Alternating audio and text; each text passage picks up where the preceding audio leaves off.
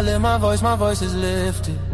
Gifted, I foresaw the end, I ripped it. The whole enchilada with a side of avocado. I came down from my fences, desperados. My flow should be sold at low. Next to the 2x4s, an electric range stove. The bolts and screws, home and approved. Gentiles and Jews, penning on views. Broken for you, my moment approaching. The coaching, the ocean is waving. The money I'm saving, the arrest I'm evading. The models I'm dating, this cup of mine keep cascading. God has engraved me into the palm of his hand. I'm in the best hands. I be washing Jeezy's dishes, pots and pans.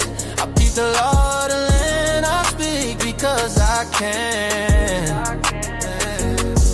Legalize blacks, legislate that. Hurry up, please, because a brother can't breathe. Kaepernick kneel, the world stood still. The level of hate was so unreal. I foresaw the end right before the hook. Hating is not a good look. I took from the good book. I feel like a tree planted by a river brook. Let me cook them surgically with this sword. Will put my vocal cord itching to release the source of my peace.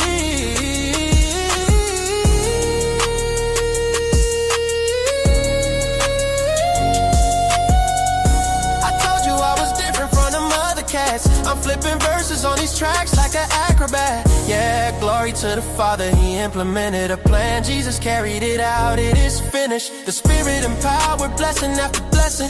We win this, we win this. My spirit smile. We win this, we win this, we win this. My spirit smile.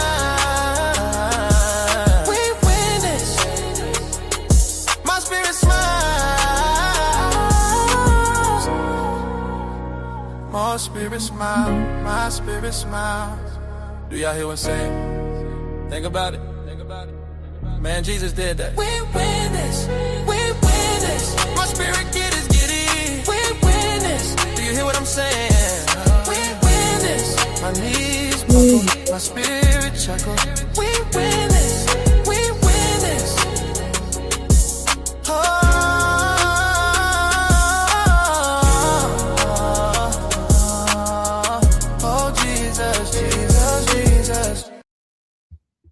What it do? How y'all doing tonight? Listen, y'all know we're gonna have a fiery show tonight. I have some phenomenal questions. Make sure you like the stream. Make sure you share the stream. Make sure you tell the person that you share the stream to like the stream. Ishmael, what's going on? Miss Morris, what's going on? Miss August, how are you doing? Who else we got in the chat? I will be dropping the link in just a minute. We're not going to prolong the time. Let me go ahead and drop the link so the people that's going to come up, y'all can go ahead and be in the back, getting ready for when I hit the button to bring y'all up. Appreciate y'all for tapping in. But again, listen, make sure you hit the goddamn like button. Make sure you hit the share button. Appreciate y'all for tapping in on this Friday night.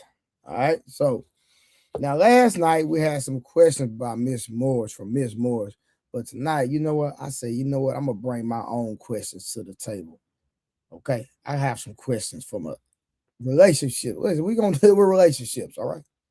We're going to deal with relationships tonight. So, I have the questions already ready,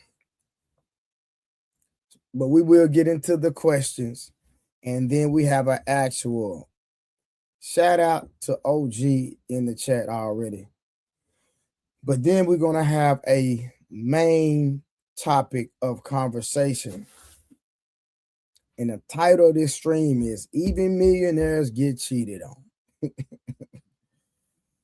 Even millionaires get cheated on. Okay, y'all need to understand that. All right? Money does not unlame you. Just because you have money does not mean that you're not lame. Let's just put that out there, all right? But the StreamYard link is in the chat. You are more than welcome to come up. Again, if you enjoy this stream, if you enjoy the content, I need y'all support. We've been going hard. We have people that have 9 to 5s working hard. So what I am going to start doing, if we don't start reaching our Cash App goal, I'm going to start giving it a 2-hour mark. And if we have not met our Cash App goal, the stream will abruptly get cut off. All right. So I'm not going to do that tonight. We're going to rock out tonight. But soon, I'm going to start doing a 2-hour minimum unless the Cash App goal has been met of $100 minimum. Because we're giving y'all phenomenal shows. We done gave y'all 8-hour streams. And I'm talking about 8 hours of straight content. No boring conversations. No, hey, we go 30 minutes without talking. No. We conversating the entire time. It's literally great conversation. So if we gonna entertain y'all, give y'all great content, we have to be compensated. All right. Yeah, abruptly. Right there, abruptly. He'd be like, man, what happened to the show? We had 100 people. I don't care nothing about them 100 people. I'm telling you right now. So soon, I'm gearing people up, start getting the waters ready. That time is money. And we giving y'all great content, great conversation, a great show. Then, hey, hit that super chat, hit that Cash App. If you're on the No 304 side, you can hit the super chat. If you're not, just hit the Cash App directly. Y'all got that? Bluerayfitness. All right, I'm waiting on the people who all coming up, man. The link is in the StreamYard link is in the chat. I'm waiting on the people to pull up. We got Ryan Neal in the bill. We got Retros for life. I assume that man wears a lot of Jordans. I'm gonna take a wild guess. Yeah, order Zelle for sure. Order Zelle. You can use that email right there going across the stream. And like I said, I'm gonna start helping y'all men get in shape. I know some of y'all want to get in shape. I'm gonna help y'all, the ladies. We're gonna start paying bills. We're gonna start getting the people that follow Blu-ray in shape. You understand what I'm saying? We're gonna get y'all in shape. So I will be doing one-on-ones via FaceTime or giving out workout plans for a small fee, nutrition plans for a small fee. Because a lot of people, every time I tell these people I'm 44 years old, they be like, what? I thought you was in your late 20s. No, man. I'm about to be 45. And I'm in shape. I guarantee I'm in better shape than 90% of the NFL, the NBA, the MLB, all of that. And I'm about to be 45 in May, man. Yeah, it hit different, man. But you have to take care of your body. I know a lot of y'all men like to drink. You got to you got to stop drinking, man. You got to stop drinking, man. As you get older, especially once you hit your 40s, man, your testosterone don't produce like it used to. And one thing about alcohol, it kills your testosterone. Brother, the one thing I would not want to be is in a marriage, and I don't have no testosterone. The one in YN is going to be texting y'all later. But hey, again, the link is in the chat. Y'all pull up. Let's get to work, man. Let's go and get these conversations going. We got August in the building. We got Drew Titan in the building. I know Ishmael is in here. So we are waiting on y'all to pull up. Man, listen, man. One thing about OG, man. OG, this guy right here. I just met this man. This man don't know me from a can of paint. And this brother is always, I'm new to this host. This is my don't y'all know this is my second week streaming on YouTube? Literally my second week. This man just met me maybe a week ago. And this man started off with $100 tonight, y'all. Man, this guy, right? Man, listen, bro. This guy, OG Speed, man, this dude already done cashed out $100. Man, this dude right here is, man, listen, man. I just met this guy 2 weeks ago, literally. And he been blessing me like just steady, blessing my cash out, putting food in my CC. One thing about it. So that's why yesterday when he came up, I gave him the floor and I didn't say a word. When somebody's showing you favor and blessing you and taking their hard-earned money and giving it to you, man, listen, I'm going to give that man the floor. Yeah, you can have the floor. That's why I didn't let nobody interrupt him. He came in. He really didn't even want nothing. He just told Rose, hey, Rose, you need to clean that goddamn camera, girl. You got to clean that camera. And there was people in the chat talking about, OG, you messing up the flow. But guess what? He has the floor right now. I don't care about the flow. That man don't even know me and has been consistent with donating. So any man that'll help me pay my bills, any man that's going to put food in my kids' mouth and don't ask for nothing back. That's the kid. That's what y'all don't get. Don't even ask for nothing. I'm talking about a genuine person, bro. Because the one thing about me, I can't be bought. That's my granddad raised me. I can't be bought at all. So OG, man, much love. I really thank you, my brother. I appreciate you, man. And that's why I'm saying what I'm saying openly.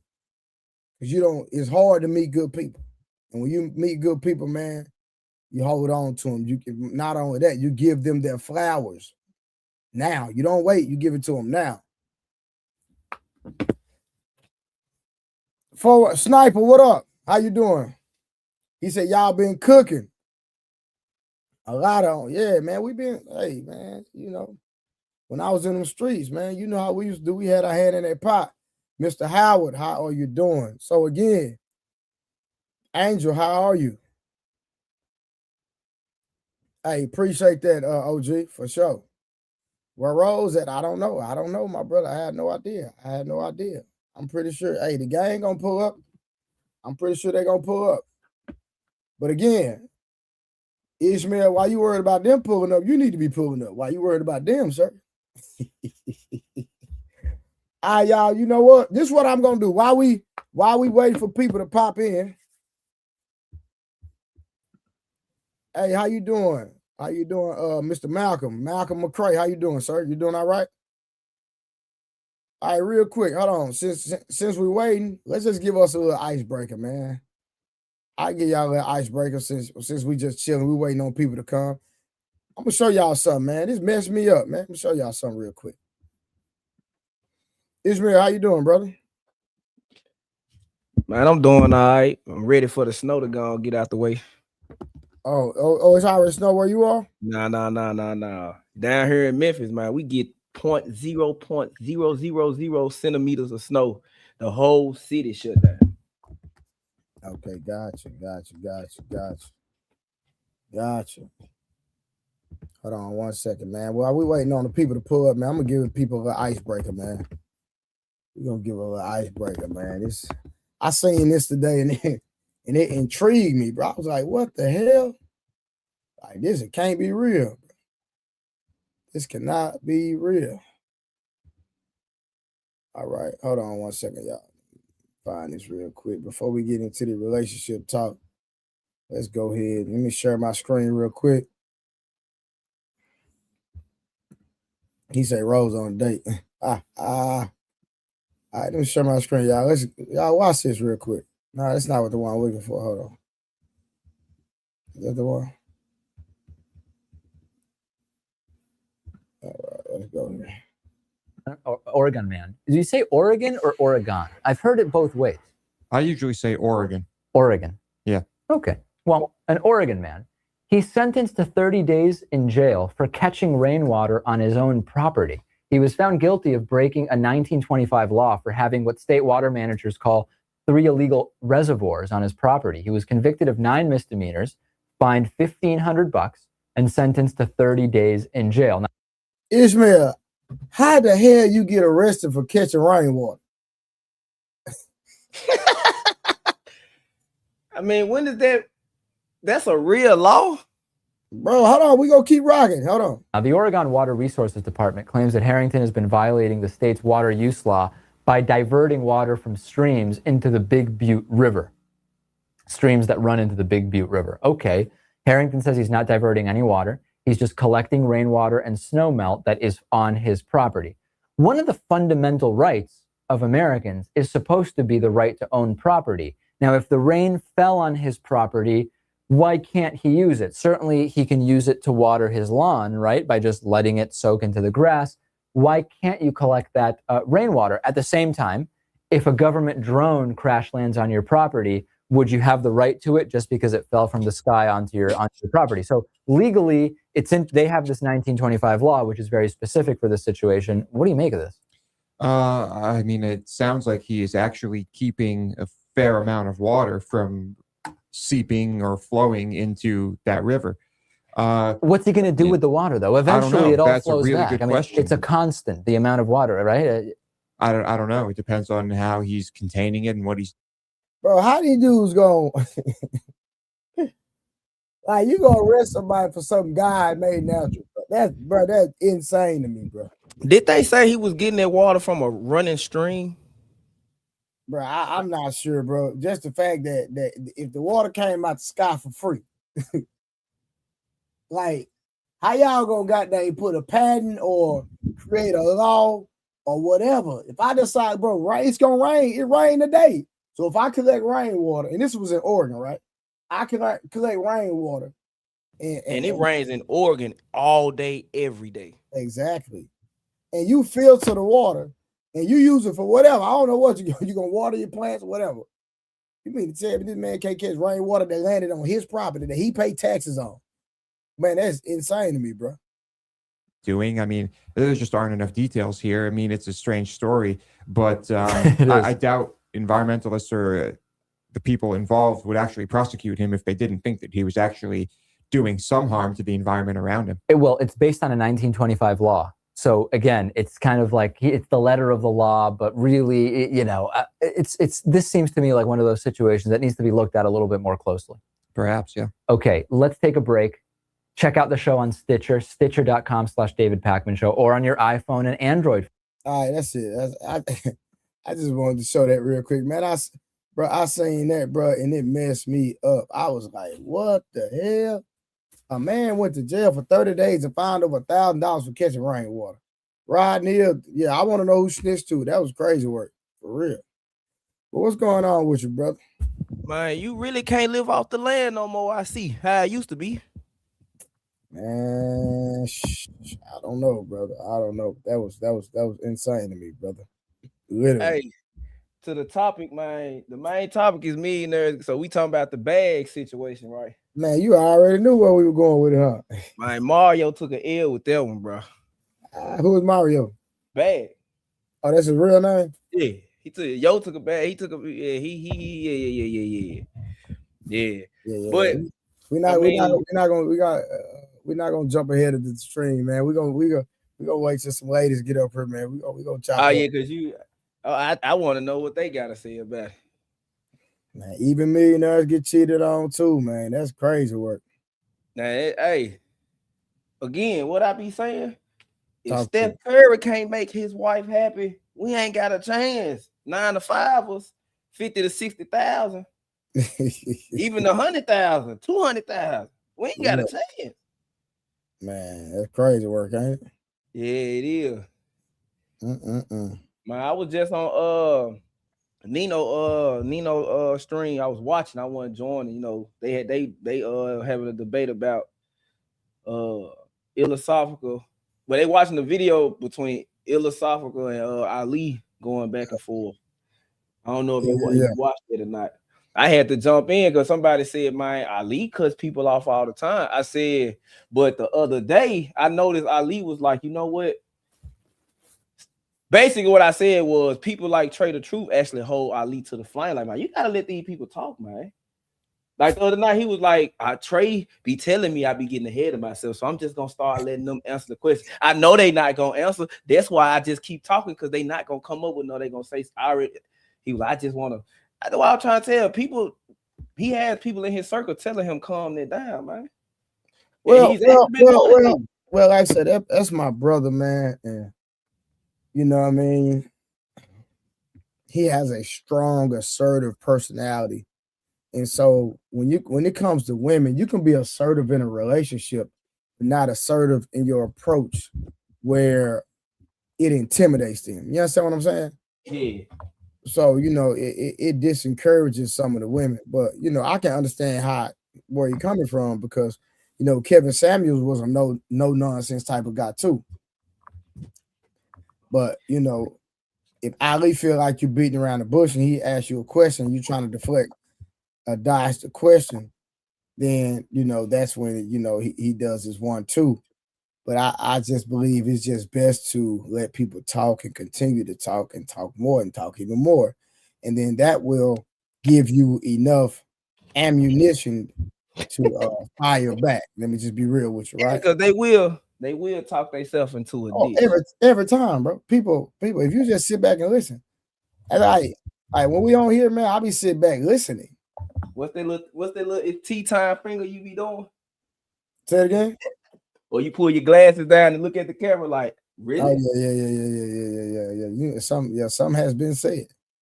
Sure. Yeah, but you know, I get like that too, man. My men gotta realize when you having conversations with women, not saying you gotta placate to them, but you gotta understand. Like I used to sit back and listen to my sisters, my homegirls, how they just have conversations with each other, and I'd be like, man, what are y'all talking about?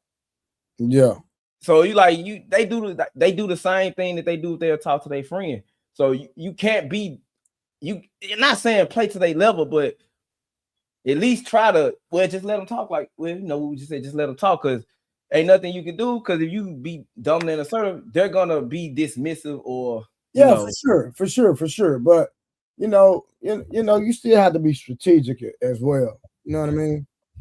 So my brother Drew said, brother Deontay Wilder checked all the boxes, and as it pertains to what women say they want, and Telly still cheated with a bomb nigga. We gonna save all this for when. That's crazy work, brother. Crazy work. What I say the other day, Trey? The men who work the hardest, that make the most money, they gonna lose. They woman is gonna cheat on them with a man that can't do nearly 10% of what he can do. Because all that dude got on his time is time. All he got on his side is time. He's there to listen, coddle, all that while you at work. So she gonna cheat on you with him, because I ain't finna get no benefit with him. I'm not finna leave my husband who's taking care of everything. But this dude listens to me. He talks to me about my wardrobe, my day, what my ambitions, the stuff that my husband don't care about. Yeah. What's up, Karen? Hi. I see Karen don't have the snow glasses on tonight. She had her little cameras on last night. Think I didn't see that. Yeah, you had the little glasses with the cameras in there last night, huh? Yeah. Yeah. I like them. Yeah, yeah. Be recording people, spying on people. I don't have to spy. Oh, you don't? What color are your eyes? Hazel. Oh, okay. That's how you be getting all the men. I don't get all the men. So men don't compliment your eyes? No, I get a lot of compliments on my eyes. Exactly. That's what I'm saying. That's how you be getting all the men you be dealing with.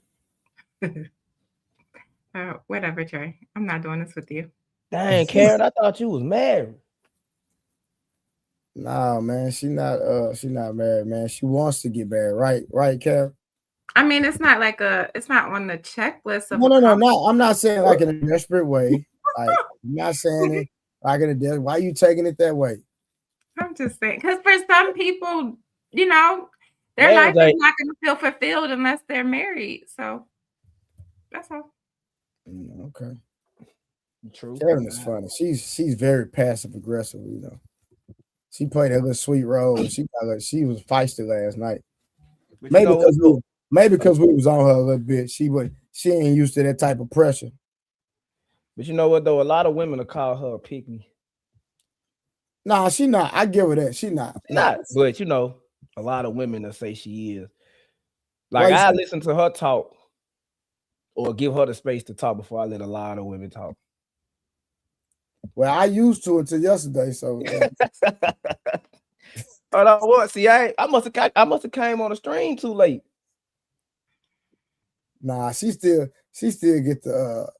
She Yeah, she don't have a unicorn. I took that name back. He was a unicorn till because I don't want to. Hold on, real quick before you say that. No, we're not going back into the topic. No, yeah, we are. No, we're not. No, we're not. That's not what I came up here for. That's not what the title of the show said. Can you listen? See, she acting like the rest of these ghetto women. You can't even listen, Karen. But I was going to ask you. You see that passive aggressive? You see that? You see that? You see your sweet girl with the pretty eye, with the soft voice, but she still mean at times. You know what I'm saying? Hey, you can't trick me, young lady. But now I was gonna ask you, did you actually rethink that? Your stance? I'm not trying to change your mind. I'm just asking a question. So honestly, I did kind of rethink it.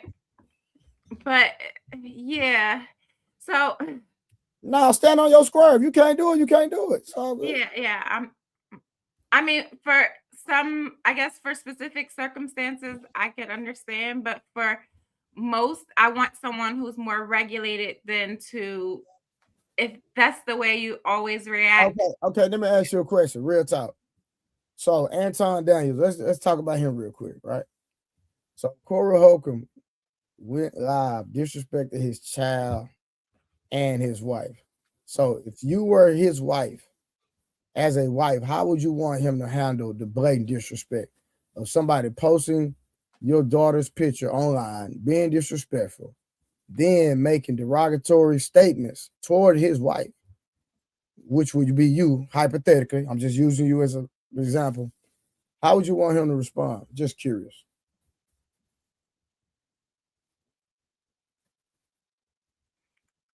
I don't know, Trey, but I wouldn't want him to go over there and fight him or unalive him or anything like that. Like, I really don't know. You would want him to sue? I would want him to, I guess, stick to his lane or whatever it is he actually does and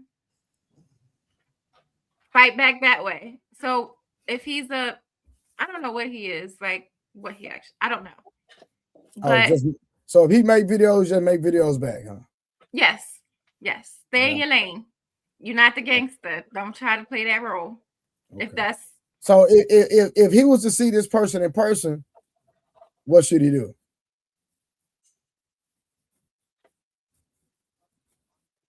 They done talked about your daughter, put your daughter picture, said your daughter, listen, said your daughter gonna be buying pussy just like you. Trey, I'm never gonna condone violence. So God, that's tough. I don't want my husband in jail where he's missing time away from his family. Like, I just don't. Man, that man getting a little exercise ain't nothing but a ticket, man, in the overnight stay. Yes, but then and then people know exactly how to provoke you. And so every time there's a situation, you're doing a little overnight stay. So how do you expect a man to be a protector? That's what I was about to ask.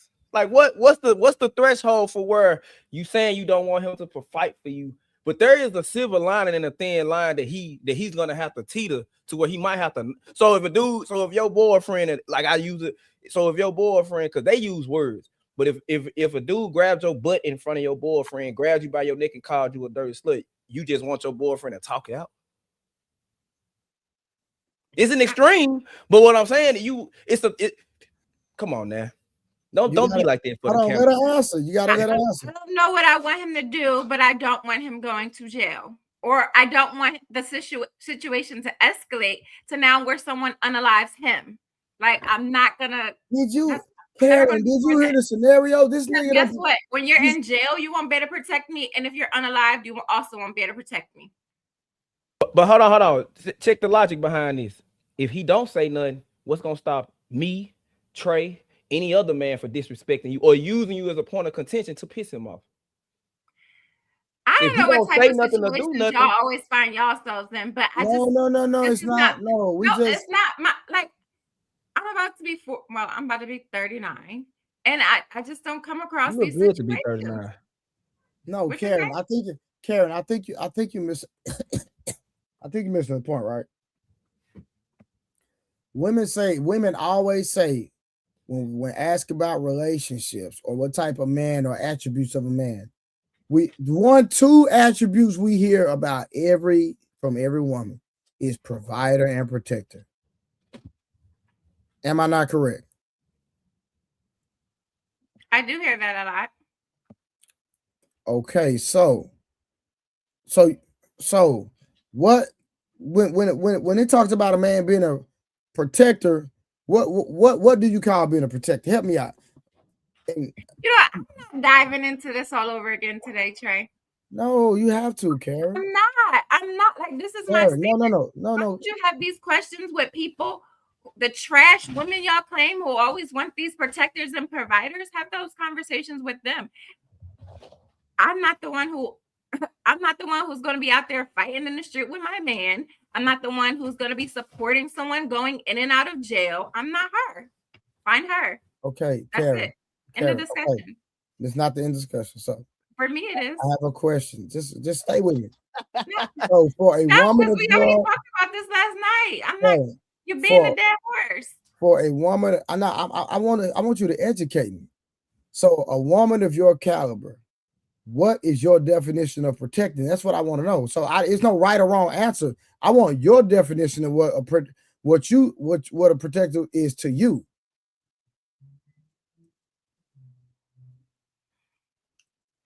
So I feel like someone can protect without it necessarily being violent.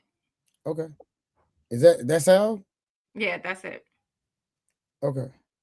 Yeah, I just wanted your definition because I everybody's definition is gonna be different, but so she said what? I couldn't hear her. She said a protector is someone that's not gonna get violent. That's the type of protector she wants in her life, right, Karen? Yes. Gotcha. Okay. Are you gonna find that?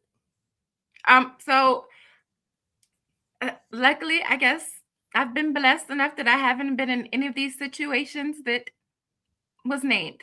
So I guess I find it. But you come off as a homebody. So if you at the house, I'm not a homebody at all. Nah. So you go. What I'm saying is, you go to clubs, bars, all over the world.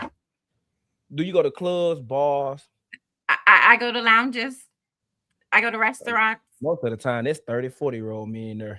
They yeah. So what I'm saying is your lifestyle. I'm not in my 20s. Your lifestyle choices isn't going to put you in certain situations like that anyway. Right. Is what I'm saying. So you're blessed that you have the discernment and the consultation to not. Your life is depicted a certain way, but for the women and the men who life isn't, that's why these conversations need to be had so they can get a better understanding. Yeah, okay. I only date people who have something to lose because I have a lot on the line to lose. Okay, so I got a better scenario there. Let's start with all the ratchet stuff. What if somebody burglarizes y'all residence? Mm-hmm. Okay, that's completely different because there are laws that will protect whatever it is you do when someone's in your home. No. So it doesn't. No, it doesn't. No, there is. No. Hold on. No. This is why we ain't got to go deep into it. Yeah. I just want to know: do you want your husband to grab a firearm and protect the house? That's my whole thing. If someone was in the house and he had a legal registered firearm, God, you know you don't have to have it all that when you're in your home, right? Listen, I'm here, Trey. Okay. Legally registered firearm. Okay, and what else? Then he can do whatever is necessary to protect the home. Okay, cool. Okay, look, hey, we finally got some violence out of Karen. Because it can and will maybe get violent. Because you're not gonna want your man to be like, you know what, we had a plan for this, but you know where the guns at. You know where the guns at. I go grab the keys and hide in the car. With soft people, but they're like, I wouldn't expect every situation turning violent because there are a lot of men who their ego is much bigger than the situation required. And this is why I gotta play. They just don't mind going to jail. And this why I gotta. They might have fun in jail while they're there. Who knows? This is why I don't mind playing devil advocate in certain conversations because women come from a privileged situation where they don't have to get physical unless they want to get physical. Most like as a man, we gonna get tested regardless. So some men, I say some men go to the extreme when it comes to being violent. But for a woman, I can't tell a man how far he shouldn't go. That's your woman. That's the woman you confide in. That's the woman that birthed you kids. If y'all get to that point, man, if a man say what's up to her and you knock him out just for saying what's up, and it could have been her coworker, that's your woman. I can't tell you that. But in a situation like that, man, every man is you looking for a dude that's like a good dude that's rough around the edges. So you want an intimidating man, but he ain't never got to be he ain't never got to show off his intimidation. That's fine. You just saying at the end of the conversation. That's cool. That's cool. But now though, for real though, because there are some crash outs. So like that, men do need to learn discernment, understand that just because you. What'd you say, Trey? No, I said 100%. You have to have discernment. You got to use discernment. Just because you got a knife don't mean you need to use it, and just because you got a gun don't mean you need to use. Sometimes the best thing you got is to get for gab. You can talk yourself out of a situation. But your woman ain't gonna want you talking yourself out of every situation. We know that, and you know that. Nah. You can't talk yourself out of it. Some situations you're gonna have to defend yourself. But let me ask you this: would you date and marry a man if he told you that he's never been in a physical altercation, he's never got into it with a man mentally, physically, emotionally, verbally? Would you date a man that has never, ever, in no way, shape, form, or fashion? Maybe. I mean that's not a question I normally ask on a date. But it's a lot of it's a lot of things. No, if he's soft, no, absolutely not. But like some people know how to resolve conflict in other ways than physical. But you don't like no soft man? Anyway. I asked a question. I just said that multiple times. Oh, okay, because you're soft. Yes, I am. But you want your man to handle situations like a soft nigga. No, Trey, I never said that. You did yesterday, but okay, I did not say that. Okay. Well, let the ladies who like their man go into jail so they can cheat on him while he's in jail have them. Well, that doesn't always happen. Why do y'all go to the extremes with everything? Did you see the narcissism in it? Oh my God! How did it go back to the men? Hey, boy, Karen, why you acting like this right now? Don't act like this right now. What? Don't act like that right now. Quit. There are a lot of women who want their man to fight. Yeah, she's kind of right on that. I've seen videos where I say a lot of men end up dead in jail because a woman put a battery in his back. Oh no, 100%. Yeah. Or there are a lot of women who will run their mouth to another man with their man sitting there and then want him to defend her. Yeah, want him. The minute the man say something remotely close to nothing, you gonna put it? Da-da-da. That's what it better be. I agree with that, but that's on the man though, because I like to speak in anecdotal or analogies. I was in a situation with an ex in 2018, which has ultimately led us to breaking up. And she had a baby dad. They had 2 kids. They could never get along. But after breaking up, I realized why. That's another story for another day. Father's Day weekend, it was 2017 Father's Day weekend. Okay. We go to her baby daddy was calling. Come get the kids. I'm like, dang, we trying to have a good time. It's Father's Day. But for the sake of the kids, go get the kids. Cause anyway, we pull up to his house. Well, he lived in the apartment at the time. We pull up, he egging her to come in the house. And I'm like, don't do that, because if it go left, I can't do nothing. I don't know what's going on. By the time I realized, you could be, worst case scenario. So he came outside without the kids. Came downstairs without the kids. Walked to the car without the kids. She got out the car, having a real conversation, like going back and forth. And what she said was, man, You make it easy for any man to be my kid's dad. And he snapped and jacked her up. He ain't hit her with an open hand or a closed fist. He jacked up. I get out the car. Mind you, I just went to the hospital because I got the pink eye in both eyes. So I got the cream in my face. Like, I'm not making excuses at all. So I get out and I assess the situation. I'm like, bro, this is her baby. Like, this is my mindset. This is her baby dad. If I fight him now while his kids are watching, I got to deal with it. Secondly, if I fight him, this is still her baby daddy. I'm still got to go around him. And he just jacked her up because of what she said, which any man would get mad about this. So I broke it up and separated them and stood in front of him. He looked at me, calmed down, and went upstairs, got the kids' stuff, and he put the kids in his truck and drove to his mama's house. I was like, you did all this for what? She was upset. You didn't do nothing for me. I said, he was never going to give you the kids. It wasn't about the kids. It was about the fact that he's not spending Father's Day with you. Y'all, that you like, and we broke up for that, had everybody calling me wrong. And I asked me, a lot of men was like, you should have did something to him. I was like, my right mind was saying it wasn't worth it because if I fight him, me and her break up, I'm comfortable in my city. I ain't never really had to deal with having eyes in the back of my head. I don't want that. Not for no woman that ain't like, no, you saying the fact that people felt like you should have fought him because he jacked her up. Yeah, they were like, when he got to that point, he put his hands on her. I was telling people I understood why I don't know. Maybe I was using vanity for myself or not want to get into an altercation, but I just didn't see myself. How long have you been dealing with her? We started talking November of 2016. This happened in June of 2017. But we had been off and on periodically throughout that time anyway. So it wasn't a consistent dating situation.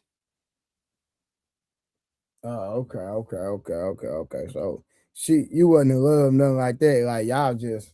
I was infatuated. It was the sex. Oh, okay. But you just felt like, yeah. You know, a lot of men would have crashed out, and I just was like, nah, like, cause this in my mind, the situation in Dean that he just pent her up, and they was like, they were like, so what you? I moved him, I pushed him up off her, like I separated them and stood in front of him and her. If he wanted to do something, he could have. At that point, it would have been an issue. He went upstairs, grabbed the kids, and went to his mama's house. Yeah. No, I feel you. Yeah, like me personally, I'm gonna put it like this. I'm not finna let no dude beat his baby mama up I'm dating in front of me, but at the same time, I'm not finna crash out behind her either. You know what I'm saying? Mm-hmm. Yeah. I think you took the best course of action, honestly. Because it can get really tricky in those kind of situations because especially let's I ain't gonna lie. Let's say you did end up fighting him. The kids is watching you. They have a relationship with that guy. It's not like, well, I don't know, but like since he was with the kids was with the dad, it doesn't seem like he's a deadbeat dad. So now your whole relationship with those kids is ruined. Also, what did she say though for him to jack her up? Huh? You make it easy for any man to be my kid's dad. Yeah. So, and that kind of, listen, they had that toxic relationship. Why he simultaneously has his kids. If she talking like that, they already had a toxic relationship that they probably already be fighting all the time anyway. Well, Karen, that's a jug at a man's heart. Yeah. That's like, I know. Right there is like stabbing a man in the heart. I see why he jacked up. I wouldn't have did nothing. No, I know. If she would have said that, you said what, Trey? Yeah, she said, yeah, I didn't know she said that. Yeah, I'm not gonna do nothing. I'm gonna sit right. I might not even break them up. Yeah. And I feel like she was, she said that because you were there and felt like, all right. And women put men in situations all the time like that. And what if he would have pulled out a weapon that he didn't need to be up close on you with? Because you want to jump in it. I mean, yeah, I'm not gonna let my pride answer this question. But I mean, it would have been either I would have been dead or in jail, or him would have been dead in jail. Man, short. Turn your camera on real quick. You're a real person. I bet you good. You can turn it back off if you want to. I just need to make sure you're a real person. That's all. Oh yeah, my brother, why so serious, just told me to come to the joint. Oh, okay. this a long term, brother. Finally, I told him about the rules, man. Watch the language and don't interject and over talk like this. Oh yeah, my bad, y'all. Nah, you good, brother? How you doing? You doing all right? Yeah, I'm doing good. How everybody doing, man? Hi, How you doing, Miss Morris? How you doing? I'm doing amazing. How are you? I'm all right. Let me not be rude. What to do, Trey? The truth teller. What to do, man? Man, cold. I was just tuning in to what my brother said. You know, my brother did right because where we from, it's like why would I put myself in that situation just for you to go right back to this dude literally the next day? Y'all fighting, arguing. You call the police, get him sent to jail. He get back out. You know what I'm saying? And you go right back to him. And now I'm beefing with him for a long period of time because I got in the business. Mm-hmm. Yeah. I feel you. Like I say, my thing is, you know, with the statement that he said that she made, that right there, as a father, I know how to make me feel. So I'm not finna crash out, and she over here provoking this man. And like you said, he got the goddamn kid, so it's not like he an absent father. He's an actual productive father. So why, you know what I mean, to jug at him like that, man, that's cold right there, man. He was a great father. He is a great father, but that was his first for everything. So when they separated, you can understand the bitterness. Yeah, 100%. Yeah, 100%. And I understood all that. And me and him had conversation. We were cool. Like, he asked me about that when I saw him out there. I said, bro, I don't care about that, bro. I was like, because if I was in your shoes, and at the time I had one child, if I was in your shoes and Alexis had done that with my daughter, I would have snapped. Like, come on, man, you can't be. And I had her. I got my kids to just, you don't know, but I wouldn't. I don't know. I wouldn't me. I don't care. So I want my daughter full time. So I wouldn't have been calling you back on Father's Day, no way. But I just understood the situation. That's another reason why I reacted the way I did. Because if I wasn't there and I didn't see, which is what a lot of men do, they don't be there. They don't really have cameras watching, and then they react off what she said without getting a second story. Because we already know it's three stories to the truth. It's three truths. There's three sides of the story. His side, her side, and the truth. And a lot of men react the way they react without knowing the other side. What did she say? What did she do? You just gonna put the cape on, and Superman got killed. Superman had died in the line of fire plenty of times. So, and that's the reason. That's the reason why you don't put your cape on at all. I stay out the way. I can't be Superman. I used to be like that with my first baby mama. Yeah. Only because like why I said, you know, that's your first for everything. There's you. Hey, Sharp. I'm letting you know, Karen, when you said your first baby mama, Karen, the facial expression she made, you are already judged, my brother. I'm just letting you know. Man, I was typing, Trey. Don't try to be an instigator. I was not. I see. Hold on, wait. Unlike a lot of fathers, I have custody of my children. I'm a present father every day, all day. Already, my boy. I'm just saying when you say, you know how women say your first baby mama. Oh yeah, you like, dang nigga, how many baby mamas you got? I got two. I just got 2, 3 kids. For sure. That's what's up. Fantastic. What to do, my brother? Hey Trey, what up? What's going on? Hey, did you get that video I sent you? Huh? Did you get that video I sent you? Nah. Where you sent it at? I texted it to you. Nah. Hold on. It was a great video to kind of rebuttal from the whole Epstein. Oh no, I did. I watched it. Yeah. Did you see where the dude said he made it up on CNN that it wasn't true? Yeah. I saw that yesterday. There wasn't true. I actually saw it after I got off the live. It was a cover up. Okay. No, listen. I just want to address my brother real quick. We ain't gonna go on the deep end. Right. Made it bold, bro. Hey, put a official Twitter apology out now. That's what I'm saying, because I'm gonna make the last statement quick. If this is my opinion, and I could be wrong, but I believe if Trump really did something criminal that that when the Biden administration had, was in office, they would have prosecuted him then. That's they prosecuted him for everything else. Yeah. He would have been not prosecuted. He would have actually been convicted of something instead of everything being alleged. Yeah, for sure. 100%. Speaking of Trump, I find it crazy that Didn't I say we ain't finna go down the rabbit hole, man? hold on, no. What the only what I wanted to say was about being a felon. Like he's a felon and he's the president, but you can't even be a felon doing anything else work related. So short, he's not supposed to be a felon. Let's just put that out there. That's a whole. So let me go and make this statement. Okay. Andrew Cuomo, the former Attorney General of New York, literally said if he was in office, Trump would have never been prosecuted for what they prosecuted him for. Okay, learn me something. So, because see, if we start talking, then Mrs. Fantastic gonna start cooking. Then we're gonna go down the hole. And that's what he live for. Me, I live for the geopolitics too, man. But we gonna go down the whole rabbit hole. Say less. I done got out the car, man. No, you good, Mr. Knight, how you doing? Good evening. Yeah, I was waiting. I don't know where Karen went. I had some more ladies. I actually wanted August to be on this shoulder for this one, man. Yeah, I think you need some ladies around when it comes to the even millionaires get cheated on. They usually here. I'm getting text messages right now. I don't know where they are, but they usually be here. I've been waiting on them.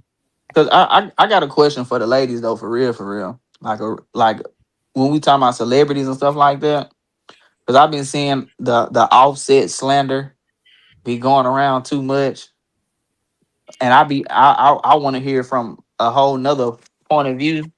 If that makes sense. You say what? Say it again. I said I'm really want to hear.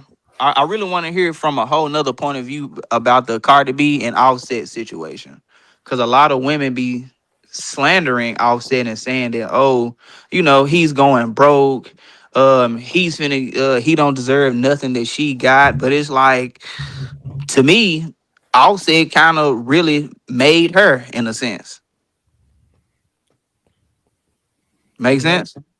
Hey, that go back to a video I saw on Instagram where they were having a conversation, and this girl said that women who are in the top 10 percentile of earners in the country should not be legally binding to be married. And if they do get married, they shouldn't have to give their man nothing. And then they turned around and asked her, well, what about the men? He should have to be married and give up the woman something, because we do everything. We do the housework and all that. And I was like, I don't know, man. It's a double standard for sure. I really feel like it's a lose-lose situation for men anyway. When it comes to marriage? Because married, to me, and I'm not down on anybody who is married, this just goes out to, the select few. I feel like marriage is pretty much like a woman's game, really, because y'all come in together. Y'all come in both separate, but y'all come in together. Whatever you made and I made or whatever, but then the divorce comes, she takes everything. And all the women just happy, oh yeah, man, take him for everything he got. But then when the shoe's on the other foot, such as Offset, oh, he broke, oh, he doing this, he ain't got no money, he don't deserve this. But it's like women been doing it for so long, but now another man is doing it. Now he's, they calling him gay. They call him all types of stuff. And it's like, dang, I'm gay because I'm doing what y'all been doing for years. I don't think he care as long as they don't call him collect. Right. Kevin Federline is getting paid from Britney Spears, right? As he should. If Oprah ever feel like she want to leave Stedman, Oprah gonna have to pay Stedman. Yeah. Isn't Halle Berry paying people? Isn't Jennifer Lopez paying? Oh people? Yeah. Halle most definitely paying. It is what it is. That's just one of them double standards that women benefit mostly from, that they don't want to give up. That's why I look at it. Yeah, me too.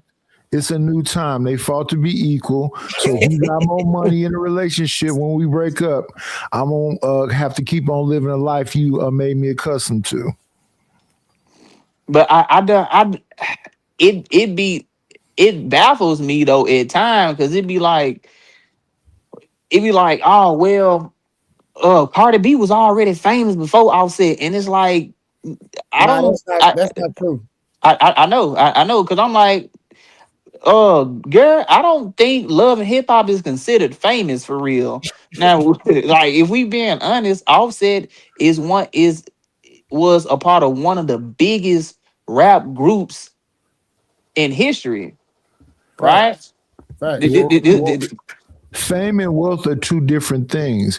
You can be famous and broke. Oh yeah, for sure. It's people on YouTube that have notoriety but no money. Oh, for sure. But we in a time of clout trumps money. It's a bunch of people that got all the clout and no bread at all. Right. But at that time, the Migos were literally a household name.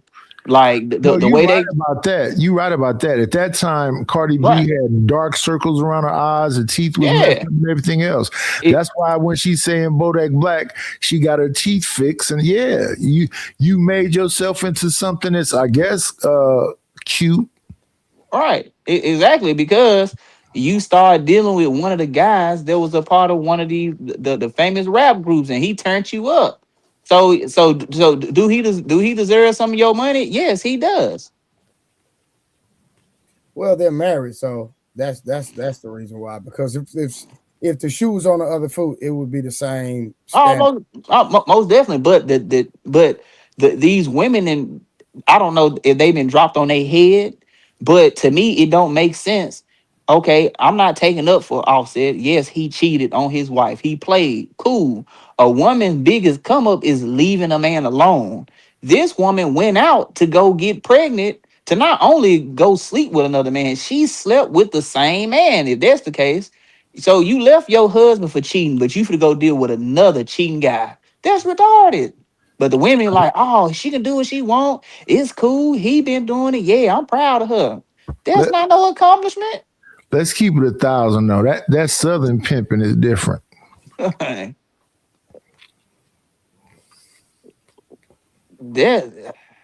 what's on your mind? Your eyes is telling me you're something on your mind. I do everything the main shark is saying. Hey, what you mean by that, OG? The Southern pimping. That Southern pimping is slow and it's cooked like you cook ribs. You put it out on the smoker early in the morning and let it cook for 12 hours so it get that tenderism. So when Offset met Cardi B, he put that slow game on her and she was hooked. How many babies they got together? Yeah, they got about 3 or 4. No, they got 3. She had a 4 baby last. They got 3. That's what I'm talking about. I got a question. In the they still married though, right? Yeah. So is that new baby? I think they no, you're right. They still married because they hadn't did the settlement. Yeah, they married and separated, and she got another man. So is Offset no, she don't have a man. financially responsible for that new baby? Yeah, he's definitely not her man. You Yeah. said what, brother? Is he held financially responsible for that new baby? By law, yeah, but I think she not trying to get nothing from him. So legally, yes. If you any baby had within the time you're married is considered the father's child. But being that it's publicly known that it's not, I mean, it would be difficult for her to try and But yeah. Yeah. So the new dude she with ain't claiming her? No, they just he had four kids in the same year. Literally. He had 2 kids a month apart, 2 months before she had her baby. So he had 3 kids that I know for a fact last year. I think it's 4. They're saying 4, but I didn't know about it. I knew about that. Yeah, so like they're right there is the dumb stuff I was talking about. Like you left your husband to go deal with a man. She like what she like. Like right. She like cheaters. Yeah, obviously. I don't even think it's a like what you like thing. I think it was like get back. What they call it? What the women call out it? Of hurt. Doing it out of hurt. Getting your lick back and embarrassing them and establishing like dominance. But the problem is women fall in love with their side. That's a hell of a lick back. You know what I'm saying? I think she embarrassed herself way more than she embarrassed. I'm saying women fall in love with their side dude. So women can't get lick backs like we can. Well, I wouldn't call it. Well, we know that, but women in the eyes of public opinion, and the women, she won, right? Because she left the cheating nigga, and she got a better nigga according to them, right? But so you got to think about this from a clout standpoint. Again, because it was a video. If you're thinking logically with a woman, bro, it don't make sense. Trying to use logic and the reason for a woman to do something, in the most part, is just illogical. It was a video going around of Stephon Diggs when they was his teammates was asking him, would you want your sister dating Stephon? Everybody said no. They were like, he's he gets around. I'm like, what are you telling? What are women who do that? The situation with Cardi B and Offset, are you telling your daughter? Like, are they? It's the conversation we had the other day, Trey. Like, a woman would leave, a woman would sacrifice her family for the sake of her. Like, a woman she'll choose her happiness over her family. Like, what are you telling your daughters? To leave a man that you built everything with to go be with another man that's building with every other woman he can find? Exactly what you just said. Karen, and that's what's crazy. You said what? I want to answer this question though. Exactly what you just said. What they'll be? You want me to repeat it? No. You said, what is a woman telling her daughter when she does that? She telling her daughter exactly what you just said. Choose yourself first. Do what you want to do. It's all about you. So Karen, since you're the only lady on the platform, what would you tell your daughter? I would tell my daughter to try to make her marriage work. Do whatever is necessary to make your marriage work. Y'all have these kids together. If he's not abusing you, find a way to make it work. I listened to a panel earlier where a woman said that that's the bare minimum. He not beating on you. He paying the bills and doing whatever else. That's the bare minimum. No praise. I would love for those women to go back overseas and deal with a system where women overseas don't have the 19th Amendment and wonder would they feel the same. Yeah, go to Dubai. You know, women gotta shut up when they go there. They can't even. Yeah, but we know what they going there for. They still getting degraded over there to the same degree. They just coming back with hundreds of thousands of dollars. That's all that it is. Oh yeah, for sure. But you also know in Dubai, women don't have rights over there really at all. Like they gotta almost walk their head down. They can't even speak to another man. But in America, you can. So it's like you said, like how would they react to that? Would it still be the same? If me treating you like a woman is, I get it. Me treating you like a woman should be bare minimum. But me giving you my last name or working towards it, and I'm doing my due diligence as a man is bare minimum. It's crazy. Back to the part. Yeah, but they don't. Bro. They don't hold non-Muslim women to that standard. It's just like you can't get wild. She can't wild out. So being that she's not Muslim, they wouldn't hold her to the same standard in interaction with men. As long as she's just not being disrespectful or belligerent, she'd be good. But you're still right though. Just them even living in that environment and understanding that men run everything and a woman really doesn't have any power. I think it would wake a lot of women up to the privileges they have over here. I think just like living in America, bro. Everybody's so spoiled they don't even understand it or recognize it. Right? Most people never been out of the country and truly seen true poverty. Right? Mm-hmm. So yeah, that would definitely. That's. I was having a conversation at work yesterday. We had this meeting, and we was talking about dating dynamics. And I was like, man, it's gonna have to come to a point where something drastic gonna have to happen. Them TV shows, like it's gonna either come back to World War III, which I don't want to happen, or an apocalypse for things to get back to its natural flow of things. Because the world is so civilized now that women can do it. She can be considered what we are, gynocentric, which is what the world is trying to come along to. But you put them in a situation where they got to literally fend for themselves against the competition of other men for their life. They're going to go back to flocking to the men and shedding up. It's going to go back to how you can't beat your biology. It's going to go back to how it's supposed to be. But I don't want it to get to that point for us to go back to the nuclear family. Mm-hmm. Yeah, I don't, and now because I ain't got time to be trying to kill y'all because we cool, but you got to feed your family like I got to feed mine. No. I think they systematically trying to recreate those conditions. I think they're trying to recreate a baby boom. They did say Governmentally. the baby boom was the best era. I don't know because it created all the serial killers, but I don't know. You think so? Because the birth. Well, when they say all of these things that benefited women is being reversed, they had that thing where when it comes to Roe v. Wade, they fired 600,000 governmental workers. They're saying that a lot of these certificates that really benefit women, they finna reverse them. I think they're systemically trying to create something. Why don't they just outright just take away the 19th Amendment? I don't know. Which is something that I said they probably can't do. Because you can't do it. It's not realistic. That's just a talking point, bro. I know it's a talking point, but yeah, it's unrealistic. You can't. Once the genie's out of the bottle, it's pretty much out. Even from a societal standpoint, that's what a lot of people don't understand.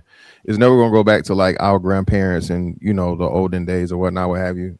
You was actually right. In order for women to have to be forced back into that, it's gonna have to be a societal breakdown to where they have to be dependent upon the men. Because right now they feel like, hey, we don't need men. We can do everything men can do. And you know how most women feel. You don't have to ask me that. You heard what they say out their mouth on the panels all day. But I'm not gonna. I was hoping you would try to prove Mr. Fantastic wrong, but I guess not. I'm not gonna sit up here and lie.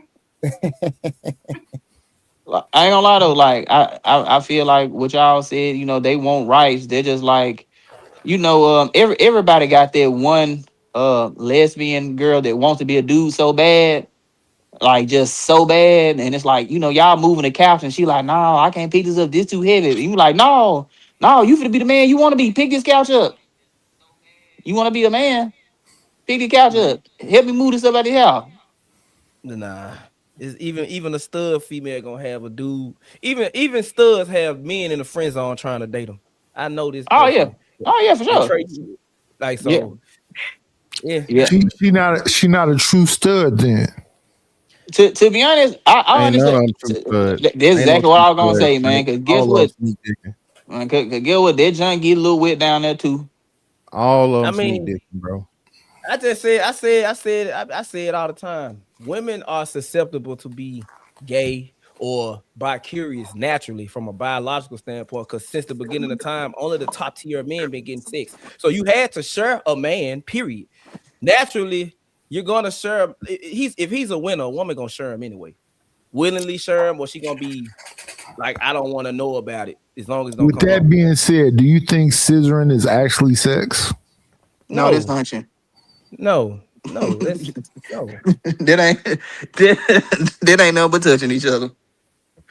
I think that's more so desensitize. I can't even think of the word. It desensitizes people the same way porn desensitizes men. I believe vibrators and sex toys for women desensitize. Hey, listen, them. If you run around in these streets taping down your chest and walking around with strap-ons on, trying to pretend, that's a crazy life. You got to be going through it hard. Karen, do you believe in playing with toys? So I don't think it's actually healthy for you, to be honest. Because then it can give you this false sense of satisfaction that no one will ever be able to replicate, and then you lose that. You wondering why you testing out every man out here because you're looking for whatever that toy did, and it's not going to be the same. It's battery operated. Shout out to the rabbit and the rose and all the different apparatuses. Well, I don't want to get too graphic, right? Respect to the lady on the panel, but a wise man once said, "Ain't nothing like the real thing, baby." You feel me? So I mean, listen, no matter how strong your hand or your wrist or your whatever is, it's not like a man's body weight, and and that toy can't pick you up. You know what I'm saying? That toy can't lift you up off the ground. So, respectfully. I mean, no, but as far as like the the external things, that is crazy. And they actually got a lot of sex therapists and stuff talking about that due to clitoral stimulation is just unrealistic. And a lot of women are messing themselves up because bro, don't no tongue, no finger, no nothing move that fast. So that junk can't peek. That junk can't peek you up like Melvin did Jody mama. Let me ask y'all a question, fellas. So would y'all date a woman that was in that she had toys? Like you go to her house and you date her and you see toys in her crib? Is that an issue? No, it's never no issue. Teamwork made the dream work, baby. I'm trying to get you there. Nah. If I come in the room and she busts out a suitcase and she busts out a Jane Bond suitcase, and I gotta go, man, baby. This ain't for me. I don't. Hey man, hey bro, I didn't listen, man. They bring it with them. Hey, listen, bro. I didn't listen, man. I Blu-ray. I mean, Trey. This shit new out here, dog. So I didn't see. You know what I mean? All right, hold on. Let me tell you. What about your old lady? Not a chick you just. My old lady. Nah, I mean, now I guess like the little roll shit I can do, but hey, you only get one rod, baby. I don't need no imitation rod, baby. You only get one rod. See, that's it. I gotta. My woman gonna have to pick, man, because I don't like her hats. I don't like makeup. If you gonna wear the wigs, you kind of come off that, man. Like, it's something you got to give up. You got to give up some. I'm not gonna lie. Toys is a deal breaker for me. Roses. You can't do nothing. Yeah. My boy running tight ship over there. If it's not me, then it ain't nobody. No, it ain't. Because I look at it like this, right? I feel like, in my opinion, you don't have no discipline. Because if you can't, what is August talking about? If you can't wait for me and me only, if you want any stimulation from anything outside of me, then I look at that as a form of you don't have no discipline, and I can't be with an undisciplined woman when it comes to that. I thought you was about to say she was cheating. That's what I thought. That's where he was going with it. No. Hey, I feel like an undisciplined woman will cheat. They all will. No, I ain't gonna say all, but not all.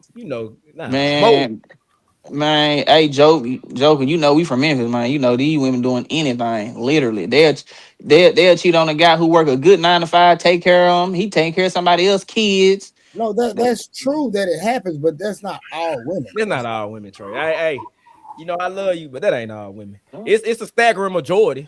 There you go. That's what I was looking for right there. Because from what I've looked up with the stats, 53% of the kids that's being DNA tested, the father is not the father is not the child. I mean, it's not the dad.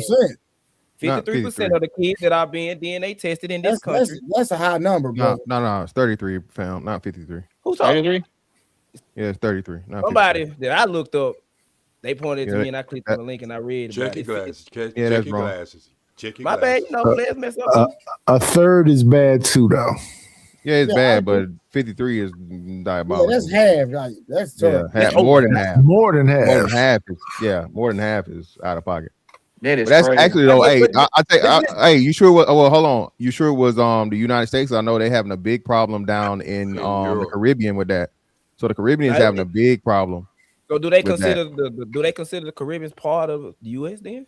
No, it's West Indies separate. But they actually are having that issue, and they was trying to get it stopped. They was trying to get DNA testing stopped there, and I think somewhere in Africa because it was so high.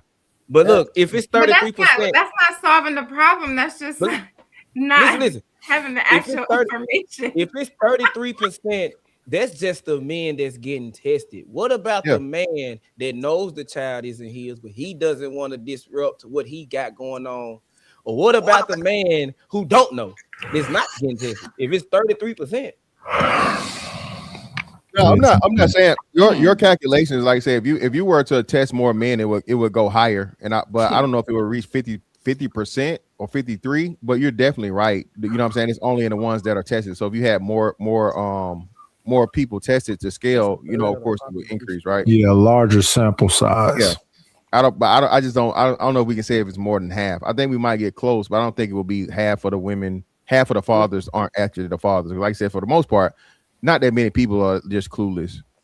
Yeah, and then you got to also take it into account that some of the women would be testing multiple kids and multiple men. They don't want to face that embarrassment. Hey, shout out to Maury Povich. No, they don't want to face that embarrassment. Speaking of that, do y'all think I got a question when it comes to the divorce court system, child support court. Do y'all think I say Miss Morris, do you think they need to go in and they need to redo it? Like they need to I can't think of the word off the top of my head, but they need to reshape it. Don't you think it's outdated? It's definitely outdated, but I couldn't tell you how to resolve. I'm not saying how, I'm just saying. Yeah, I couldn't tell you like what would actually even help. If you sign a birth certificate as a father, I think it should be actually mandatory DNA testing at birth, because I don't think anyone should have to either question if the child is theirs or feel like they put a strain on a relationship trying to trust that the person didn't sleep with anyone else. So, I mean, I'm an advocate for mandatory DNA testing at birth. That would take the pressure off the men that's scared to ask for the test. Oh, most definitely. It'll save a lot of people's lives and a whole bunch of time. Yeah. Pocket. Or the husband who, didn't know the wife was cheating. So he just signed it thinking it was his baby. Good evening, OG. OG, what it do? What it do? OG. Hey, what's going on? It's good to see this prestige panel tonight discussing things. I would like to fall back on something y'all was talking earlier, and I'm pretty sure Mr. Fantastic will validate some of the things I'm saying. You have a greater chance when you become a millionaire and you marry a wife when you already established, so that shouldn't be no surprise. I know my camera is frozen, so I'm gonna have to go back to my little picture, but I'll get it together in a minute. But think about it. Usually when you're already established, this is what people who are established, especially entertainers, this is one of the things that they have to always worry about in the back of their head. Is somebody marrying them for opportunity and their wealth versus just really liking that person? This is what Michael Jackson had a problem. This is where a lot of big entertainers and sport figures, there's a study coming out now, Mr. Fantastic, their basketball players coming out and saying their marriage is almost like COVID. When they had to stay home, their wife decided they didn't even like the person they had married, or they decided they didn't like the person they had married.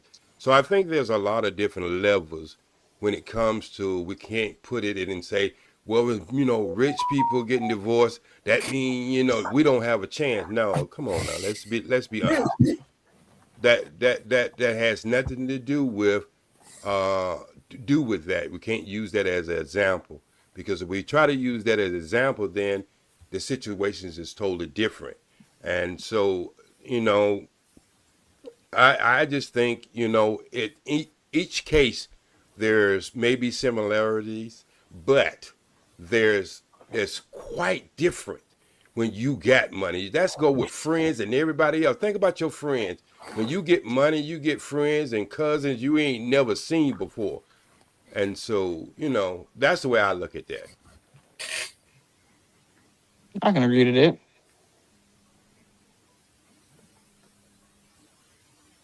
Yeah, I'm waiting on we waiting on Rose, OG. She said she gonna pull up.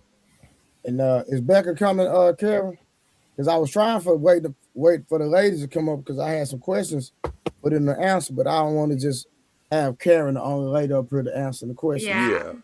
Yeah. Don't do that to Karen. Mr. Fantastic, would you agree with some of the things that I just said? Yeah. So the study you're talking about, I understand that, but I don't agree with the whole it's easier to get married when you're a millionaire. I don't agree with that. No, I didn't say easy. I said it's more prominent that woman is probably, it's 49% that woman is going to lead you. And I understand. Oh yeah. I agree with everything you're saying in that aspect for the clarification. Yeah, she's clearly marrying you not for you, but for what you have and what she can get out of you in a short term. So I think, like you said, OG, I think the typical marriage in professional athletes, like, you know, within 3 years or 3 to 5 years after they're done, the divorce is there. So Like yeah. like the Travis Hunter situation. But Travis Hunter is the one who was taking the girlfriend to the club and letting her go in the club. Yeah, that was all bad from the get go. Yeah, but he ain't going nowhere for a minute. They just had a baby. Exactly. She got him. That's it. She got him. Yeah, and no prenup. And the thing about that, we can look on the outside and looking on the inside and say, that'd be a bad situation for us. But we don't know what make other men, float. You know what I mean? Some people, yeah, that's the way I starting to look at things now. Because look, I used to have a sister live in New York, and I hope she's in the bosom of in heaven, if there is a heaven. She used to jack her boyfriend up, and he used to call me to come and get her ass off of him. So what I'm saying is he never left that relationship because that's the kind of relationship he liked. There are some women don't believe if you don't, use some type of force that you don't love them. So that's what I'm saying. When we start talking about these marriages and these relationships, we got to understand the clients we talking about. So that's the way I'm starting to look at things. And as you, why so serious, saying it's going to become a time when men go have to reset. But what you go have to understand, and I think Mr. Fantastic would second this too, you going to be fighting against men who like them type of women. No, Mr. Fantastic. Wait a minute.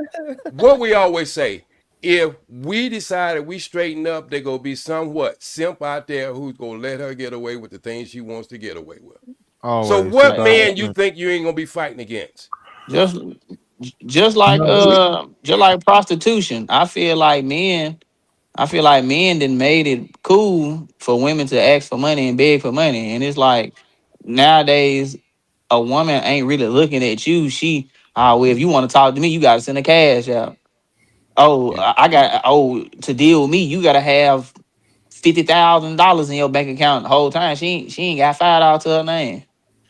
But I've never had that experience. And that's why I believe. No, I haven't.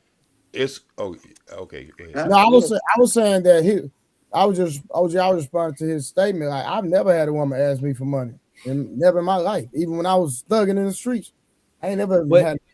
But see, Trey, even though you may not look it, man, you 44, you come up in a different time. The men out here ain't like how y'all was back then, because women back then knew the man to play with. They might have tried y'all, but they knew, I know for a fact I can get him, because I say it all the time, Trey. I mean, Main Shark real name is Trey too. I'm gonna just call him Bezel. I say it all the time, and you hear me say it. Money don't do nothing but enhance the man you already are. If you was a cornball before the money, you're gonna be a cornball with the money. And if you had frame and respect before the money, you're gonna have it with the money. Women can tell the difference between a cornball and a man with frame. They'll try the man with frame. I think it's to appease their ego, but they know. So that'll make no difference what time you were born. And Mr. Fantastic, when the last time you have to have a woman who tried to play you, and how fast she get away with it? It's been a minute. That's what I'm talking about. So my Why So Serious podcast, you don't understand there's nothing new under the sun, bro. It's really not, other than technology, how quick we get there. I think what he's saying though, OG, the prevalence is definitely increased though. Like, yes, the numbers.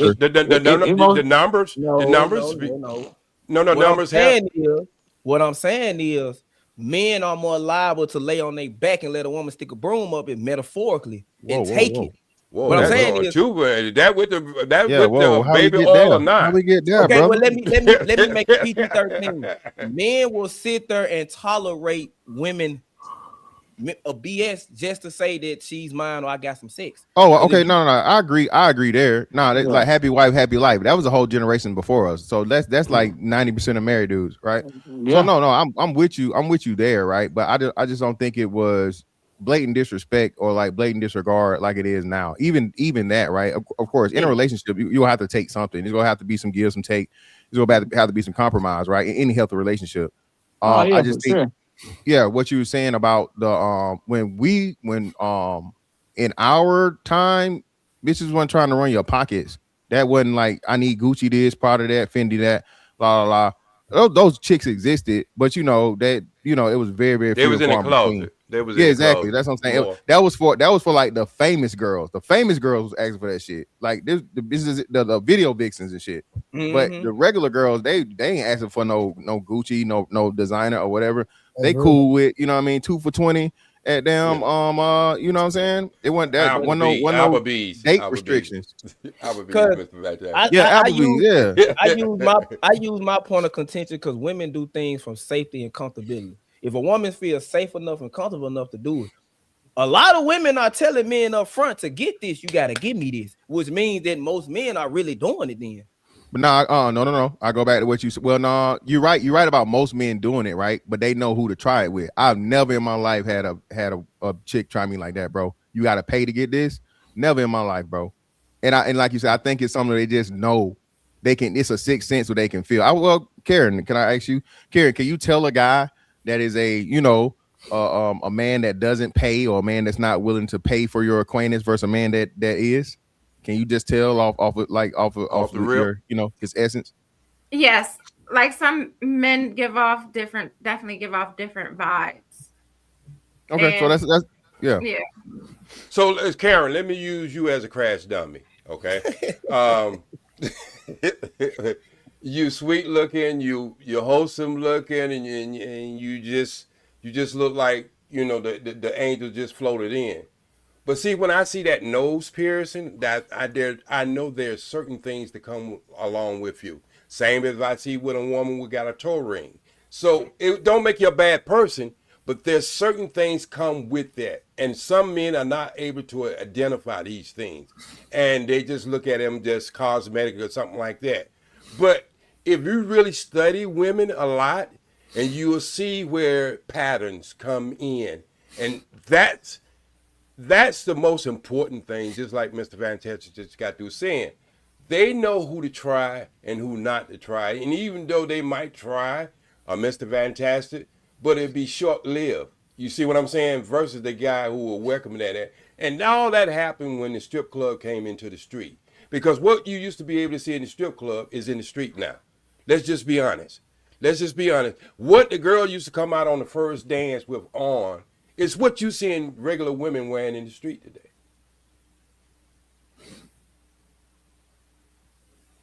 Definitely right about that, OG. They like, oh, y'all don't like lingerie no more. Like, hell, y'all wear it to baby showers and funerals. So how you gonna, you know what I mean? It ain't nothing special. So yeah, like that's another big part of it too. And then just the over sexualization of everything. Like dudes are actually starting to complain and being like, hey man, put some clothes on. Because I think that's another big part of it too. Hey man, you like, she fine, she this, she that, and she got tight clothes on. She ain't dressed like a church lady. But she ain't actually showing her nipples out here. Like you got, I feel like us as men, I feel like us as men, we kind of really made it a priority. And what I mean by that is the guys who couldn't get the finest woman, I'm talking about the baddest junk. You know what I'm saying? To where it's like, you know what, I'll pay for it. You know what, baby, don't worry about it. You know what I'm saying? So it's like we, in a sense, normalize it for them, and that's the reason why they feel like that's the only thing that they can bring to the table. But it's never been that many tricks, bro. That's my thing. It's never been that many tricks. Not like it is now, because man, that's what I'm saying. Like even still now, I would say like the dudes that are actually like just on some baby face, I'll pay for everything type shit, bro. I would say at most I give you somewhere around 35 to 40%. I don't think half the dudes aren't paying for access to women.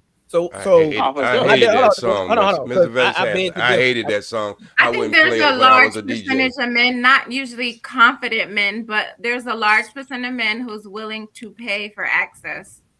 But what in your estimation, what would you say the percentage was?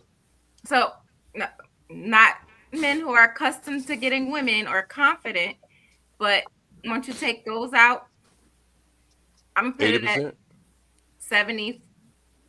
Yeah. So you're saying 7? Like, you're saying 7 out of 10 men. So people will DM me, and like my Facebook is like all positivity, financial information, stuff like that. People will DM me. Mr. Fantastic, she's not lying. I'm not. She a woman. I'm not. That's why I'm listening. I'm not arguing, brother. If she say that's what it is, I mean, listen, bro. I didn't see some of these dudes, baby mama. But please continue, Karen. Go. Let us know. Go ahead. Yeah, people will DM, and like I have a travel business, and people will say, "Well, can I take you on a trip?" No, you see me traveling every month, and I don't need you to take me on a trip. They will offer like, "Can I cash it?" No, like, and it's like it's just for the access, like. Damn, so it's really 70% though. Yes, once you take out the equation of men who are accustomed to already getting women. Yes. You know what though? You know what though? And I think a lot of, and again, I'm ugly, I'm broke, I'm nothing, I'm whatever, right? I'm not talking about me, but for the men that have access to women, it's really hard to believe that shit, bro. It's like mind-boggling. We don't want to believe it. Mr. Nightis have put his hat on with his microphone. Yeah, Nightis out for the night, man. Nightis gone. Until you do what I did and work a couple I'm just here in status mode. Hey, a couple weeks ago, these two girls was talking and we was just having a conversation. I was like, I want to do men really be in y'all inbox talking to themselves? She said, I got men been in my inbox 7 years talking to themselves. She showed me the list. She showed me the message requests. She showed me and men, it'll start with them trying to talk to her. It's dudes I know, dudes that got businesses, dudes that's bummed, dudes I know I hoot with, dudes I work, dudes that A-Trade, dudes that we done worked at the construction site with. Bro, you talking about Shea Butter, or you talking about say this. We're not gonna name drop. Say this. A lot of messages I don't even click on, but like sometimes something will pop up and you know you're on your phone already and you accidentally hit it. And I'm like, oh my God, he been talking to himself all the time. Blah. Like, it's like, why Sampsons is in the house. For the last 3 years, Mr. Knight. Anything back to you? Hey, you got to keep shooting, baby. You never know. Right, but I'm gonna keep shooting. I'm not gonna keep shooting because I'll pursue, but I'm not gonna chase it. Yeah, she get 2 messages or whatever, and that's it. After that, the men that I saw went from "Hey, how you doing? Dang, you can't speak" to "Hear my cash app" to sending cash apps. I saw it numerous times. So my experience might be anecdotal, but if I go to any other woman, I bet you money is the same thing. So I think when she was speaking, I was saying she said 70, I say 80% because I give the 20% of the men who's having sexual intercourse on a regular basis. Now, I'm not saying that there's 80% men who are paying. I'm saying there are 80% of men who will be willing to give that access to women. So it might be 50 or 40 who's actually paying and to just have a trophy on their arm. That's what I would say for that. But I mean, that 80% who's not getting it, they would pay for access to a woman. Hey, Mr. Fantastic, it's left to me. It's levels to access. So, do you think the men that subscribing to women's OnlyFans is that access to sex? Because dopamine is a crazy thing. That's the worst. They're the worst. They're actually worse. So the men that pay for that, they mess the game up worse than anything.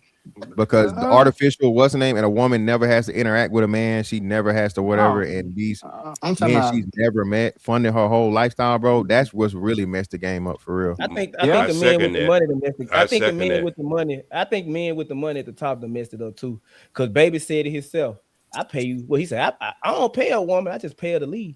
Yeah, but that's 1% though. So like as many do, you gotta think though. So that's one guy that let's say he deal with 1,000 women. That's a whole lot better than one woman getting money from 10,000 men she'll never meet. And then the crazy part about it is a lot of women who get men to do that, they feel like, you know what, I don't gotta work. I don't gotta do this. All I gotta do is just post a couple nudes. Boom. This man just bought me this new IA. This dude just bought me this new CA, this Coach bag, not this Coach bag, but this Louis Vuitton bag. Funded the whole lifestyle to where she feel like she's somebody. But you The do hell know, with news, bro. Do you know how much these niggas out here paying for feet? Oh These yeah. feet niggas are worth. Hold up, wait. Old stale draws. Hold on, wait. Forget Shit. feet. I'm talking about Hard in the jaw. just not just the feet. I'm talking about period panties. I'm talking Yeah. about I'm All talking kinds of about. stuff. Yeah, man. And I don't I know, was bro. on I I was just on my don't get it, Facebook. bro.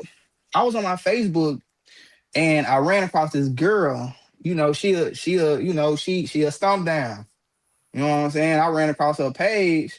I'm just going through the stories and I'm seeing her penetrate a white man. And I'm like, hold up, no. And she was like, you'll be amazed of how many guys be paying her to do that to them. So You it's seen that like, on Facebook?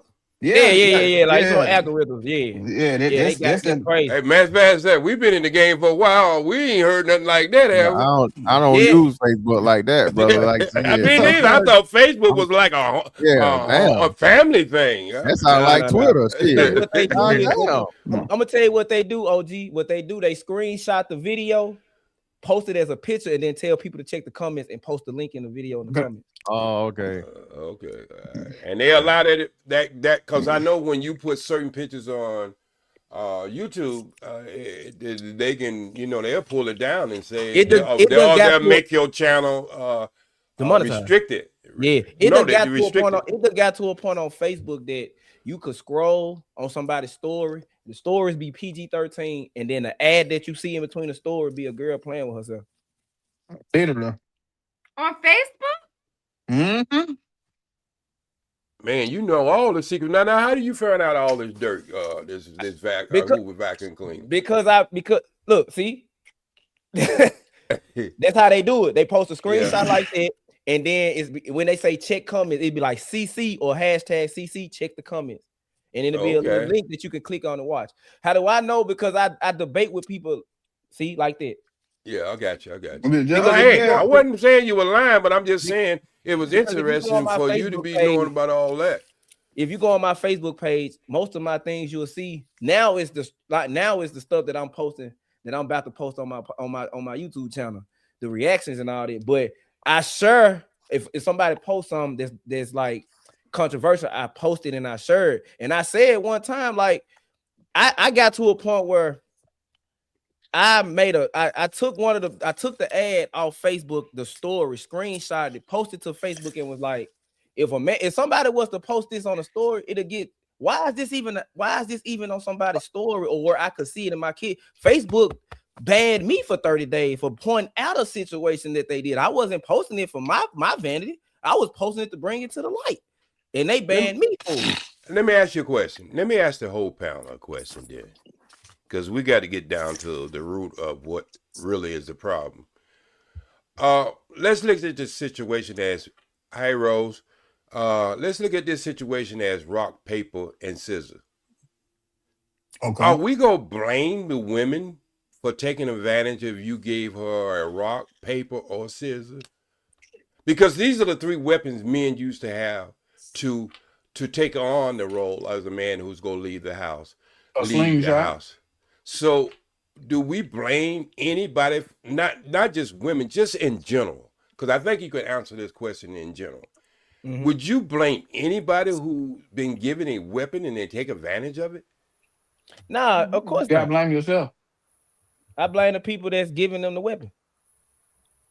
Or that's why I tell, if we're going to use your analogy with the rock, paper, scissors, men just need to stop playing the rock, paper, scissors game altogether. I think OG, it depends on, honestly, OG, I think it depends on the situation, because regardless of what your religious belief or your background, or if you even have a religious belief, as an adult, a lot of people know right from wrong. So it's real easy to hide from accountability if nobody's holding you accountable. If nobody's holding you accountable and you can just do it because you can, because you have the ability. Just because you can do something don't mean you should. So I just feel like it's different based on the situation. You know what I'm saying? And I second that because the fact is, whatever you do in life, you have to be accountable. That's go weigh your scale of life. You're the bad and the good. But we know, as anybody else, if there's a loophole in something, there going to be a percentage of people who take that loophole and run away with it. So, so knowing that, what could we do as men to, I guess, gain control of these situations that men have to go through? Stop playing the games with the woman. I think stop having sex. I think it depends on like what you were saying. Like it depends on this. I really feel like it depends on the situation that you're talking about. Because let's just say, for instance, you know, if a female's like playing you or whatever. Now, you know, that might not apply to all the guys on here or any of the guys on here, but if she's finessing you or she's playing you or she's using you, she has that ability and she has that access if you allow her to have it. But then at the same time, if, you know, from her perspective, her vantage point, she's just doing what you're allowing her to do. She's not making you, you're just doing it. So it hides her like away from accountability. So the only way that's going to happen is if you hold that person's feet. Good night, sir. To the fire. And that's usually going to be difficult for us as men to do with women. So that's why I feel like accountability needs to be had with, like, it's totally different if Karen tell you, yeah, you need to stop using that man, because that's crazy. That's totally different than if I say it. That's what I'm saying. Yeah, I agree. I think women need to stop having the beehive mentality and go just do what grandma and them used to do. If the woman was a slur, she got talked about like a slur, and the community of women treated her like one. So I don't think a lot of them care though. They don't care if you talk about them and treat them like one. If someone's still paying them and they don't care, entertaining them and giving them attention, they don't care. But then again, that's why I went with this stream that men need to pull out the game completely, focus on themselves, and stop having sex with them. But we're not going to do that. So. If men start telling women no, just how, like, you know when you love somebody, like, I'm just giving an example. Like, let's say you got this woman, and you're not even, like, you mess with her real tough, and you know you can go above and beyond for this person, right? But the moment you ask her to do something, it's like no. But when she asks you to do something, you be like, yeah. If men start telling women no and stand on business how they stand on business, I feel like a lot of women be like, you know what? Let me get my act together, because this dude, he can't fold. Every man I'm coming across telling me no. And I'm gonna use an extreme experience only because me and Karen heard this extreme experience the other day. Mm-hmm. Sometimes telling you no get you put in jail. As a man? Sometimes holding a woman accountable to get you put in jail. Oh, yeah. Sometimes disagreeing with her. Sometimes disagreeing with a woman to get you jammed up. How? Man, because women are delusional. Karen, you understand what I'm saying? I know what you're saying. How can I talk about as far as like having sex? No, I'm not even talking about sex. I'm saying, okay, I'm gonna put it to you like this, right? If you're disagreeing with a woman about something, you're trying to hold her accountable about something, and y'all in a relationship, let's just say y'all live together or whatever. If it's a situation where you're trying to hold her accountable and she, you know, out of spite, whatever, she ain't trying to hear none of that shit you're talking about, there's nothing stopping her. There's nothing stopping her from calling the police. There's nothing stopping her from saying you did something that you didn't do. There's nothing stopping her from getting you locked up 28 times. There's a lot of things that can happen. Yeah, but that just goes to show just because you disagree. But hey, what's crazy, to rebut off what Knight said, I was in a situation like that with my kid's mom. Like, we had a disagreement, and I held her accountable. Man, this girl just started to cry. I'm talking about boo-hooing. I'm talking about just saying the worst of the worst, until I pulled my phone out and recorded her. And she just stopped in an instant. Like, she just stopped. I'm like, she tried to fight me, and she snatched my baby out of my hand. My baby is like 2 years old or something around that time. And I brought her home and she just snatched about her arm like, hey, don't be snatching my baby out there like that and stuff like that. So as I'm turning around, she pulled me by my dreads and pulled me in the room, put me in the house trying to fight. So what I noticed was there was a camera that was aiming at the door. So we got to the side and I'm getting her off of me. She telling me, oh, you must think I'm one of these weak hoes or something. I'm like, what? So I got up. So no, this is real I'm looking stuff. at fantastic. I'm not laughing at you. I'm looking Yeah, sound like she was looking at some I'm kind not of laughing at Hercules you. I picture swear or to something. God. I'm Yeah, looking brother, you sound like you getting handled, brother. You need Yeah, some you help. getting handled in the worst kind of ways. Hold up, no. See, this is the thing. I done did enough jail time in my life. I'm not trying to give them people enough more of my time. So I know how to play the game. So what I did was when I got free, I threw that camera on and recorded her. I said, "Oh, okay, so this type of game we gonna play." And she was, "Mom, my bad, you done did this to me." Da da da. But once she saw that camera, it was like everything was just back to normal. I'm like, why you got this camera in my face? I'm like, yeah, okay, get your faking ass up. You know what I'm saying? So it was Yeah, crazy. the camera can be your Yeah, camera on your so phone can be your friend. Yeah, he most yeah, definitely be your best but friend. I mean, you don't have to, this is kind of personal question, bro. So when did you leave that relationship, brother? We was never together. I was just dropping my child off. Like, Well, you had one of them Jesus children. You was never together. There had to be something going no, on. so hold on. So I'm gonna elaborate. I'm gonna elaborate there. Around that time, we was separated. She doing her own thing. I'm not the baby daddy that stalked my baby mama. I don't do that. I'm too player Yeah. for that. I keep it Oh, going. But she called me and she wanted me to bring her home. And I'm like, okay, then cool. So I brought her home and we had got into a little previous altercation before I got there. And when I got there, it's like she just tried to rip her out my arm. And I'm like, hey, don't, you know what I'm saying? Like, don't be doing it. Don't rip my kid out my damn arm like that, da da da. And she's just one of those women who cry wolf. She throw rocks and hide her hand. She will get you locked up. Well, Just out of spite. my brother, I tell you something you can do.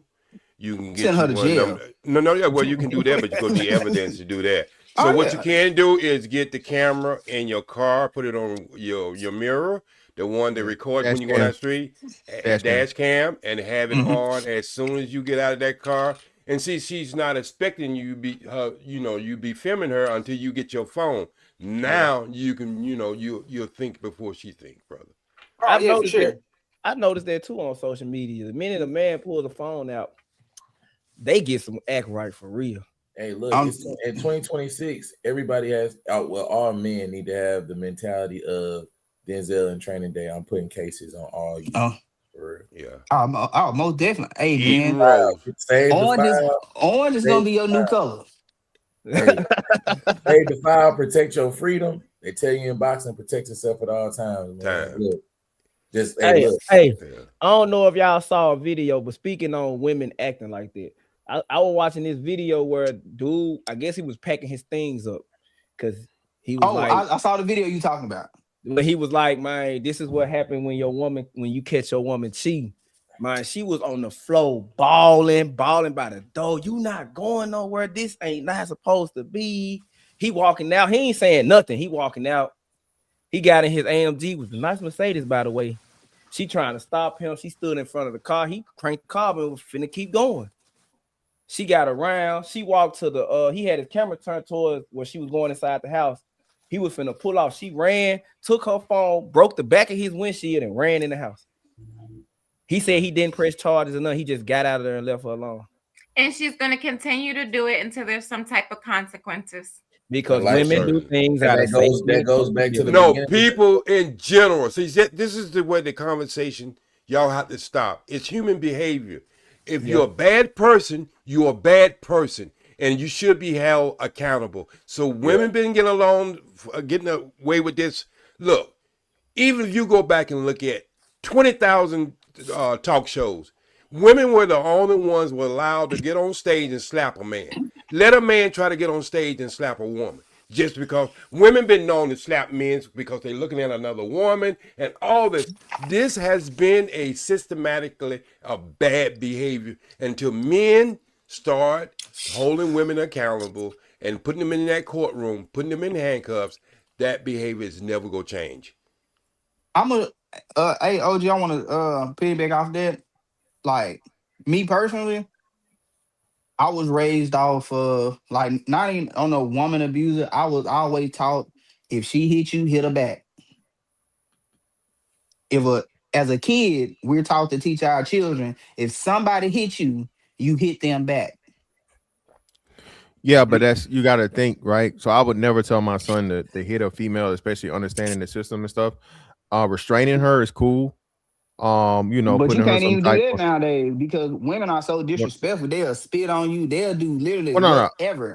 whatever. Again, then it comes into something different, bro. Again, that too. I've had a woman try and hit me or a woman like hit me some shit, but spitting on me, bro. I've never in my life had a woman that would think of do some shit like that to me. To me, that's like the ultimate disrespect. And if a dude snaps off of that, I'm not justifying it, but I understand. Anybody spit on me, you about to lose a couple of teeth. And see, that's what I was trying to tell y'all about that sexual thing. I don't like no woman try to spit on me. That's why I never got into that. So y'all was saying that was crazy. But I'm just letting y'all know. I ain't into that I'm just letting y'all know. Just like Mr. Fantastic. Just wait a minute. Why be so serious? Because this is true to my heart. I'm trying to make y'all believe that. The other night when I was talking about, I think it was last Sunday night when I was talking about why I don't get down like that. Because if you start off spitting, I know it's going downhill from there. I don't believe in nobody spitting. Yeah, no, OG, hey, none of that bodily fluid shit. No, I ain't with none of that, man. Yeah. I ain't. No, all that shit for why the you laughing, Ro? I'm laughing at Trey face. How he reacting, y'all crazy. I feel like y'all you want to know. There's levels, like there's definitely levels. You know what I'm saying? You don't ever want to put yourself in a situation where your freedom can be in jeopardy. But again, there's levels and there's thresholds. If you play stupid games, you win stupid prizes. You shouldn't be spitting on you. Honestly, you shouldn't be spitting on nobody. True. But at the same time, it definitely can be a situation where you spit on somebody and then don't expect nothing to happen. Something's gonna happen. Hey, fantastic. Equal rights, equal lefts. She can't spit on your blessing. Paul. But that don't count now. Goddamn. That do count, Mr. Van. That's what I was saying, Mr. Van. That do count. That's why that do count. No, I'm not. No, Mr. Van.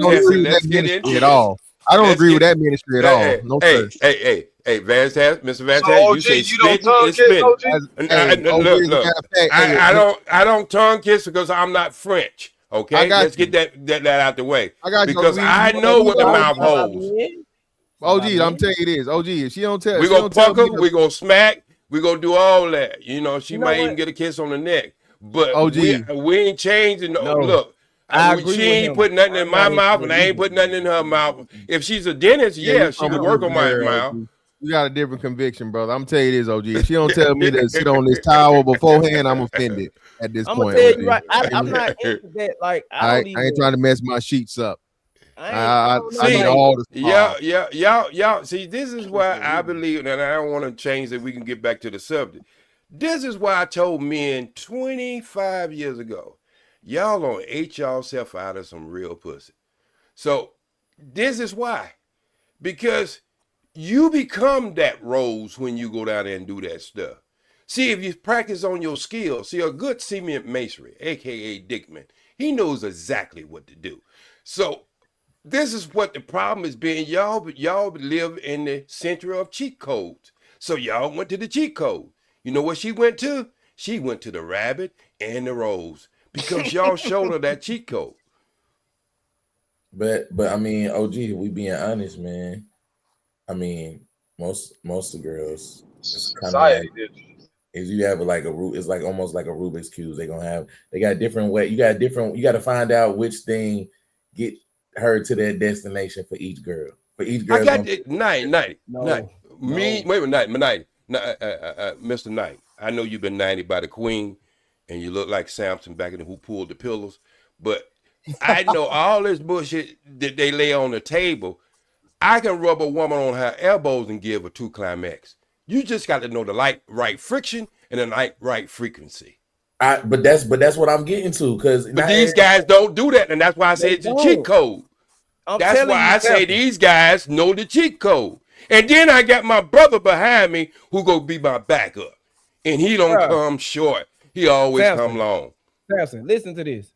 I've had women tell me they don't like to be degraded, and I don't want a man to they don't want to be degraded. But I had women tell me that the only time a man can really degrade his woman and get away with it is during sex. Well, wait a minute. So wait a minute. There's been a mercy. You see that chat down there? There's been a mercy.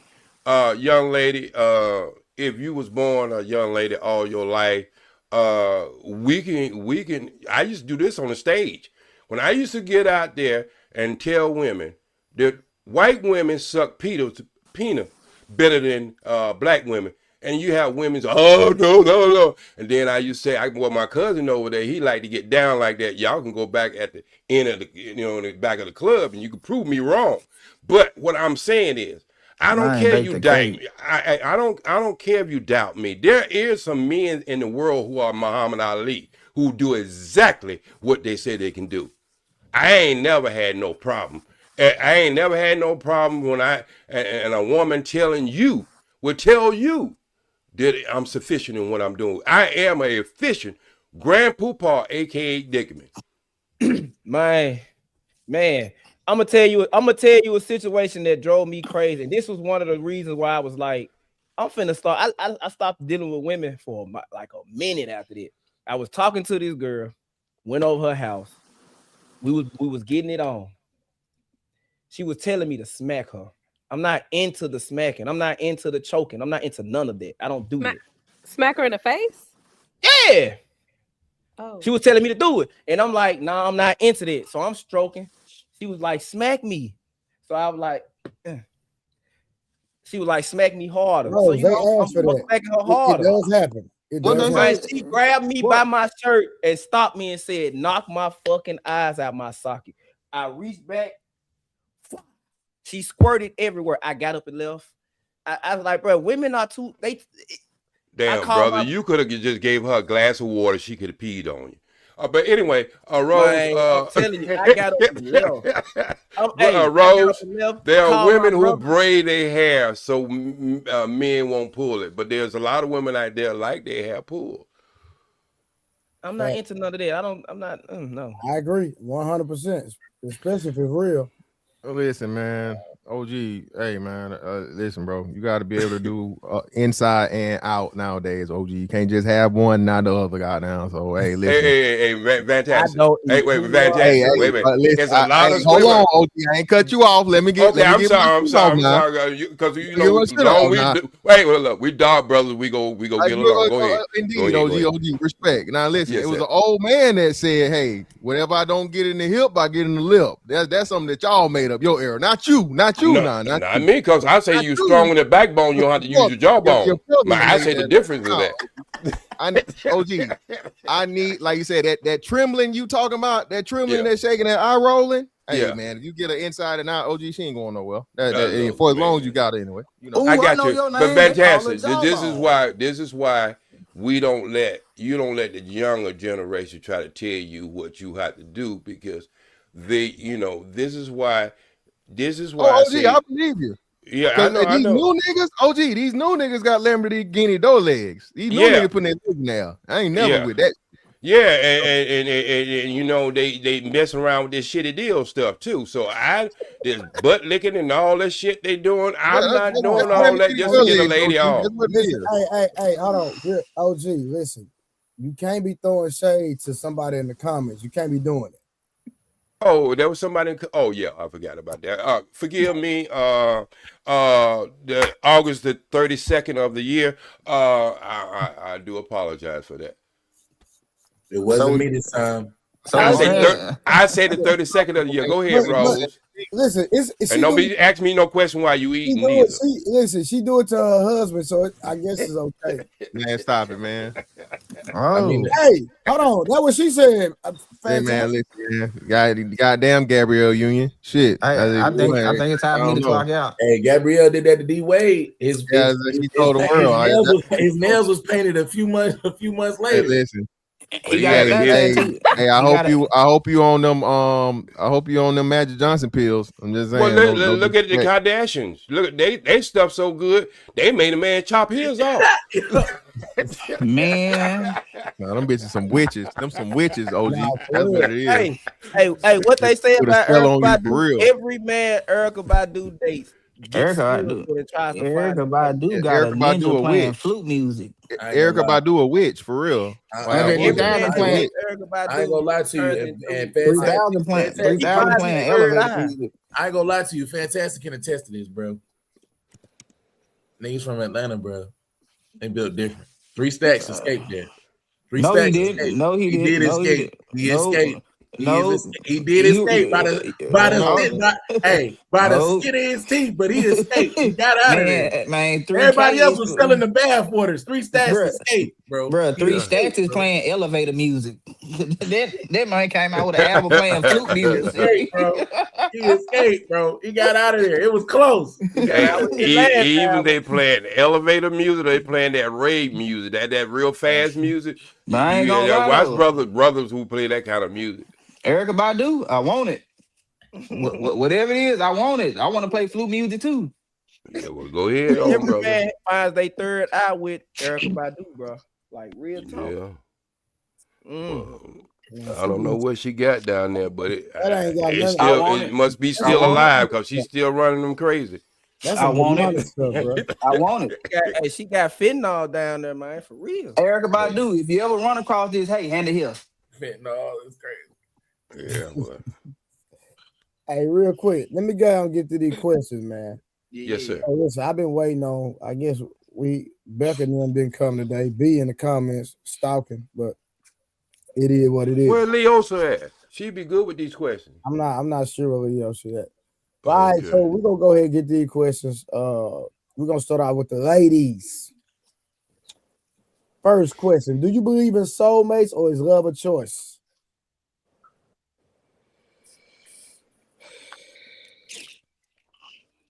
I think love is a choice that you constantly decide on daily. No, because love is an action. At any time you can just stop. Dang. Don't act surprised. Y'all see what's happening out here in this world? So it's conditional. Absolutely. Okay. I don't think most people have unconditional love. Okay. I believe in soulmates. I mean, I feel like whether you want it to be or not, it's going to be always something there for that person. Some people fight the love that they have for an individual. They don't want it to be there. That doesn't mean it's not there.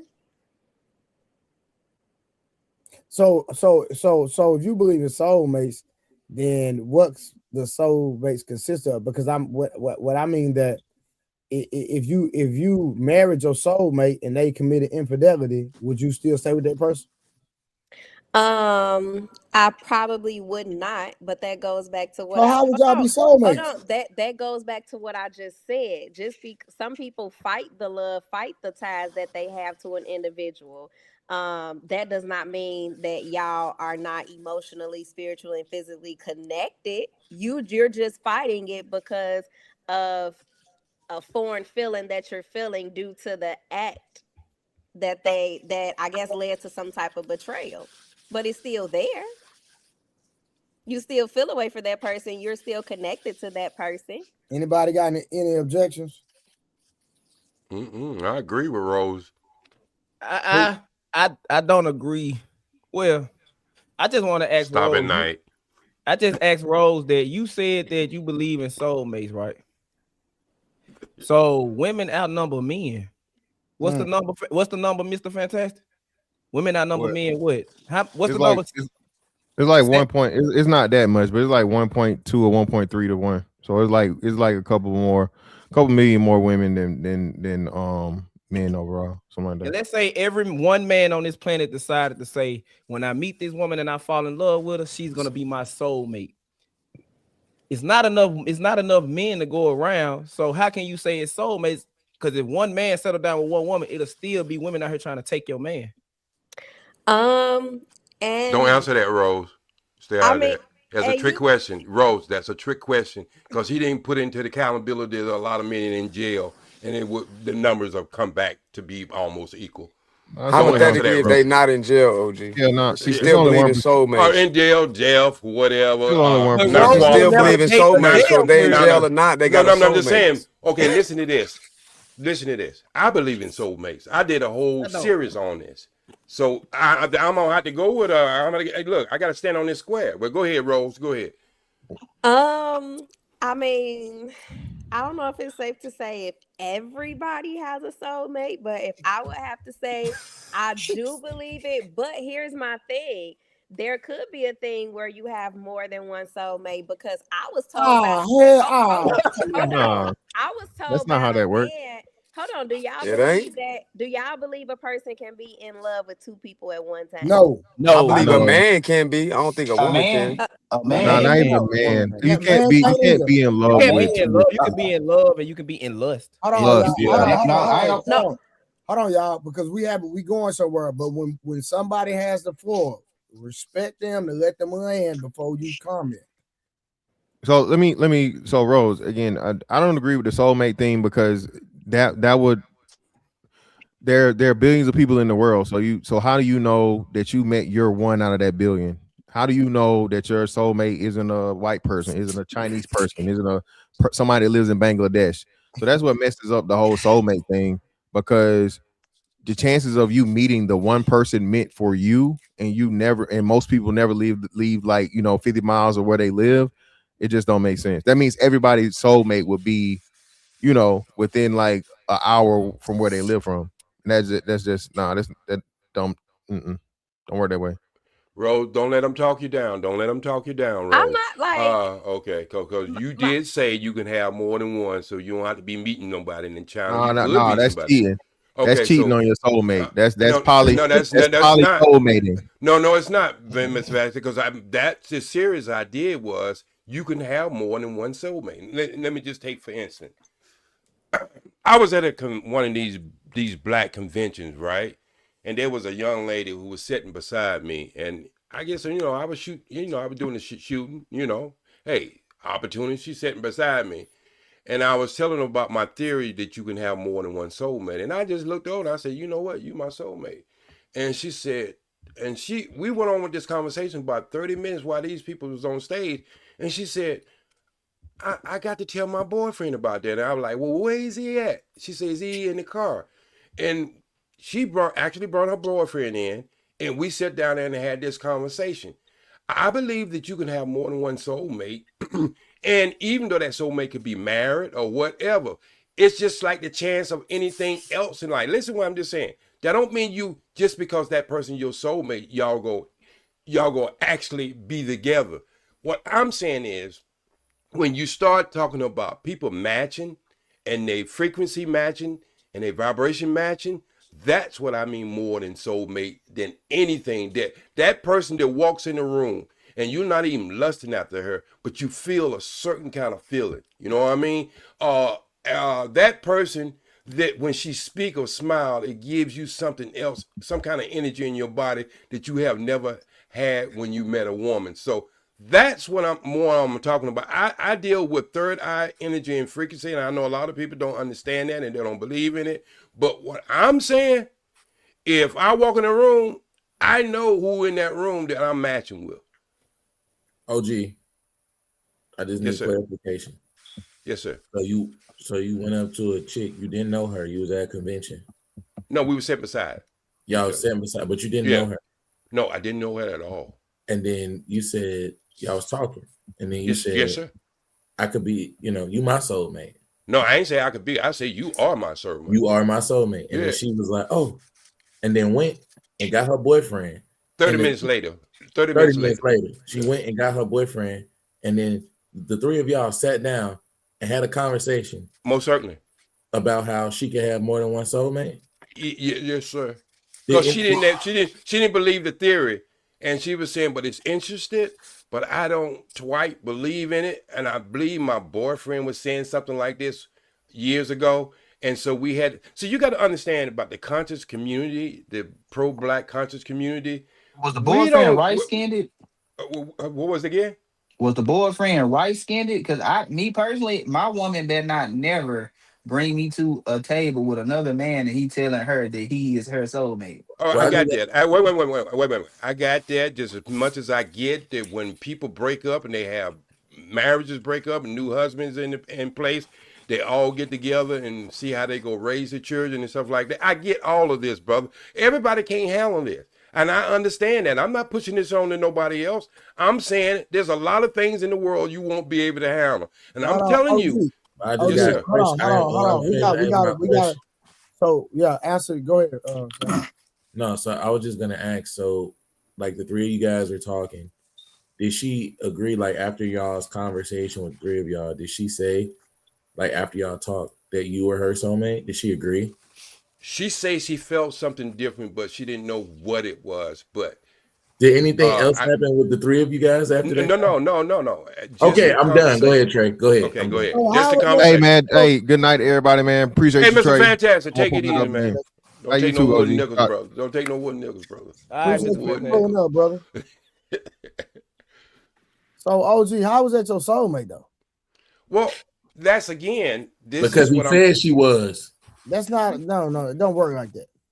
Well, see, it don't work like that for you, Trey, and I understand that. See, this is something I wouldn't push on it. Look, it's like people go in church and they feel spiritual and they start shouting. You might be in church and like, what the hell is going on? You know what I mean? You ain't feeling that. It ain't going through you. You understand what I'm saying? They get the Holy Ghost and you don't know what the Holy Ghost. You think that something they don't have some drugs or they've been drinking. So what I'm saying is, Trey, a lot of things in life, and this is what this is one of the things we got to understand as human beings. A lot of people, and me and you don't talk about this, some people are able to see things in life that other people could never see with glasses on, contacts on, and everything else. You are able to calculate things and see things that's going to happen to a person, and they can't see it at all, and they live in it. So what I'm saying is, let's don't be afraid of things that, like the song Superstitious Stevie Wonder made, things you don't understand. Well, the thing is, OG, we asking intentional questions, and I think that with these intentional questions that we have to have clarity. Now, I do respect your definition, but I your example of, you sitting next to another young lady and she went and got her husband, and no, it's a boyfriend. Boyfriend or whatever, right? Now, if the outcome would have been y'all hooked up and developed something, something special, then I can see that. But just having a feeling, in my opinion, I wouldn't consider that a soulmate. That's just my opinion. Does anybody agree or disagree? Like anybody else? I feel like to OG's point, I mean, it sounds like based on whatever conversation they had, must have been a great conversation for OG, knowing OG like I know OG, for him to be like, well, you my soulmate. Must have been an amazing, in-depth, awakening conversation. Because I do believe that sometimes, based on energy, aura, sometimes you just look at somebody and it's just like, you ever walked in the room? Let's do the reverse. You ever walked in the room and been with somebody you didn't know anything about them, but for some reason or another, you had all types of negative feelings about that person, and you didn't know anything about them, but you just felt negativity. That's different though, OG. No, I know you think that's different because you haven't worked it out yet. Come on, Trey. I thought you was spiritual, my boy. Wait, Trey. You might see. Everybody's given a journey in this world, in this universe, and so you might feel different. And I wouldn't tell you didn't feel different. But I might be able to work things out that you might never see. And you might be able to work things out that I might never see. But that don't mean just because you don't see it in that way, it ain't happening. And that's why I feel like you can have more than one soulmate, because I feel like depending on depending on where you Oh, you are done been indoctrinated that fast. God. Hey, if you got Trey, I think we started off together with this. Hey man, if a woman got two soulmates, man, that's crazy. I mean, how she got two soulmates? You ain't finna be comparing me to nobody. But Hey Rose, what the Bible say about that? No, the Bible doesn't say anything about soulmates that I know of. But what I'm saying Equally yoked. That means if you take the Bible scripture, equally yoked, that means there's a lot of people could be equally yoked with you. Not soulmate. Don't do that. Until a certain if a woman come, I gave you an example. You're not gonna misuse the Bible. That's not right. Well, I ain't doing no blasphemy tonight, Trey. I'm gonna use your example. Do no blasphemy tonight. Let's say I done met a couple women. Like this one woman I met, man. We were having a mental outlet. We was out. Everything was good.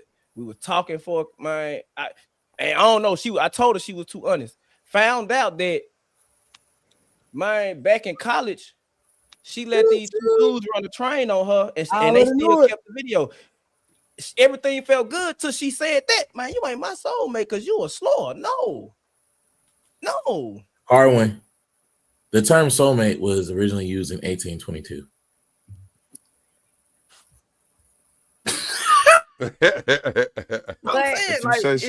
I might feel like you my soulmate until I get to know you and I be realizing. So basically, y'all saying that soulmate is a social construct. Yes. I'm not saying that. I'm not saying that. I just feel like depending on where you are in life, what chapter you are in, you can have. That's why I say you can have a different soulmate. So what Waso said, not at the same time. I do not believe you can have two soulmates at once, but I could believe you could have more than one soulmate depending on where you are in life, because that person is supposed. Some people grow, some people evolve, and they end up going in two totally different directions. What the? That's why. Hey, I don't know what you or August talking about. You know what? Ever heard of somebody falling out of love? I'm not gonna do it this Y'all time. say that, but I don't think humans that don't have no culture know what love actually is. I'm not doing it because if you separate love from spirituality, I don't think it's even possible. Because God is love. But then let's define what God is. Then the Creator. We ain't got to do all that. Crazy with no, wait a minute. Let's walk that down then. Let's do it. Go ahead, Ro. We'll walk that down in a minute. I don't think he really has that conversation with me, but we'll do it, Ro. Hey, we'll do that. Because in my culture, love isn't a feeling. Love is servitude and duty. In Christianity, love is like the New Age Christian, love is a feeling. And we all know that love is a fleeting feeling. I might love you today and hate you tomorrow. So that ain't love. That ain't love. But in my culture, love is servitude and duty. If we're gonna bring up the what's your culture? God, a Muslim. Salam alaikum, brother. We got Ramadan coming up. You gonna have to get straightened out before that happens, though. Sava alhamdulillah, man. Ismail, respectfully, that man right there, I don't think you want to have a conversation with. I was just saying to the point of if we gonna bring up God, then we gotta have a conversation on what, because if we look at love, it's also a cultural thing.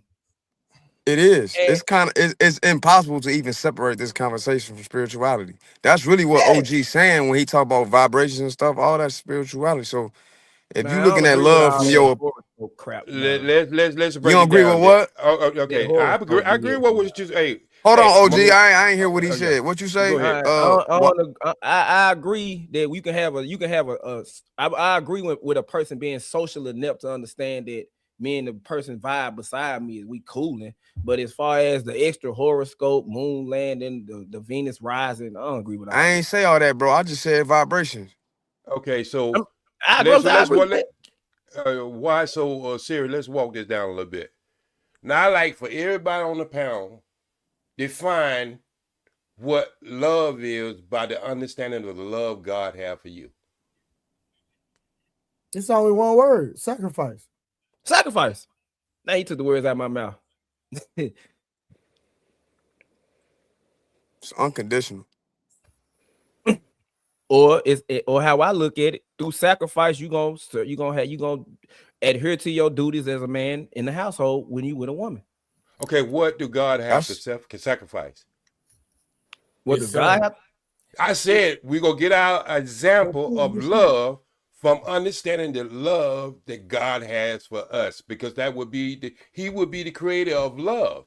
So what is the example of love? I'm about to change the subject because we finna go down a rabbit hole. Yeah, see, ain't no. Hey, y'all want to have this conversation? It's kind of Trey. You can't really have this conversation without having that conversation, though. I'm not trying to do it, Harvey. Okay, no, hold on, listen. No, listen. I'm gonna put on a timer. I'm gonna get timer. They gonna lose. No. Hey, 90. Hold on, OG. I mean, I'm not a Christian, so I don't look at it how y'all look at it. Hold on. Listen, y'all got 20 You believe in minutes. the Abrahamic religion, bro. You a Muslim. Hold on, yeah, listen. I believe that all of it, Christianity, Muslim, when I'm Judaism, talking, Abrahamic y'all religion. got to hold on, my bad. respectfully. Now, I do like this conversation. I really do. So we're going to get back to my next question. But I'm going to let you, Ishmael, and OG, y'all got 20 minutes. Don't Damn, that's long. Brother, yeah, but I would. We can go to brother. I've been hearing you speaking about peanuts for 25 minutes. Ishmael, with this brother right, listen, Ishmael, I'm trying to warn you. With this guy right here, we'll be here in the 4 in the morning. Talking about OG? No, Harwin. He's talking about Harwin. That's who he's talking about. You know. All right. Now you I'm ready today, though. Take me to school. I'm saying you sure you want to have that conversation. I mean, can we start? Yeah, we ready to have it. 20 minutes. 20 minutes, go. My time. Can we start off with our question first? What is the definition? I don't care what y'all ask. Y'all got 20 minutes, then I'm changing the subject. Okay. My first question is, we can only take the definition of something that was created to give it definition. What is the definition of love when it comes to the creator? Regardless, we call him whatever your divine name you give him. They already said unconditional sacrifice. That's now hold on, Samson. Let Harwin, Ishmael, and OG had this conversation. That's what they said. I'm a student in social studies. Dang, why you singling us so everybody else can't jump in? Because Harwin, we not listen. Harwin, we not educated enough. Oh, that's crazy work. Samson, no, listen. Hey, Samson wildin'. Wait a minute. Listen, he ain't. We ain't let him lose in about 4-5 days. So I know he got it bottled up. That is true. It's been I'm gonna respect Harwin because I know he's a study of Kemet, and I have to respect him on it because Barbadophiles and some of the people I studied, they studied that, and it make a lot, to me sometimes it make a lot more sense than what we see in print that was printed on walls and stone. So we can always have that conversation because I think we have more in common than we have not in common. So that's why I asked that question about what is the definition of love from the creator. And if we start from that point and then we can break it down, then when people start talking about things when it comes to human, we're supposed to be a representation of the creator. We have to have that same energy in us, and we are defined by the word itself from the creator.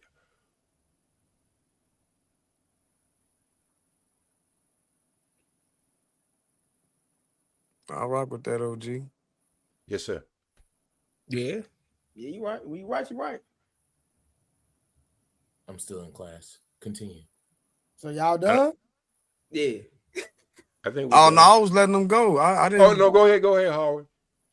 Oh, I mean, I kind of like how you put that. I thought you was asking a question, but it sounded like you made a statement that I end up agreeing with. Yeah, I did ask a question, and just to cut the time because I know we want to get back to the peanut gallery, and so I just wanted to make this. Y'all throw too many shots, man. Not at you, but Rose, you cannot be on this panel without being on the camera. Come on, Rose. Get with the program. It's crazy. Sorry, I was trying to eat. Okay. That was the moment for them to go ahead and chill. They was like, all right, we're gonna let them do it. Then we gonna eat your food. Go on, eat your food. You turn I'm your sorry, camera. Rose. I'm just playing with you. I miss you when you ain't on camera. I know. Y'all know Rose is my adopted daughter. Y'all do know that, right? How the hell she your? Never mind. Just as much as she's your friend. Listen, not my friend. So y'all not gonna have a conversation. I'm gonna change the subject. I thought y'all finna. Oh, we finished. I think. Unless Harvard want to go further. He said he liked the way it was. That was the quickest class I ever went to. I think that some things ain't that deep. He said that, I don't want to get him wrong. I just think he said that it's love is God's expression of Himself, basically. If that's what I got from it, and I agree. Yes, sir. Yes, sir. So to that mean reality, really only thing here is love.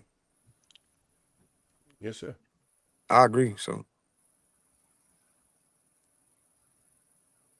how about you? What why so serious? Yeah, I know when I ain't got a dog in the fight. Yes, sir. I agree with you. Even Yes, if I do like the rage bait. Now when it comes to that, when it comes to stuff like that, I know when to back down and agree. So when we can have that love for each other, these conversations wouldn't even be a thing. You're right. Most certainly. That means the energy is flowing on the right frequency. The way We it was is on the now, same accord. Right. The way it is now, we are jumping frequency. And we just everywhere. Yeah, exactly. It's anarchy. It's so like a everywhere. broken antenna. If anybody been old enough to have TVs with antennas, you'll know exactly what I'm talking about. Constantly like having a TV with a broken antenna. Gotta constantly smack the side of we the ain't TV. on that same frequency. It's static. Yes, sir. So yeah. You put your good book up there now, Mr. Knight.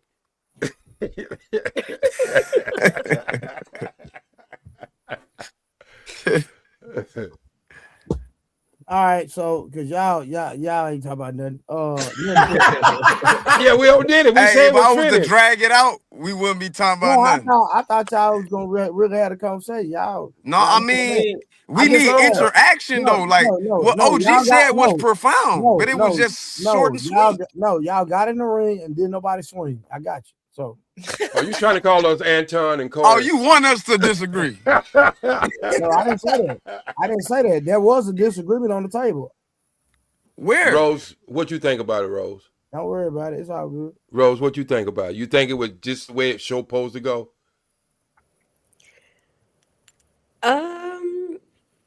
No, but Hard, let me ask you a question. You said we're not on the same frequency. How do we get there? Like as a whole? Look at nature. Go outside when it's warm outside. I'm sorry. Go ahead. Finish your question. Oh, I was gonna say, do you think that the fault or the blame is on men or women, or is it both? Because who's supposed to lead us, to get on one accord? Okay, shit. Now you getting deep. That's what there are aspects in life that women should lead in, and there are aspects in life that men should lead in. I just think it's on all of us. But we living in a society, so you look at nature, everything live according to its nature. Like if you go outside when it's warm out and you see ants, like they all on the same accord. That's a fact. When you go out, if you watching Animal Planet and you watching the Serengeti and you see lions, they on the same accord. The deer on the same accord. Yeah, we supposed to be more intelligent. But somehow these so-called least intelligent beings are on same frequency with each other. So I don't want to put it on men or women. I say this, men do some cooning, but women do some cooning. It's just that the men call each other out for their cooning and the women don't get checked for their cooning. But what happened to men leading a certain way? Okay, so but right that don't go. I'm gonna add in. Oh, go ahead. Go ahead. I got you. I don't disagree that men should lead, but again, there are in ancient time we wasn't just this Europe. Y'all feminists be so much against patriarchy. Why y'all looking to us for everything? I thought y'all had it all figured out. You can't lead somebody that don't want to be led. Exactly. It take a team. Like there are aspects that y'all naturally should be leading in, and there are aspects that we should naturally be leading in. Okay. Like that's like what do we? You know what I mean? Like who knows a woman's body better than a woman? That's a question for you, Rose. Yeah, a woman. Okay, so in aspects of society when it comes to having kids, rearing children, the process of how you should even be picking the mate. Shouldn't there be like some conglomerate around among the women together on these things that's universal that y'all agree on that y'all should be sticking to with each other? But I feel like No, wait. Answer that.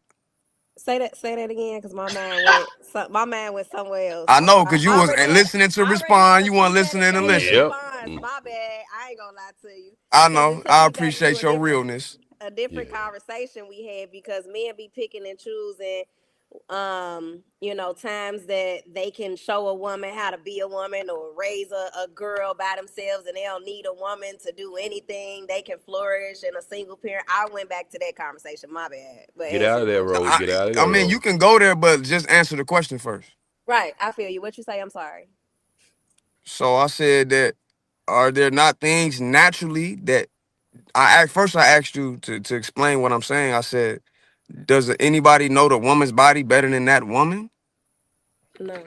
Okay, so shouldn't the OG women in the tribe show a woman how to rear children, pass on these traditions that's passed on wisdom over years to tell you how to rear children, how to pick a mate, how you should be with your wife, with your husband, how you should be with not just your husband, your children in your tribe, how you should be with the elder women, with the middle-aged women, with the women your age, as far as decorum, etiquette, how you just every decorum and etiquette pretty much just addresses all of that, but just all of that.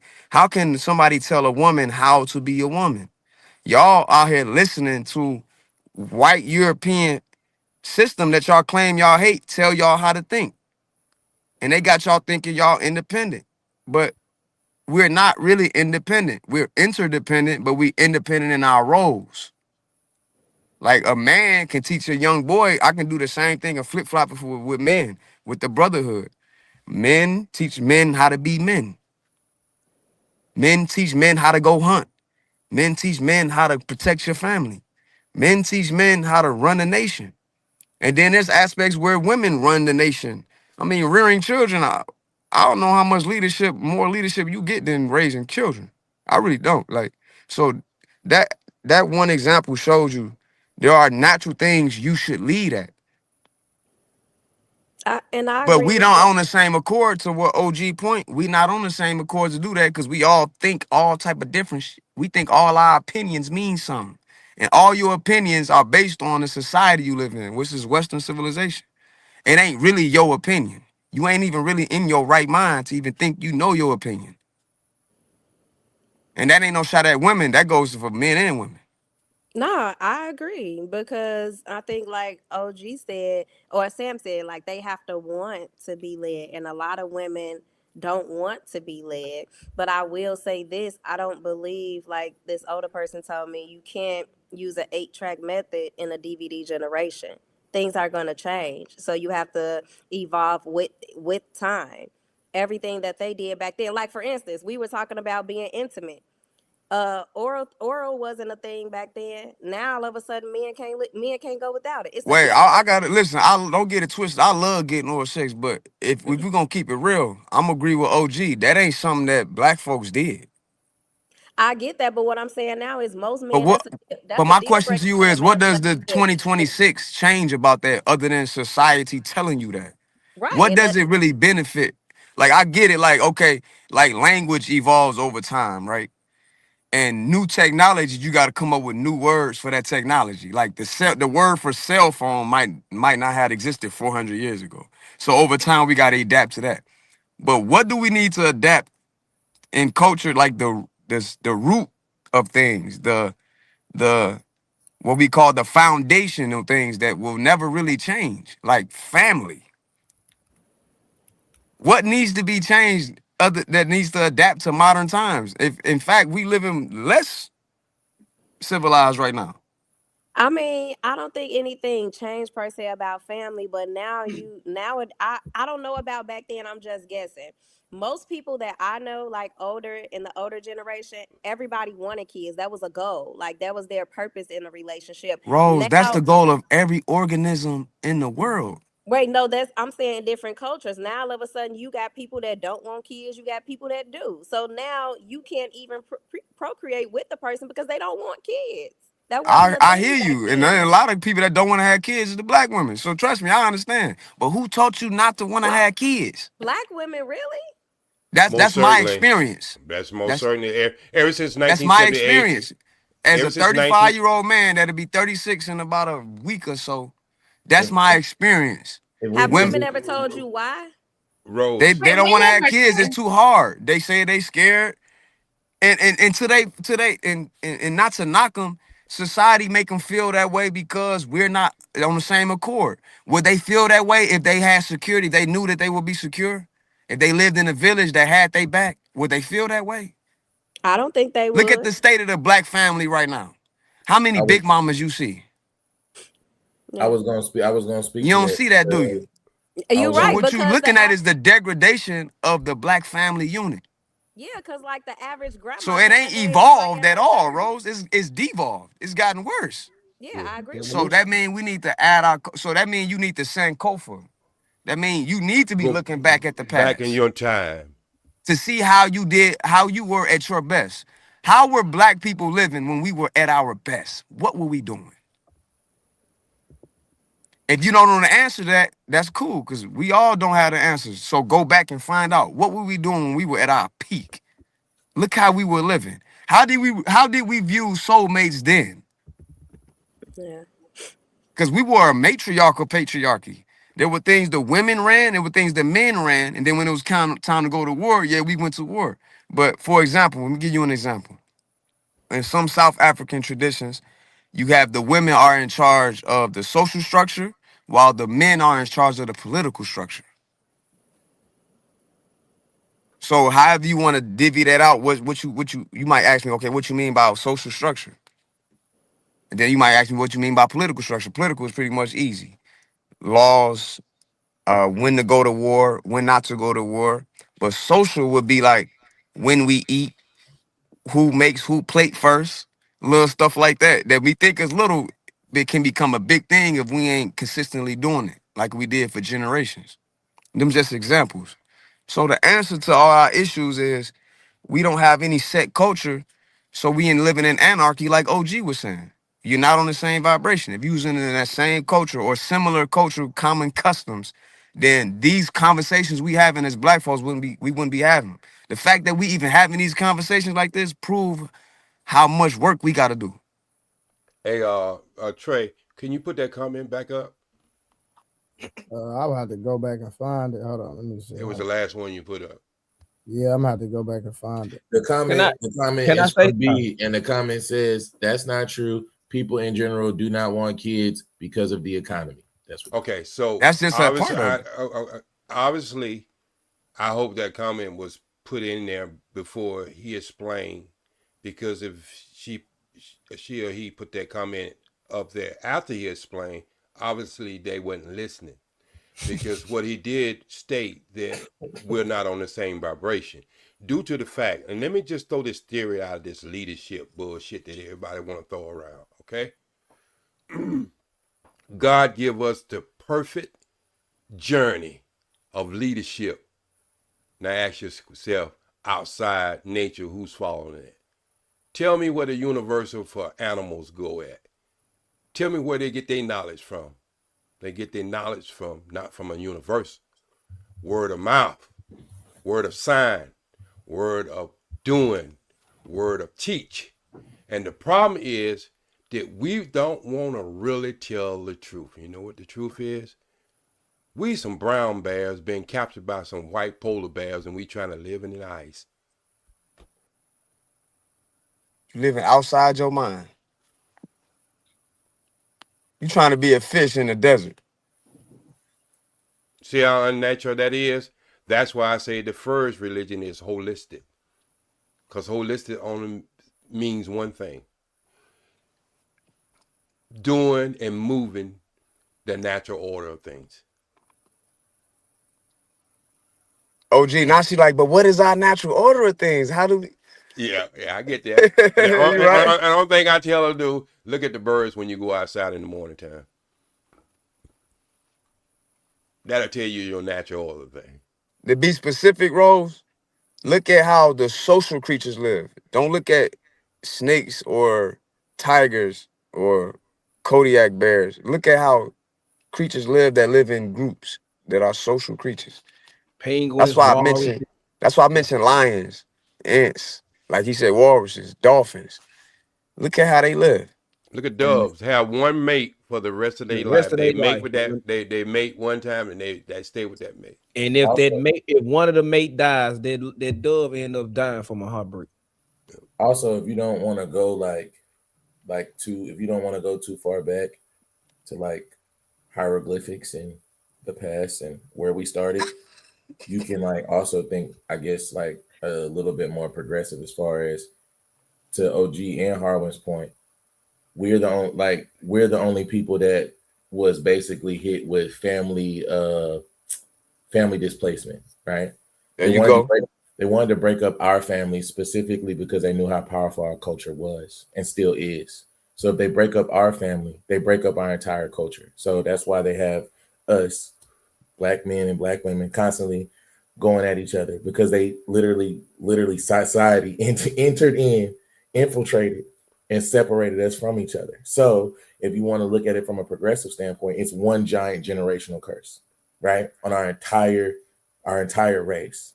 So if you want to actually go forward to prevent that, you will want to establish your own family values.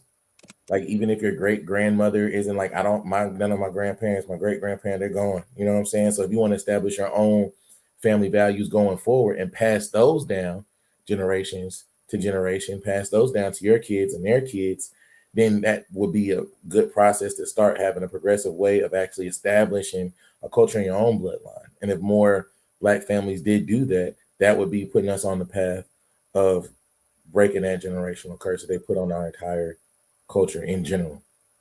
So, Sam, who do you think Hey, enough of this goddamn kumbaya stuff, okay? Let's stop fighting. Where's my fucking money, motherfucker? Where's my fucking money?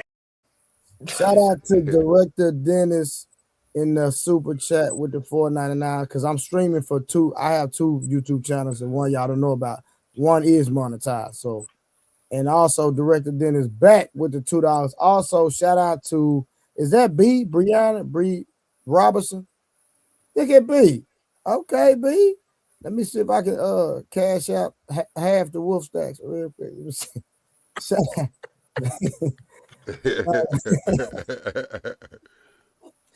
Now, shout out to B in the cash out. I appreciate you for showing the love. You know, that's her favorite thing, right? All right, so real quick. So I have another question. So is love, let me see. Yeah. Is love more about compatibility or commitment? Miss Karen, you up since you've been quiet. Bring them eyes to the table.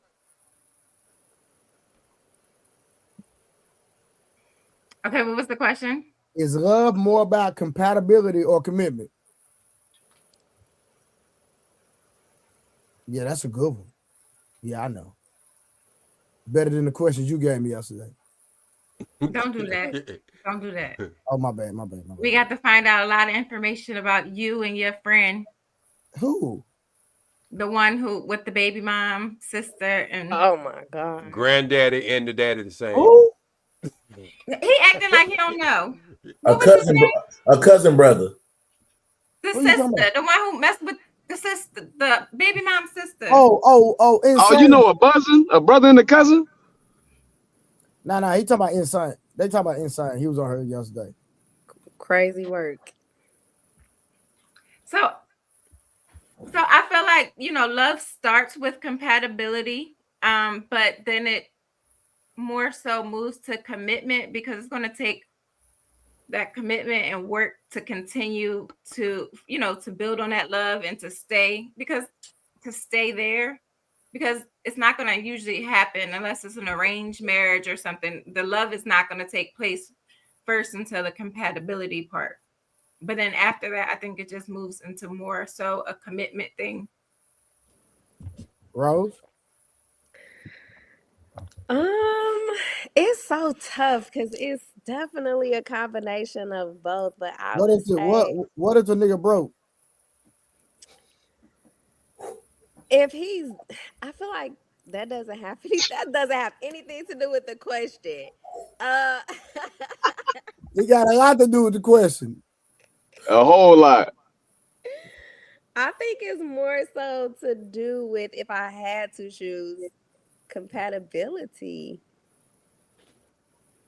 But can't you But be compatible? Like, I think compatibility can come and go. So when we first get together, when we 18, we can be compatible. Our That's lives true. are That's aligned. true. That's true. But 20 years later, we might not be compatible no more. So That's it's true. going to take some type of commitment. right, You gonna get because some. You gonna get wrinkled. Your titties gonna be sagging.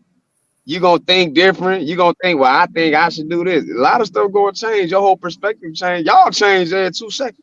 And he but when might get fat, all that, lose his hair, bald spots, like but when I things brought change. He might when lose his job and be out of money, like to Trey's point, for about 5 years. Can you stick with him? Are you committed? but when I brought up Bro, those differences pertaining to having a soulmate, depending on what chapter you are in your life, y'all didn't agree with that. Now all of a sudden it's different. Because what you explain isn't a soulmate. Because the way I look at soulmate is Well, why you bring that back up? even if I lost my arm, even if I lost a leg, even if I lost my job, if I want to be a stay-at-home dad, even if I want to do some degeneracy and go gamble and all that. You Like always fucking something up sometime, Rose. You're still going to be there for me, no matter what. Through thinking, you're still going to be there. Even if I was a degenerate, if I put my hands on you, because that's what a soulmate is. Exactly. So that's not a soulmate then. That's because love isn't unconditional. Love amongst them. We was building. Damn. What happened? We was building and she burned that shit back up again. No, I'm just. I really want to know why y'all think. But I'm gonna answer the question, Trey, so I can pass it. I think it has more so to do with being compatible. But did you hear what Karen said? What did you say, Karen? I'm sorry, because they started talking right after you. I said, that's when I get the example. Like, y'all start out 18, young, dumb, y'all compatible then, but then 20 years later, that compatibility is not what's keeping you there. Like he said, what did you say? Let her, Harwin, tell her what you said. 20 years later, what you look like. Titties gonna get saggy. Don't get it twisted. I like his little sag on my titties. Long as you don't have to roll them up like cinnamon rolls. That's too flat. Yeah, we good. Long as we didn't do that, we good. Shit gonna get saggy. You gonna get a little more wrinkly. He might lose his job, or whether he got fired, or he might got hurt at work. He can't work now. He broke. We can go all over the place with this. But I feel like even with commitment, it's like you're still choosing to commit to something different. Like Karen said, you 18 versus in your 30s. If you're a totally different person, it's like you're choosing to commit to a whole different person because of all those major differences. But that different person isn't compatible how you think now, though. I get what you're saying. So I think a commitment, like you're committing to whatever the relationship. You're not committing to, he still look young and fine with the six pack. You're not committing to that. You're committing to the relationship. Yeah. With that Rose, to the vibration. Go ahead, Knight. I was gonna say with commitment, especially with men specifically, commitment comes obligation. Like it comes duty. And a lot of times, I mean, for a lot of relationships, especially if there's like things that you're not like red flags that you didn't catch, things that you involved in, like the whole situation with not wanting to be taken out of your kids' lives and all that kind of stuff. All that stuff is duty. That's commitment. That's something that you signed up for.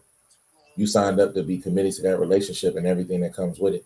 So commitment would definitely supersede compatibility from the standpoint, at least from the standpoint of a man, because we're not committed to just you. We're committed to the relationship in its entirety and everything that comes with it, especially as men when we're talking about leaders and stuff, because everybody under that relationship kids, women, kids, all that stuff, that's under our covering. So if we signed up for the commitment, all that responsibility lands on us. So it doesn't matter if you get fat, old, lumpy, wrinkly, or whatever. We committed to it regardless. That's why a lot of times, see a lot of situations in those, marriages where, people always say, well, why did you stay? Or why did you stay? And this person did this. And why did you stay? Because this person did that. Unless it's something like super, super egregious, the commitment is, at the end of the day, that's the root of it. It's not going to be because we're compatible, because I have a duty. Again, our compatibility is that we committed. Yeah, like if you get married, like I think we was talking about contracts last time. If I get married, that means regardless if you're religious or not, it's a contract. It's a contract, and I said I put my life on the line for you. That's what it is. So anybody, wait, that's deep right there. Very good. If I say, never mind. Go ahead, Knight. No, go ahead. I'm just telling you that was deep. That was deep. We just rocking with you. We letting that resonate a little bit. Go ahead. Let that resonate. You say you like lay your life on the line. Say that one more time. So all I was gonna say was we were talking about contracts last time. So that means if I enter in a marriage with you in that covenant, even if you're not religious at all, you don't have to be religious to recognize me entering this marriage with you means I'm signing a contract that says I'm willing to die for you. That's what that means. That's commitment. That's the whole point that I do, better or worse. That's what I signed up for. That's my commitment in a nutshell. So, I mean, then there's no greater sacrifice than somebody saying they give their life for you. Right, but is your commitment? Roll. You're over pursuing. I'm gonna make this easy for Truth. That was Trey. That was a good question, but very easily to answer. All right. It's just like water. You can't separate the wetness from water. Then you don't have water anymore. It goes together. Them two things that you ask goes together, and you can't separate them. If you do separate them, and you end up with something else, and it's called divorce. Well, but that's what I was gonna say, because I'm like, if it's not so much about you being compatible, then why do we date? Why do you all vet? Why do we see, who bets fit us? If so, you should just go get you a random person like, hey, I just decide I'm gonna love you. I'm gonna be committed to you no matter what.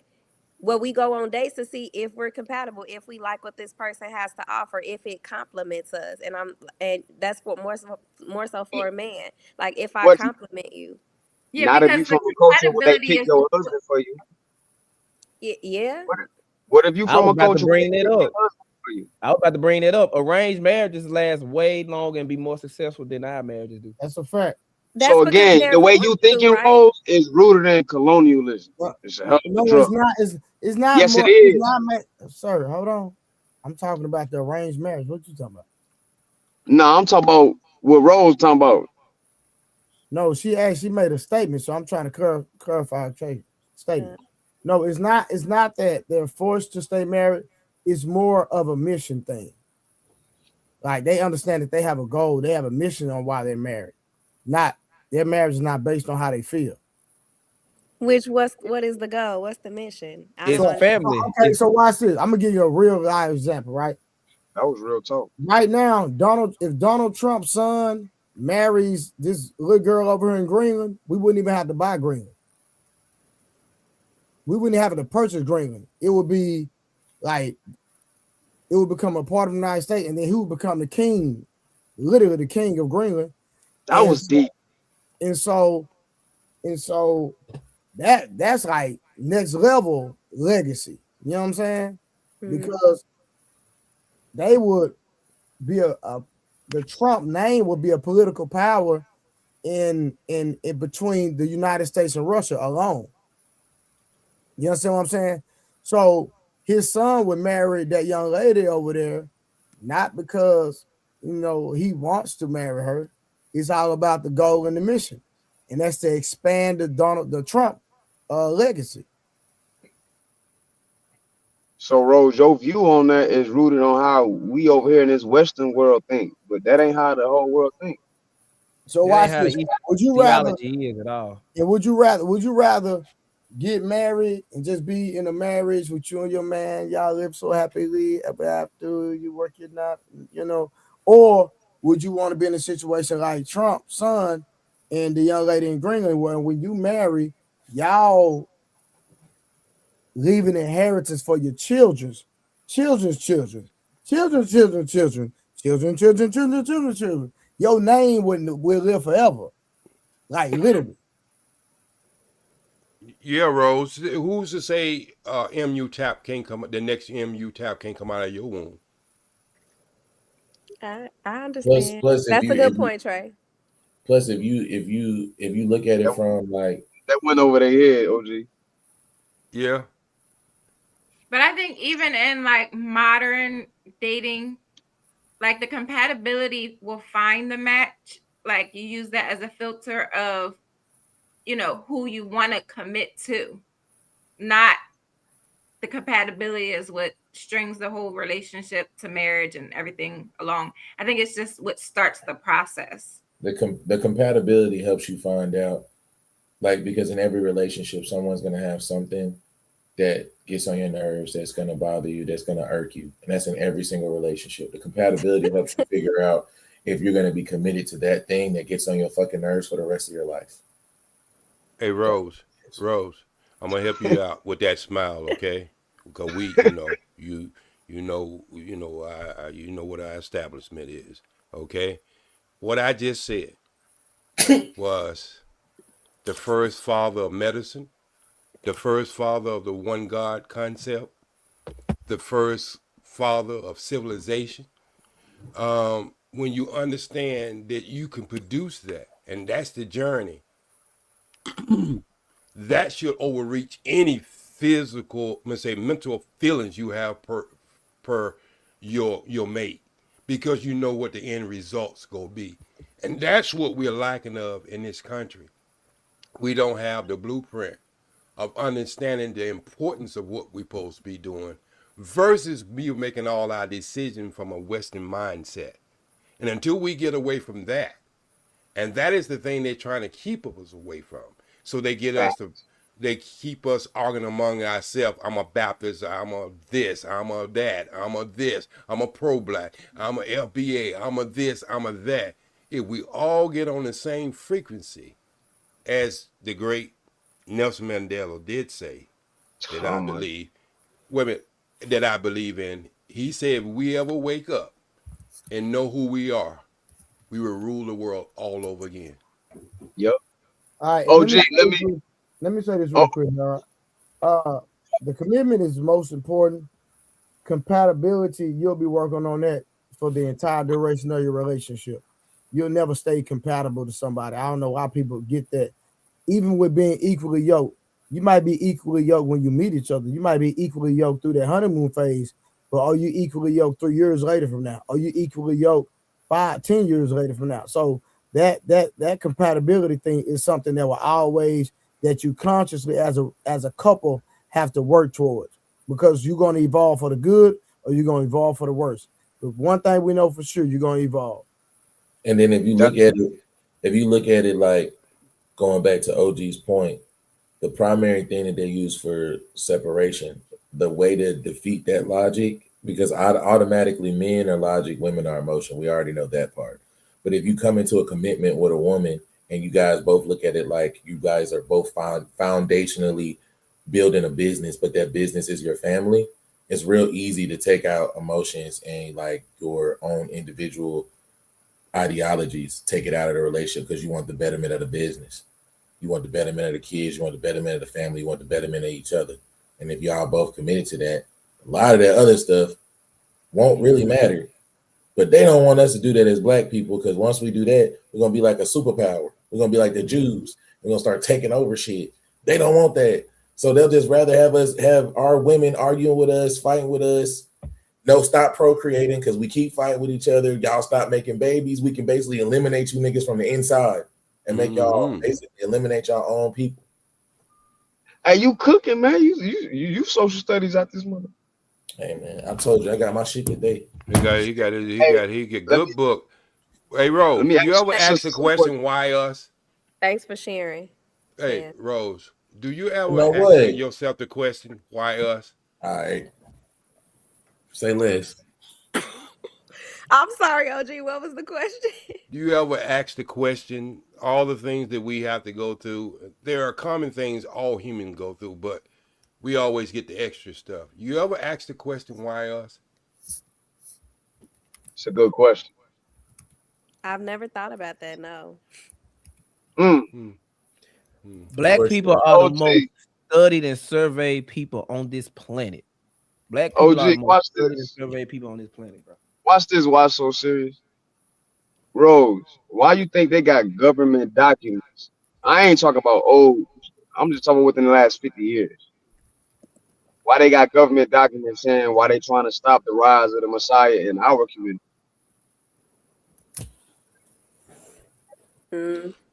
Obviously, we more powerful than we think. Okay. So Rose. Okay. So that go back to my first point. Yep. There's a reason why Washington D.C. is designed the way it's designed, because it was designed by Benjamin Banner, and its design is the same as Kemet. And so when you quite understand that, this is the whole point. If nobody get anything else from this conversation tonight, when you are the original and they make a print is always trying to outsell the original. For what reason? Because the original is always the value. Go back and get your culture. We won't have these problems. Rose and Karen, let me ask y'all a question. This still to OG point. Hold on, Harold. But to your point, that will mean that the women will have to relinquish a lot of the power that they have. They will have to leave the schools. They will have to leave the workforce, go back home and get in the kitchen. I don't think that's relinquishing power, though. That's not relinquishing power. That's relinquishing what they think is power. Yeah, that's not relinquishing power. Rose, go ahead. How I can ask this to the brothers too, but I'm gonna ask y'all, sister. How many black women you think wake up and go, I wonder what I can do for my people today? Oh shit. Not many. You maybe about 25%. Yeah, you hell no. I say 10%. 25%. Well, you lost your mind. Rosie's putting a lot of extra on stuff, but go ahead. At least it was still low. It should be lower, but at least he tried. Yeah.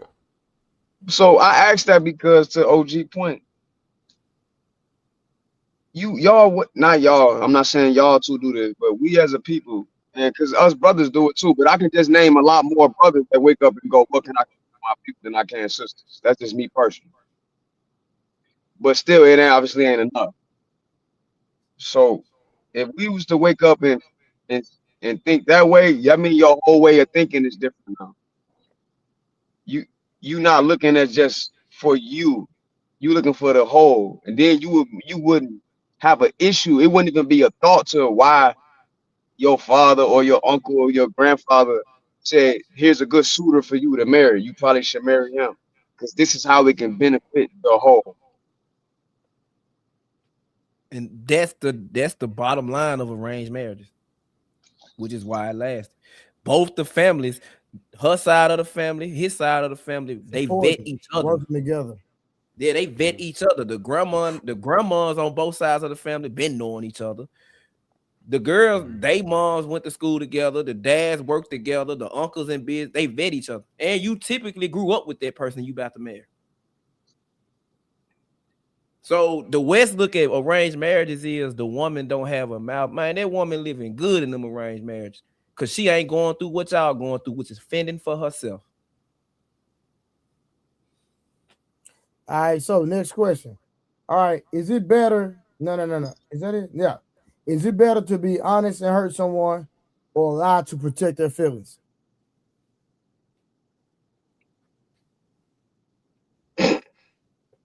Where the hell these questions come from?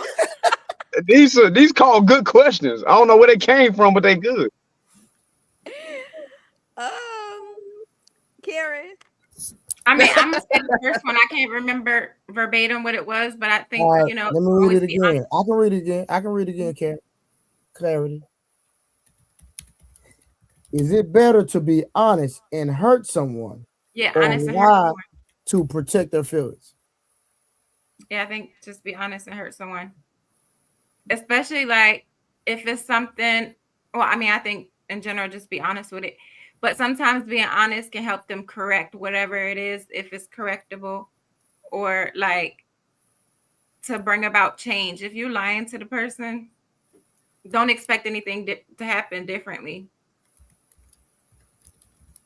I agree, Karen. I definitely would say lie and hurt their feelings.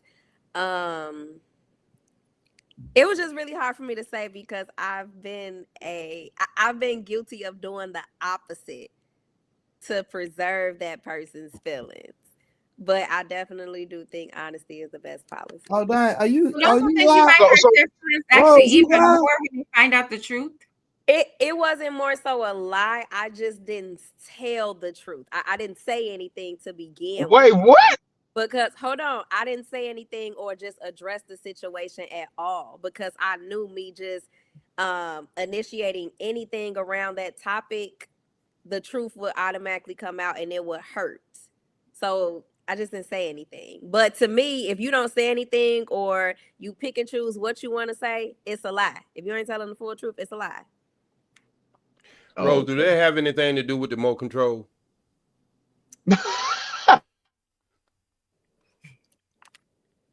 Maybe so. Jesus. Wait, you lied to somebody about? I didn't. No, I just want to read. You didn't tell him it was trash. No. I mean, he kind of know that though. He know what he got, man. Come on, man. No. People don't always. I'm not gonna lie to you. I'm not gonna lie to you, Harwin. I'm going here faking it or just letting it. Hey, look, Harwin. I'm not even gonna lie to you. I'm gonna have my sister back on this one, bro. He was really feeling his little self, bro. He was feeling himself, bro. He thought he was that guy. He thought he had it all. He thought he was well equipped. I bet he did. Right. But he know he lying. He know he lying. But how am I supposed to like tell him Trace that and bring him from like a 10 to a -5? Well, wait, hold on. Have you ever seen a porno? Hold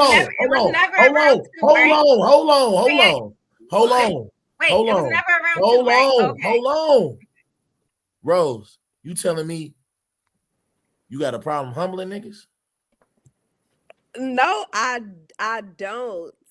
But I feel like that's bringing down his whole manhood. Like you didn't say it was good though. You didn't say it was good. And that's why I say I didn't say nothing. If you have nothing good to say, don't say nothing at all. I didn't say anything. And no, I don't have a problem humbling anybody. But I feel like I said, I just can't attack his manhood like that. Wait, hold on. We'll provide context. Y'all was in a relationship, right? Oh, no, let's give everybody a chance to answer the question. This is not about my relationship. Oh, my bad. Oh, so you just don't like humbling the men. How You did like you end that that's what that situation? is. I didn't even get my question answered, Karen. You just gonna skip past me, Karen. I didn't even get my question answered. Oh, wait, you just like humbling men you don't like. I'm sorry. Wait, how quickly did you answer in that situation? So you gonna skip me completely, huh, Karen? No, all right, I'm cool. coming. I'm so sorry, Karen. The day after, when he went back home, I literally sent him a text. I said, "Just so you're aware, it's over," and we never talked after that day. I promise you, that was exactly my text. Hey B. Wait. On my mama, this don't apply to me. Hey, it definitely don't apply to me. But B, you talking about that ain't. It sounds. Niggas know what size station is. I'm gonna tell you. See, let me tell you something. When situations like this, I say let's put it on camera and see. That's how I am. I'm gonna tell you. You challenge me. I'm gonna challenge you and say let's put it on camera. I can almost. I'll pull your card. Exactly. I can almost guarantee somebody that's been in jail 27 times probably could say otherwise. That's because what he was saying wasn't true. He ain't getting locked up 27 times and he was innocent 27 times. That's crazy as ever. He did something for them to call the police. Do y'all believe that? That's crazy as hell to believe. Diabolical. That's the definition. And the mom's situation was even more diabolical. That was diabolical. But what was your question to me, Sam? I'm sorry. What I was saying was, Dang, Karen, you just gonna skip me? I can't believe you did me like that. What I was saying was y'all was in a relationship, right? Yes. Okay, so just saying, like, if y'all in a relationship, this ain't this a part of I'm glad Ali didn't hear that, boy. That's a this a part, ain't this a part, ain't this a part. Imagine if you waited till marriage. Shouldn't you wait, Karen? Wait, what you say, Sam? Sam was in the middle of a question. What'd you say, Sam? It's cool. I'm sorry. Karen gonna just do me dirty today, boy. I tell you, man. Karen, Hey, Sam. I'm gonna shut up. cool. I'm gonna mute my mic. It's cool. Samson, if Ali would have I heard can just talk Rose to say that, myself. he would say, I told y'all we can't please these women. I mean, my thing, y'all know my story. He misled me to believe something. Yeah, if he lying, that's different, man. He lied. Right, that's what it was. He told me he was a man of the 3 6s, over 6 feet, making over 100 figures, and over 6 inches. And so that's what I'm saying. Like to your Lying point. Wait, it wasn't. No. How did you meet him? What? Hey, Samson get frustrated. He had to tell you he was 6 feet with 6 figures. How did you meet him? Well, you know what? No, it came up in conversation, unprovoked. Like we were just talking, and he was talking about like, yeah, you know, I'm the type of guy that, you know, I have a lot of. Wait, Rose, can you answer Samson's question, please? Oh, Sam, I'm so sorry. Wait, close the Bible. Oh, my bad. Sorry. No, I was saying if y'all was in a committed relationship, right? Yes. Now, because you have had multiple conversations where you were talking about men holding other men accountable, women holding women accountable, right?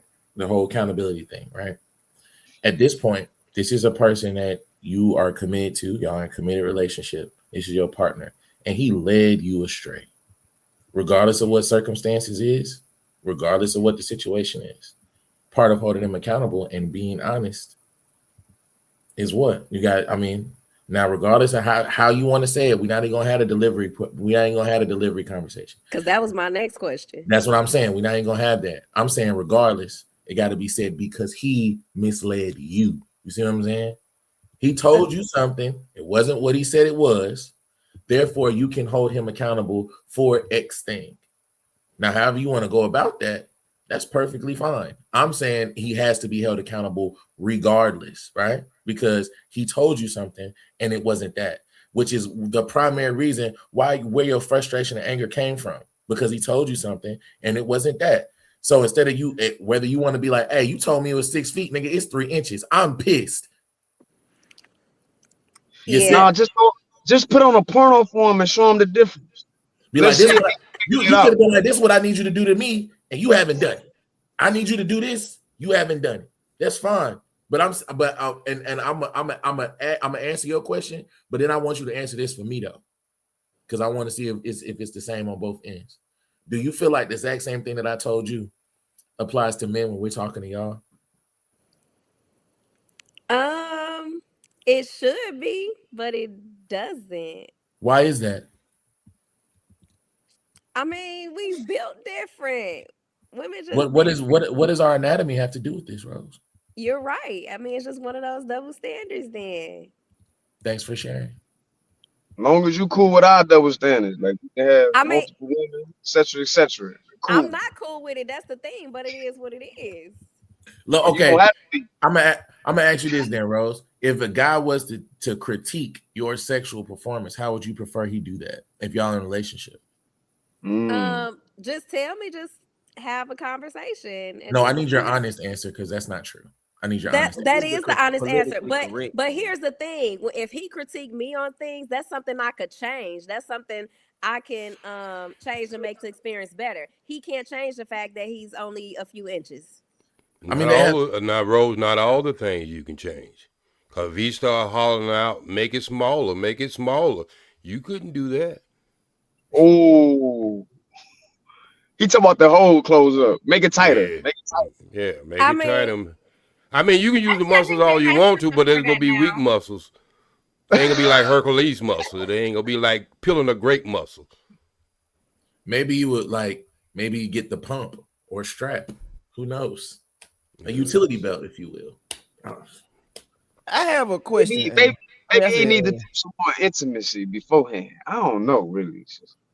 I have a question. I just think about if we go with what we was talking about earlier about arranged marriage and stuff, we get back to our true self.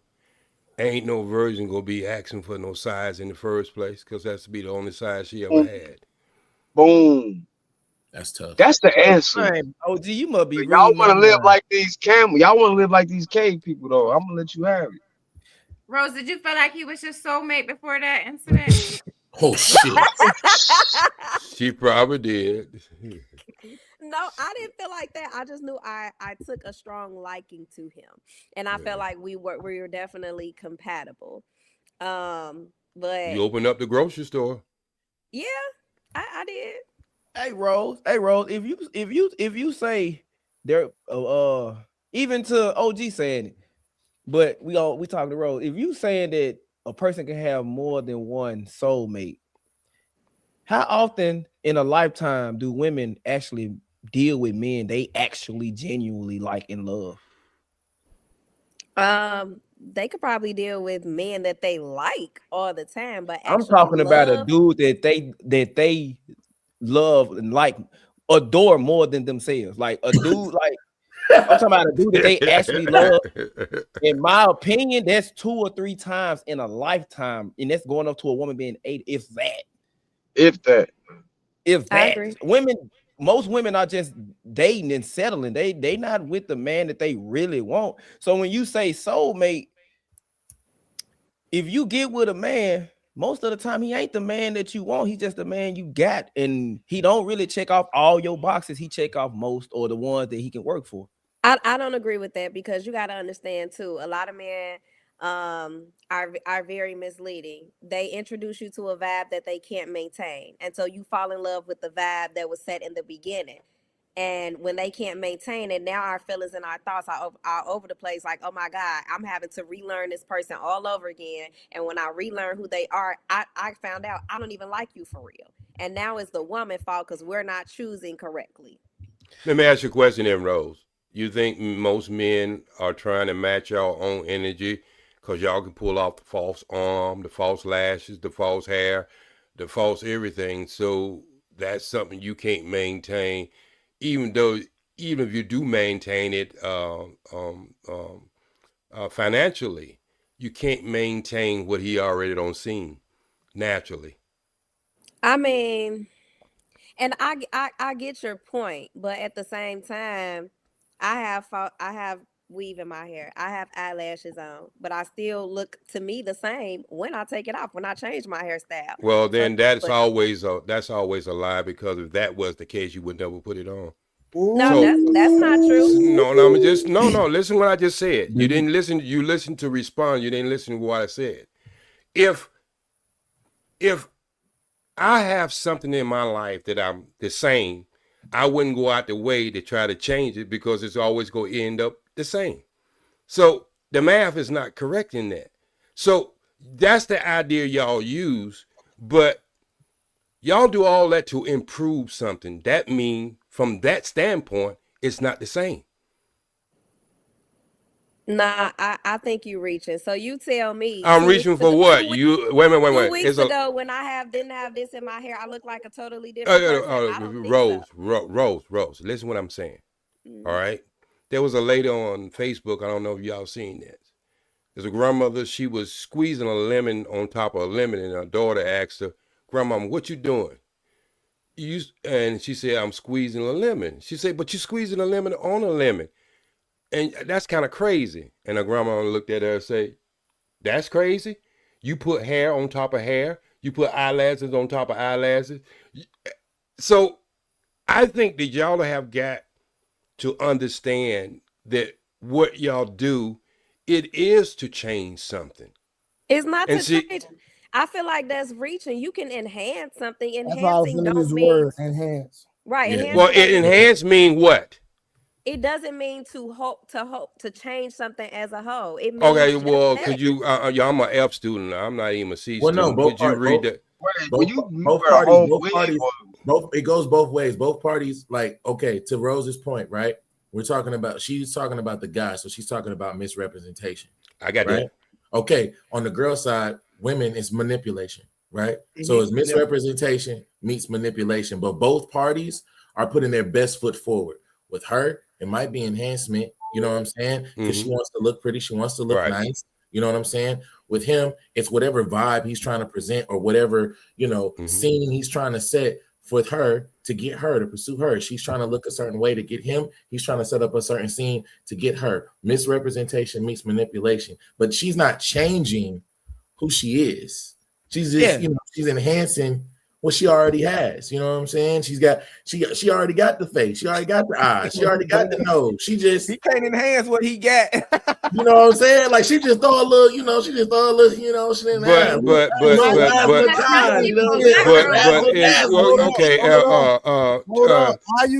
I can go with half of that, and then it'll make a good movie.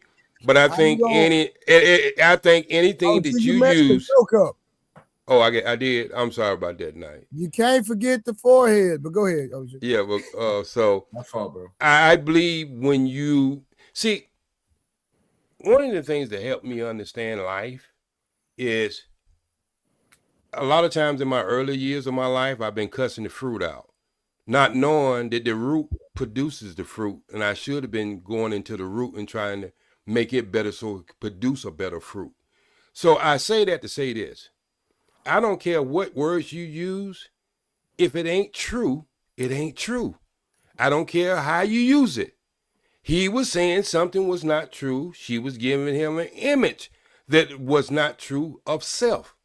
That's why I leveled it up. But what he did was, it was unsolicited, like she said it was. And just like I say, she should have balled him out for that. But I'm saying we live in that type of world, and this lifestyle we live in, this lifestyle that we live in, this Western lifestyle we live in, it produces that kind of action, that kind of thing that we do. Because men really, but OG, we you really know, can't compete with y'all I'm like going this. on these. OG, you know, I'm going on these dates, man. They not showing up with the cornrows and Big Mama House arms, bro. They got the lace front and the makeup. They got the powder. They got all that on, bro. Yeah, you remember that? You remember that scene? And I'm gonna get you, sucker. Yeah. So that's what I'm really talking about. However you look at it, it is what it is. Right, but you knew that when Hey, that's a perfect example, OG. That's a perfect example, OG. Okay, so if you gotta do that to enhance yourself to make yourself more attractive, because the cosmetic industry is $1 billion industry, because it turns back the time. Women look typically younger when they wear makeup, hair, and nails and stuff like that. So if a man has to compete with that and he really ain't got it and he got your attention, he's gonna portray something he's not. It's the same thing. You know, my aunt, if she get a dildo and put it in her pants, she probably look like my uncle. But we're still talking about what it is versus what it's not is. So what I'm trying to say is, if we was living in our own consciousness and living in, oh, y'all go ahead, you laugh, you go get that out. But if we were living in our own consciousness, we wouldn't even be talking about straight hair. None of that shit. Thanks. So basically, Rose, can we get back to how we used to be? Or is that too much for women too? That's not too much. Well, yes, it is. You know it is, Rose. Stop. I gotta stop being personal. You're right. You're right. That's gonna So that's where my true argument comes, and I'm gonna tell you, black women, where you go really get your power, and why white women don't consider you having power, is because it's the original chasing after the print. See, she has been put up by her man as the standard of beauty. Mm-hmm. And it's only when you show your true standard of beauty that they get it inferior. Mm-hmm. And y'all think that ain't important. Y'all think it's just enhancement. There ain't nothing enhancement about wearing a totally different texture of hair from your own hair. Because believe it or What's not, enhancement about that? Let me put this in.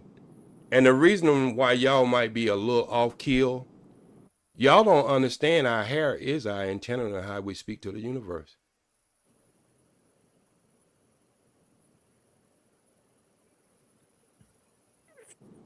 OG talking. He talking that talk, man. Because Y'all. You will see white women with curly hair wigs. Like it's crazy because what the European standard of beauty was then, and braids, right? Braids. Yeah, you see how it went from what it was to the nose chopped off to the skin and bone showing to now these white women trying to look like you. Pause. And how do they act? And how do they act when they look like you? All that off. You can take all that off, and she over there got to do the white lady got. She got to do all that. She got to do all that. Put all this stuff all on her lip And Rose, how do she act? Women. This is the most important part of that. How does she act when she do all that? Just like me. Thank you. And so, when you do all that, what you think you're doing? You are embodying the spirit of what you acting like. Why Matter you think fact, we black women, just to be honest to it, black women give black men the one-on-one what a white woman would be like. Mm-hmm. Yeah. And then you know what's crazy? When we actually go meet a white woman, they're raised to be submissive to any man to a man that's actually worth something. So I'm used to black women looking like white women. I go meet a white woman. Not only do they look like what I'm used to, they also act different. I ain't gotta combat them. I'm not gonna. But you know, until they want to take their money back, brother. Until they We ain't wanna gonna take let your you. money, We ain't gonna let you. We ain't gonna let you go all the way with that damn suitcase. Till they want. See, white women look at black men as an investment. Come on. So don't act like. Let's just be honest. She's the original hoe on this planet. Let's be honest. OG hoe. But the thing is, the biggest OG slores out there are the ones that's able to lock a man down. So OG, you know what the word queen really means? Our men down. So the black women are losing to some white women. It's crazy. Look, and y'all Blu-ray, do me a favor, Blu-ray. Hit the. I want you to look up something for me so they can see what queen means to OG point. You said queen? Yes, go to that etymology website I gave. And that's why I never really put down black women, because the same dog bit her, bit us too. Yeah. And I think we all got some correction and resetting we go have to do. Absolutely. And it's better for us. It's better for us. Honestly, this might sound away, but I know a lot of us are black on here. But it's better for us to stick with each other. Yep. But they don't want that though. They want the individualism. Yeah, because they want us to stay apart like that. When you act like individuals, you stay apart. Because I told OG the other day, black people are the most freest. I ain't gonna say the most freest, but a black person can go anywhere in this world, be anywhere in this world, and make as much money as possible. Yet black people are kind of at the bottom of every totem pole. But back during a time where black people got treated less than dog bowels, when being black got you killed. The black people had families. Black families was a thing. The black dollar circulated within the black community. We had a village. We had togetherness. We actually fared financially well, honestly. But now that we in my fault, bro. I was telling Trey to click on the queen. That's spelled Quean. That's where it come from. That's the root. But to my point, it's just like they say we just click on. He said click on it where it's at the bottom where it says Quean. Click that, Trey. That's what he said.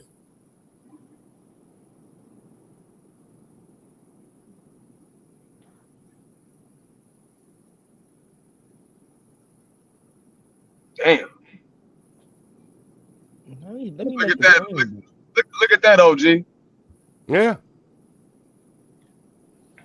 Middle English. That's the OG point. The original hoe was the queen, was the king's hoe. She was his concubine. That's where it originally come. That's where the word queen really come from.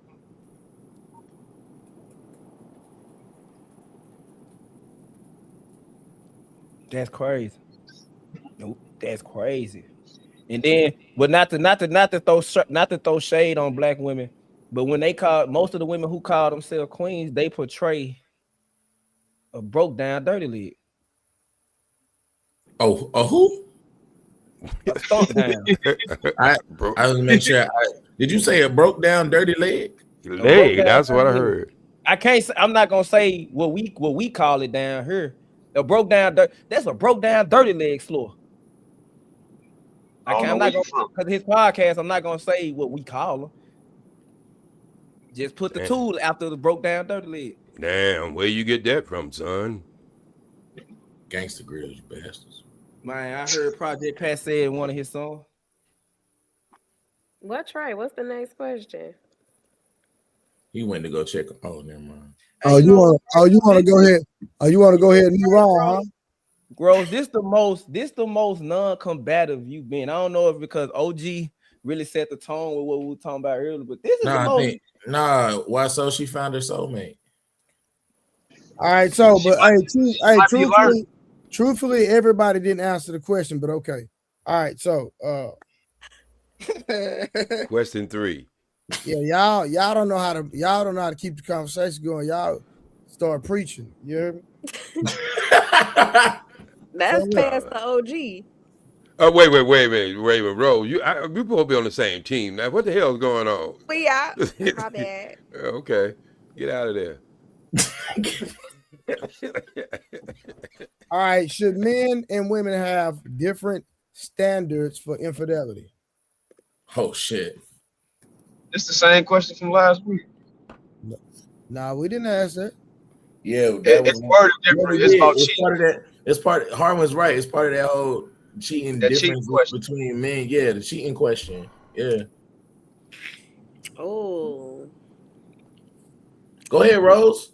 When a man cheats, it's like one person washing hands in different bowl. One person washing hands in different bowls. But when a woman cheats, it's like different persons washing hands. Jesus. In one bowl. Blood of Jesus. Blood of different Jesus. person washing hands in one bowl. It's okay. Now you know the difference. I will always be here to assist. Right on, Professor. Professor. Jesus. Blood of Jesus. Trey, say the question again. I rebuke you. B, I'm not taking the video down because I love it. It's so real. And true. It's right to the point. It's like one person. All right, so he'll take the video down if you put money on his JPay and his books. It says, should men and women have different standards for infidelity? I'm gonna say no. No, cheating is cheating. No, it's the same. No. We just got established a few days ago. It's not the same, Rose, but okay. Ms. Moore? I don't think. What was the exact question? God damn. Can we play the video over again? No, I know the video. Right now. Did the standards change? No. Should men and women have different standards for infidelity? No, I don't think the standards should be any different. I think the standards are based on the agreement between the two people, not based on gender. Jesus. Yeah, because infidelity, if you have to go outside of your partner for anything that you should be getting from them, to me, that is cheating. Rose, do you feel like you would feel that way if you've never been cheated on before? Yes, I would feel that way. What do you mean? I said if you've never been cheated on before. Absolutely, yes. How do you know? I'm just taking a wild guess, because how would you know? Wild West. Because I've been cheated on before and I don't agree. Okay. That's how. So maybe you ain't been cheated on the way I've been cheated on. Or maybe I just healed from my pain. Okay, and I probably healed too, but to say probably that I'm willing to give for the opportunity to present itself to revisit that is crazy to me. So no. So can I ask? I know we are into a question, and I believe there is a difference. And the only way I can gauge anything different is the outcome. If a man goes out and have sex with a woman, do that make his private part grow bigger or smaller? If a woman go out there, wait, let me finish. If a woman goes out there and have that same thing, is it making it her private part bigger or smaller? It don't matter what the I'm not asking. I'm asking because the outcome predicts everything in any conversation. Your outcome tells you the truth, don't it? Don't all outcomes tell you the truth, regardless of your opinion? Oh, gee, to me that's reaching. I'm so sorry. Oh, you always talking about I'm reaching you. I don't know why. I'm not that battery man. I don't have to be doing a lot of reaching. So the truth has become reaching. Can I give her an analogy? Can I give her an analogy? Maybe hey, why so? She back. Wait, y'all. Wait. Can I please give her an analogy? She might. Yeah, wait, real quick, bro. The truth has become reaching. Okay. No, because he's trying to justify cheating. That wasn't the No, question. I did not say. No, I did not. I said. I believe that's what women take it as. Wait, Rose. I'm just saying it's a difference. I'm not justifying the act itself, but I'm saying the outcome is different. I get that. We know if a woman is if a woman you agree with that, Miss Morris? No, I would agree the outcome is different, but I don't think that was the question. Okay, so the way the that's question is worded. Yeah, the outcome should be different. The standards should. What OG saying is the standards should dictate the outcome. I mean, the outcome should dictate the standards. No. And the question is when you about look at that video, that's exactly what he did. He showed you in visual what it would look like. No. So the question, okay. So Trey really likes that video. So I thought he just played that video to play that video. Not we was gonna have the same discussion from last week. But the question itself was just should the standards be different for men and women? Okay. Let's stop right here. Let's stop playing with this damn question. All right. There's laws on the book that a man shouldn't hit a woman because what? She's weaker and what? He's stronger, right? So we have different sets of laws for different things when it comes to women in that case because of the outcome, right? OG, they only like double standards when it pees. So I'm saying, wait. What I'm saying is these laws was written due to the point of the outcome. Facts. Maybe I'm just not comprehending it because I get it. I'm gonna give you an outcome that maybe y'all can understand. Gender was we both would get assault charges. Look, Ms. Morris and Rose. When a man cheats, this is an analogy. A man cheating versus a woman cheating. Me, the man scenario. I go to the bar, get drunk with my friends, sloppy drunk.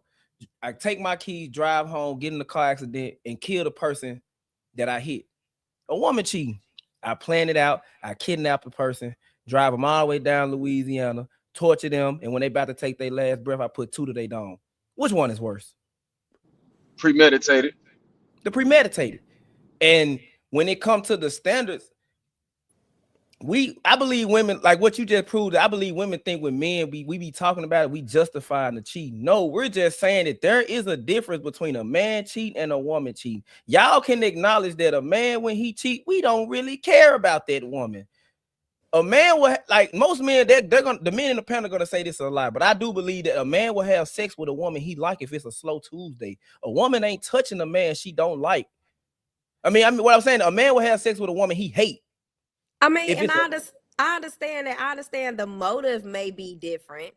Your intentions may be different, but my thing is, if you are in a committed relationship, anytime going outside of the person that you're with, that is a violation. It is wrong. So I get that. I agree with that. So ain't it wrong for a woman to hit a man? It's very wrong. Absolutely. Nobody. But does the law treat it the same? No, but does the law treat it the same? If you're in court, they're absolute and bringing up charges. They are That's going cap. to treat it the same. That's a lie because women don't get charged to the same degree as a man for the same charge. That's cap. That's cap, Rose. Now I got to call lie on that one.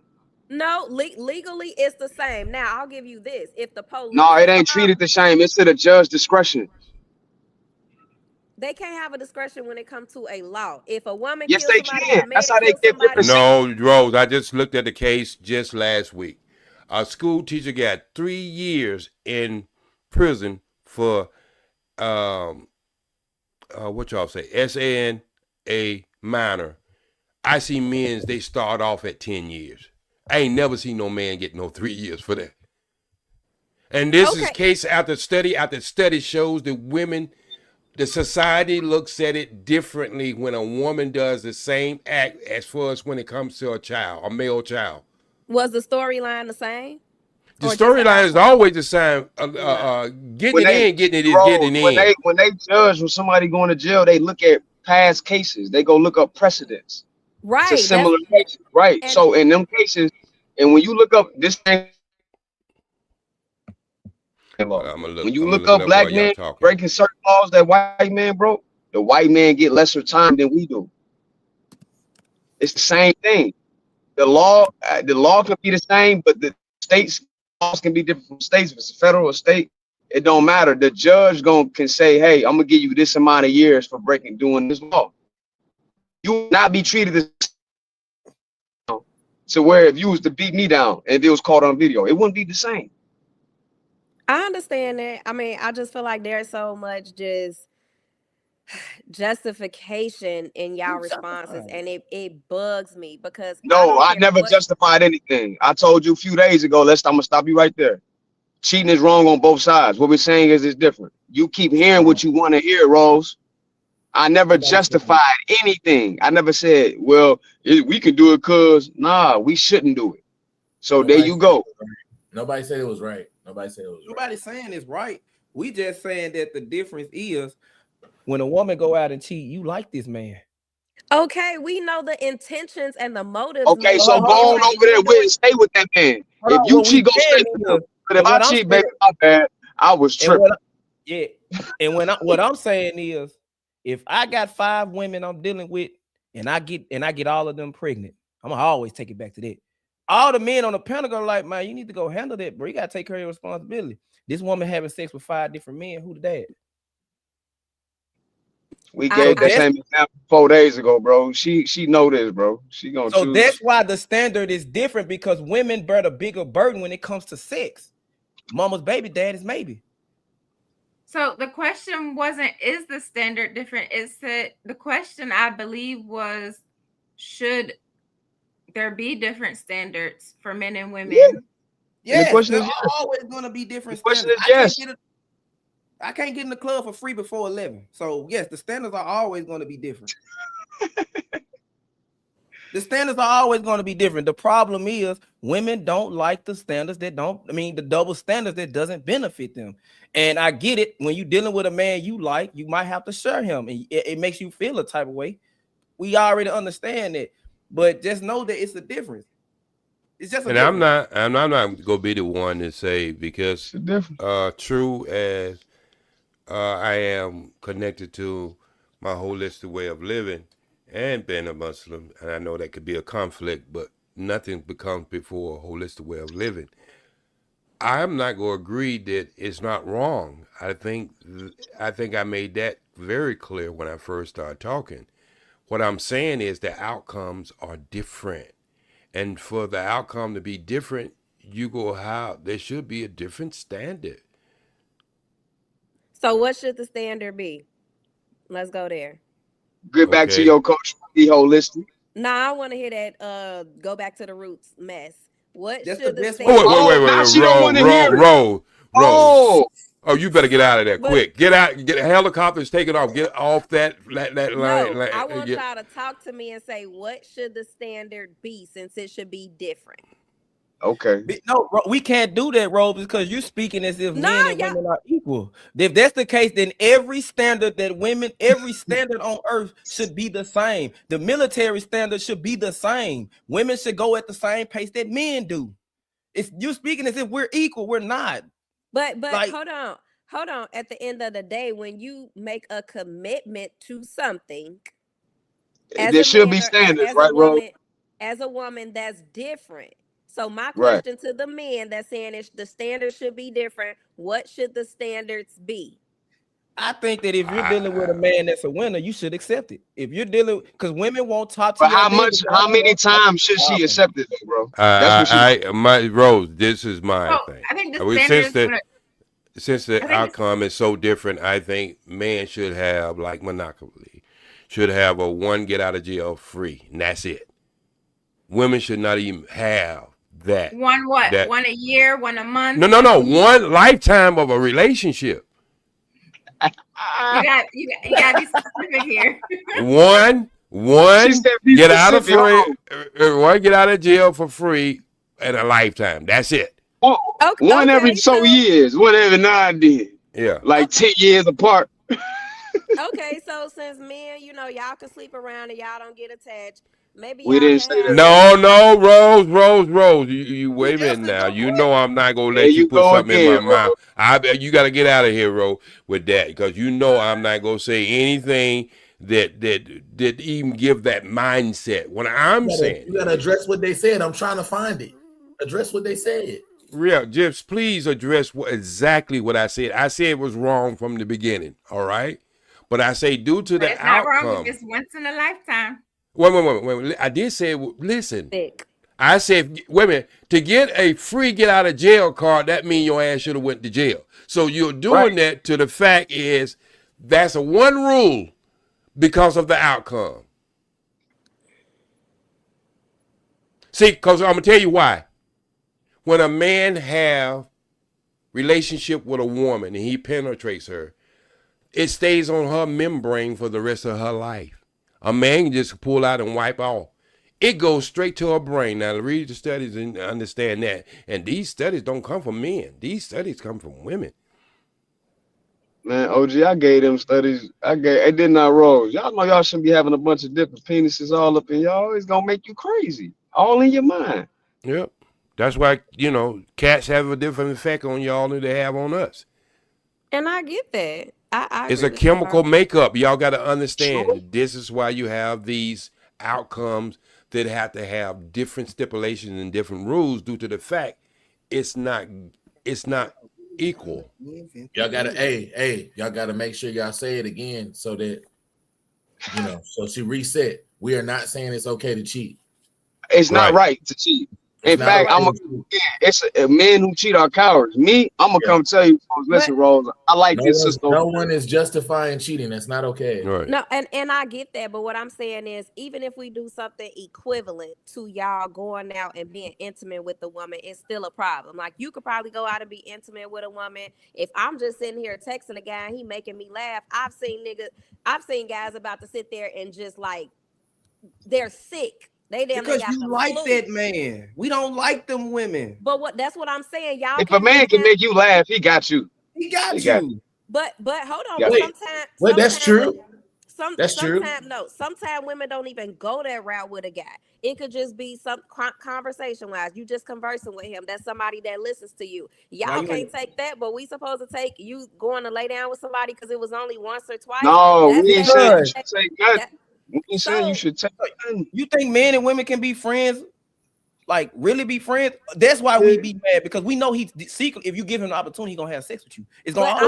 I'm not. Wait, hold on. Wait, maybe I need to be educated then, because I got female friends. I'm not saying they could be friends, because obviously there's an attraction there, but that attraction isn't acted upon. We're just having a conversation. Just so you cool with that, bro? I think he's hilarious. What if it's so cool? You cool? You cool with talking to another man that you know like you? You cool with that? I'm not saying I'm that just asking. No, absolutely not. But what I'm asking is, what should the standard be? Because that's equivalent in a woman's eyes to a woman's actions to y'all going to sleep with somebody. Because a woman is emotional. The standard is if we gotta be okay with you going to be in somebody else's bed. No, you shouldn't be okay with it. We didn't say that. You see, you keep saying what we're not saying. Keep saying what you keep saying. Everything we not saying, Rose. We never say you should be okay with that. Okay, baby, you cheated on me. It's all right. Nobody never said do that. That's not the. But that's what you keep saying, and that changes the whole context of what you're saying. Okay, so the focus is what I'm asking. What should the standard look like if the standard should be different? Nobody has answered that. It gets quiet. OG just answered it. I just said you weren't listening. Get on the Monaco side, because the damn Brandon side is not listening. That once in a lifetime, is this just one person multiple times to that one person? Or yes. No, there's one. Wait. One mean one. What are y'all not understanding? One person or one time? One time. Once in a lifetime. Rose, he did answer you though. You might not have liked the answer, but he did. And you gotta let him know that you mad, so he don't do it again. You gotta make him feel it. And he has to build himself back up once he do that. He don't just get that free out of jail card. He got to build that trust back up. I agree. Exactly. Just to clarify, you asked the question. You asked the question. OG did answer it. He said that he answered your question. That's what I'm saying. When he was talking about the one pass? Yes. He answered it. He did. Yeah. And he never said you had to be okay with it. He never said be cool with it. He never said feel good about it. He never said it's okay. Okay, but what's the standard on each side though, or is it just one? Because he just gave you ain't no time for no woman to be getting penetrated by no other man. We already made that man needs to make sure everything you got going on builds. If that man can penetrate you, go over there, be with him, because that's who you want to be. I'm saying from my perspective, if the man gets to get out of jail free card, like OG said, he got to build himself back up to a point where he can get another get out of jail free card. On the woman's side, if you give this man a get out, don't give it to a bum. You got to give it to a man that's a winner. That's a word. That's my opinion. Give it to a man that's worthy of that. Nah, because they'll give it to a bum. It don't matter, bro. Let me put it on. Do you get what I'm saying, OG? Rose, yeah, I got what you're saying. But let me flip it on the other side, Rose. I give woman a one-time slap rule in our relationship. You know why? No, that's I don't know why. Okay.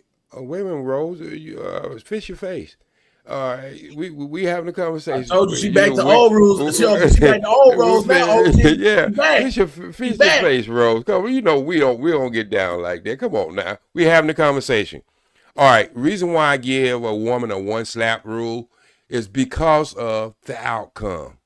If a woman hit me with her full strength, as for slapping me, it's not gonna feel the same way if I hit her full strength and slap her. So that I know there is a discrepancy in the outcome. There's gonna be a major difference in the outcome. So I give you that one time rule. But after we do that one time, now you try to understand. I didn't say it was right. Now listen to what I just said. I didn't say it was right for a woman to slap a man. But I would be willing to give her that one time. Okay. Won't work for me, but I understand what y'all saying. It could work. Yeah, I got you. Rose. We already know it won't work for you. But we were just talking to people that might have to go through that trauma. And then when they go through that trauma, they won't look at it like the sky's falling. They can sit back and look at it. Is it something they can withstand? Because I'm saying that one-time rule. That means you still can say, hey, I won't be able to deal with that, and I'm going to walk away with. So that free card you can have with the next person. So what? Because I'm always going to start off that it's not a good thing. You understand? Because if you can't get over it, Rose, you can't get over it. I'm not telling you automatically give that person a one time. I'm just saying, if that's something you can get over, because let's look at what usually happens. You get rid of that relationship and go into another one, and that person is doing the same thing. And I understand that, but what I'm saying is, oh my goodness, y'all are upsetting me so bad. I can't. Oh, Rose, we don't want you upset. Get your hand away from her head. Wait a minute, and fix her. All y'all are part of the problem. No, Rose. Because I gave you the answer. You said I don't want to hear all that. Go back to your roots. That's what you said. That's really the answer. You don't want to hear that. Hold on. I feel like all y'all part of the problem, because to me, if y'all think like that, there's no need for marriage. There's no need for committed relationships. Everybody just stay single and do them. You want to go outside of what you got at home anyway. No, okay. How about Rose? Wait, hold on. You a Christian, Rose? Absolutely, yes. You live according to everything in that book? You said what? Do you live accordingly to everything that book tell you to do? Nobody can live accordingly to everything, or else Jesus wouldn't have died for our sins. Okay, so why are you saying throw away marriage? You just said that nobody can be perfect. So why you saying throw away marriage completely just because you upset with our answers? No, I'm not upset at it. What I'm saying is I just don't think it makes sense because You just said you was upset. It's accepting it. You are being accepting of cheating. It's like everybody. No, I didn't. Everybody try Oh to my normalize. Hey, Rose, hey, you gotta stop. Hey, I've been listening. You gotta stop doing that. You gotta stop. We didn't do that. We didn't do that though. You gotta stop doing that though. But OG is saying give passes. That's trying But to you're generalizing, saying we all said that it's okay to cheat, and yeah, when nobody said that. I've listened, and they've literally told you keep saying it that it's not okay, and you keep starting off your sentence with you are programmed. It's okay. You gotta stop You're saying programmed. that. They never said that. You gotta take the red pill. These people watching this. Stop saying that. They never said that. I ain't hear nothing nobody just said because all three of y'all was talking at one time. But Okay, I'm gonna say it because I'm the one that ain't been talking and I've been listening. You have to stop saying every single time they keep telling you it's not okay. They keep saying there's no justification. It's not okay. They've told you that repeatedly. And then your rebuttal starts off with y'all are justifying it's okay for y'all to cheat. And they never said that. I said they're trying to normalize it, giving passes. No, I didn't. I said I'm not talking about you. OG. When OG didn't either. I said, how do you I know you ain't gonna lie on me, bro. Standard giving passes of all people, I know you ain't gonna lie on Rose. I can't believe that. You gonna sit up there. I'm sorry. Rose, I know you. Wait. See, this is wait. This is why when you have these type of discussion, you got to figure out who you're talking to. All right, Rose, you was traumatized. There's no ifs, ands, or buts about it. No, wait, you can say you wasn't because you're basing your opinion on how something made you feel. That's not true. I'm basing my opinion off a committed relationship and the totality of it. If you're with somebody, you're committed to them, you're married, you took vows, you created that covenant, you're saying I want to be with this person and with this person only. So if you're saying the standard should be different, you should have a pass because you're a man and you think different, your intentions hold on now. She talking to me. Different, you should be given passes. That's crazy to me. Okay, so Rose, you just went against what you said earlier. Samson asked you if you hadn't had that experience, would you feel different? No, I would feel the same because my whole thing is going out of what you have at home is crazy either way. It doesn't matter if I had that experience. I got a good question for you. I got an excellent question for you. Okay. Is that a shot? If your woman, you can't cook and your woman decides, oh, wait a minute. If your woman can't cook and she decide, if your woman can cook, she did all the cooking and she decided to not cook, are you gonna get mad at him going to eat at another restaurant? Just answer that question first. I'm sorry. Wes, I was talking to me. Okay. If your woman do all the cooking in the house and she decide not to cook and you can't cook, are you gonna get mad at your man going to eat at another restaurant? Yes. Oh no, not at a restaurant. No. Okay, stop right there. Stop right there, Dan, because I only want you to answer that question. Okay, so here's the second question. For some reason, you start holding your box like you some terrorist from the Middle East against him and stop giving it to him. And if he go out there and get another woman to fulfill what you stopped doing, are you going to take any accountability? Or are you going to get mad at him? Or what you going to do in that case? If I found that out that he was doing it outside of me, of course I'm going to be upset. Oh, yeah, but I'm just saying, are you going to take any accountability for that? I would, absolutely, because I'm withholding something that he wants and that he needs, yes. And would you see why he would go out just like going to a restaurant? No. A restaurant is totally different. Well, I understand it. So, look, unless you eat in the box, I understand it's totally different. Okay? I do understand that, bro. What I'm saying is, it's supply and demand. That's what I'm trying to get part of this conversation. But I feel like that restaurant, it doesn't make sense because guys, I have something to eat at home and still an hour later go still get something to eat at the restaurant. It's a greedy thing. Oh, stop right there. Have you ever been with one of your boyfriends who went to a Thanksgiving dinner and he asked you to stop at Denny's on the way home? Not technically, but metaphorically. You know why? I have Because he's full. Wait. Rose, you know why? It's because he is full. Well, we did go from family house to family. Hey, Leosa. Hey, That's my y'all. baby. Hey, how y'all doing? Hey, Leosha, girl. Hey, Rose, they on your ass again. No, and What's up, pretty chocolate? What's your name? Hello. How are you? I'm Leosha. Excuse me 1 second. Rose, why they on your ass again? Cause she up here capping. Always on me. No, she went against me. Me and Rose, you'll be just like that. Let me get on camera so you can see. All right, so you won't know I'm lying. All right. Me and Rose, you like this, but Rose started throwing my ass on the bus, and then she backed back up.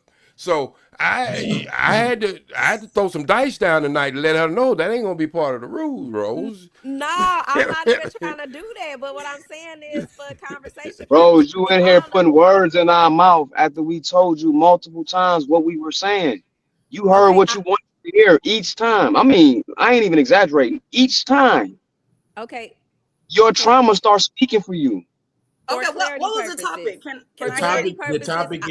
The topic is about infidelity, and if the standards are the same for men and women. Now, She said should the standards be the same? Should the standards be the same for men and women when it comes to infidelity? I'm loud. Oh, and this is why I be going in because all of them be talking at the same time. Rose, I don't be Rose. I don't do that, Rose. Maybe once or twice though. But go ahead. Why he say your trauma speaking for you? Lifetime. Yo, a lifetime. Y'all, look, we can end this because y'all only agree with the double standards that's good for y'all. Because you wouldn't like this, Rose, when they brought up a double standard with you and you just admitted it was a double standard, you were just cheesing. Well, that's just one of those things. What was the double standard? Who is that talking? Samson, you know what I'm talking about. Say it. No, say it. What was the double standard? Samson can express it better. At the same time. Nigga look like a kung fu movie. I'm like, who is that talking? What was the double? There's some Bruce Lee fighting going up in here. Since I was laughing and cheesing. You agreed with it. So Rose, let me ask you this question there, Rose. This is gonna be my last question, and from here on out, we're gonna be on the same play. Wait, hold on, because she want to say what was it. Hold on, because she want to say what was it. Yeah, tell her what it was. Okay, go ahead, Rose. Tell her what we was talking about being truthful, and we was talking about lying to you to save the face of the relationship. I gave you the breakdown. You said thanks for sharing, and then you said it was one of those double standards, and then you giggled, he, and that was it. And I already told you what it was. Yeah, but that wasn't benefiting me though. That was to protect him. That was different. It really did benefit you because it was comfortable for you to do that in that position. What? No, it wasn't. That was to protect him. That was to protect his pride, his manhood. That didn't benefit me at all because guess what? I was getting up out the bed frustrated and unpleased. So let's be clear. Well, that part didn't benefit, but the way you responded to him was benefit to you and not taking responsibility and holding him accountable.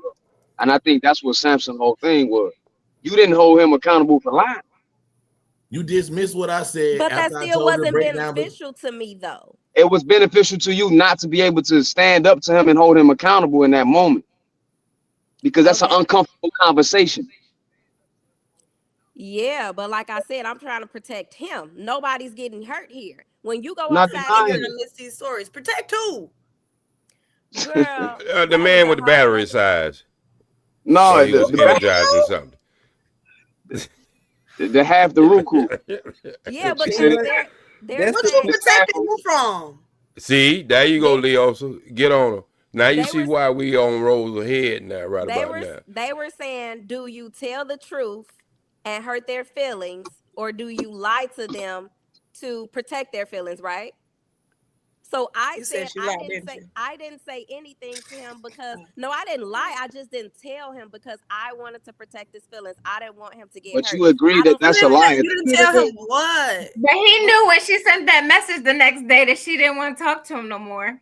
Yeah, because it was that and other reasons. But what I'm saying is I never brought that to his attention. Is this the drum? No. Oh man, he got the male parts the size of a AA battery, man. Okay, the Roku remote. Okay. Yeah, the Roku guy. No, half the Roku. Okay, okay. You missed the joke. We've been calling him Ruku. I'm not switching it to battery. Now, I ain't missed the joke. I'm just saying it's half the root. What's the problem though? So they're saying, I don't know. Hard just said that was the double standard that was beneficial to me, and I don't think so, because I wasn't benefiting from anything. First and foremost, I was lied to, and then in a relationship, I'm frustrated because I'm not pleased. So you was lied to about that dick? No, I never lied to him. I just didn't tell him. She stopped herself. I didn't be honest. I didn't tell you. Not being honest is lying. Rose, wait, I can't hear y'all. You didn't tell him what? That I didn't come to him and tell him that I thought he was small. I never said anything about it. You ain't gotta tell him that. I think he already knows, but he didn't know. He knows. He didn't know because he ain't hanging out in the shower looking at other people's stuff. Hey, Leosha, context. He was running around, not just to her. He was running around talking about, hey, the ladies find me attractive. I meet all the height, length, and width requirements. I'm him. He didn't just tell Rose that, he was telling Rose that the ladies know that about him. He one of them ones. That's what he said. He broadcasted the information. He's 6 feet tall, Rose. Unsolicited.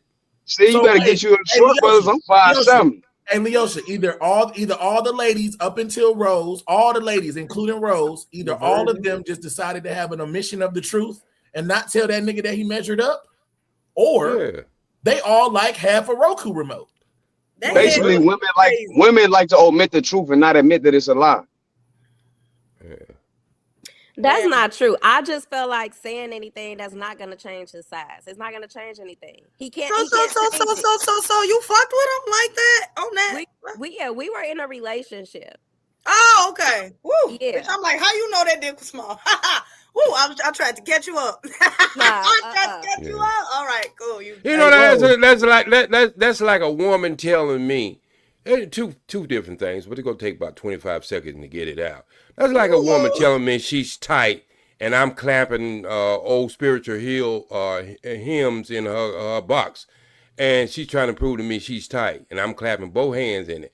Either asking me, am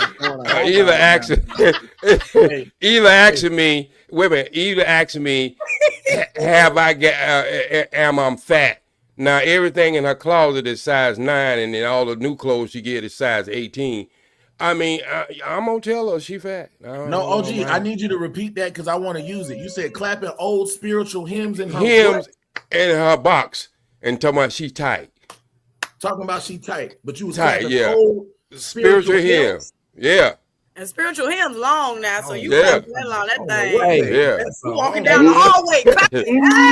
Hey. Yeah, talking about she tight. Hey, Rose. Tight for who? The Clydesdale horse around the corner? I mean, I want to know who she tight for. Yes, Blasso. Y'all know what a Clydesdale is? Y'all, let's give Dev a chance to speak. He ain't say nothing yet. Wait, I just want to, it's just a yes or no question. That made you smile, Miss Moore. Wasso got a question for me, and then I got a question for Dev. If, let's say you was to have that conversation with dude, because you said that's an uncomfortable, because everybody already know that's an uncomfortable conversation. What if having that conversation with him, telling him he's Shrimp Gang CEO, let's say it wouldn't have been uncomfortable. It would have been a comfortable conversation to have with him. Would you have had it with him? Well, it wouldn't have been no altercation or no debacle at all. I still don't think so, because like I said, we can't change that. What do he do after I tell him that? Nothing. So you ain't gonna tell him not to lie to you? Like, what we doing? No, see, hold on. It's a penis stretcher that you put. Never mind. I'm sorry. That's different. Like if I'm lied to you. If I'm asking him why he's lying to me about something, okay, I could have probably approached him with that. But the outcome is still that he's going to be small and he can't change anything about it. Yes, I should address him just volunteering to lie. That's what I was talking to Rose about. Harlan, that's what he talked about. And then she told me, thanks for sharing. I know, that's why I said it. Now she's trying to act like it ain't no double standard. Like, Rose, what we doing? Okay. Because all them be talking at the same time and I be trying. Bro, you heard it. You heard it all, bro. So Dev. Hey, Dev. Yo, what's going on? Deflector. We just here having a conversation. So my question to you as a woman, would you prefer that your girl have that that conversation with you about you not being able to please her? Would you rather her be honest with you or just don't say nothing? No, I wanted to be honest, because I want to adjust to whatever it is that she wants. So, yeah, I wanted to be honest. Okay, so the topic at hand is about him being smaller than expected. And of course, that's nothing that a man can change, right? So with him being smaller than expected, he's unable to please this woman. So her coming to you and saying, hey, you're smaller than I expected. Obviously, you can't change that, right? So you would still rather her come to you and tell you that anyway for honesty purposes? You know what I'm saying? Stop. I don't like that shit. For sure, bro. I don't like that shit. Boy, you a master manipulator. Yo, that's crazy. Master manipulator, dog. Yeah, because that just says how many partners she had. You know what I mean? So, like seriously, like, but going back to just to answer the question, like, I mean, you can say it, but I mean, we gotta figure it out. You know what I mean? Like, you can't go to somebody else that's bigger. You know what I mean? Like, you got to figure it out with me. So I mean, if you got to get like some toys to play with yourself while I'm over here, like, smacking them, then you got to do that. Like, but we got to figure it out. Okay, so you would rather her be honest and bring that to your attention? Yeah. That she thinks you're small? Yeah. I mean, I'll laugh. I'm like, what? You know what I mean? Do that in front of me. Yeah, I'll probably go in a little bit like, yo, like, don't be telling me how many partners you had. Like, don't move the goalposts. No, I'm not, but that's what that says though. That's where the ball is going at. Yeah, I'm just saying, like, that's what I would probably say. You know what I mean? But I'll probably laugh at it like, dang. Partner. You said what? What if you were only her second partner? Here we go. Nah. I would ask her what you. I would ask her. Only second. I would ask her what. I would ask her was we were bow-legged wiggler with the third leg. Hold on, y'all. You had a conversation making her think it was a lot bigger than what. Oh, I lied. Oh, so I lied. Yeah, you lied.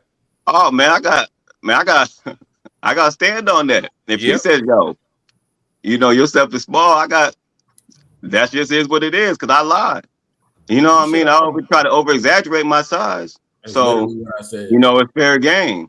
It's fair game. She got to tell me the truth. Bust my little bubble. You know what I mean? You have to. Because the thing is, though, that because the next time, you're not going to do that with the next female or whatever it is. So you got to be honest. Or else he gonna do that to another female, like, yo, I'm over here packing, I'm doing like, and then it's just gonna keep on going. So you just gotta be honest about, like, hey, check this out, bro. You ain't all that, bro. You know what I mean? You should have kept it real. Yeah, if he come in and say I'm roll size, I'm a roll size. Oh, I'm sorry. Roll size. Yeah. If he go in and say he's a roll size, she already expected he's nothing but a roll size. A lickety split. I don't understand why he would even Hold on. Hey, dude. Yo, what's going on? You didn't use your foot. Now, Miss Godiva. Don't ever let your woman use no toys, my boy. Don't ever do that, man. Listen, just get rid of her and go find your woman with a mousetrap. You'll be all right. A mousetrap? Oh, a tycoon. Yeah, because if women wasn't ran through, this wouldn't even be a conversation. Yeah, that's what I'm saying. Like, see, I wouldn't let it. For me, I don't really have that problem. You know what I mean? But there's some dudes that do, I guess. I never really heard like a female say, oh, or a dude like pretend that stuff is bigger than it actually is, and then she like, yo, your stuff is small. That's pretty wild in my opinion. But, you know what? They don't tell you though, bro. They tell their friends. They tell their Yeah. friends for sure. That's the fact. That's the double standard Samson was talking about. They be Always lying. listen. Or come on fellas, podcast. you always gotta check the group chat. I'm telling you, it's everything. Everything is in the group chat. Everything. They gonna lie. The point is y'all gonna lie. It has stopped. Y'all stop living in this delusional world where you think if you're a certain size, you can stretch this and reach the back of this and do that. That is not possible. I don't care how blessed you think you are. And What you it mean? has nothing to do with how many partners a woman have, because you're labeling it as, oh, if y'all wasn't ran through, this wouldn't be a conversation. It does, Rose. It does. Hold on. Yes, Let me it finish. does. That's not true. What you have to understand is this That's is cap. what I'm saying. Right here. That's hard. Even a virgin is not going to feel that. Wait, That's Rose. what I'm saying. Wait, hold on, bro. Hold on. Rose, me and you, let's talk, Rose. Biologically, where's the G spot at on every woman? I don't know. In that coochie. It's about 2 inches. 3 inches to the top. It's 2 to 3 inches to the top. Wait a minute, Rose. You didn't know, so let me tell you. It's 2 to 3 inches to the top, and you want to touch it, you do like a come here motion. Yeah, like a question A mark. man with their fingers can touch it. So how is a half a ruku not enough? Yeah, that's what I was about to ask as well. Like, that's pretty wild. Because of your experience with other men. Let me tell you. Rose, you should know this. A woman's vaginal canal is 3, some women 5 inches, some women deeper. What he's saying is naturally we're 3 inches deep. And if you can feel that little penis, then he's technically saying you're the problem. And He's saying that coochie that felt too many dicks, and your coochie tired of the small ones. Well, she oversimplifying what I'm saying. No. You can count on one hand how many bodies I've had, so that's definitely not the issue. Some of y'all, it ain't even about length; it's about thickness as well, and y'all ain't there either way. Girth. Y'all Girth. ain't Girth. Don't say Sure. girth. Girth is more important than length, actually. So I'm gonna agree with you. But she oversimplified my answer. I already told you that when we had that conversation. No, you still right though. You right. Hey, let's put it like this, man. Hold on real quick. It's like this. There are certain positions that'll put you directly on the G angle. Yep. And if a man don't know that's them, what then people what? gotta know how Then to. that's the conversation you gotta have. And hitting That's it from what you the gotta back. talk to. Hitting it from the back Yeah, is you the gotta hardest teach one them. to hit. Look, It's the hardest one to hit that spot. And let me say this. And let me say this. The best spot to hit it at. And let me say this: all vaginas not the same. Our uterus can be shaped differently. Some people have a U-shaped uterus, a T-shaped uterus. So the G spot is still the same. You just get to it differently depending on how your uterus is shaped. And that's why you always do. That's why you always do a finger check. This is what I tell my boys. Just go ahead and you do a finger check, and you know you the geographic area. See, that's why guys a lot of mess up. They jump right into the goddamn volcano and not do a finger check and see what the temperature is. So I tell all my male children that these are these are the things that you do when you and then you know the angles. The angles is back in the day the OGs used to say it wasn't the size of the ship, it was the motion of the ocean. Motion of the ocean. And so that's what we got to get back to. Rose, there's nothing wrong. That's all I'm saying, Rose. Rose, there's nothing wrong with you. The guy lied to you. Wait a minute. Rose, we got to put this in perspective. The guy lied to you. He got your expectation built. So now you into the mental part of it. So he just was a creep. That's where I'm gonna put it. So he said that thing was big, like before y'all had a relationship. Oh, that's a real story. Somebody told you that, bro? Yeah, he was bragging, not just telling. He was bragging. Wait. You got in a relationship based off of what he said about the penis? Like, of course, other things, but No, she was attracted to him, Leo. No, yeah, we were dating. We were just not intimate until after we decided to commit to each other. And you ain't never fill up on that thing ever. I mean, maybe so, but you know, you just don't know until you know. Shit, you a fucking lie. You fill up on that thing, you know. What are you talking about? But Well, you never know until it gets hard, at least. You know what I mean? right, So and I understand what you saying, OG, but I was really directing my comment towards what Hart said, because he was like, if women one ran through, we wouldn't be having this conversation. I But know. as you can That's see, true though. hold on, we would still be having this conversation. Every woman is made No, we different. wouldn't. Yes, we would. Some women that have kids that have bared a child, their body is totally different. Sister, we would not be So having a if y'all conversation knew about the size of penises if you never seen another penis before. yeah, you wouldn't have Never anything to compare it experienced another to. penis before. You would have no comparison. So what you would have is a man. Listen, let me respond because you think I'm attacking you and I'm not. I wasn't even finished, but go ahead. Oh, you right. You got it. But I'm just saying, biologically speaking, it doesn't matter if that was my first or third. There's a difference. Every guy's different, just like every woman is different. Every pregnancy is different.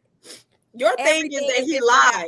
He lied about everybody. But what I'm saying is, you can't compare every woman. If y'all had one woman, then if that's the case, if you had one woman, then you would have had them all. Ain't no reason for y'all to do the finger check to see where it is. No, I agree that you know, Rose. Rose. Hold on, OG. Go. Because I don't want nobody. I know she's defending the box, and she should be defending the box. It's like I'll be defending the rod of the rod and juices of life. No, I'm saying when they're attacking, talking about maybe it was just you was too big, Rose. That ain't what I want you to defend that. Yeah, I ain't saying that.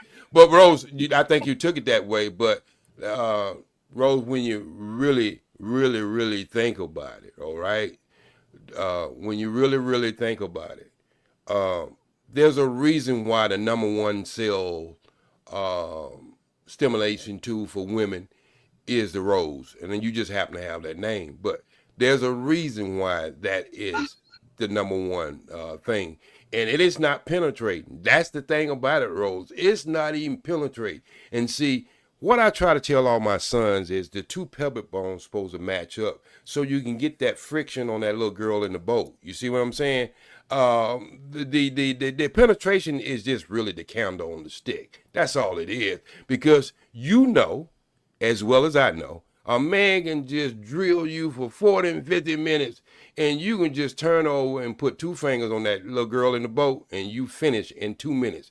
And he's been working for an hour and a half and ain't hit a spot yet. So what I'm trying to say, Rose, is when we started to have this conversation, I think the biggest disappointment in what happened to you was he bragged about something. He didn't even have to brag about it because at the end of the day, it was going to be found out. Right. And Well, let me ask you. she was gonna fuck with him regardless because she said that she liked him. So he didn't have to lie about that. I think if he didn't lie about it, Rose would have been perfectly fine with that Roku remote. That's she just didn't like the character. Well, let me ask she you said that if you got a little Roku remote, I heard her say you got to pipe your boys down. So she wasn't gonna treat him like a man eventually anyway, because she said if you got that, if you coming with that, you got to pipe down. Ain't that right, Rose? Didn't you say that? Not you said, nigga. Shut Hey, up. Rose, that's not No, Rose. let her answer the question. Go ahead, Let Rose. her Answer that question, that damn question. Then I'm gonna get up on you when you answer Hey, y'all that gonna question. stop attacking her. She did say that though. From Chicago. Stop attacking her though. Rose. She did Let me say tell you something. All right. If you don't learn anything, and this goes out for all you men who was not blessed, you still can make a blister with a 3-inch Roco if you learn how to hit the same spot over and over. So anybody ever had a pebble in their shoe? You can get a blister from a pebble in your shoe because it keep rubbing on the same spot. But I do understand your standard, Rose, and I really kind of understand you more than anything tonight. Hey, Rose. Let me ask you this though, Rose. Like, what if it wasn't a lie? What if his last girlfriend said it was big though? You know what I mean? Bro, we ain't gonna give him a pass. We can't listen. No, I'm saying, like, no, I'm asking. You know what he got, bro. He out here capping. He lying, bro. Hey, I'm not gonna lie, Dev. I'm not gonna lie, Dev. I'm gonna keep it a thou wow with you, fam. He knew exactly what he had going on. He was out there broadcasting like it was the brand 6 o'clock news, bro. He got up in Rose's face, all up in her forehead, telling her all kinds of lies, filling her head up with all kinds of bullshit. He over here, Hey, you gotta bro, get it as he lives, like you got. Hey, Dev, got in a committed relationship with her. She over here anticipating for disappointment. We Hey, got hold How long was y'all together? That's crazy. Nah, that's a fact. That's a fact. 6-7 months. That is the one thing that you don't do though. Like you don't give women expectations. Like I'm not. Did he ever raise his well, voice at you, Rose? You got to tell him to pipe down. I gotta ask Rose the question then. Now, I didn't know this went on that long. Now, Rose, I'm gonna ask you the same thing that I would ask any woman who would come to me for any advice. Now, out of 6 and 7 months, Rose, you saying that things had never got heated where you went down there and felt that thing. I mean, come on now, Rose, because that usually, what I'm saying is, like, usually before guys get it, it always get a heating session where no comes into play. You know what I mean? But y'all still got heated, regardless. But you telling me that out of 9 months, you didn't know he was born as a woman or a man? Oh, snap. That was crazy. Hey, let me hear this. Hey, that's crazy. And that's actually a good question, though. That's a good question. With him, he used to say a lot that he likes giving what OG don't prefer. He was like, I just love more so of that than the actual penetration. I bet he do. I'm like, why? And that Wait, he loved more so what? Head, Leosha, head. I said that. When I get on here, I said I know he gives some good head. Of course he don't. He failed at that too. What? That's what she's saying. He wasn't even good at that. He like gives. Rose told everything. Rose told everything. He like receiving. She already said that. Hey, Rose, I'm sorry. Rose, I'm sorry. I'm sorry. I know you was on that thing like a baby. Hey, Harwin, she snapped. I wasn't here for the first time, Samson. I wasn't here. No, I know, but she snapped. He was on there. She snapped. She said, she's like, it was traumatic. I'm traumatized. He was trash. What? Oh, man. Hey, Rose, my bad. Let me take you out for dinner, Rose. I'll make it up to you. My bad. Yeah. That's pretty wild, though. Don't threaten Rose with a good time because she will go and not fuck with I know, because she got 3 on the roster and she still ain't. She got a roll of that. And not fuck with you. So here's my thing. Okay, hard to answer your question. Yes, I did say that last time. I said if your actions don't align with your verbal, yes, you gotta lower your voice when you talking to me, if that's the case. And I felt that way because he did mislead me. So I was anticipating and expecting something that wasn't even there. And then outside of that, you didn't even have anything to make up for it. So now we're finished. You walking in the kitchen fixing a sandwich thinking you the man, and I'm sitting there frustrated. And then he liked to pick arguments. We were like having disagreements all the time. So you're not gonna frustrate me in and outside of the bedroom. That's not gonna happen. So it's not gonna work. Well, Rose, are we sure? Wait a minute. I got a real question, y'all. I got a real question. Rose, I do too. When did the dick start getting disappointed? Like when? Was it the first time? Was it the second time? It was only one time. Wait. I have a following question. If it was the first time, how long in y'all relationship was that? Like you said, 6-7 months y'all was dating. Was that the 3rd month? Was that the 4th month? Y'all the first time? So when we were in a committed relationship, because of course we was dating in the beginning, when we were committed, I would say that happened in like the 2nd month, the beginning of the 2nd month. Why you didn't cut it off then? Why you wait? You thought the dick was gonna get better? Oh, no. You missed that part. Right after, the day after, because we got into like a little disagreement then. The day after I sent that friendly text, I said, just so you're aware, it's over. Block. Didn't even after the sex. The day after, yes. You blocked him because he did. Wait. Okay, after the sex, after the sex, you blocked him because of the sex. That was one of the contributing factors. We actually got into, hold on. We spent the weekend with each other. And we had disagreements. It was like a consistent cycle where we had these disagreements, arguments out of nowhere. It was things that had been going on. So once we had that disagreement, to me, because it was unprovoked. And then later that night, that bad sex, of course, the next day it's a wrap. Okay. It's a wrap. Okay. So if it was good sex, you would have kept them though. Like, what made you what's go going back? on? If it was what happened? What made it a 7-month long stint? If you cut them off after the second or third month? I said the second month of us actually being in a committed relationship, not of us like talking as a whole, because of course we were dating before we got into a committed relationship. So after the committed relationship, after 2 months, it took 8 months for y'all to have the physical part of that relationship. That's what you're saying, Rose? No. So we were dating for a few months, and then we got into a committed relationship. I got that. Right. So, So well, what was the first experience? Wait. I got this, Leosa. Okay. I got this. I'm gonna be Johnny Cochran right about now. Okay. All right. So Rose. So after the committed relationship, how long did it take for y'all to have the first physical act? If it was just one, just say it was just one time. yeah, we were, after we decided to be committed to each other, we had about a month later, a month and a half, maybe about that second month, that's when we were actually intimate with each other. Okay, so was it more than one time? No, it was just that once. Okay, so wait a minute. After the second month, but you say 8 months, 8 months. So I'm trying to figure all this together. I think she counting. Wait. I told you I got this, Leo. So I'm the damn Johnny Cochran here right about now. Rose?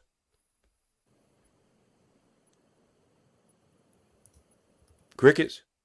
No. I can hear you. I'm sorry. Go ahead. Okay, so we're already into there's some physical act after the second month when y'all committed to each other.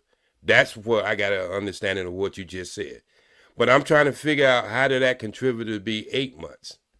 So I'm putting all the time together, like since I've been knowing him until we decided to be committed with each other. So we dated for about maybe 7 months or so. So we decided to be committed in about that maybe 5th or 6th month. And that's when we decided to be intimate with each other. Okay, so that's what I think what it confusing, because you're putting dating and committed, but I thought you committed after the second month. No, we were dating. Can you give me a time frame?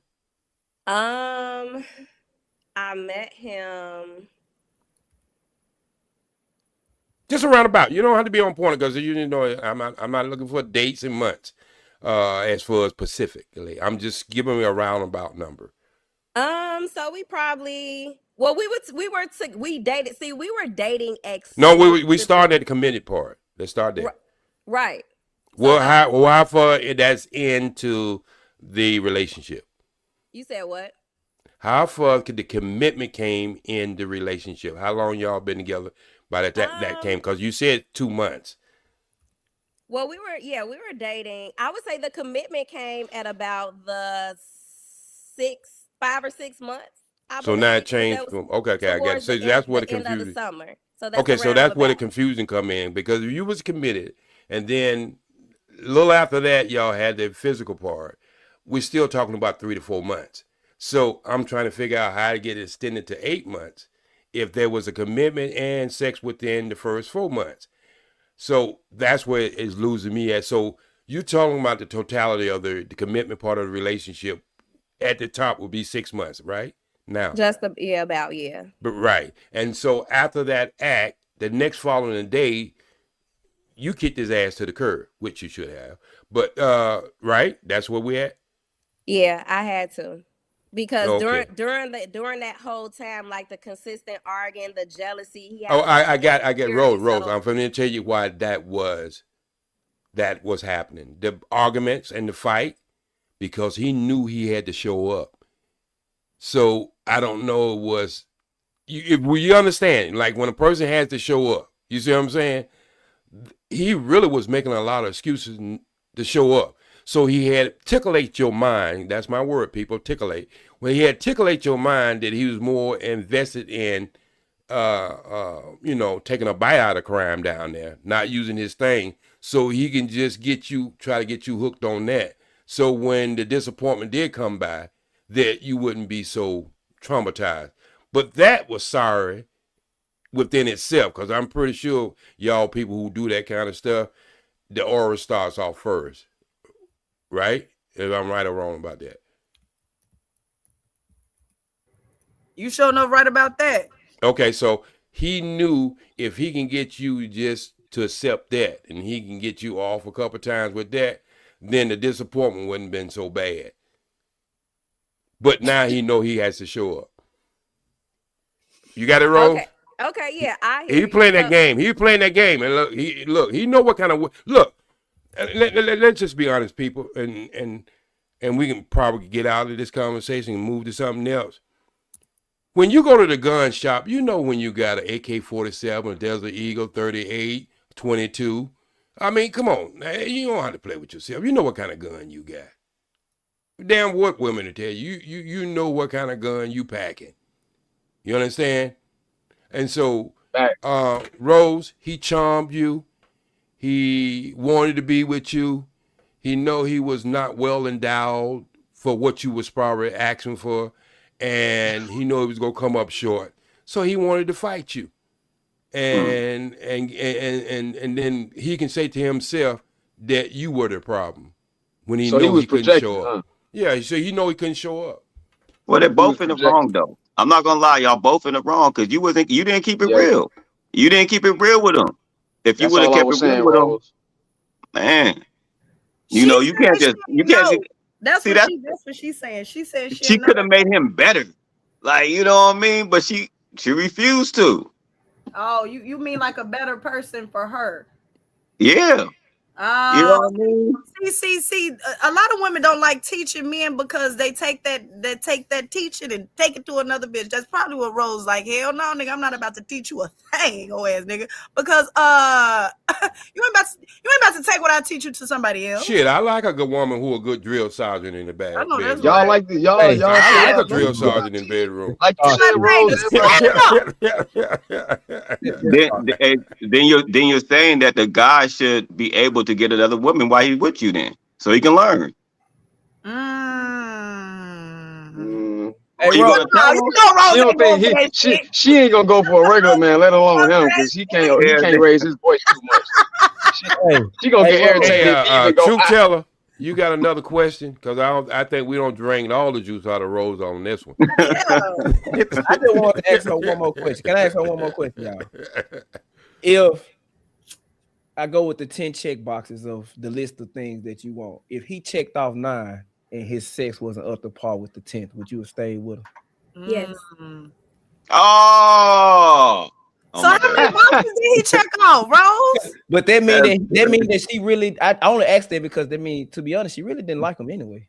We know that about Rose. I'm glad. Hey, welcome to the Rose Show. We know that about Rose. I've been talking to Rose since last Sunday. I already figured this out. Man, Rose, that just goes to like Rose, women will leave a man for anything. Look. Hey, look, Rose got a soulmate, so like, chill. She got somebody. You thought he was your soulmate, Rose? Got a soulmate, bro. So that's crazy. Oh, Rose, you got a soulmate? She do. You should have been dishonest with him. Like, you know what I mean? Like, Rose thinks she can have more than one soulmate, so I don't know. That's crazy. You got a soulmate, Rose? Well, she know he wasn't her soulmate. Was he your soulmate? Hell no. So if he wasn't your soulmate, why did you give him the time of day? Because she thought he was false advertising. That nigga didn't have enough to make a soul tie. He couldn't tie a knot. Hey, you are man. Hey, he the topic. Y'all gonna leave Rose alone. Next question. Leave Rose from the city. Yeah. Next question. Yeah, next question, Night. That's what I've been trying to get us to the next question. God. Yeah, Karen's over there eating popcorn because she's just enjoying the show. Like, what you doing over there?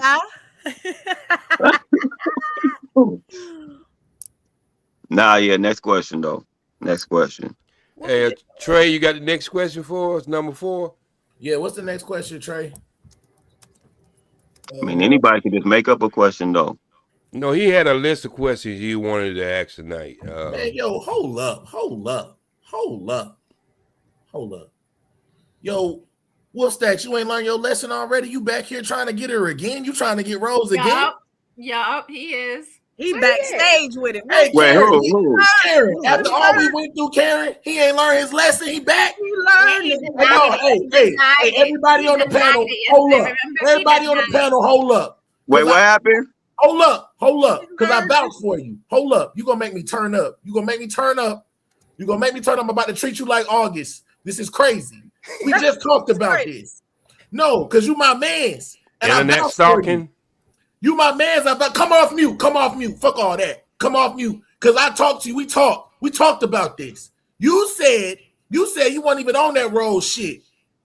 You all up and down this bitch. You all up and down this bitch. I am not. You know that. I know that. Rose knows that. Rose is I just correlate more with Rose because Rose is like a feminine female that's a great person that she's still in our time. And we just cool people. That's all, bro. It's nothing more than less. That's all. I always tell. It looks like you backing all of no. Listen. Hold on. What? Hold on. I tell Rose this. I tell the Oceans. I tell Miss Karen this. And I talk to the Ocean daily on Instagram that I respect feminine women that want to be with a good man. It's not about I'm trying to holler or bag sheets or nothing like that. I just respect women that are feminine. Some of these shits in these comments don't sound like what you said to Leosha and Karen. That's crazy. Hold on real quick. In the words of my nigga Papi Blanco, you the worst kind of nigga. Hey,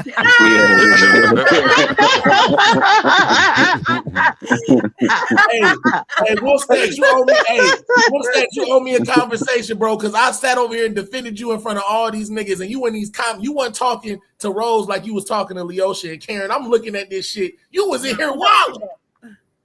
You was wilding. What's up? Look, now I know why he's always in. Wait. We can always talk, bro. We can always talk. Now I know why you always in the kitchen. You're always trying to prove to Rose that you like to eat. Wait a minute. Hold on, OG. Hold on, OG. Leosha, we follow each other on Instagram, right? Yeah. Have I ever tried to holler at you or send you anything sexual or like, yo, you got the body or you bad? No, Miss Carey. I'm asking. Stop. You explain yourself. Hold on. I'm trying to explain something. So I find Leosha attractive. I find Rose attractive. I find Miss Karen attractive. But my whole point is, if I feel like you are good women in general, I mess with you. That's all it is. If I troll, I joke, y'all. It's never going beyond that. That's just me. That's me. That shit. Nothing more. Hey, answer me this one question. I'll leave it alone. Just answer me one question. Cause you weren't talking about Rose like you was talking about Karen and Leosha. That's just we not gonna even have no cap in your rap. You just gonna answer this one question for me. Is the reason that you said no to B? Is it because your ass wanted Rose? Just tell me yes or no. Samson trolling. No. Well, hey, just keep it real. Be like, yeah, I like Rose, but ain't going nowhere. I said no last night. I said no. Hold on. Matter of fact. Rose. Stop. Hold on, Wolfstack. Hold on. Karen, what did you say he said?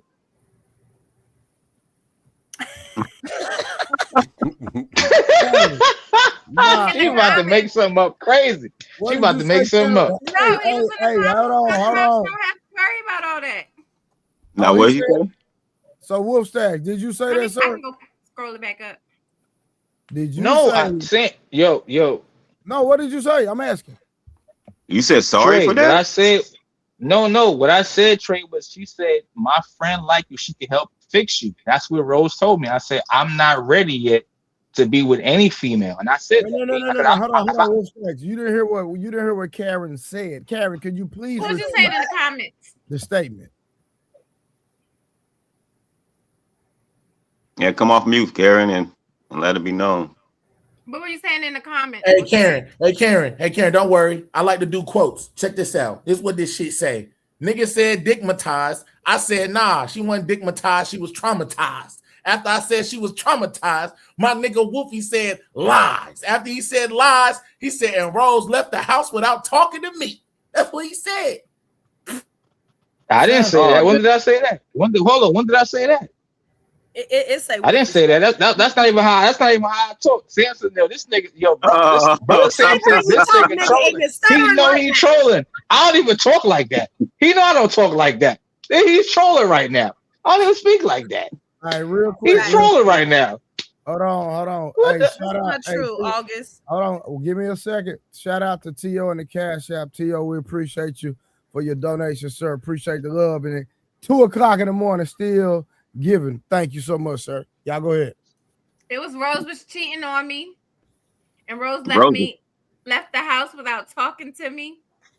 Can I say something, y'all? Yeah, can you bring the receipts for Wait, who said that? Wolfie, I thought you said you didn't say that, bro. Wolfie, I didn't say that. You just said Rose tried to put you on with her friend. They're both branded though. They both branded. Hold on, no. Hold on, y'all You're stop. not Wolfie Man 1000. Hey, Leosha, that's what you get for not rocking with the squad. That's your problem. You miss all the tea. Oh shit. Nigga, it's 2 o'clock in the morning. Nigga, I will go to work at 4 o'clock in the morning. Fuck y'all. Damn y'all. I'll come back. No, it's actually 3:45 in the morning. Don't do that. The only reason, we ain't seen you in a minute. That little click shit with the question mark ran you off from the plug. You was supposed to been with us. The who? That little I'm gonna do a question mark on your clip. We ain't seen you since. You was supposed to been down here. Oh yeah, niggas, bitches hitting on me and shit. Yeah, nigga, I'll be back when I want to. Fuck, nigga. Anyway. It was crazy. Back to what I said. Did I miss something? Wolfie and Rose, you was trying to hook Rose up with the. Yeah, last night, Rose friend shot her shot at the liar. The light skinned one? No, the liar. Yes, the light skinned friend. Yes, come on, Trey. Come on, Trey. Come on, bro. You was lying. I'm not lying, bro. Wolf, you was lying. Come on, keep it gangster, bro. You want Rose and her friend? No, he turned down the No. Why you think? Wait. That's not true. Hey, Leosha, I'm gonna put the trolling to the side. I'm gonna tell you. Okay. I'm gonna tell you the real. So Rose was trying to put her friend on Wolf stacks. Now I'm gonna say this. Wolf. I'm gonna say this because everybody was on this nigga head but me. I held him down the whole time. Pause. Yes. Anyway, there was a conversation. The friend shot her shot at Wolf Stacks. She went to Rose, said, "I want him." And then she told Wolf Stacks. Wolf Stacks' response, he was like, you can give her my information, get it out of the IG. And then he said, I'm trying to heal right now. I'm trying to heal. He said, I'm trying to heal. Trey felt away. I'm sorry. Trey said, you trying to heal. He was like, I'm not trying to get too personal. When's the last time you smashed something? He said a month ago. He said, how you trying to heal and you smashing? Wolf Stacks was like, it's not like that. He was like, that's his ex. It's just sex. And then me and him had a short debate about him thinking sex was healing, and it's not. We talked about that. We talked that out. And then Trey decided he wanted to finish this shit up with, I don't believe you because your ass been trying to mac on Rose this entire time. Let me tell y'all what Rose did. The friend didn't holler at Rose. The friend didn't holler at Wolf Stacks. Rose put the friend on. Rose knew this already. No, that wasn't the case. She was actually watching a live and Wolf was up here with us. So she was texting me and she was like, she liked him. And I was like, you want me to tell him? She said, yeah. So she can get did she say why she like him?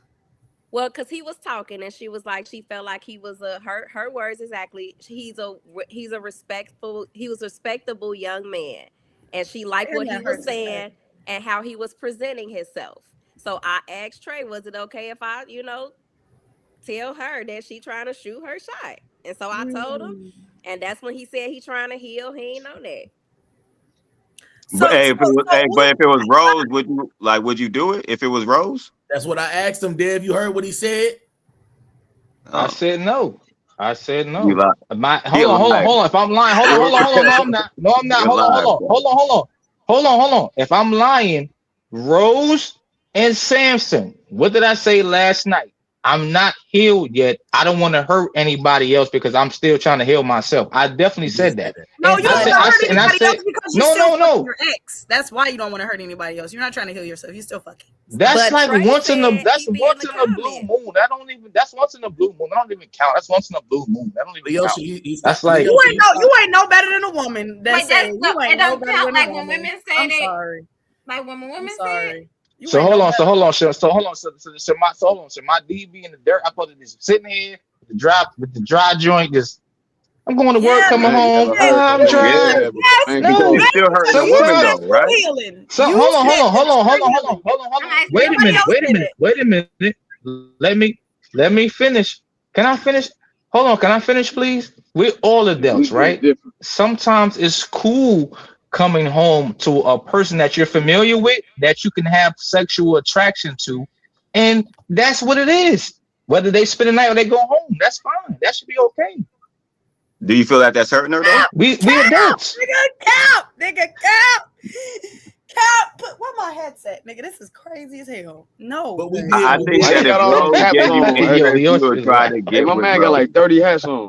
But we did agree, Wolf Stacks, that what you was doing was not healing. Listen, if I'm wrong, it's me. Then fuck it. I'm just saying. Sometimes it's cool going to bed with somebody at night that you fuck with, I ain't that never you told care nobody about. I'm healing. But see, we're Hey, not disagreeing Wolf on that. Stacks. We're not disagreeing on that. We're disagreeing on you equating that to healing. That's not healing. That's all we disagreed on. That's it. You can get your rocks off. You can get your rocks off, but don't be calling me. You can get Nigga, your don't be shit off. I trying to never heal. said you was wrong for getting your shit off. I'm saying you No. said that was healing. Hey, Wolf Stacks, real No, quick. listen. Hold on, no. What's up, brother Shay? What's up, bro? No.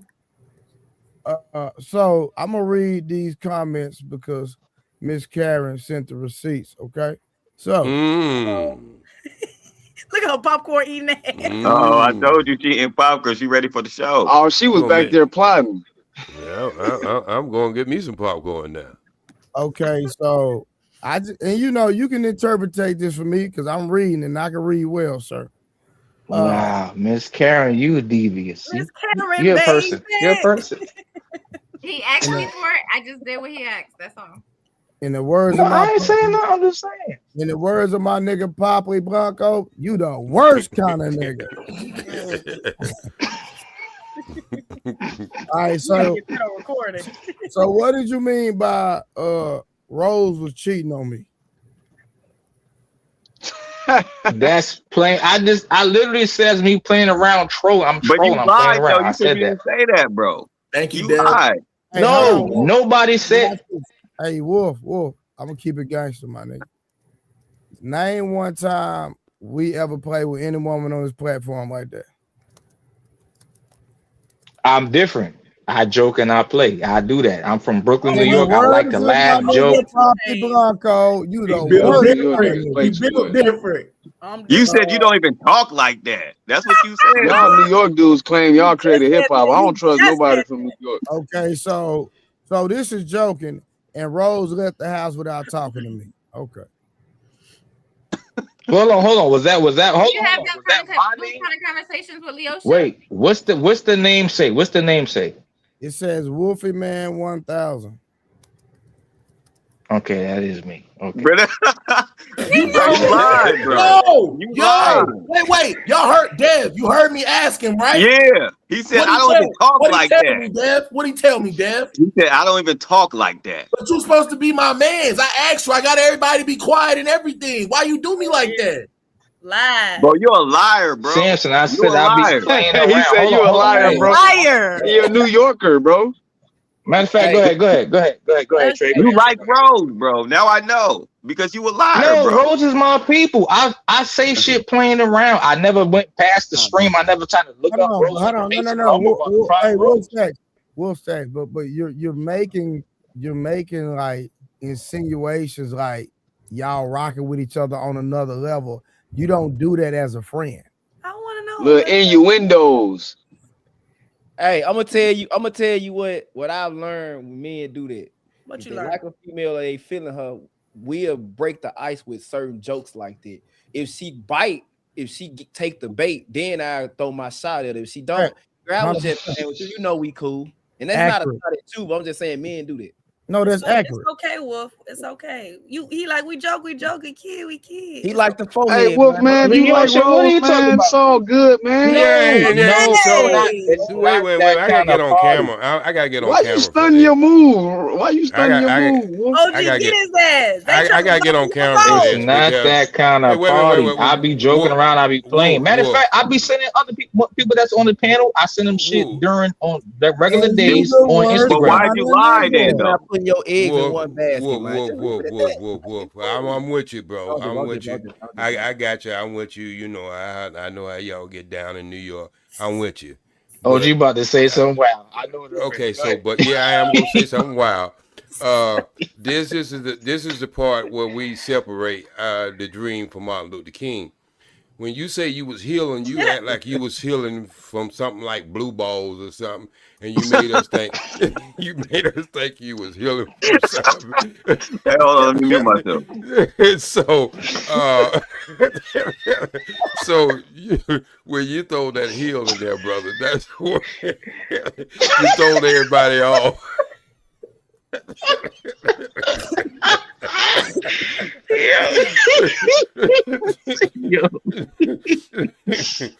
So I think that's where you throw everybody off. See, and I know how that goes sometimes because when you get to joking, because probably before last week, I probably speak to Rose more than I speak to anybody on the what's her name, but I specifically let her know that I look at her as a daughter figure, right?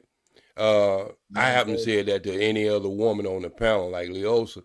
I can't look at her like a daughter figure. I want her to know that shit. So don't be trying to play that daughter shit because some incest gonna go on if she, if she start acting like that. So, cause I like my women so doggy, she don't even have a shadow.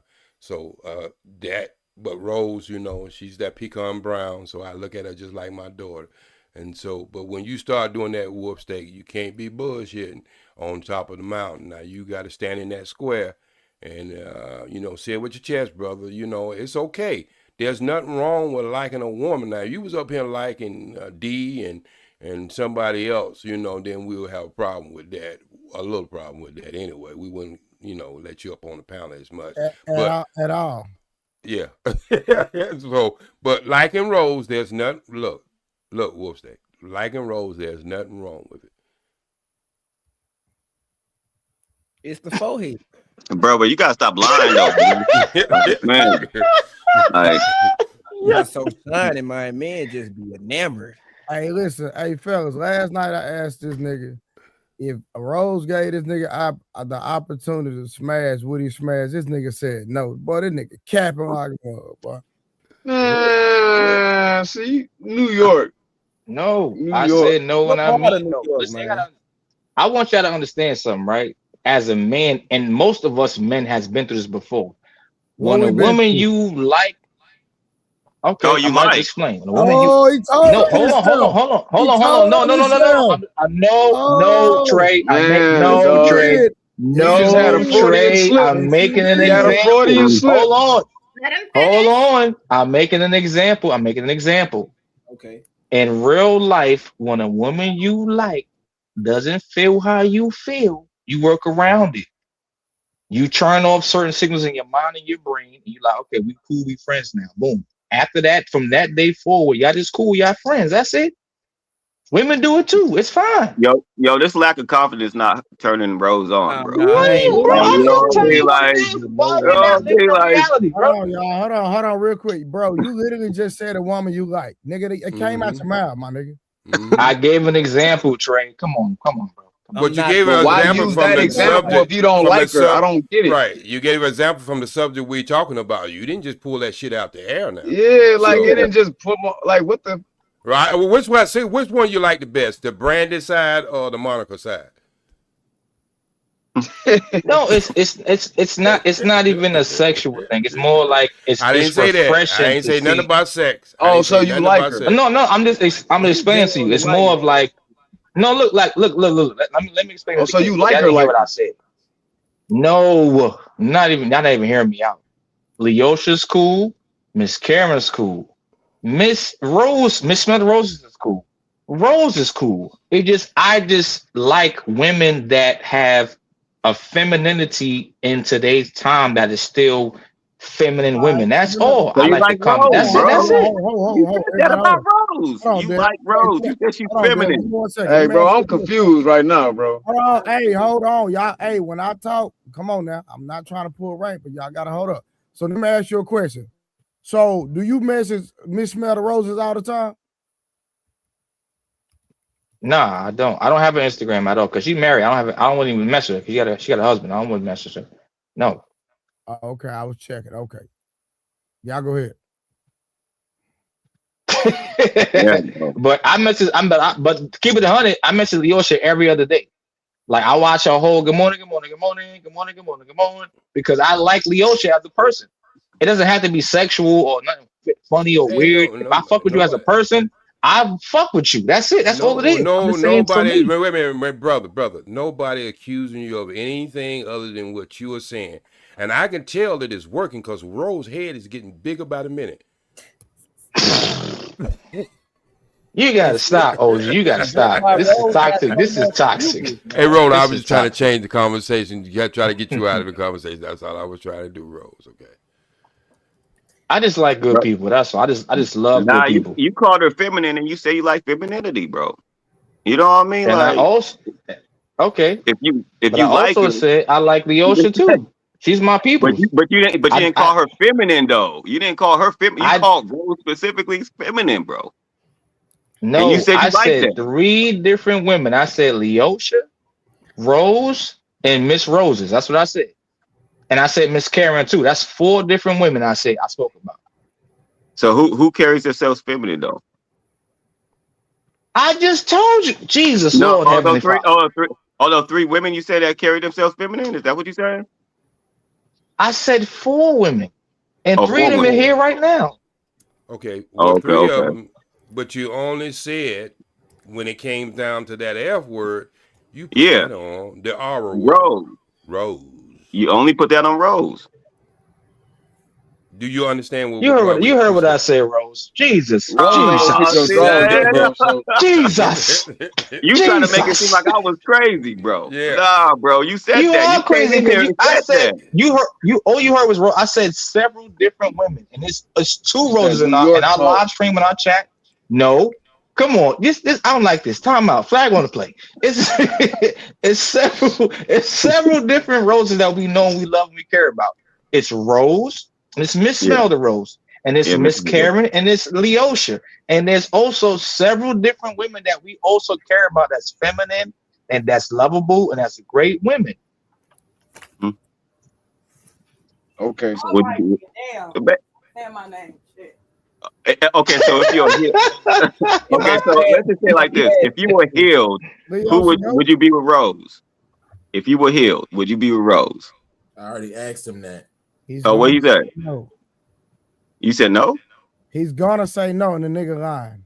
Why you looking up at the sky? He asked you a question. And he looking up to the left. That's how I know you getting ready to lie. He trying to figure. At? Yeah, he's trying to. I asked you this last night. You gonna make me turn up in this bit? I asked you this last Wait night. a minute. Come on. I asked you this last night.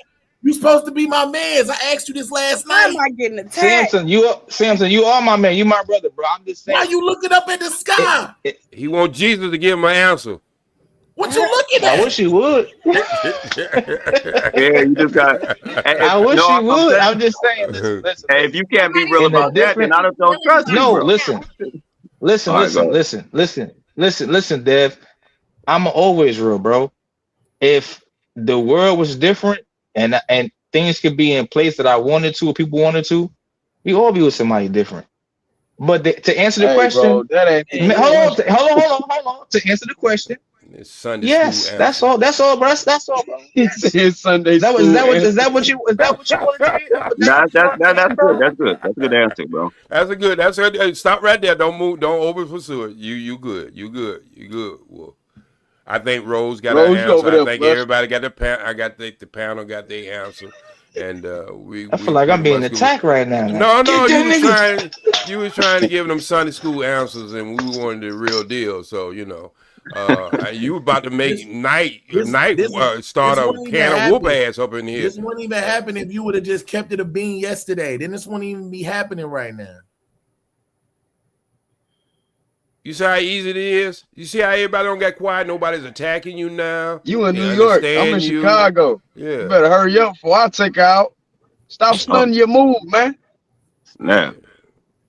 Man, Ron, what you saying? You can't get Hey, it. nah, You I'm not can't. gonna lie though, bro. You gotta be confident, bro. Yeah, you can't. You gotta be confident. You can't get ahead by stepping on your own feet. Hey, now listen, I've been confident. I'm just not cocky. I've been confident. I'm just not cocky. I'm cocky. There's a difference. Well, stop the healing. Stop the healing and get the real healing. Yo, OG is wild. Hey, what I missed? I had to do something real quick. He confessed. He confessed. We on the same topic. He confessed what? He confessed that he liked Rose in a different world, a different time, and situation was different. She'd be the one. He gave a Sunday school answer, but we understood it. Oh, gee, you for real? Yeah, he confessed. Yeah. What? I told you it don't take Johnny Cochran to come up here Hold on, sometime and get some shit out. no. Hold on. Hold on, real quick. Shout out to Brian, a little something for the content. Thank you, Brian. Appreciate that so much, my brother. Now, what's that? Hey, for real, bro. Listen. Look at the brim of that hat. I really feel violated right now, my nigga. I sit up and talked to you for a whole hour last night, and I said this last night. Now you gonna sit up here and confess, my boy? See, now you know how I feel. It was a different question in trade. That's what it was, bro. Who asked the question? Yo, where's my hoodie? You got me fucked. Who asked They the wasn't question? different. OG. I think it was. No, I it was think another guy. He asked him. it was. I think it was dead. What did you ask him? I asked him if he was healed, would he want to be Rose? Oh, that was you. Okay, yeah. If he was healed. Yeah. He ain't have the blue ball. Yeah, I don't even understand that language. Hey, We got to speak in his language. You got to speak in his language. Bro, you got to go watch the live from last night. He gonna make me go watch the live myself, and I know for sure that we covered all bases last night. Yeah, he Well, Samson said he asked him that. What you mean? If you heal, how long you been single, bro? He confessed tonight. Like 4 months. Like 4 months. Not This too is long. diabolical, my How man. bad was the breakup? Wasn't that bad. He still was healing himself. Yeah, how long you been single with that? Like 4 months. No funnies. Like 4 months. 4 months. Wait, you still having sex with the girl that you just broke up with? That girl? Why y'all From time to time. Wait, See, that's what y'all understand that Johnny I'm going on Cochran mute, approach. bro. Now y'all Oh, understand what it. did he say Now last y'all night, understand. Last night he said it wasn't her. Bro, you That's a liar. not what I Wolf. said, Miss Karen. Come on. Okay. I'm about. No. You're not going to make me the bad guy. It's only one woman, I'm not trying to make you the bad guy. I'm holding you accountable to what you said last night. I can pull it up. Oh, you can't. Pull it up. Hey, It's only one female. I'm not pulling multiple females. No. Matter of fact, Karen had white glasses on last night. No. Karen's a capper. She had on white glasses last night with a cheetah print shirt. She was saying a lot of BS last night. What you not about to do what you not about to do is deflect to her first lady outfit to deflect from the fact that you was capping last night. That was not about to happen. You about to get me tight because this wouldn't even be happening if you would have answered my question. I asked you directly, and you over here playing, looking up at the sky and shit like you looking for a prayer. That's crazy. I asked you this. Samson, looking to the left like that, bro. We brothers, bro. Come on, we brothers. We are brothers. That's why I thought you was gonna tell me the truth yesterday. We brothers. This is my Hey, thing, look, man. hey, look. No funny shit. No funny. If you would have just answered me yesterday, this would be a whole different conversation because then it'll be about for the love of Rose. But I told you, Rose. Now we here. Now you got me outside looking crazy. Samson, this is what we got to look at, right? The whole time. Hard when I'm about to look at my Bible. When B last night shot at Wolfstack, right? The whole room got quiet because it was low-key embarrassing. Let's just keep it gangster, right? So then, Jesus, what was my response to that, Samson? I said that this nigga, like who? Papa Blanco said Rose. I said the real reason he turned B down last night because that nigga like really Rose. Because he like Rose. Yes. Exactly. Nigga, I knew I was right. Nigga. I said I'm not healed Rose yet, Drake, and I'm not. Bro, I'm still trying to I can't even find what you doing. I can't even find it in the Bible. Listen, bro. Listen. This nigga talking about being healed from an ant bite. My nigga, stop playing, my boy. What are you talking? Come on. What he's really trying to say, Trey, he want Rose to heal him. Mm-hmm. That's what he really trying to say. He want Rose to heal him. I'm saying. No. I know that's saying what you want us to hear, but what you're really saying, because think about it. Because the guy asked you the question, if things you was healed and everything was great, would you be with Rose? Or something like that. Yeah, and you confess. That's what Dev said. Yeah, and you confess. So let me tell you something, brother. If nobody ever lie to you or tell you the truth ever in your life again,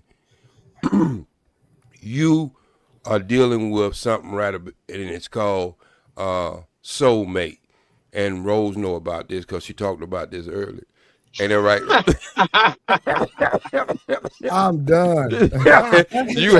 you have found Rose to be your soulmate, and you'll never go get healed unless you get a chance at it.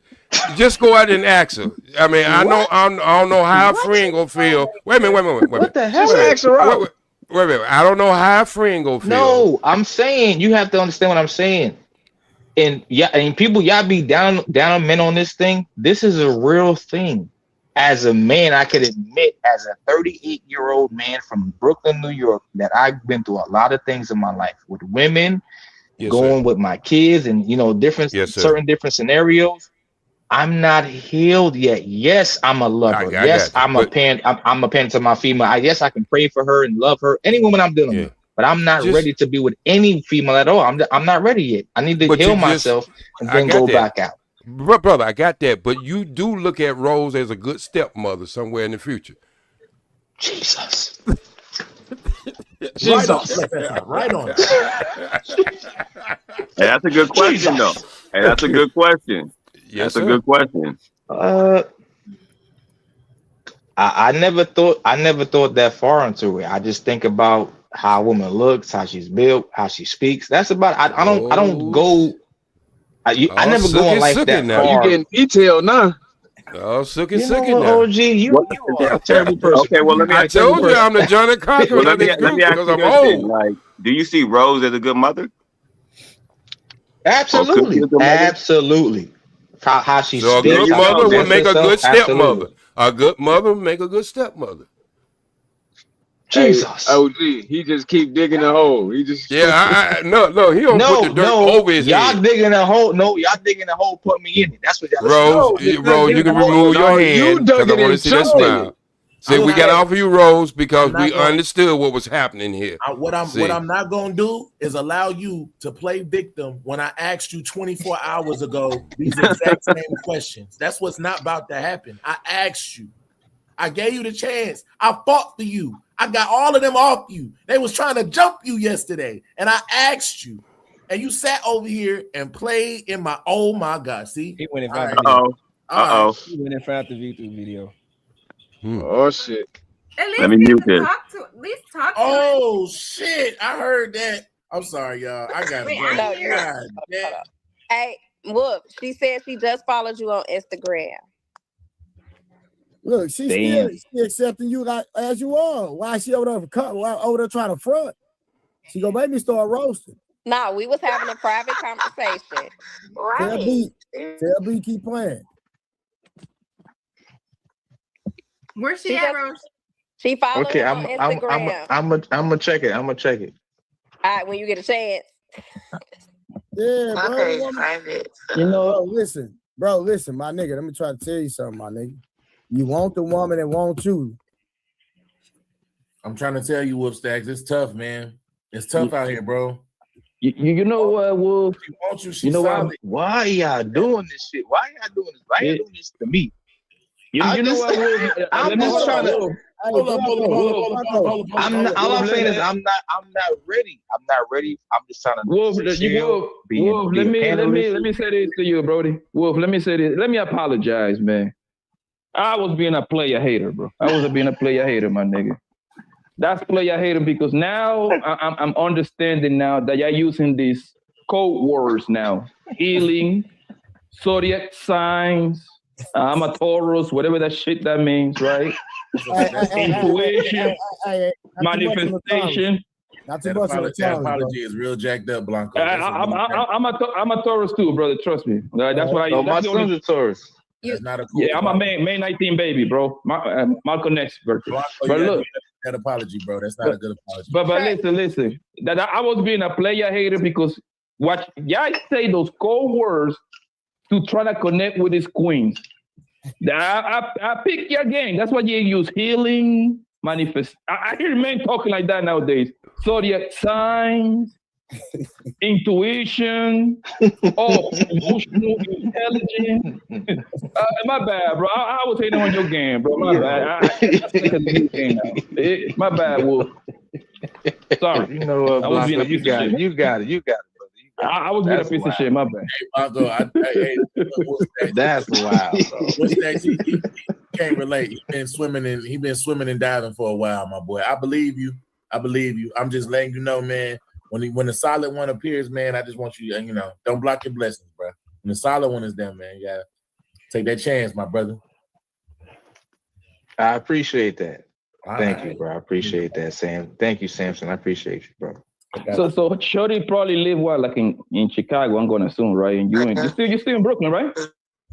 Yeah. Wait, yeah. Okay. I mean, not that far to the flight. That nigga not in Brooklyn. Hey, y'all, hold on. Hey, y'all. B, tell B just get on the stream, man. Quit out that old gay stuff. Just tell her to get on the guy. I'm gonna drop the link right now. Pull up. Matter of fact, Rose can send it to her through Instagram, whatever. Rose, why you laughing so hard, Rose? She actually look. Hey, B actually cute. She look yellow thing, got a little pretty eye. Look, what's that when she pull up? I just don't want you to fold under pressure, man. Pull up now. Don't fold. She's gonna come. Don't fold now, nigga. What's up? You reconsidering, ain't you? Look at you. Look at that yellow thing. I ain't even saying nothing, Samson. I didn't even say a word. I'm quiet. Hey, what you gonna do? Hey, that's the problem. What I'm gonna do is I'm gonna move accordingly to the situation. That's how I move. I'm like Professor X. I move accordingly. Hey, I trust you. I got you. It don't matter.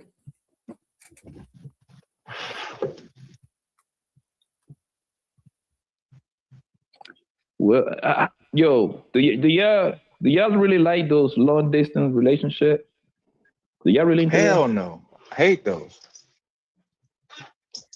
I never been in one, so that's why I'm asking. Those stacks, man. You making us look bad, brother. What I do, Trey? I can't even see the comments. I'm just here, like we having a conversation here. I can't even see the comments. Bro, this woman applying pressure, my nigga, and you folding, bro. Hey Trey, we could have used this and killed Ali, bro. We could have killed Ali. You know that? Look it up. You don't have to say that word. So if you say you're looking for healing, it makes all the sense in the world for a woman to heal you, brother. That's what it is. All right, watch it, Blanco. Hold on. Hey, my boy, I got a real question for you, dog. And I hate to do this, but I'm gonna go here.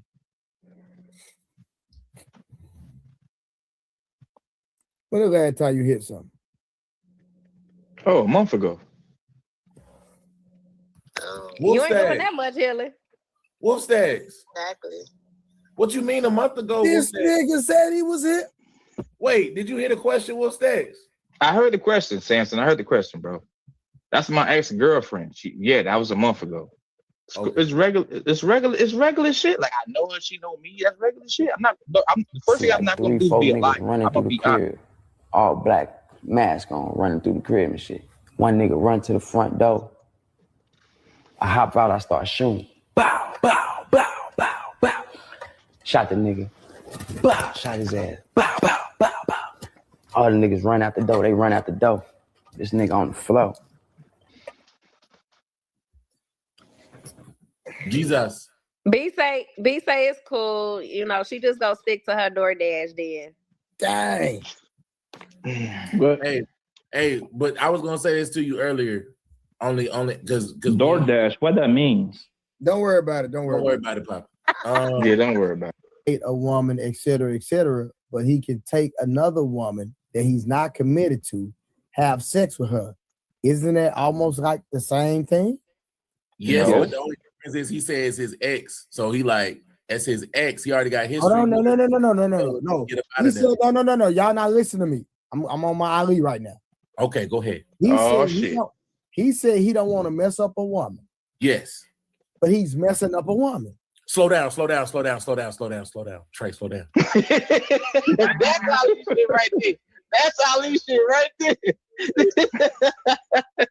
If she's a good woman, Wolf Stacks said he don't want to. Hold on. What's the difference between the woman that want to deal, potentially date you, and the woman that's your ex? She an ex for a reason. True, but he not using her for a relationship. He using her for a body because she up the block. Okay, but listen, B is not in the same city, so that's just a conversation, getting to know each other until y'all establish something. Ain't no telling when that's gonna be. But Wolf Stacks didn't say no. He just said not right now. He can't do it right now. No. That nigga said I'm not ready. I'm what the hell? He said he's healing. He's healing, and once he's healed, I definitely said I can't do it. I didn't say it like that. That's wild. What the hell? He said he can't do it right now. He said he can't do it right now, and when he's healed, I'll go get her. I'm healing.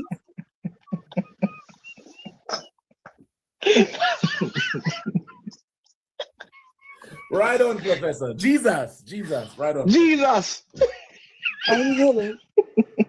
You don't know what I got going on, Trey. Oh shit.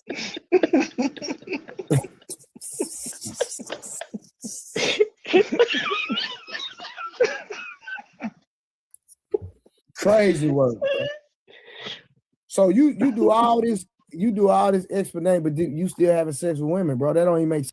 Do everything I need to do. I can go and accomplish everything I need to accomplish once I do all of that shit. You still want her, don't you? No, he's still like her, Karen.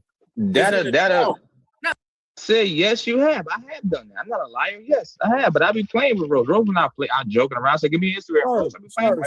Sir. Hold on, we on man time right now, and this is not me you out. This is me keeping it 1,000, right? So. If you trying to holler at Rose, if Rose would have gave you an opportunity, would you exchange numbers with her? To be friends, yeah, I would. He said, "Don't lie." I'm not lying. I just told the whole truth. Rose, am I lying? Did I not say it in the chat, Rose? Did I not say it in the chat? Rose is cool as hell. Bro, hold on. I seen you. Hollering at Rose in the chat for a couple of days back to back. I just didn't say nothing. I'm looking at it, bro. You can't tell me that you didn't mean it, bro. Hold on. I also talked to Leosha in the chat. I also talked to other people in the chat. I'm keeping it 100, bro. Bro, you in the chat. Rose, send me your Instagram. Rose, hit my DM. I'm watching it. He might be playing around. I did say that, but I wasn't like my nigga. That nigga was trying to holler at her, bro. Like, stand on your square, nigga. You a man to like, come on, bro. Keep it real. Yeah, but I do the same thing. Though. I be playing around. No, Blanco, no. Trust me, I know when a nigga trying to holler at somebody, bro. I told Miss Maury to have my baby, man. Man, you be playing though, Blanco. Nigga know you be playing. Blanco, everybody know you be playing. Nigga, you love the queens. That's what you do, nigga. We know that. and if Karen gave you an opportunity, you gonna smash. We know that, my nigga. Oh, I'm shooting her shit up. Make no mistake about it. I play to win. Hey, I play to win, man. I can't believe you said that. Karen up here dressed like the first lady, and you over here disrespecting her. Listen, on some real gangster stuff, bro. I'm not trying to be funny, man. I'm just saying I'm keeping it 100, bro. I'm a real nigga, bro. I don't do all that lame stuff, bro. Nigga, you were trying to holler at Rose, bro. I know you trying to put down play my nigga, but I know what a nigga trying to holler at a woman, bro. That's a fact. And then you come over talking about you trying to heal. You're lying, fam. Straight up. Yikes.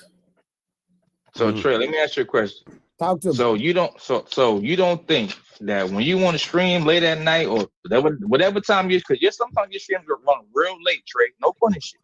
So I'm normally getting off of work, having a good time, drinking. Mind you, I've been on plenty of scenes with you, plenty of scenes with with Rose, plenty of scenes with Samson, plenty of scenes with Blanco, plenty of scenes with Miss Karen. So I say shit, but I be like playing around. Like I don't mean like. Hold on, bro. You've done it every stream you came on, bro. Actually, remember when he got on here, he was like, "Oh, everybody need a rose." Karen, stop snitching. Stop snitching. Relax. Why you snitching? I didn't say that. Whoa. Wait a minute. What did I say? Everybody need a rose. And then he changed it. He was like, he asked me to clarify, Samson. So then he changed it. It was like somebody like Rose. Remember? Trey? You know there's two. I never said that. That's not even me. Now, when I do text Rose, I say at Rose. And when I text Miss, this was on the live. We can actually rewind it back. The text is on the live. No, I meant you said it. When you was up here. You said it out of your mouth, sir. And then somebody said something. You was like a woman like Rose. So I'm just like you talking about this healing stuff, but if Rose would have came, all right, let's just keep it gangster then. If Rose would have came at you trying to holler at you, would you would have gave her opportunity? Don't lie, my nigga. My answer is no. Rose is cool. Rose, no, listen, no. Hear me out. But hold on, before you attack me. No. Trey, before you attack me, bro. I think Rose. I got.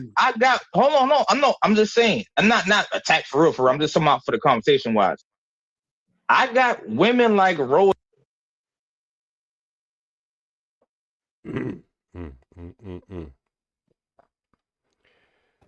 Well, I kept the same energy. So I said the same thing I said last night today. So I can't be lying. That's not true. You confessed it. I just said the same thing twice. You was looking up at the goddamn. You was looking up at the goddamn sky. And you confess. Hey, hold on. Real niggas say the same thing twice.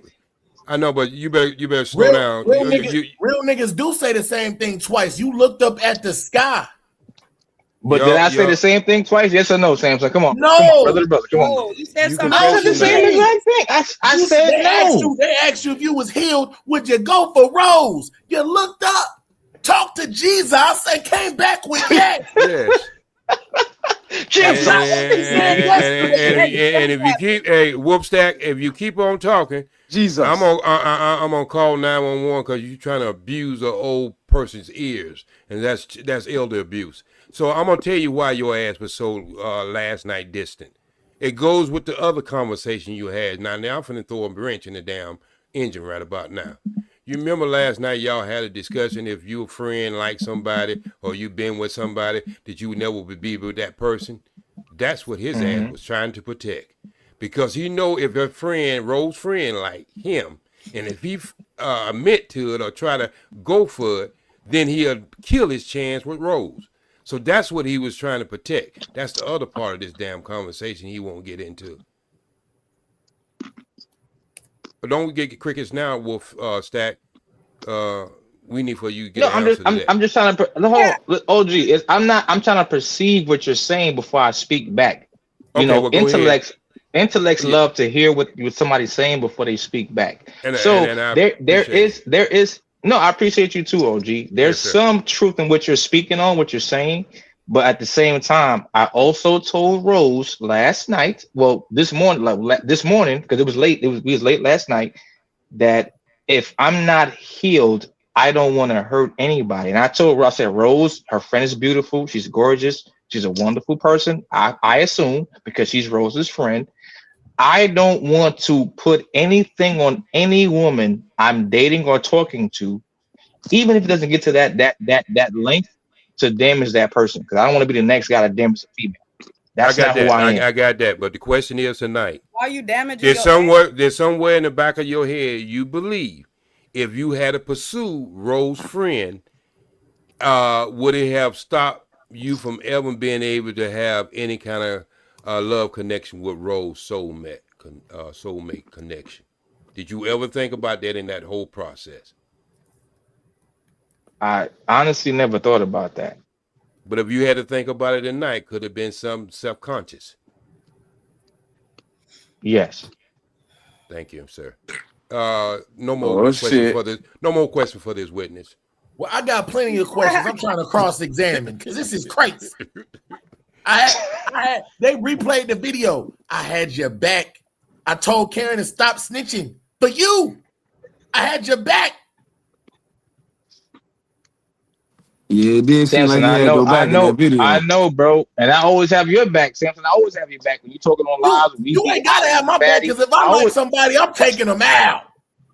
Believe it. Jesus. I'm taking them out. Believe it. You ain't even got to worry about me. I don't hesitate. I pull that trigger. Everybody know that. You was hesitating. Yeah, now you pump faking. I don't like it. We gotta fix that. So if you like Rose or B, we didn't really give a shit last night. We just wanted you to pick and be honest. That's it.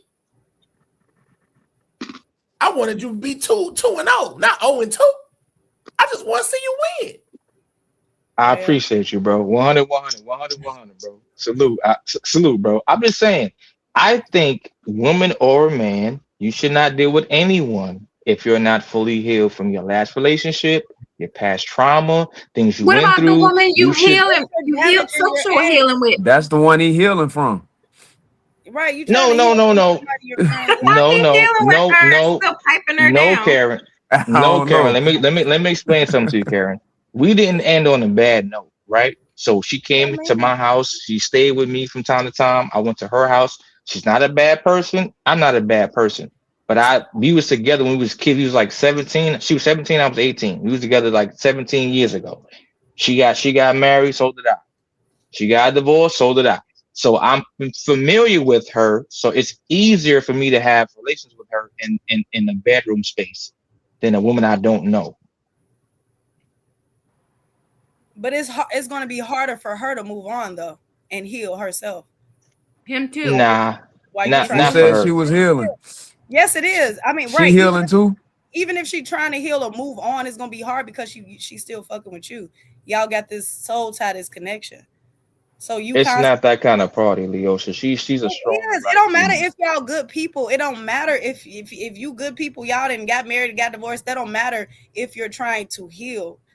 Like you keep dipping your dick in people. Or not dipping your dick is crazy. Hey, sometimes that's how they heal. Wow. That's not the true definition of healing, but everybody got their own definition of healing. It depends on the person. Hold on. You can't change the definition. Nah, nigga, nigga. No, you can't change the definition of the word. Everybody but people definition heal differently, though. That's the fact. Everybody heals different. Leosha, if you Leosha, you know I love you, right? Hold on, Leosha, you know I love you, right? I love you a whole lot. You like my good Instagram, YouTube friend. I will always, if you need me for something, advice, whatever. If I need you for advice, I'll text you. I'll talk to you, right? Hey, Wolf Stacks. Wolf Stacks. Hold. Stop. Okay, stop. Everybody, hold up. Wolf Stacks, you the worst kind of nigga, my nigga. You don't love her, bro. You don't even know this girl, bro. What you know about Leosha? You love her. What you know?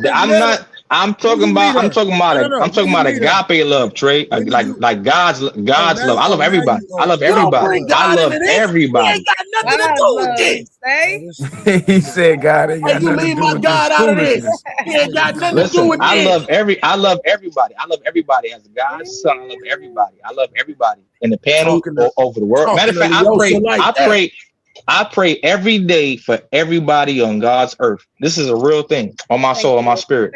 Because I believe that, yes, there are bad people, there are good people, but I believe that everybody needs to be prayed upon. Everybody needs to be prayed on by God's love, God's deliverance. So I don't hate anybody. So when I say I love a person, I love you through God. So that's me. That's just me. I agree with Trey. Wait, what? You the worst kind of nigga. Hey, look. Hey, look. Wolf Stacks. What's next? Hey, Jesus. I got a question. Uh-oh. Was you praying in his video last night? Jesus. Oh man. Like No, I was not. What's that whiskey? What's that you drinking, sir? You was drinking that water like it was tequila. Nah, that wasn't no water, nigga. What was That's you whiskey. drinking? What's that? A Coke? Gin. That wasn't no Coke. What you drinking, Wolf Stacks? It's vodka and orange soda. Okay. Vodka and orange. It wasn't even orange though. Listen, I never said I was perfect. I never said I was perfect. He said that shit when he go No. orange. So what I'm doing is I'm just trying to check the validity of your spirituality. See where you at with it, because you doing all this agape love, and nigga, come on, bro, stop playing, bro. So you don't hold on. So you don't believe what I'm saying, Trey, to be true? Listen. You already lied to me. No, I don't. Trey, when did I lie to you, bro? When did I lie to you? We just showed the video. Nah, we ain't finna go through all that. Listen. Hold on. Because listen. Every saint still sins, right? So God made the Bible. Hold on. God made the Bible and forgiveness and repentance, knowing that we're going to be we unperfect, and we're not Christ-like. We're trying to be Christ-like, but we're not perfect. So yes, I drink. Yes, I get loud. Yes, I get voices. Yes, I get violent from time to time. But I'm just saying that I'm a human being, and God made us knowing we're human. Let me tell you something. Let me tell you something before Harwin jump in, because you mentioned the Bible way too much. All right, leave God out of this. This was your free will decision to make. You made that decision yesterday, and you making it right now. It ain't got nothing to do with him. This was your choice. You gotta stand on your choice. Stand on business, sir. They ain't got nothing to do. It don't have nothing to do with my Lord. Leave my Lord out of this. Amen. This boy gonna be a preacher or a politician. I'm gonna tell you that right now. Yeah, sure enough. So Samson, let me ask you a question, brother to brother, right? Can I ask a question, Samson? Can I ask a question, brother? Can I ask you the question? You hurt me. Please let him answer the question. Damn. Go ahead. Mm-hmm. Go ahead. If we're out somewhere, right? Me and you, homeboys chilling and going out someplace. Do you think I will leave the hotel, leave the place we at before I pray? You know what? I'm gonna go down this road with you. No, I don't think. Okay, so the answer is yes. No, hold on. I'm getting to a place right now. So I'm not perfect, and God gave us free will for a reason. Yes, I do things. Yes, we all do things, but I pray for God's forgiveness. So I strive every day to be Christ-like. Yes, I have sex from time to time with women. Yes, I do this. Yes, I do that. We all do these things, but nobody's going to be perfect. But I try my best to be. I get off the train for women to sit down, off the bus for women to sit down, for old people to sit down. I do the best I can to be a good person. So yes, I fall short sometimes. You making it super deep, and the novel ain't that thick. It's not that. It's not that. Yeah, he's having old ladies cross the street and all kinds of stuff. Me and you had a conversation. I do that. Hold up. Nigga get cast out of trees. Like, watch out. Hold up. With the Martin. I talked to you yesterday. Me and you had a conversation yesterday. This whole situation is not that deep. This ain't got nothing to do with no perfect, no nothing. Karen asked you. I asked you. Trey asked you. You made the decision not to keep it real. You want to use the example of me and you being out. The only difference is when I'm out here and I'm telling people about their dates and shit, if I see somebody I like, I'm pulling the trigger, and I ain't lying about shit. You lie. That's why we here. Ain't got shit to do with nothing else. The book ain't that deep. It's not. Yeah. Close the chapter. On that shit. Over to the next one. Because you over here playing with my God, and I don't like when people do that. Stop. No, it. I never played with God. I love God. He's the leave the old ladies out of this. I do not. I never play with God. All I'm saying is that I'm human, You still having sex, bro. How? Man, that's the New You York still thing. having sex and you know that it's wrong. And you keep having sex, bro. Like, hold on. Deb, did God give us the ability to repent? But yes repentance or no? is understanding that something is wrong and wanting to do better. But you keep having sex. Yes. And God knows we're human. Hold on. No. Do you think that God sits upstairs in heaven, says that I know they're going to kill, steal, manipulate, do this and do that. I'm going to hate on it. But God says, hold on. But God says, if you're willing to change and be better, and you repent, I will rebuke you and I will change your patterns and you could do better. You keep having sex. I'm human, bro. Well, you keep having sex, bro. Leave it alone, Dad. And you know it's wrong. Leave it alone, Dad. Leave it alone, Dad. I gotta say something, man. Leave it alone, Dad. What's that? Look at my picture. It's frozen. And tell me what I'm feeling. like you gotta poo poo, like you gotta take a poop. That's you no, got. like you shitting all over this panel. That's what it is. You shitting all over this panel. Man, you gotta understand something, Wolfpack, man. Man, you had me at you coming up with words and she monopolized. Man, you cut. That's a real word. That's a real word. Monopolize is not a word. Hold on. So you want me to say manipulation, or what you want me to say? Manipulate, manipulate. Okay, you want me to say manipulate? So manipulate. What you want me to say? Either word, like. I just don't want you to say monopolize. That's it. That's it. Just keep the lie in there, but don't take the manip out of it. Keep the lie in there, but take the manip out of it. Jesus. That does sound funny though. I might have to use that. And just because you help some old lady who got a pocketbook snatched and you went down there and got there yourself, that don't mean that don't mean you can monopolize the conversation. You had that coming. I'm sorry, Rose. I got you. I ain't never. Hey, look, Rose. I didn't think it was gonna be this hard, and then we gonna be this hard on him just because a man like you. It's that's okay. The only thing I'm gonna take about. Listen, I could take the pressure. I could take the pressure. It's so bad. But the problem is, Wolfstack, is the lack of confidence you showing. Like if you had a chance with Rose, you just blew it. Oh. Blew it. I don't know. Wait. Why I'm so serious? Nah, I wouldn't go and plant that corn just yet. OG, stay out of this. Okay. I'll back down. Stay out of this, OG. Okay. Like a video on live on social media just proved that he was lying about how he felt. Most women get turned off by it. Just be upfront. That's a fact. That's a fact. That stuttering shit. She like it. Man, you can tell because she not going back and forth. Like this is the only time this is the longest I've heard Rose be quiet on this panel in the last 30 minutes. She told the last dude that didn't measure up to take that bass out of his voice. What you think she gonna do to you? Right. Oh yeah, that's crazy. He gonna sound like Mariah Carey when she get through with him. Nope, nigga, not that. You gonna sound like Mariah Carey. I don't give a shit. Whitney Houston. Hey, don't get quiet now. Don't be manipulating now. Don't get quiet with me now. You should have got quiet yesterday. That's why I said that shit. Look at you. You got your chest out. You should have did that shit yesterday. She gonna manipulate you. Manipulate. Your shit is terrible. What is it gonna be?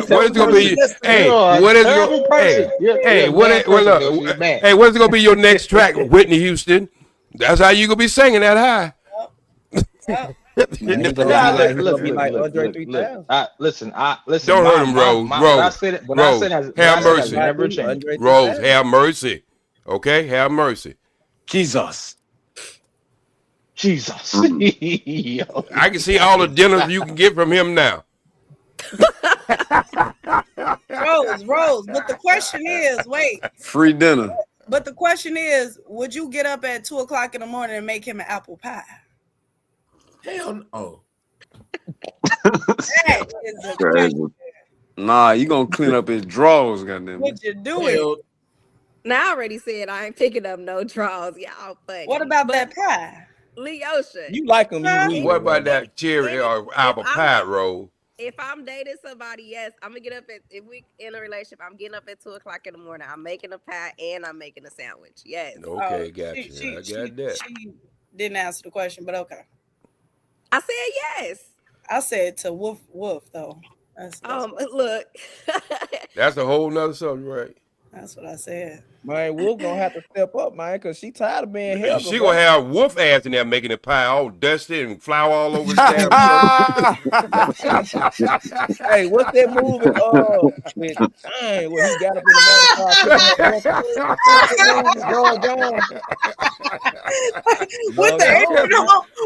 in the morning, flour everywhere. I just want you to know. I just want you to know. I don't like this party. Stop this from happening. I could have stopped this from happening. I just want you to know that. I could have stopped this from happening to you. Hell no. This is messed up. This is messed up. I didn't even know this. This is messed up. Saying it's messed up, bro. It's messed up. It's all right, cool. I had your back more than all these niggas on this panel. Wait, what'd you say, Rose? I think I always got your back, bro. I always got your back. Come on, don't you do say, that, bro. I always got They saying you in the kitchen right now to make her an apple pie. Man, look at Rose over there smiling, man. J-Down, man. Yeah, she had to say something. Wolf, you ain't getting up at 2:00 in the morning making no apple pie. Oh, hell no. Fuck no. For what? Hell, he's in the kitchen at 2:00 in the morning now. It's actually.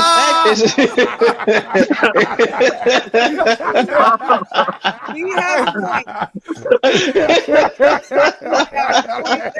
point.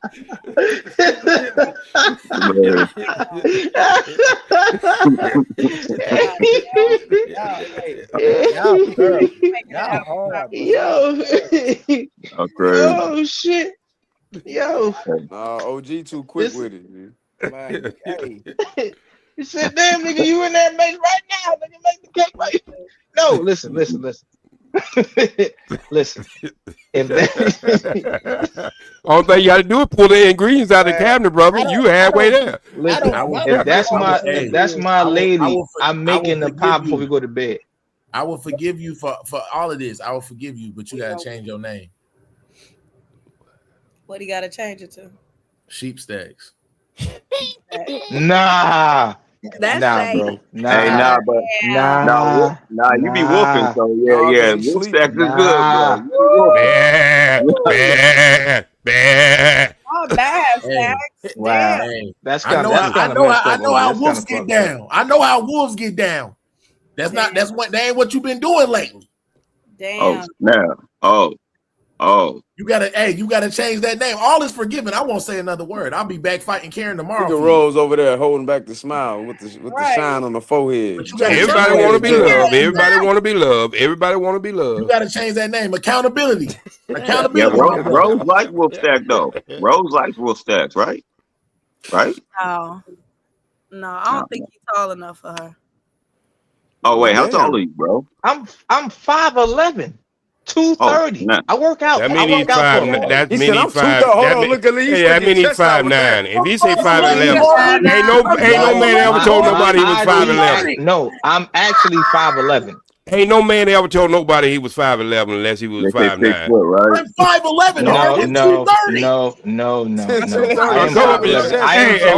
I am 5'11", 230, and I work out. So. Hey, wait.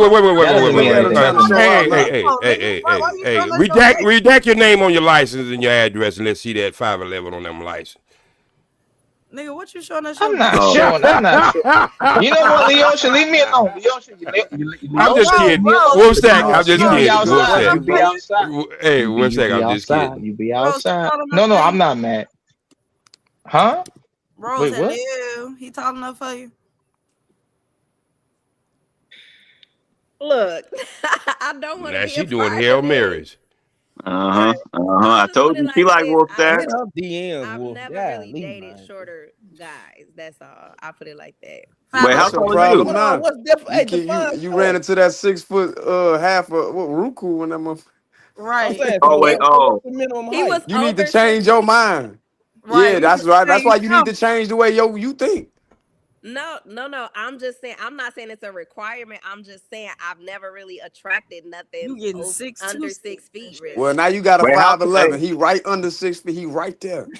how tall are you, Rose? How tall are you? Listen, we cool, man. Like We cool. We gonna always be 5'3", cool. 5'4". We asking Rose questions now. You want? Hold on, Rose, get your little ass out of No, here. Yeah, you like 5'1". How tall you are, Rose? To Rose? You don't get to act like that to Rose. You denied her for over 24 hours. Girl, get your tiny No, I ass. did not. No, I did not. I'm just playing. I'm just playing. Rose, how tall you are? I'm just Wait, playing Rose, around. you think? I'm just playing around. Rose, how listen. tall are Rose you? is a good. She's a good I person. think Rose holding I'm not something down saying now. I think she I just holding want to know how Rose, you tall she holding is. something? Right You about slim now. thick? You how tall thick? is You Rose? petite? What you is? 5'4". Yeah, I'm 5'4", 160. Yeah, she holding something slim, down thick or there. thick. She's slim, thick or thick. She holding something. Come Don't be on, nodding Wolf your Stack. head. She's Don't not nod your slim. head. She's Don't definitely nod thick your for head. sure. No, She you definitely don't get got no, that. no. What is you doing? You had a chance to do this a long time. Change Yeah, He's Wolf. shooting up. Yeah. He's shooting up the Change your club with No, blanks. I just He's said. shooting up the club with Shooting up the blanks. club with blanks. Hold on. Change your name. Samsung, Samsung, I'm trying to heal, bro. I need to heal. I don't know if y'all like, I hate it, like it, love it. I don't give a fuck. I'm just saying, as a man that's been through mad shit in my lifetime, bro, ups, down, this with a woman, that with a woman, with my kids with a woman. I'm just trying to just heal We all before been there, I deal with brother. anybody.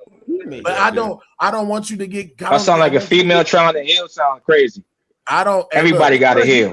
I definitely think that. Yeah, but we heal different, bro. I don't want you to get what I said confused on what you saying, because I was the one reminding you that I'm not discounting the fact that you're trying to heal. That's not my point of contention. My point of contention is I asked you a direct question and you played in my face for over 20 Yes. Yes, I love me some Rose. That's what you want to hear. Yes, I love me some. I just want you to say, Don't try to use that. Jesus, That's what you want to hear. That's what you want to hear. Like I Like, pulled that shit out just of say you. it, bro. No. Don't Just say try it. to act like I What pulled are we that in shit high out of school?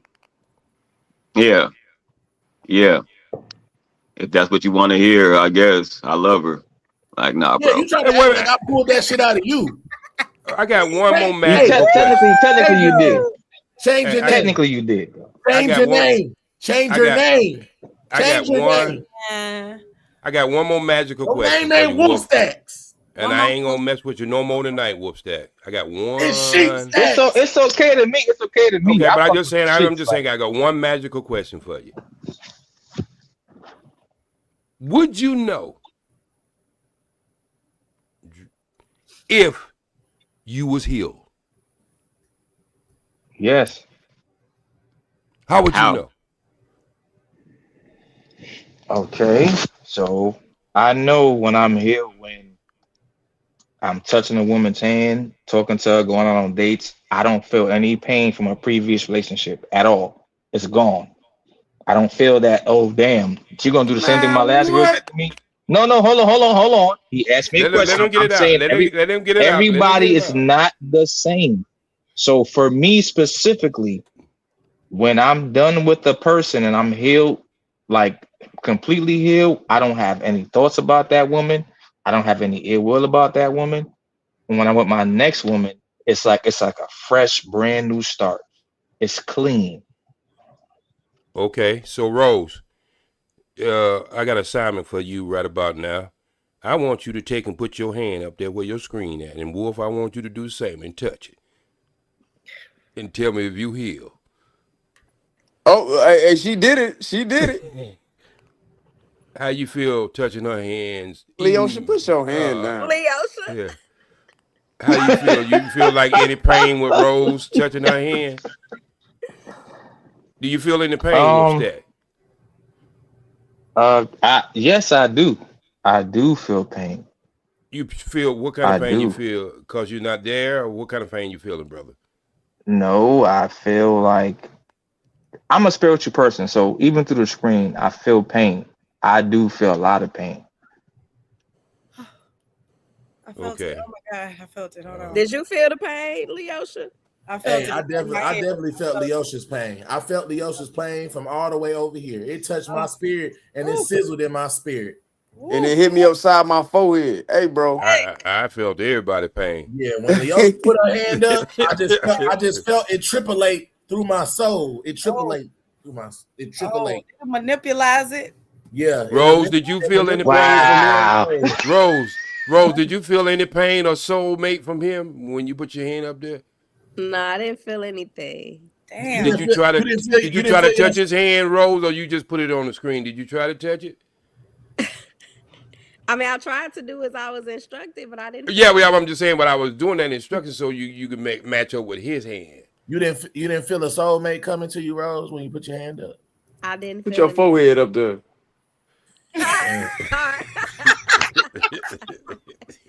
He plays so much. Damn, hard one, damn. What's that? Hell no! Hey, watch out, man. What's that? I've been there. Gotta stay ahead of the game, baby. I've been there. I know what you're talking ahead about. Of the game. I've been there. I probably haven't been in the degree you have been there, but I'm with you. I'm with you more than I'm against you.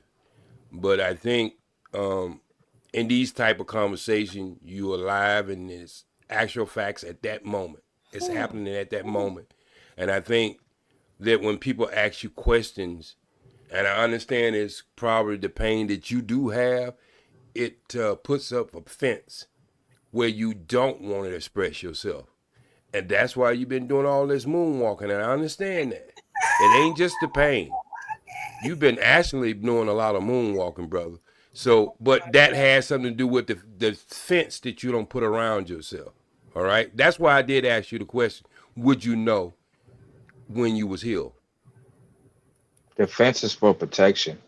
Wait a minute. You ever seen that Denzel movie, Fences? And the protection is from the outside world. If you bring somebody into your home and let's say you bring somebody you don't know into your home, right? They kill your dog, attack the children, attack your wife, whatever. This is just a conversation speaking point, right? So no. Just hear me out. So I live that way like most men do in real life. I don't want to let any woman into my life that's going to interrupt my peace. Like she could come here one day and be cool with me, the next day burn the whole house down. I'm not saying it's going to happen. I'm just saying, like as a man, my main direction is to live life in a peaceful manner. Get money, pay rent, pay bills, take care of my kids, go to sleep, go to work, and do it again. And then when my time done is doing that, I'm gonna lay the fuck down forever and go to sleep. So I'm just seeing what most men think about every single day, that we know that to be a thing. Yeah. Hey, look, I'm not saying anything. It's about the fences. Yeah, he was talking about the guardship. He don't put around himself. But what I was trying to make my point on this, brother, and this is probably the most serious thing I'm gonna say on this panel, because I like everything to be jolly and happy and everybody laughing. I deal with people. I got 32 people in my house right now that I deal with mental challenges and been through pain and drug addiction. One of the first things I try to tell them to not do is drown in your pain or keep your pain going. I'm going to tell you why. You dealing with your ex is keeping that pain fresh. There's a reason why she's an ex. And she brought baggage and she left you with baggage, but you just don't want to get it off your back right about now. So if you ever want to get pain free, you got to detach yourself from what brought you pain. You know, a rose can grow from a concrete. Oh, that was dope. That was actually, man. Hey, I'm not gonna lie to you, Dev. I'm not gonna That lie to means you, good Dev. things come from hard places. Damn. So it's a rose right here in front of you. Go ahead and hop on. My whole phone fell behind that. That was some deep shit, OG. That was some deep shit. Yo, what's up, bro? I ain't touched my phone. I'm not even gonna lie to you, Dev. Harwin did say, he said, "Hey, you dropped the ball. I'm gonna pick it up." So, now I ain't gonna pick it up, but go ahead. I'm saying go ahead, J down, bro. Hey, bro, man. Well, in Chicago, that means get up, go holler at him, go talk to him. Yeah, we know. Most of us. Right. Me and you know. Well, he looked kind of confused. He was looking. I'm like, what? He was. On phone them. On phone them. Folk on the hustle. Who was confused? My phone And fell. no, I foe might is have to short for fix my folks. I phone. just got into an argument with my guys about this. That do not come from the foes. Anyway, let me shut up. Mm-hmm. Does anybody else have wisdom about their life or what they feel about different things about their life? Mm-mm. What you mean? In what fashion? Is anything like knowledge about self, knowledge of life, the things you've seen in life that you progressed on, that you, because most of us have ran through life running, not learning anything, just living and just living to live, like getting up every day, take a shower, go to work, go to school, and not learning anything. So I'm asking the panel, what have you learned that you actually sat down with yourself to realize and live through? You I ran learned every through life. day. I Wait, learned. wait, wait, Look, wait. You ran through life running? but no, let's don't overreach what he just said. Okay. That's what he said. I know, but let's don't overreach it. It's simple. I learned every day, man. When I first started getting into the YouTube street, dealing with these young people, they cussed me out. They told me I was old-fashioned. They told me all kinds of shit. And if I had to believe what they had said versus learning why they were saying it, I would have never been on this panel in 26. I started off with this in 2015, and I've been consistent. Have never monetized my channel. My channel has always been about information. And so what I'm saying is, life is a struggle. I learn every day. I'm learning something tonight. Mm. So we none of us are beyond approach. Yeah, no doubt.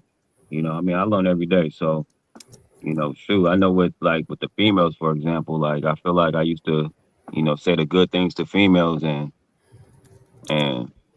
they wasn't going for that. So I just started speaking my mind and they actually liked it better when I just speak my mind and just was straight up, whether it was good or bad, you know what I mean? Because no matter what, if they like you, they're gonna like you. If not, then it just is what it is.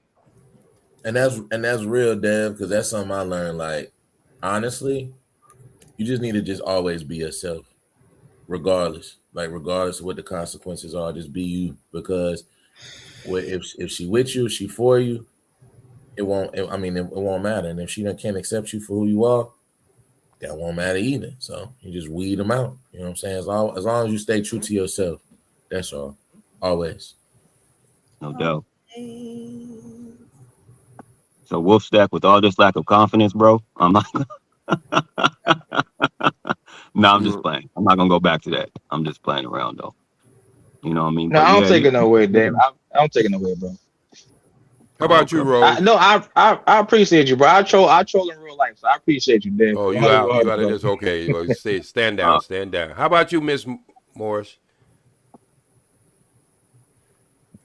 I don't know. I'm about to go to bed. I'm tired. It's 5 o'clock in the morning here. Well, give us that last recap before you go to sleep. Come on now, you got to smile. You might as well let it out. I mean, I don't know what. I'm gonna think about it for a second.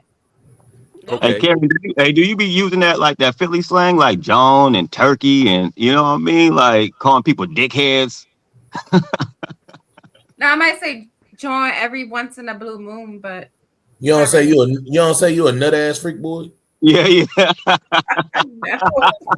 that's definitely different language because they say different shit in New York. Like that, you call it like the dozens or cutting ass. Yeah, you be like bull. Yeah. You know. How about you? How about you? Why So Serious podcast? Or you gotta get off mute first.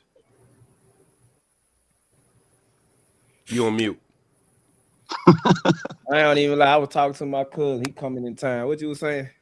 I was saying that is anything that you feel like in your day-to-day struggles of life, do you have learning curves? Because a lot of people look at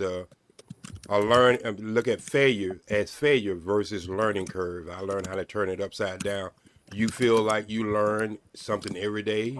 You go through struggles? every day. But it really did. Like he said, we just ran through life.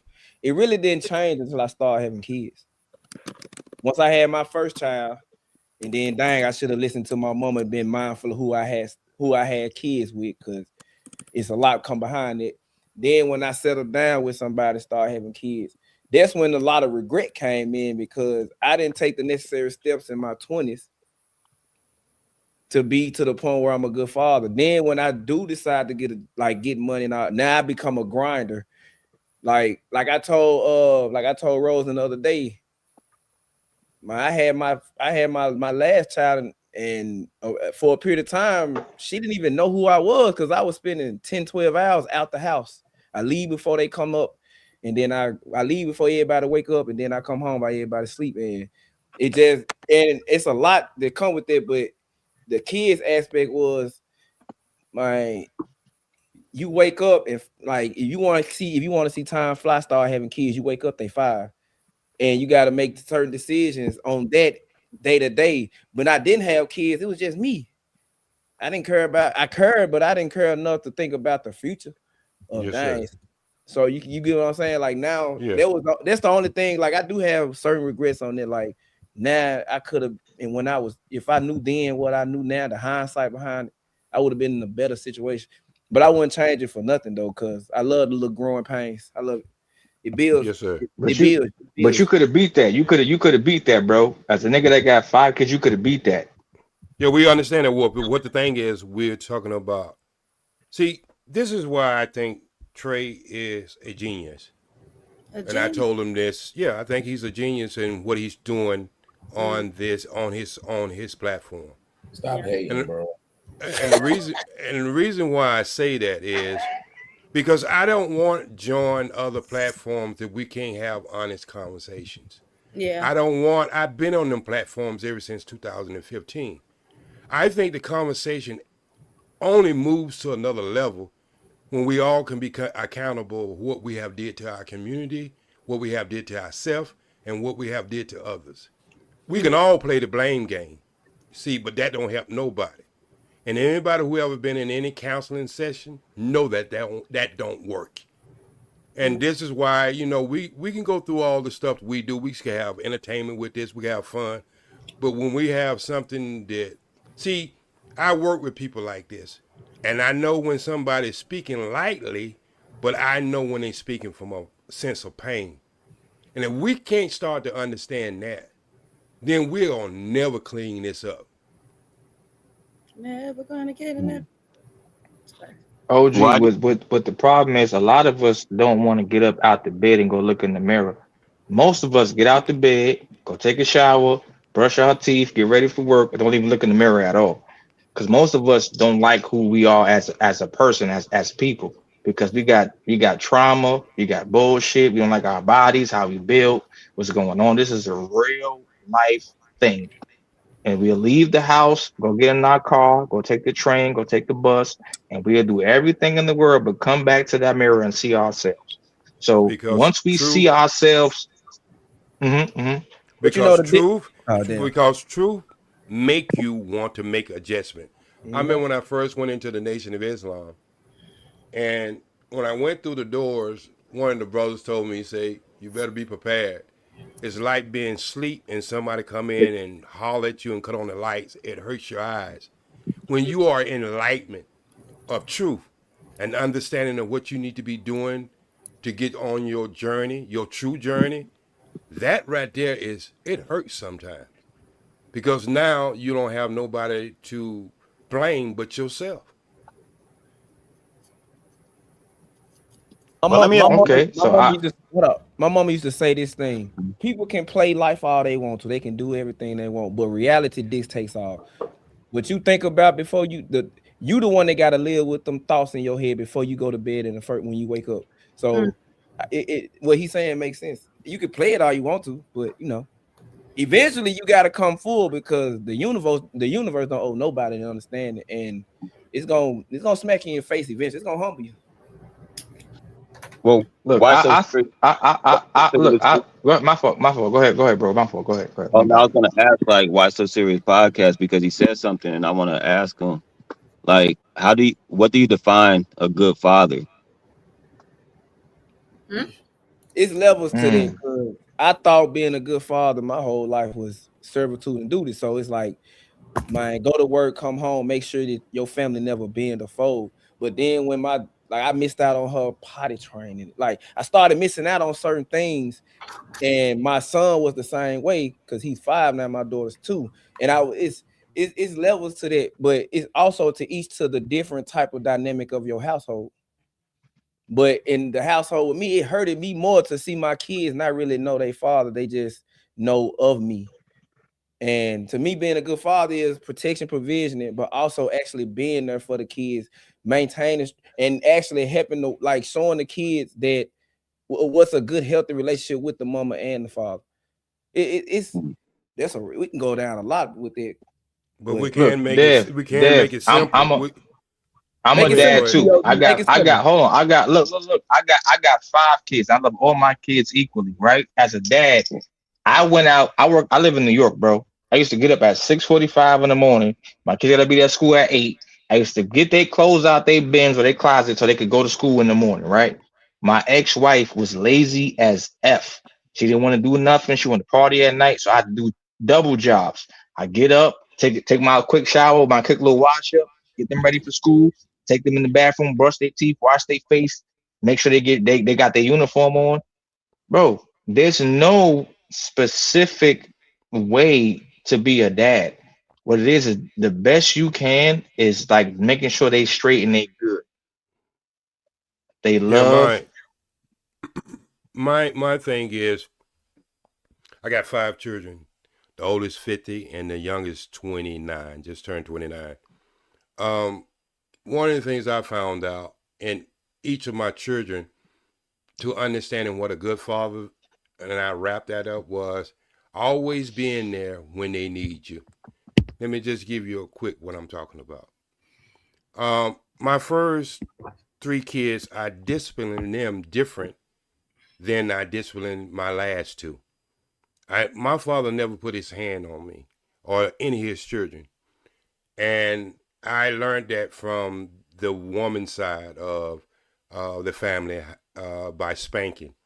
I didn't spank my last 2 children, and I see a hell of a difference in them. A hell of a difference.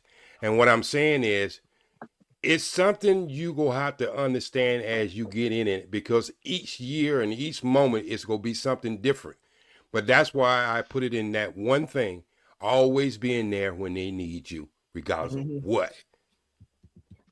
Being more than just the financial. Like, you gotta be there. You gotta be there. Like, man, it's no better feeling. I end up becoming part of the coaching staff on the team for the kids. And I don't really like kids like that. But my stepson and my son, and I got my oldest daughter, and I even got to the point where I got her sister on her mama's side to come to the team, and it felt great. Like, so it's stuff like that. I heard women complain about mine. It's more than just because you paying the bills, I need help with the kids too. After going through that, I kind of understand what they mean by it. DVD. I don't. I forgot one important. I forgot one important thing. I forgot one important thing in that story. I went back and apologized to my other 3 kids. I raised them by using violence to make them be in control. About your oldest 3? Yeah, my oldest 3. I went back like and apologized. I noticed that with a lot of people, the oldest kids get raised different than the younger. People because you learn, it's on the job experience. Wait. There's no blueprint in when it parenting. You learn it on the job. And each child's going to be something different. You might be able to educate one child with one method and the other child learn from another method. And so you got to be able to gauge what each child needs. You know what I mean? I mean, sometimes your children gonna think you love one child over the other, and you got to explain to them.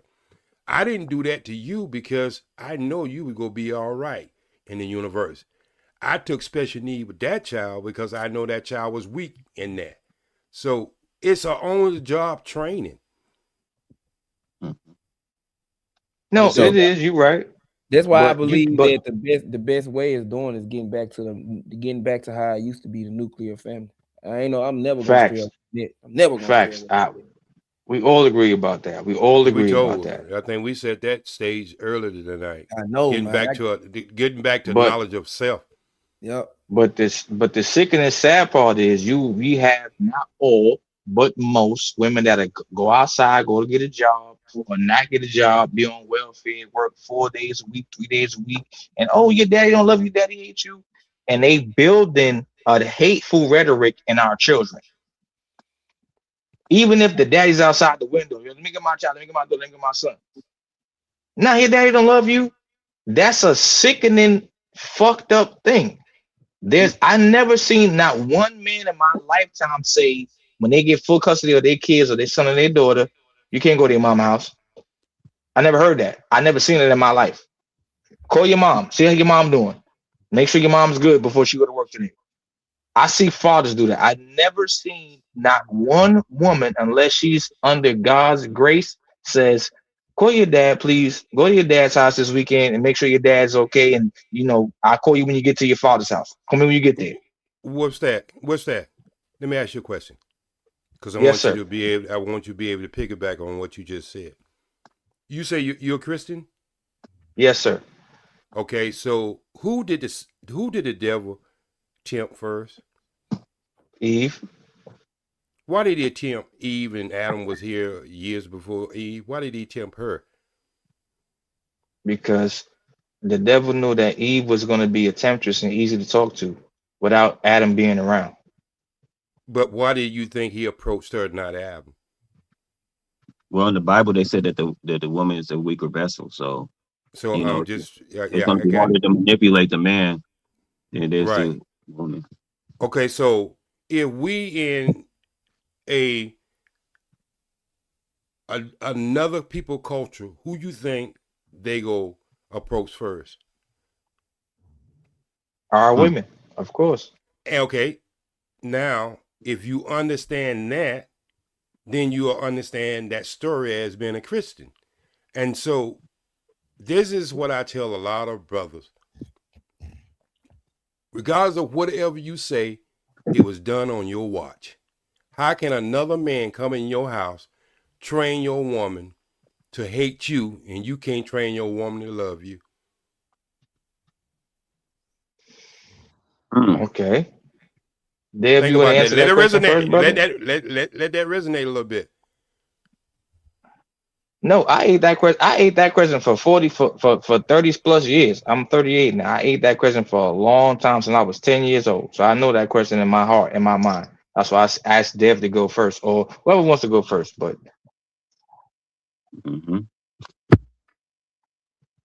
yeah. Wait, what was the question? I ain't heard a question.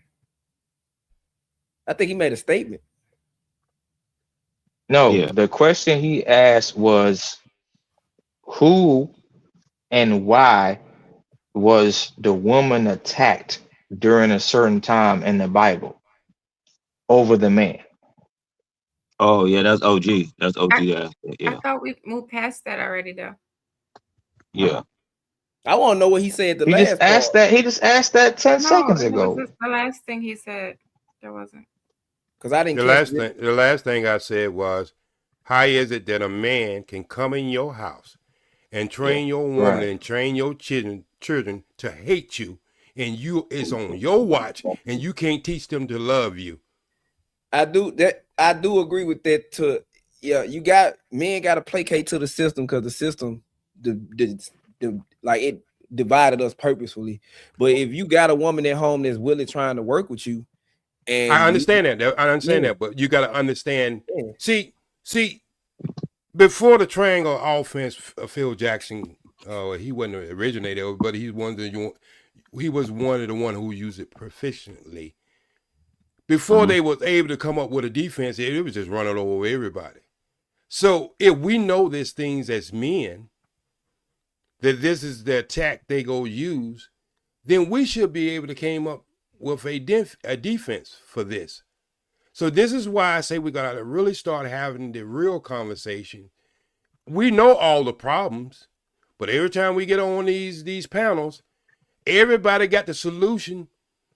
Everybody got, let me say, have the problem for the solution versus the solution for the problem. You say something, what's that? You'll say something, then somebody else will come up here and say something. Hey, yeah, that's okay, but we gonna do it this way. And then did say something. Oh, that's okay, but I look at it this way. We gotta get on the same frequency. Let me just be honest with you. And some of the people in the chat and some of the people on the panel go turn against what I'm about to say. If we can't get rid of the N-word, how are we gonna get rid of the behavior? I've been saying that for so long. Oh my man. To the point where I'm starting to train myself to not even say it no more. It comes out every now and then, but nah, that's a fact. That's a fact. I mean, I do think that a lot of men act feminine now, though. Like they placate to the woman, rather than like the woman adjusting to them, they adjust to the woman entirely. Training. Wait a minute. Yeah. If I have your dog for 6 hours in a day, regardless by the time he get back to your house, I don't have it for 6 hours, bro. Most of the time you getting home when it's they getting ready to go to bed. If you're working, you understand what I'm saying? So I got the most important time of your children from 7. Believe it or not, people don't understand why it's so important to have that child at 6 and 7. Because whatever you instill in that child at that age, it really sticks with them from a lifetime. OG with people, but I hate it. I really loathe it because it's like if you look at the way the school system set up, it's set the same way up as a jail cell. You got one person in jail telling everybody on the pod to be quiet, the same way you got one person telling 30 kids to shut up and stand in one line. The same bus that you go to jail in is the same bus that kids go to school in. They pretty much sit the same as like social engineering. No. Hold on. We leaving a big thing out. Back in like the late 70s, early 80s, like let's say for a 20-year span, they had everything in high school. They had plumbing, working on cars, women cooking food. They had home economics. They had everything in the world you could leave from your school to get a job without going to college, without getting a GED, without doing any of those things. They stopped. They even had computer classes in the 1970s. They did that so they could put us black men behind. Because they know us as men, black men, especially men, period. Let's not even say black. Let's say men, period. Right? We could all learn quickly. We could lift heavy. We could do plumbing. We could do electricity. We could do HVAC. They took that out of the school so they could make more money. So they got the same programs in college and 6 to 8 month courses. So we got to pay now to get regular shit we used to get in school. So now we behind our women. So if nobody pays attention to this shit, right? So they give our women free courses to college, free courses to get a business. They give them business loans, everything in the world to be over men. It's not just black women. This is every woman in New York. Not even in New York. Let's say over the country, right? To make women over the man. This is what they've done over the past 65 years. You see the Cosby Show. You see Family Matters. You saw shows where men were competent, but they also show shows where men are incompetent. Women are the number one. Black women are the number one educated women in America, but they're the most in debt of all women in America. They're the most enrolled, not the most. They're the most enrolled. No. I'm talking about. I didn't say finish college or whatever. I say the latest stats show the black women are the most educated women in America, but they're the most in debt. So we can't deal with. We got to deal with, regardless of what they do, my brother. Regardless of what they do, if there's a difference between a white man feeling in his system with all the opportunities versus a black man in a system that is put against him. What I am saying, that system goes across the board. They didn't just stop black people from going, having trades in high school. They stopped everyone. And you are correct. They put all them trades in community colleges. But what I'm saying is, we are very unique people with a very unique history. And if we don't start thinking outside the box and start thinking inside the circle, we're going to reproduce this every 25 years. And so what I'm saying is, you're correct. But you know what I used to do with my daughter? I used to put her, she had a little car she gets in, and I used to call her real loud. She would rush out of the room and trip over that car. And I say about the 7th, 8th time, I can call her as loud as I want to. She'd just get up, open that door, and move that car out the way and come to the front room. And then she asked me when she was about 17, why, Dad, you used to do that? Because I told Aaliyah, that's her name, I said, Aaliyah, I wanted to teach you, regardless of what somebody put in front of you, you could either jump over it, move it out the way, but you could still be on your journey. And until we learn that, I'm one of the ones, and I believe this, and I believe this wholeheartedly. The younger generation accused the older generation of faulting the white man more than anything. They say we overdo it. Well, I can tell the new generation, you do the same thing when it comes to your women. And so you're going to have a balance. There's a lot of truth in what brothers say about what women are doing. They off the hook. But we got to understand why. We got to understand what we're going to do about it and how we're going to move. And a lot of the things we won't be able to do it over these platforms. But that's why you get yourself in little groups and call it think tanks. So you can move on things like this. But we can't keep using the same status quo while these things are in front of us. These trenches are in front of us.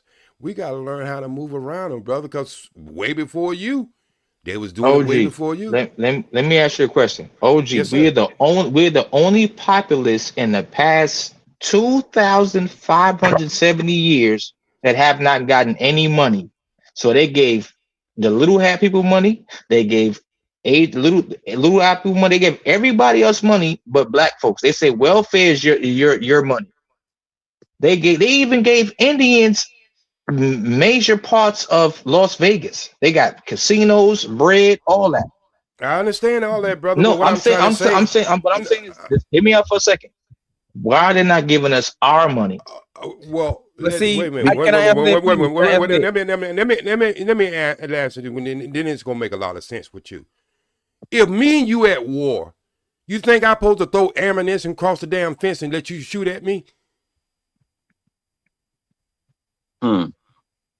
No. See, okay, so that's what. Wait a minute. That's you. what you're asking them to do. For me, I would never get up here and say we're not owed some type of reparation. Well, what I will say, that don't mean my kids gonna be starving until I'm gonna sit around and just be praying into the sky for that to happen. I'm gonna be making moves, so if that ever happened, it just gonna make a bigger impact of what we're already doing. I'm saying we're not even doing our best without it. Why we gotta be the only ones that do that? No. I'm not. I understand your question. I understand your question, brother. You're not understanding me.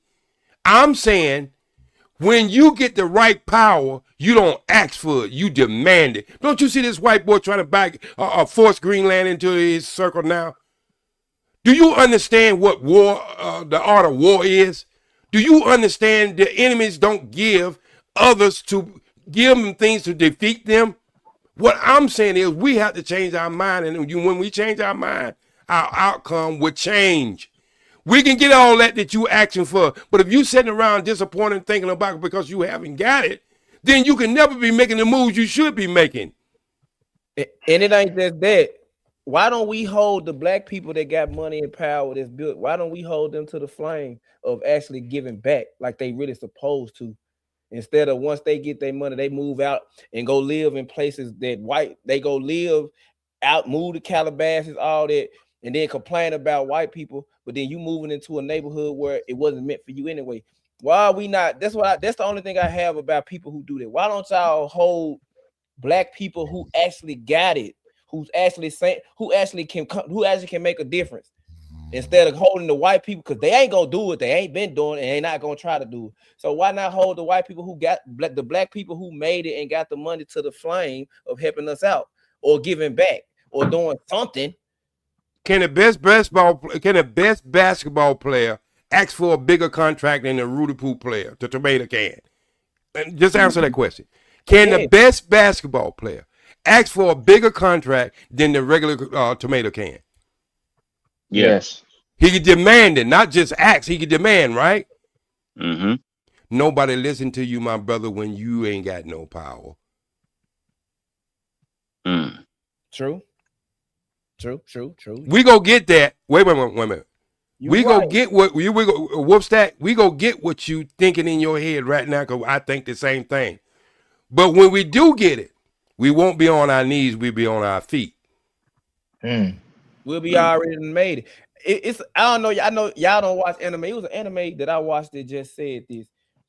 The protagonist was innocent and all, and his friend, they end up being enemies. And his mentor said the only way you're going to get your friend to listen to you is you're going to have to fight him to almost to the death, because he's not going to listen to a weakling. People only listen and bow. People only give strong. They're going to listen to you, fight you. But if you're strong, then they'll actually hear you out. They'll give you a seat at the table if they know that that dealing with you is going to be an imbalance on their. It might be an imbalance on their side. So I do agree with that. If you got power, you can actually have some. Yeah, you're right. Okay, hold on. So have y'all seen what I've seen for the past 38 years, the past 40 plus years?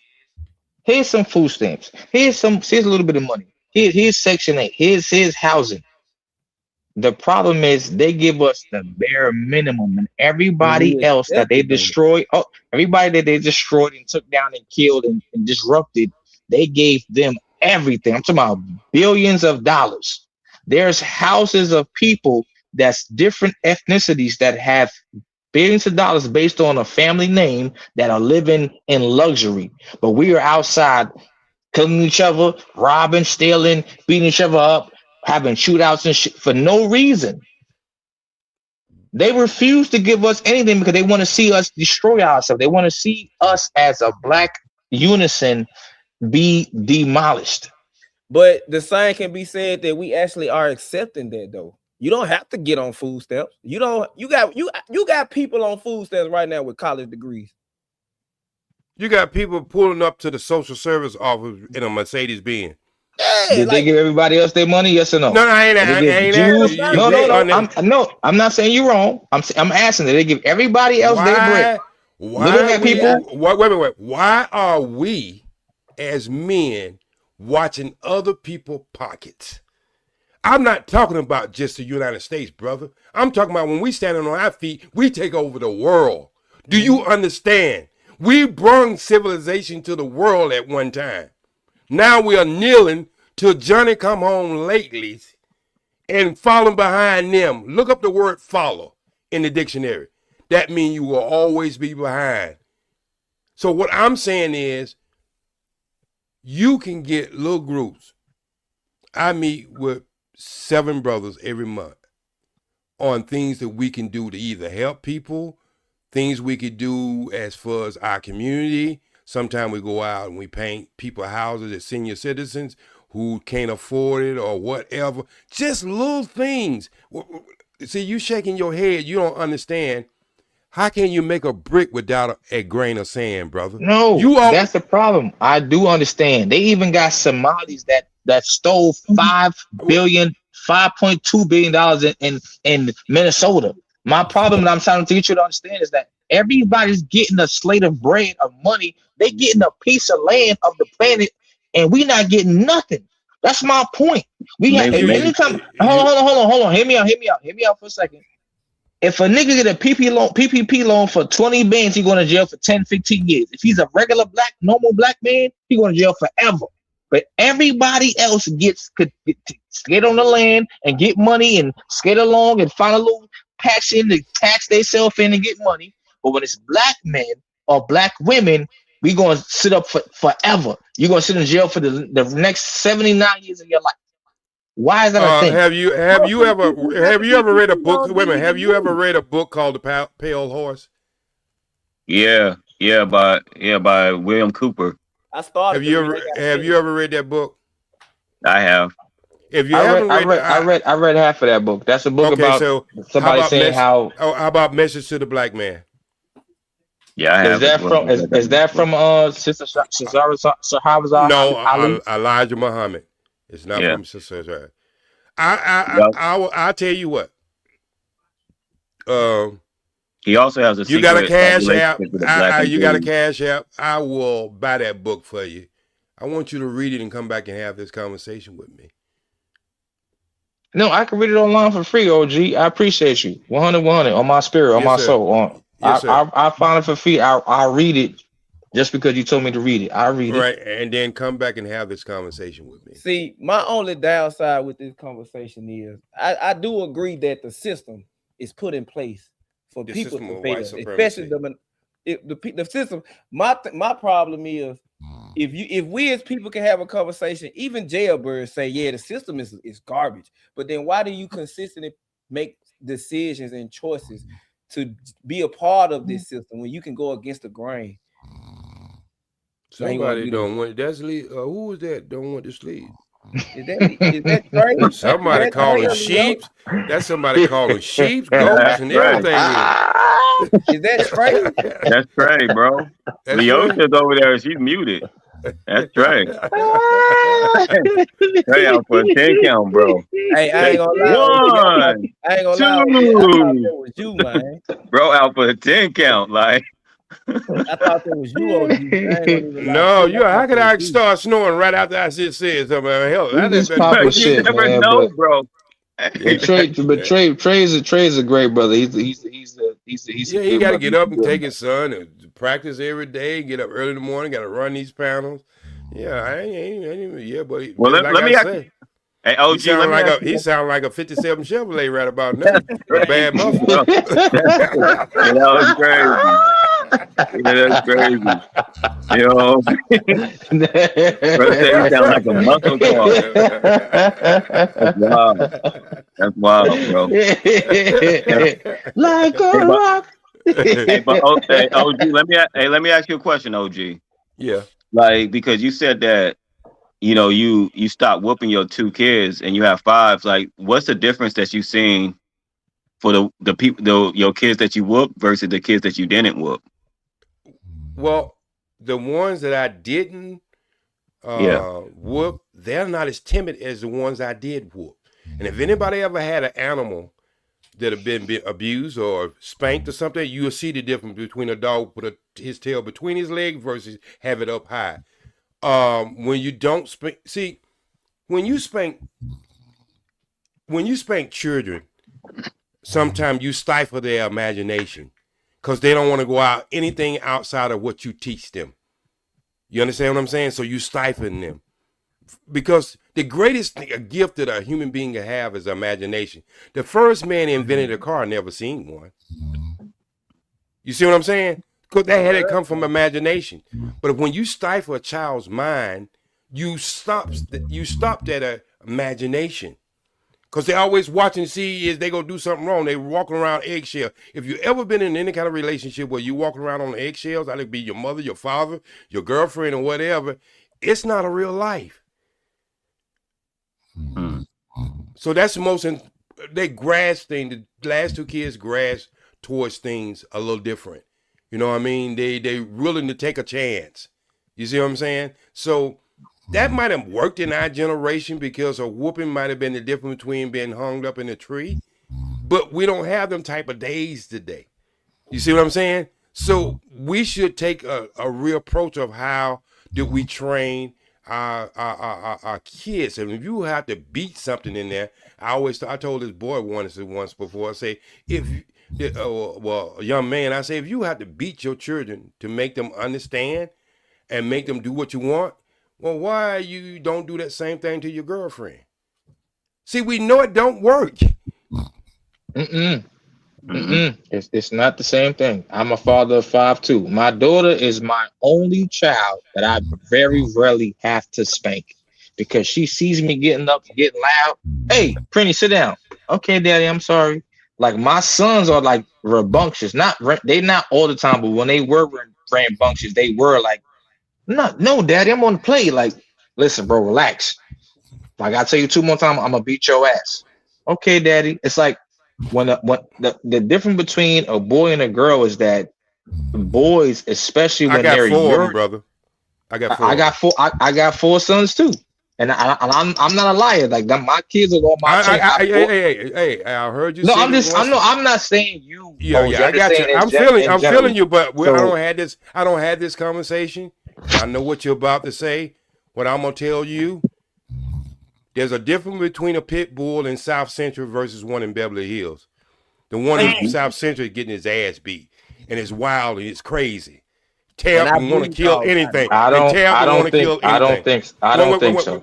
It's about behavior, brother. Hey, we not. Hey, I breed dogs for a living. I get in bite suits with them, all of it. I've been doing it for almost my whole life. I got 200-pound dogs in my backyard right now, both of them bubbles. Mm-hmm. Yeah. So you understand what I'm saying? You understand what I'm saying? You them big old dogs that be up there out in cat. I'm telling you, we done been to Mobile. We done been, man, to go get puppies. We done traveled Denton, Texas, Dallas, Texas, Mobile, Alabama. I'm telling you, it's a man. We went to go get my puppies. We went to a woman. It was a woman, an older lady who handled these dogs by herself, and she had good correction with it. They live differently. These dogs put up, and I will never put a 200-pound dog in my house. My dog's outside in the snow right now. She had her dogs in the house, and she had 3 of them. That's kind of messed up. It's cold outside. But do you understand? I got them right though. Haste, straw, all that. I got a torch back there. I'm telling you, my brother, I don't tell nobody how to run their household. I'm just telling you what was the difference between 3 children and 2 children. One a female and one a boy, and the rest of the three that before them was all boys. So what I'm trying to tell you is this worked for me, and you know where it came from? I did a movie called Congo. I went to Africa, and I seen parents, and I say parents, not just women, but parents, had totally obedient children without ever putting a strap on. Mm-hmm. Well, let me ask you this, OG, a follow-up question. Like, okay, so how did you replace like the whoopings? Like, what did you do to discipline them? Find out what they like. Like I like my daughter, she liked to play with this Barbie whole set, and I got a easy baker where she can cook and stuff like that. And when she would get in trouble, I would take all this stuff from her.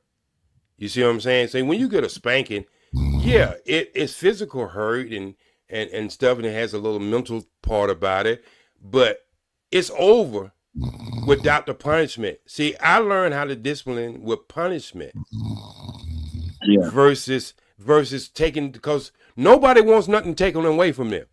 You know what would happen if you take your phone away from your child today?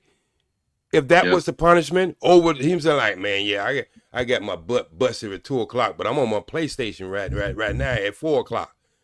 You haven't did anything but taught that kid that violence is the way of an answer of things, and so you shouldn't be surprised when they go to school they go be violent. You shouldn't be surprised because they learn how to handle conflict with violence. Yeah. No, I agree.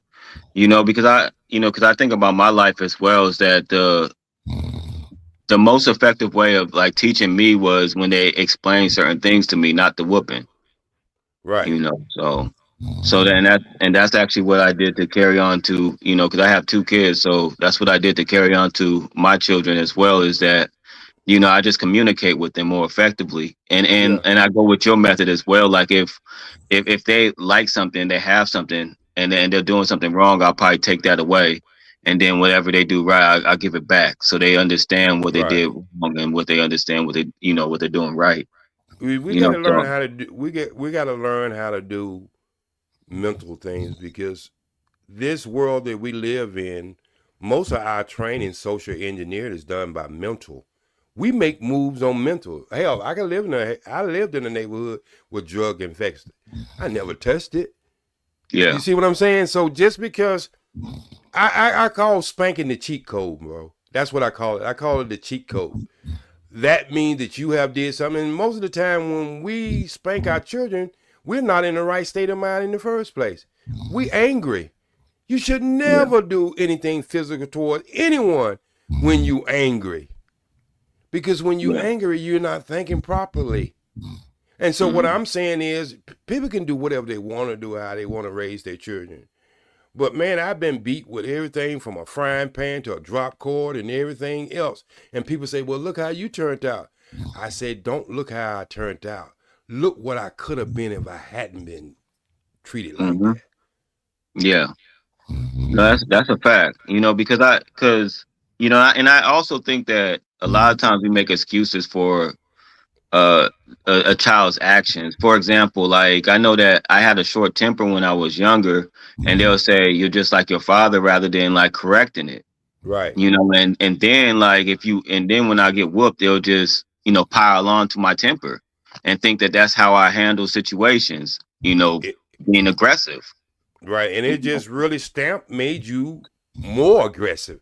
I mean, we go to training for work. We go to training, learn how to play basketball. We go to training, learn how to run.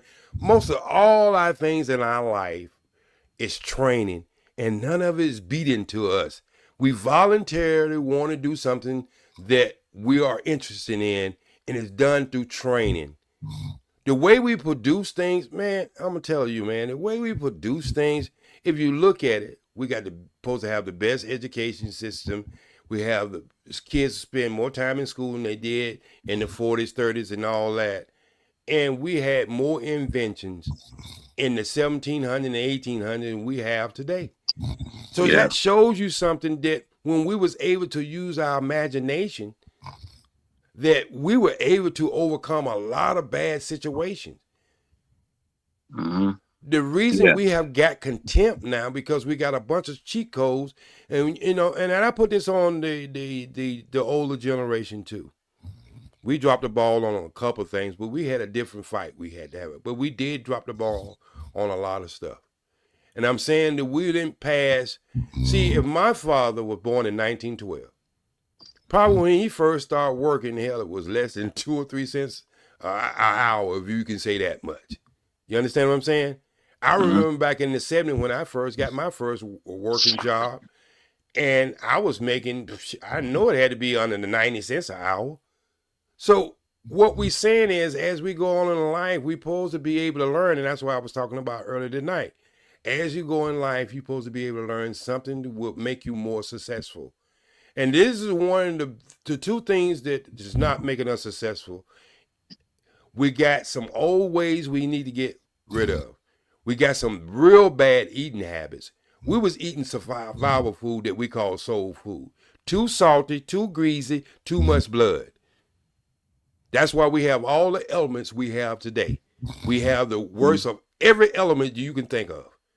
And the reason why is we have never, ever changed our diet. Now, I will say there's a lot of us are moving toward a better diet.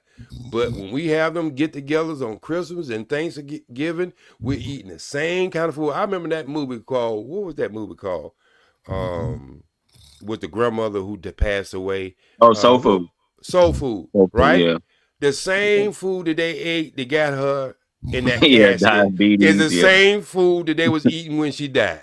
With her celebration. So what I'm saying is, we got to understand the learning curve. See, it's not what happens to you, it's the lesson you learn when it happens to you. And a lot of us don't get the lesson. Yeah. No, that's a fact. That is a fact. Because I generally think that we don't even get the conversation going. We just do a lot of projection. Like for example, like when we're talking about kids, a kid may do something and we ready to go down their throat rather than understanding why they're doing whatever it is that they're doing. And having that conversation with them, because when you have that conversation, it makes them a better person and it builds a better relationship with that the child. And they start thinking for themselves like, why am I doing this? Because when you give your child the understanding of not wanting to disappoint you, it's better than any belt. Yeah. It's better than any belt. Yeah, That's what that's a you call fact. true love. That's what you call true love. Mm. Well, let me ask you this: like, do you think that that's why, like, outside of like the system and the stuff that we see, like, do you think that how we treat our children is the reason why it's hard to have like good relationships when you get older? I think so, because every 18 years we start a new generation living self. We're some of the only people who want to push our children out of the house when they turn 18. Yeah. Yeah. Yeah. Seriously. And until we start to understand what the community means, what it takes, what we say sometimes, it takes a what to raise a village to raise a child. And see, we are in a system that is not made up on a village. It's made on laws, bylaws, and everything else, but it's not made on a social construct. We live in a universal social construct. The universe is social. It gives you everything you without having to pay for it. It gives you everything you need. But then somebody else come along with a policy and laws and make you live under that system. And then we got to understand what don't work for us. We all have to wear the mask, but some of us too happy to wear it. We do understand that. We are in a foreign place, whatever. I don't care how many years it been. We are people here who are differently by DNA. That's why I did our parts match everybody. You can put our parts in everybody. If you don't know people gonna be kidnapped, it's gonna be somebody who's black. Because our parts and our organs fit everybody. So what I'm trying to understand, we gotta understand our own true value. Only thing we have to do is start living under our own social construct. Because this construct has never worked for us. Look, we had some of the first millionaires, Madam Walker, way back in the day. So it ain't never been we can't go through doors and bust them wide open. My problem is why we keep going through doors trying to prove something to somebody versus proving it to ourselves. Yeah. Yeah. Until we come to that kind of understanding, we go always be behind the ball. Because look, if I come to your house, why you think they got home games? Usually the team has the home game has the advantage, right? Yeah. So there's a reason why. Because it's a group thing. They got support from the group, the audience, and everything. So it's not say the outcome is always going to fall in the favor of the home team, but they got a little head start.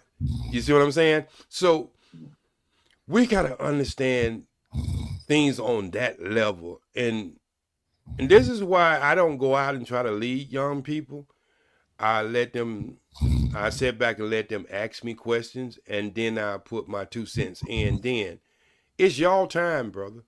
Y'all are the future, and your children are the future of the future. I'm just a student of a student of a student. And if y'all need my help, I'm there. But I'm not out there trying to lead y'all parade. I'm not trying to make y'all me. You see what I'm saying? I'm just trying to make y'all think outside the box that you are in. And if you need help, I can be an advisor, but I'm not going to lead your parade. Yeah. Yeah. And a lot of people like to son young people and try to keep them under their thumb. I want all my children to be better than me. Yeah. That's definitely what it's about. That's what growth is about. You take whatever it is that you have, that you give it to them, and they kind of expand on that, and be better. So I think, but see, I think that becomes like a problem that we have, is that we want our children to be just like us, and we don't want them to expand past us. Right. And when you're right. We living in a world where our mothers and fathers jealous of their own children. Yeah. They're in competition with their own children. Why? Yep. Yeah. I ain't gonna be in competition with my boys. Yeah. Her mother ain't gonna be in competition trying to, like, she wear a mini skirt and the mother wear one shorter than the one she got on. No, we ain't doing all that. So what I'm saying is,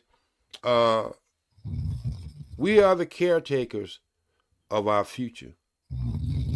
But we got to let the future be able to vision and come up with their own imagination. I don't expect y'all to handle the problems the way we did in the 60s. We had a whole different fight. I expect y'all to handle the problems that you're dealing with in real time. Yeah. Yeah. But a lot of old people, I would have to say, a lot of old people are guilty. You know what, my brother? I have 2 vehicles and I hardly ever drive. You know what I use? Massive transportation. You know why? Why? Because I love talking to young people. Oh. And I see how they change when you address them properly. Yeah. Sometimes I get on the bus and be a bunch of school kids down, and I'll be like, "Hey, how y'all doing today?" And they look at me like, "Oh man, why these old man talking to me?" And then they'll speak back, respectful, like, "Well, what y'all do today? Y'all got them grades up, ain't you?" And I'll just be doing it in a joking mind. Some young people outside of their own family, they're not even used to older people's talking to them. We have really thrown our children away. Yeah. And say that they got so much disconnect. Well, we had disconnect with our parents too. So that don't mean we get to throw our children away because they got disconnect. Our parents didn't understand the afro, the leather jacket, and the power sign. Mm-hmm. Yeah. No, I definitely agree. I definitely agree, and I think that like a lot of these, older individuals feel like they're too busy to really hang out with like children, not like their children, not just children in general, but they feel like they're too busy to hang out with their children. Yeah. And I think that when you do that, it doesn't build a real good connection with the child and the father, for example. And then when it affects like the father, you go outside and you less confident. You're not Most as certainly. confident when you go outside. And because you're supposed to build that within your child. And because the only time, like a lot of times, you go into work for however long, and the interaction that you have may be like discipline, right?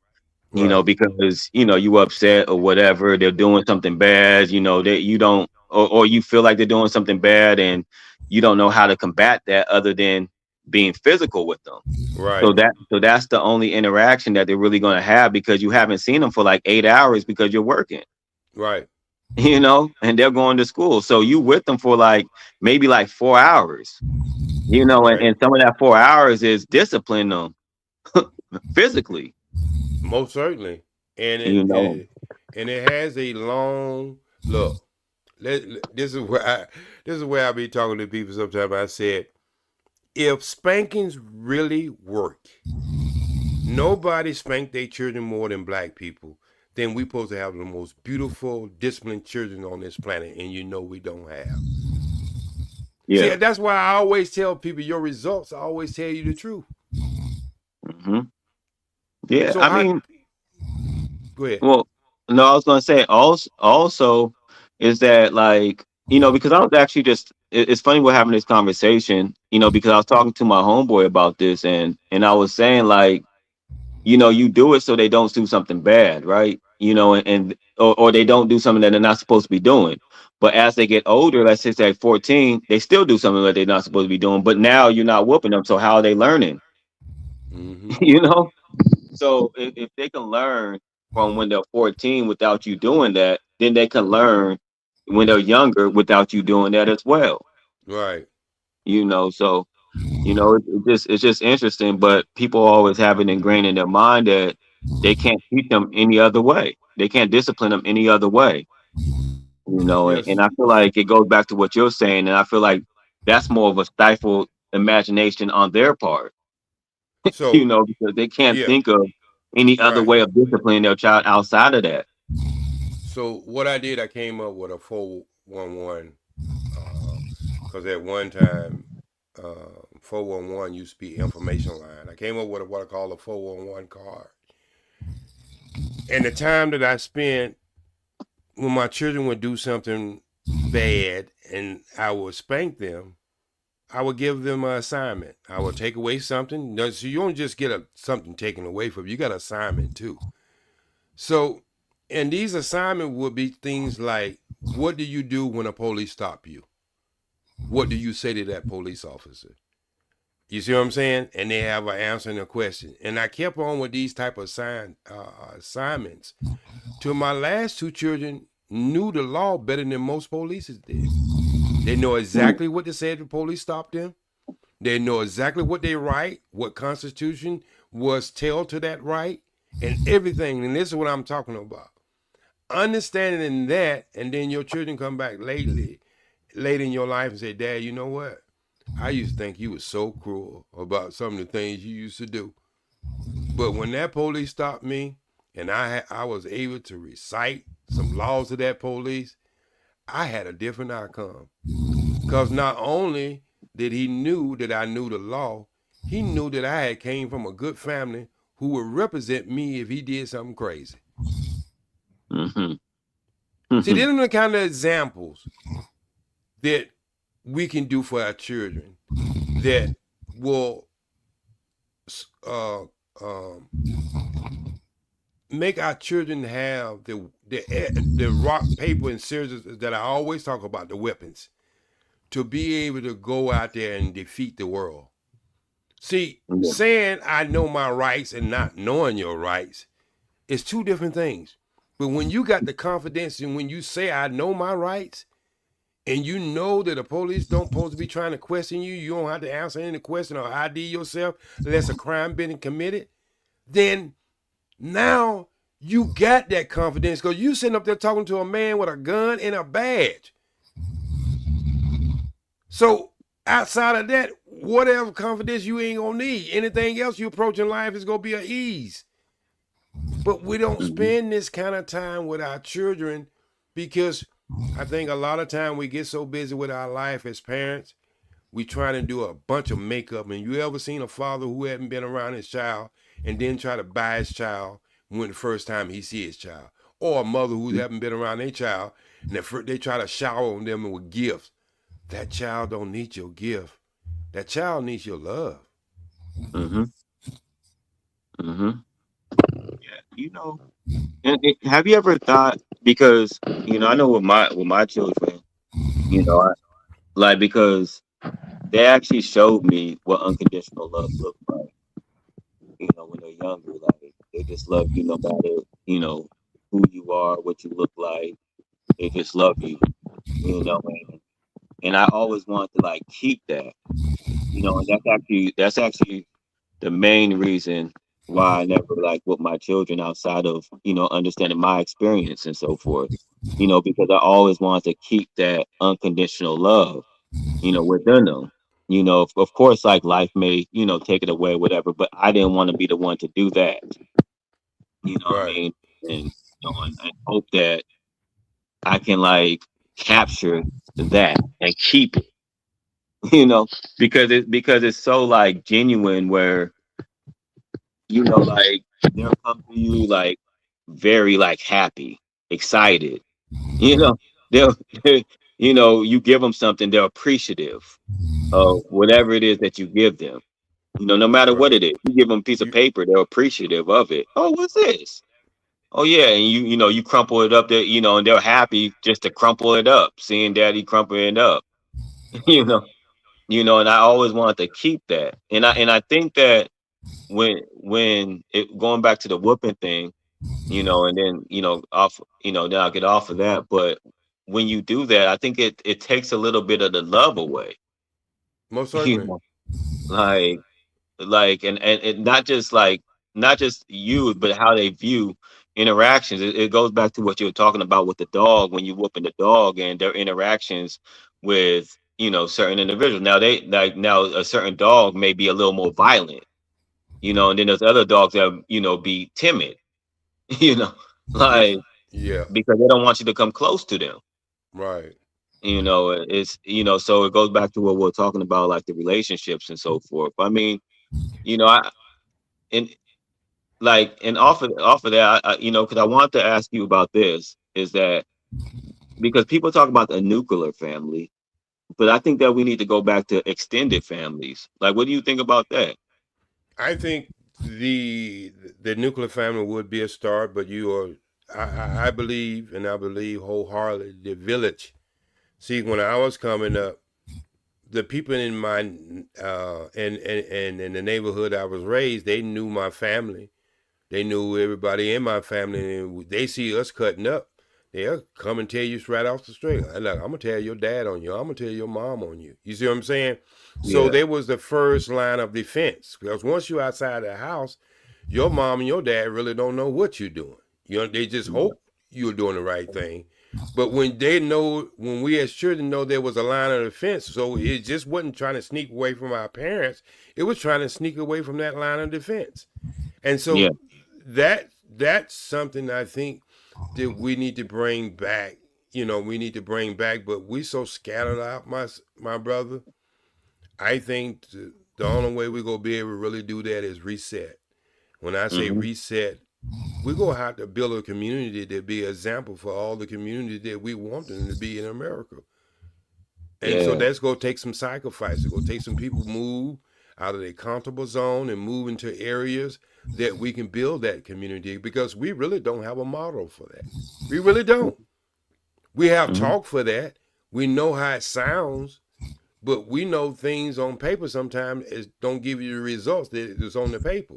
So we have to actually be doing it. We have to make a model that our people can see, and producing the kind of children. Like, we got a school out here used to be called Marcus Garvey, right? In California. I'm in California. We got a school out here used to be called Marcus Garvey. And Marcus Garvey used to take the most corrupt children in school, and where other school system would even take them, in public school system or private. Marcus Garvey would take the same students, and them students would be doing calculus in the 5th grade. So it's not that our children don't have the intelligence, because one of the things Marcus Garvey School did do was it didn't only train the children, it retrained the parents. Yeah. So you can train the children, and they have to go back into that same square again in their parents' house, because sometimes their parents are not trained. So there was a requirement. We're going to give you this free education, but you got to show up for parent and child evaluation at least twice a week, an hour. That's all we ask for. Yeah. And so that's what you're talking about when you're talking about the extended family. Yeah. We look, we ain't gonna like everybody, bro. Everybody your skin color you ain't gonna like. But we have one common goal. What the hell if I like you or not? We're trying to win this. This is the uniform that we was given. You understand what I'm saying? Our black skin is our uniform. And for some reason or another, we don't understand this is a team sport. Everybody white don't get along. Everybody Asian don't get along. Everybody Latino don't get along. But when it comes to critical things, they come together as a team sport. Yeah. If that wasn't the case, you look at black people all over this planet, why we are the lowest totem pole. Because everybody else is playing team sport and we playing individual sport. We got a basketball player out there thinking he the next Michael Jordan on steroids. He got 4 other members on his team, and he would not pass the ball. And he wonder why he keep losing games. That team keep losing games. Because I don't care if you got one superstar and you got 5 other players who's willing to play team sport, they gonna beat that team with one superstar every time. Yeah. And that's where we don't get. We don't understand this is a team sport. And it's just like my brother said, it's a marathon. It won't be done overnight. Yeah. Yeah, and because and that's interesting that you're talking about that, because I was just going to ask you about that, because my mentality is, I don't reject anybody. I and I'm talking about within my own, I don't reject anybody. It's a difference between like supporting, and accepting, what I mean? Because, you're going like people are going to do whatever they do. There's going to be like gangsters, there's going to be people that's ratchet, there's going to be people that, go to school, educated, whatever the case may be, but you have to accept it all, because we're all one. It's just their aim shouldn't be at tearing us down. You know, as you're saying, this is a team sport. So, you know, I mean, I think that is, you know, that so when you have, you know, on the team, for example, you have like the point guard, you have like the shooting guards, you have the power forward, small forward, center. You know, they each play their different positions. You know, you can't just have one position and then say, oh yeah, we're going to excel this way. It's like, nah, you need to have these different positions and have them play their position, you know, and but also when they see, you know, people that's like educated or they see people that's moving in the right direction, a lot of times they change, you know, because it's that love Right. that you're expressing to them. Because that's what they lack at right now is the love, the guidance, you know, they Yeah. don't see it. You know, they're raising themselves. You Right. know, so when they see that as a community, as what you're talking about, they see that within the community, they want to move better. They want to do better. Well, You know, they do what's and fashionable. right, and you know, it's I'm gonna be honest with you, brother. As long as I've been in this business, I started working at my first radio station in age 16, 1976, WGIV in Charlotte, North Carolina. I moved from there to Atlanta, and I worked at another couple of radio stations, and been always have worked in clubs as a DJ. Worked in another radio station, and I used to do the drive time mix at 4 o'clock when people were getting off work. One of the things I find out about us as a whole and as a group of people that ain't nobody ever came to rescue us. You know, a woman can't go through trauma for 15 years of being abused and you can rescue her from the house and then you can put her right back out there on the dating scene. It takes time for her to rebuild herself up to understand what happened to her. I think we're at the point that we have already understood what happened to us. We just never got the blueprint how we go build. Mm-hmm. I think one of the greatest speech, and just like I say, my spiritual now is holistic living in Islam. One of the greatest speeches I ever heard was Martin Luther King. If you can go on YouTube and there's anybody who might be listening to this and listening to live and listen to this in the near future, go back and listen to that speech that The he had. last I one. think no, it's one. It's called "What Is Your Blueprint." Look it up now. I don't know. Yeah, I'll go check it go. out. I'll go check it If out. you go and listen to that speech, you'll get away from this thing that's stuck in your head about Martin Luther King as a dreamer, because that's what they want us to understand about Martin Luther King, and people don't understand. He just had a birthday that the last 4 or 5 years of Martin Luther King life was miserable. Black people had turned against him, and so I say that to say this: we can't keep producing the same thing every 25 years and complaining about the same thing every 25 years, because the only thing we're really complaining about is our results. And the only reason we can complain about our results because we haven't changed our mind. If we change our minds, right at the moment of changing your mind, your outcomes completely change.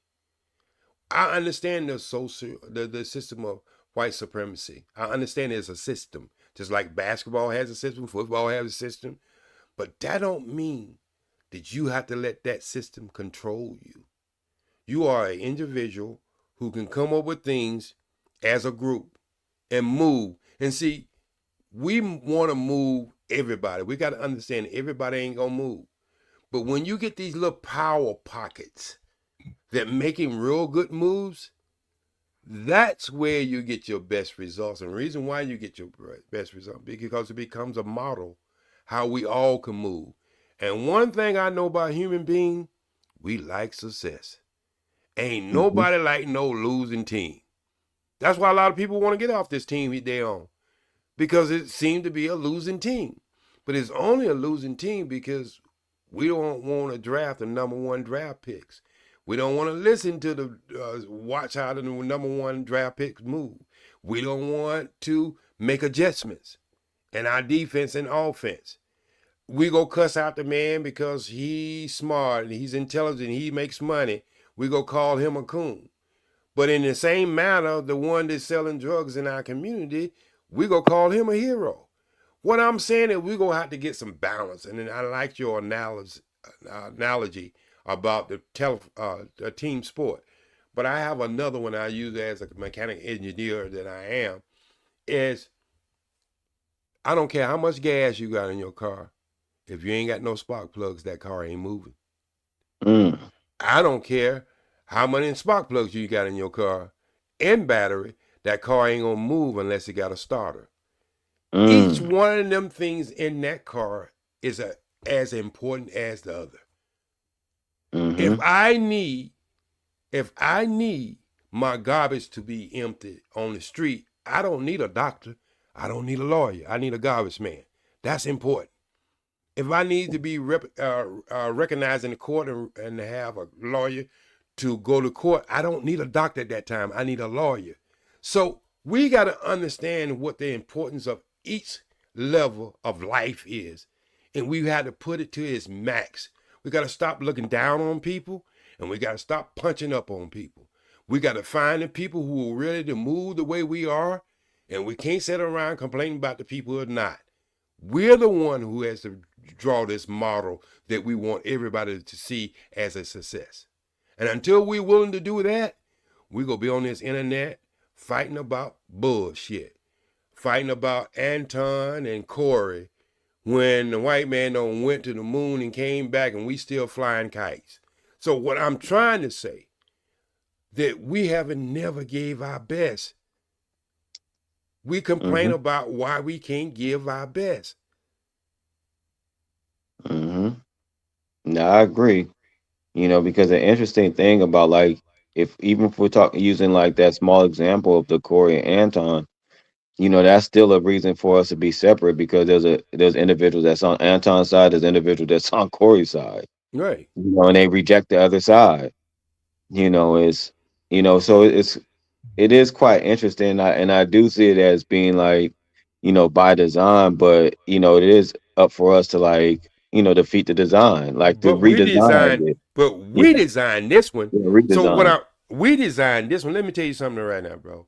If we was up here showing pictures of Corey doing bad things, or showing things Anton doing bad things, we would have 200 or 300 people in this channel even at this time in the morning. I don't seen it done. I used to be on the Fight Club, so I don't seen it done, brother. What I'm saying is we don't have enough patience outside of the entertainment of us beating each other up to understand what we should be focusing on. You understand what I'm saying? This brother right now would have 25, 30 super chats right now if we was on here and doing that kind of clown shit. Yeah. But see, we and you are talking about something serious, and they'll drop off like flies. Ain't no fight. If you think I'm lying, you get your own channel one day entitled.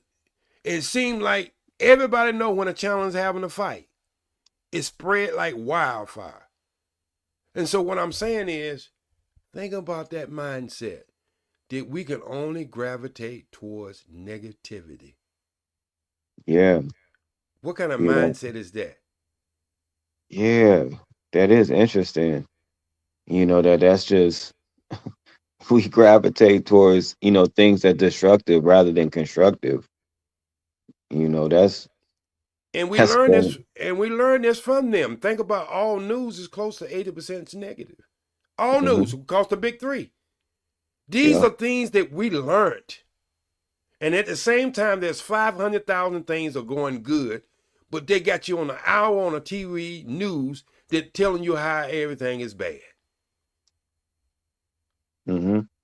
That's the mindset this type of system builds and interject into your head, because they do understand one principle.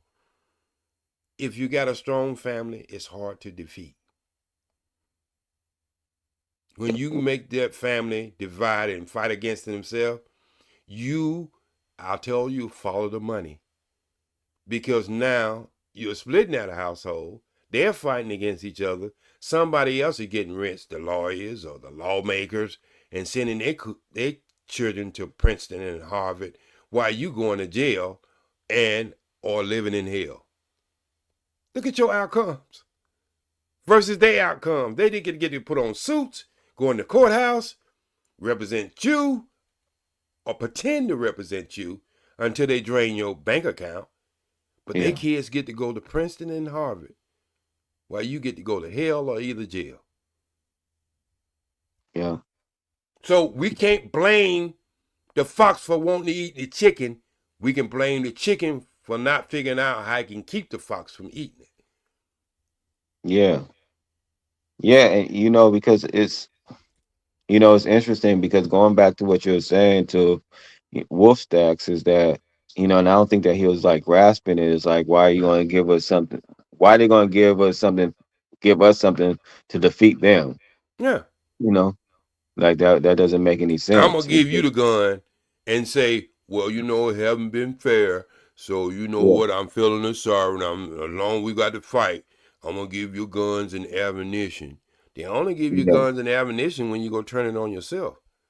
Mm-hmm. Hell, in California, they say, what was it, the 90s? They had a whole train full of guns and another train full of ammunition. They stopped right there in Watts and opened up the doors.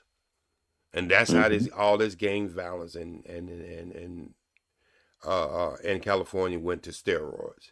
Think about that. Somebody had the mindset to let a train stay in one of the worstest part of the neighborhood, in the city, opening it up with full guns and ammunition to shoot out of that gun. Mm-hmm. Now, if they knew that we was going to take them guns and turn it on them, they would have never left that train there. They knew that we was ready to turn guns on ourselves. Yeah, well, it's the interesting thing is that because as I look at it, as they see us as a threat, because if not, then they wouldn't be over there doing so many malicious things to us. Whether it be like the drugs, whether it be like the guns, whether it be AIDS, whether it be all these different things. They wouldn't be doing that if they didn't see us as a threat.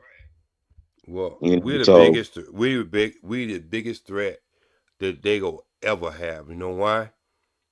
A white man need a gun to kill us. We can zip down our pants and F them out of existence. Yeah. And never ever have to pick up a gun. Well, and then you look at like how influential we are. You look at like, every parts of the world wants to emulate, Black Americans, people in this landmass. So it's like, they just don't want to be us. Yeah, they just don't want to be us. Yeah. But we have so much influence, so that actually shows us how powerful we actually are. If we did come together, then we'll probably rule the world, bro. And just in all honesty, not probably. It would be very easy. Yeah. If we can get this gang banging on each other wherever we live at, I don't care if it's in the continent of Africa or Cuba or whatever, if we can get away from this gang banging each other, you see what I'm saying, and come together, there's no place to have more resources where we could have the best. Look, man, I live in California. Every time I'm going down the street, I see nothing but cargo coming from China. Wait, what part of California you live in? I'm in Southern California now. I used to live in Long Beach about 2 years ago, but I'm in Southern California. Okay, yeah, I'm from LA as well. So okay. You from LA? Yeah. I'm on I'm on 82nd Place. I run a business on 82nd Place. Yeah. Okay. Yeah, right there, Firestone and 82nd. 87th Place. But as well as I know, you get on the 110, you get on the 405.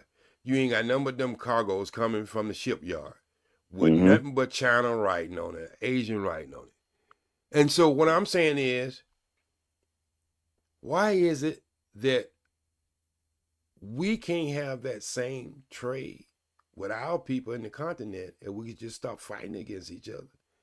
Yeah. We can always build that thing up, understanding each other.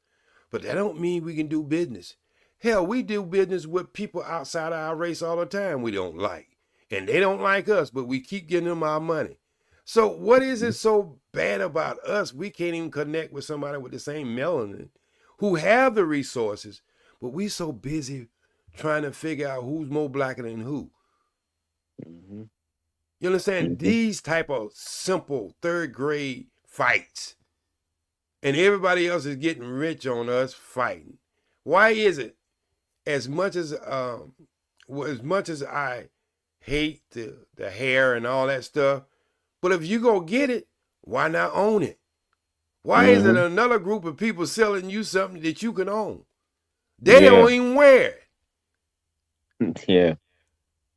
Yeah. So if we just go out to do that, then okay, let's get down and get nasty with it. But we'll go to people, get our nails and our feet done and our hair done from people who don't even speak your language. You don't know what the hell they saying. Yeah. Anytime they're doing your feet and your nails, talking to each other, saying all kinds of stuff, you don't know what they said. You see what I'm saying? Yeah.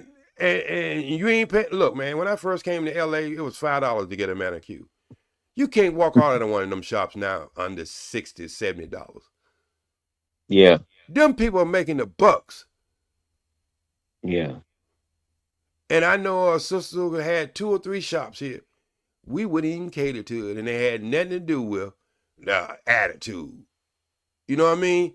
For some reason or another, we have a problem with dealing with each other, brother. We say we want unity, but hell, just like I say, we can't get rid of the N-word, much less the behavior. Yeah. Yeah. It's funny because I don't even think that we think about the things that we do. We just do it. Like they say, like we're taking back the word, but then all of a sudden we say, "Oh, this person can't use this word," and it's like, so it does have an effect on you still. Right. Like, Right. you know what I mean? So that means get rid of it altogether. And think about this. I've been bringing this up for the last 20 years.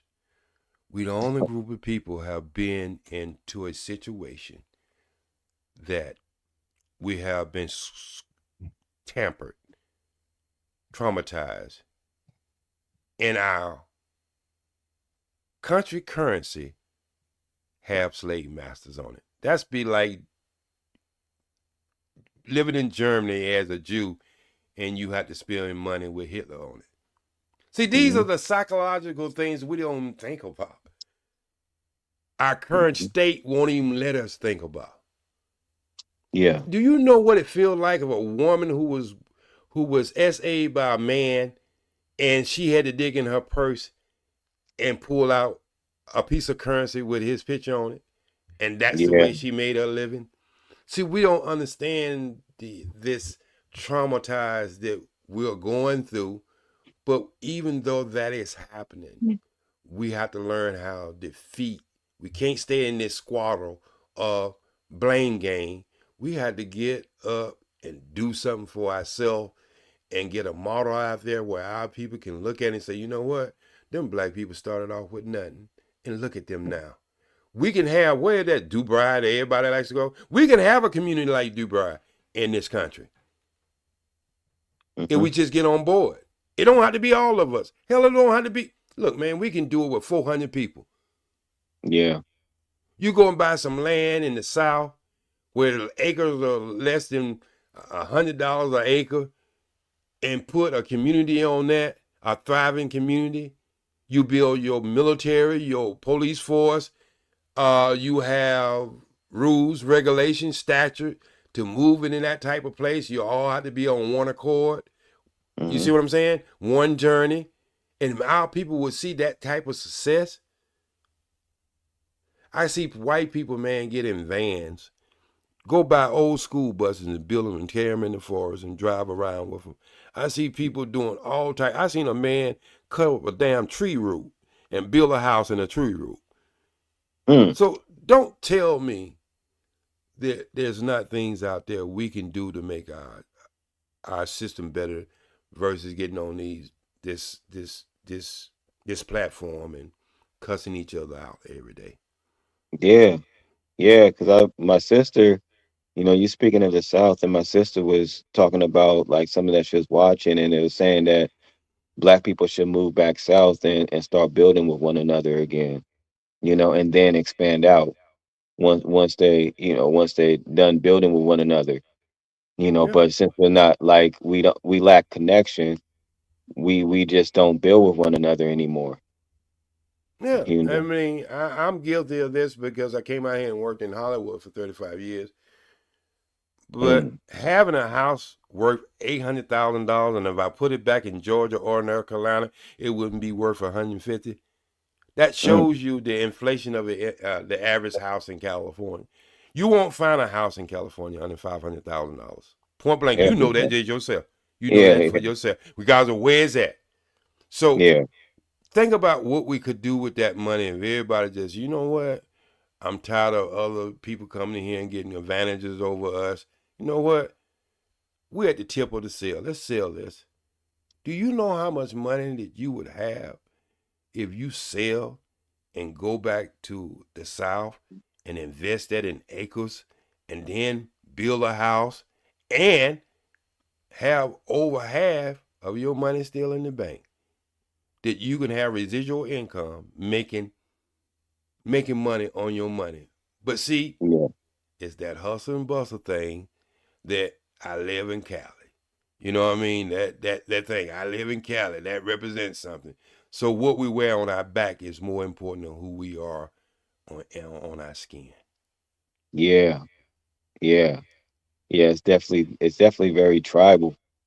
It's definitely very tribal. Like, shoot, you been in LA, so it's like you even see the gangs. They were like, you can't really wear a cap. Like Yeah. they have like all the different caps to represent their Yeah. gangs, bro. You don't know. You don't got what orange over here, red over here, blue. Yeah. But it ain't worse than it was in the '90s. Not in the '90s when I was in No, the yeah, yeah, nation. yeah, yeah, When I was on my post in the '90s, man, it was hell in the '90s. So, yeah, but I think Chicago and a lot of these other places have overstepped what we was doing in the '90s. Because yeah, if you really look at it, a lot of the OGs are older now, in jail or either in the graveyard. And I think the spread, what happened is the families wanted to get away from the gang and they took the gangs to other cities. I think there's more gang activity in Atlanta than there is in California Well, you now. you know what happened is that, and this is what I know. I guess I know from being like out there in Stockton by Sacramento. Okay. Like one of the teachers said they started gang banging when Colors came out. You Mm-hmm. know what I mean? Like people started emulating Colors, Right. of what was going on in LA. And that's when I don't know everywhere else, but I know that's Yeah. what happened with like Sacramento and Stockton and stuff like that. Is Yeah. where when the gang started like really being Right. established They because of made it that movie. fashionable. They make it Yeah, the movies in the okay. The '90s is pretty much when I was doing most of all my work. It was so much work in the '90s. There was so many black films coming out in the '90s that has never happened again, and I don't think it'll ever happen again. If you look at yeah, most of all the films in the '90s, people still talk about them today because that's the influx and the power it had on our people, and so um we just had so many like my favorite movie, Five Heartbeat. If it had came out and Boys in the Hood hadn't came out, it'd probably be the number one movie of that time. But it came out when everybody was trying to do a gangster movie. You see what I'm saying? So people wasn't yeah. even looking at that type of movie. Five Heartbeat didn't become very catching until it went to video. Now a lot of people have seen that movie, but it wasn't. It ain't do squat at at the theaters. The movie So what theaters. Yeah, yeah. So what I'm saying is like, man, it's a struggle working with your people, but I have always say I ain't got nobody else to work with, and don't get me wrong, I'm not the person saying that loving yourself you got to hate another group. I'm just saying love yourself and you can work with any group. yeah, But you got to love self first. yeah. And that's why I was talking about like the aim, like okay, you game banging and you have to regulate it. You know what I mean? Like your aim shouldn't be against other black people if that's what you want to do. You know, if you want to be ratchet, your aim shouldn't be, like polluting the black community. Right. You know what I mean? Like it should be, entirely different. Like it has to be. It's the same thing with like when you get like a lot of money. Like your aim has to be different, for us as well. Put it back in the community. But what happens is that they don't. They take it out of the community and they put it into like another group's community. Right. And then we just suffer. So, you're right. We definitely got to do better. We definitely have to go back to being communities. I remember like Tupac was talking about having more community centers and stuff like that. Like we need to get back to that, and start like raising the little kids because that's what it's about. As you was talking about, those are the future, Right. So, and young go ahead. man, what do you see the top 5 things that you think that, and I'm here just to listen. There's no wrong or right answer to this. As your eyes and your visual, what do you see the top 5? And anybody who wants to put it in the chat too, what do you see the top 5 things that black people need to do as a whole to move forward? Well, I think the number one thing is that they have to love each other. I think that's we have so much of a disdain for each other that we don't love each other, but that goes into like parenting and so forth. Like with us not loving each other, like we don't even love our partners that we're with, that we end up having children with. So we don't even give them love. So without giving them love, it kind of like pollutes the whole like system. It's kind of like what the like what it says, like what the thug life means. It's like the hate you give little infants after everybody. That's what it is. Like we give these little infants hate, and all of a sudden they grow up hateful. You know, they can't appreciate the people at home, so they're not going to appreciate people outside their home. And people that look like them. I think that's one of the things is love, of course. And I also think that we build out. I think that we don't build with one another. We don't build at all with one another. Like, and that's, so that's two, the love, and then the building with one another. Let me see. Another one is hmm, I hate to say it. I don't really. For me, I don't really do the interracial like relationships. I think Yeah. I think that's a problem as well. We I don't say see we there's don't see no our wrong women or right. beautiful. There's no wrong or right. There's no wrong or right answer. Just say it as you feel it, brother. I'm Okay, not well, even gonna say anything after you say it. I just want to hear what you think as a younger man. What well, are the 5 things that you think we could do to improve ourselves? well, I think that the lack of leadership within the men. You know what I mean? Like, like for whatever reason, men they kind of reject leadership. Like a lot of men is acting, a lot more feminine. I was talking about that before. Like the men are acting feminine. Let's say for example, like, I always say like if it, I think that's what you said, like, teaching a woman, and so forth. Like if you can teach a child, you should be able to teach a woman as well. And it's I think that a lot of times we conform to the woman. Like they say, don't do this, don't do that, don't do this, don't say that. Like, you have men talking about if you want to stay in a successful relationship, just be quiet or let her talk. And it's like, nah. Like if you have something to say, you have to say it. And in all honesty, women respect that a lot more than you just being quiet. For whatever reason. I mean, shoot, if you talk to anybody that's married, they'll tell you that when you're quiet, all of a sudden an argument comes about. And I actually genuinely feel like when go against like whatever it is that a woman is saying, it recharges them. Right. For whatever reason, I feel like psychologically it makes them feel valued. And they look at you differently. Like, man, okay, I like him. He's a strong leader. Right. But But now it's like we conform to them. Like they say, you know, man, I don't like when you do this. I don't like it when you do that. I don't like when you do that. And you just conform to whatever they say. But they're not conforming to anything that you say. Yeah. You know? So who is the leader in that situation? And also it's like when you look at a job and you have like a lot of employees and you have to get the most out of those employees, it's like, okay, this type of leadership isn't working, let me try this leadership, let me try this style of leadership, let me try. Like they don't even go through the different styles of leadership. You know, they just think the leadership is one size fits all. And it's like, nah, that's not. Like the Kobe leadership wasn't the same as Magic Johnson leadership. Right. You know what I mean?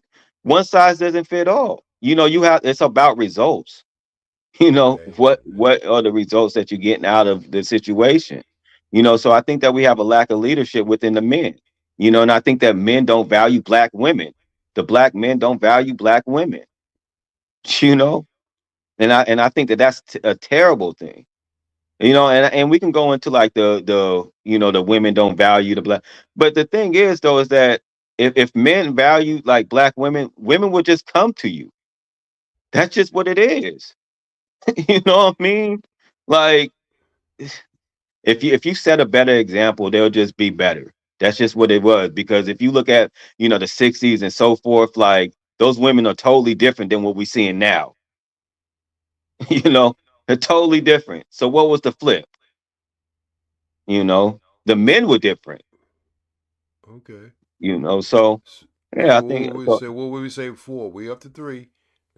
Give me Okay. number 4. So 4. Let me see. 4 is so leadership, building with one another, love, man. Of course, being together. Wait, would that be love? Being Yeah, together? family Like and love. Yeah, you love each yeah, other. Yeah. okay, that's okay, so that's together. Man, that's 3, 4. I can't think of the 4th one right now. Well, Let me you got think. the 5th one coming right behind the 4th one now. Yeah, I know. That's what I'm like. I'm trying to, man. Are you amazed that a lot of people don't have these conversations? Yeah. Nobody ever asks them 5 things that they can do to put the pulse on the black community to change our outcomes. Well, education as well. That's a big thing. So I'll add that. I think that we have also got away from that is educating, Right. each other. Because it doesn't just have to be school and education. It's education be at home as well. And we just don't. Like I feel like we got away from it because I feel like we work so much that we feel like we don't even have to come home and raise the children. We feel like the schooling is just gonna raise the child when nah. Nah, Yeah, they August, learn we this from still their here. parents. I was talking to Okay. August. She's asked, "Was we still here?" Rose asked, "Was we still here?" She got up and get some water. And what would be your 5th? Yeah. So educate. So okay, and my That's my 4. 5th one will be. Man, let me see. 5th. Man, educate. Oh man.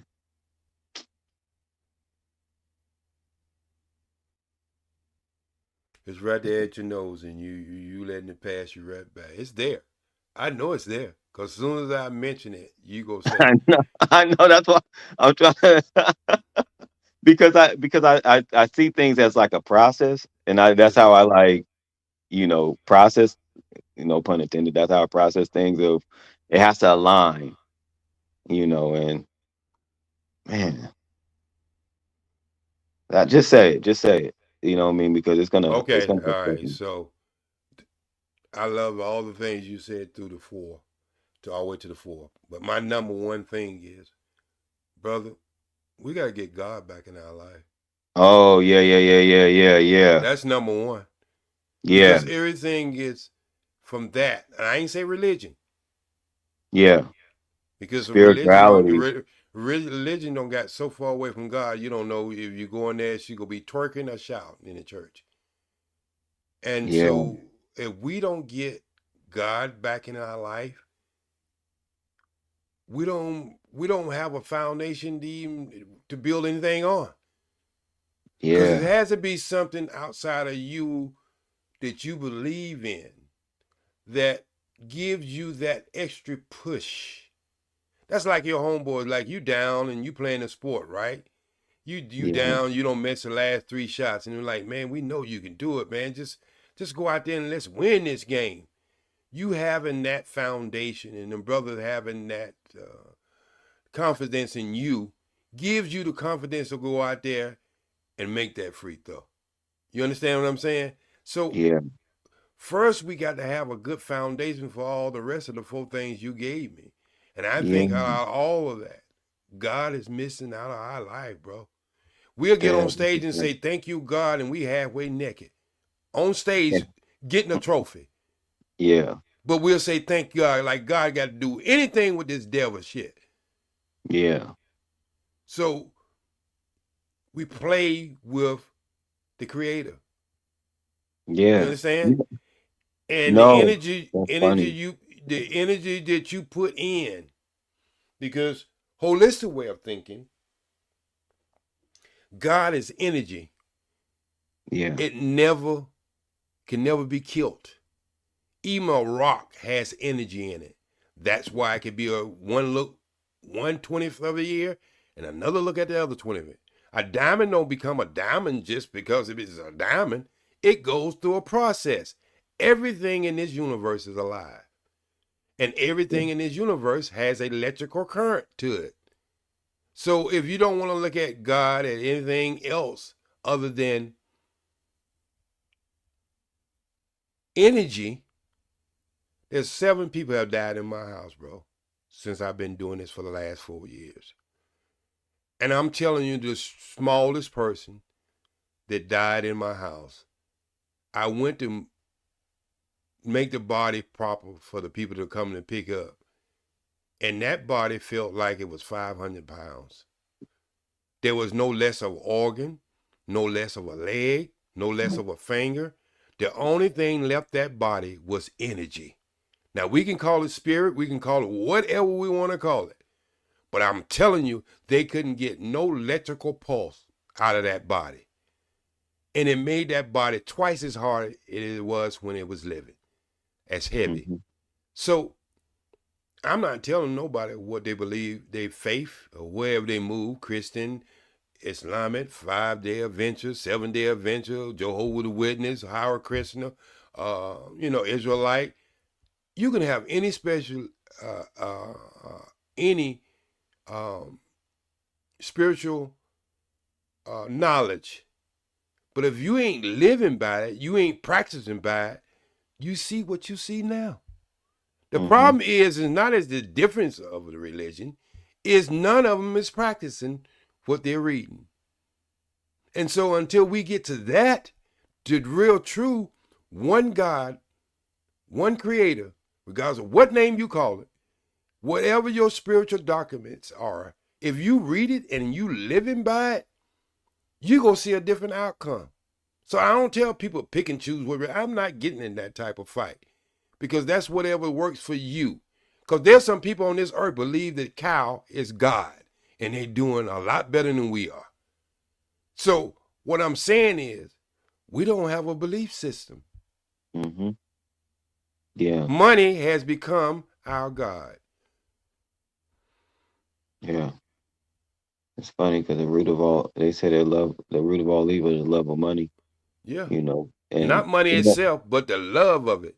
The love of it. Yeah. The love of it. This is live. Somebody asked, was this live? Yes, it's live.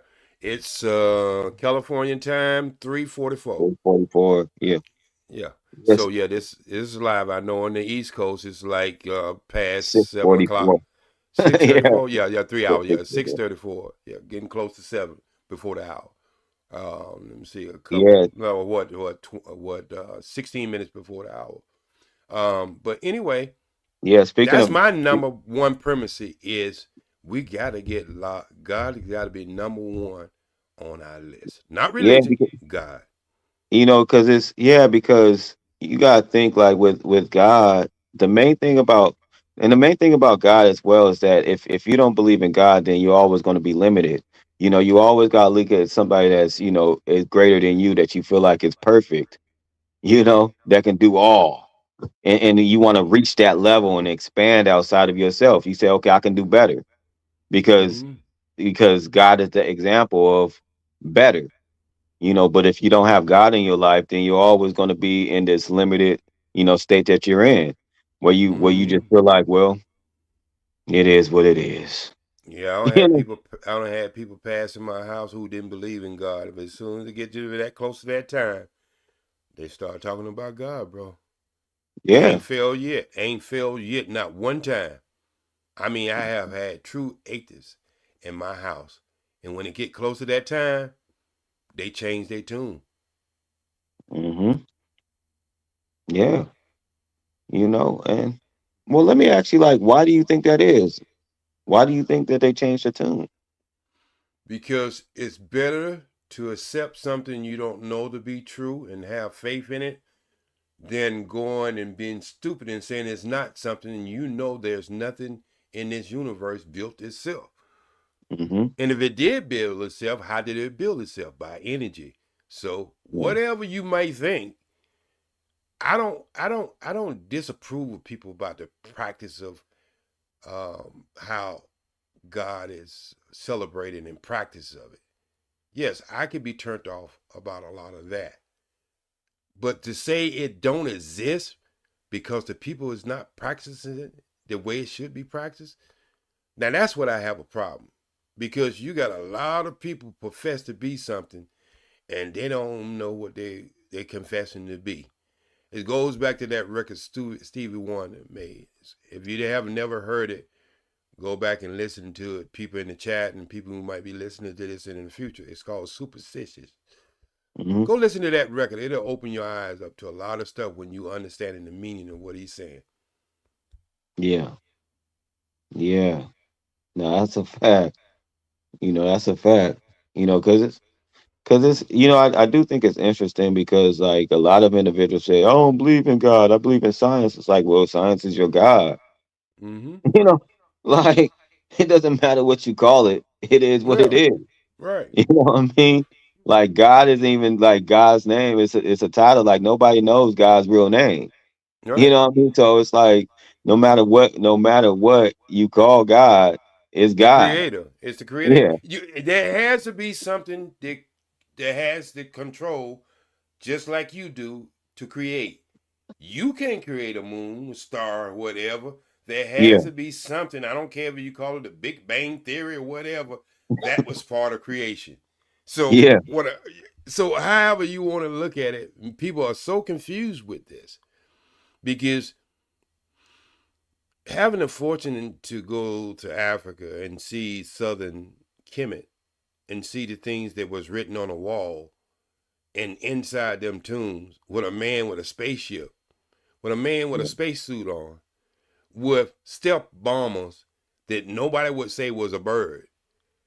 To see all that stuff on the wall, it makes me understand, oh man, maybe all this stuff is intertwined, the matrix and all this.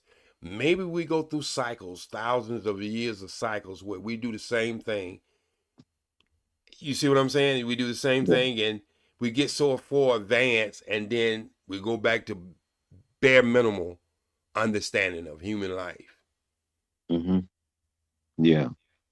Yeah. And it's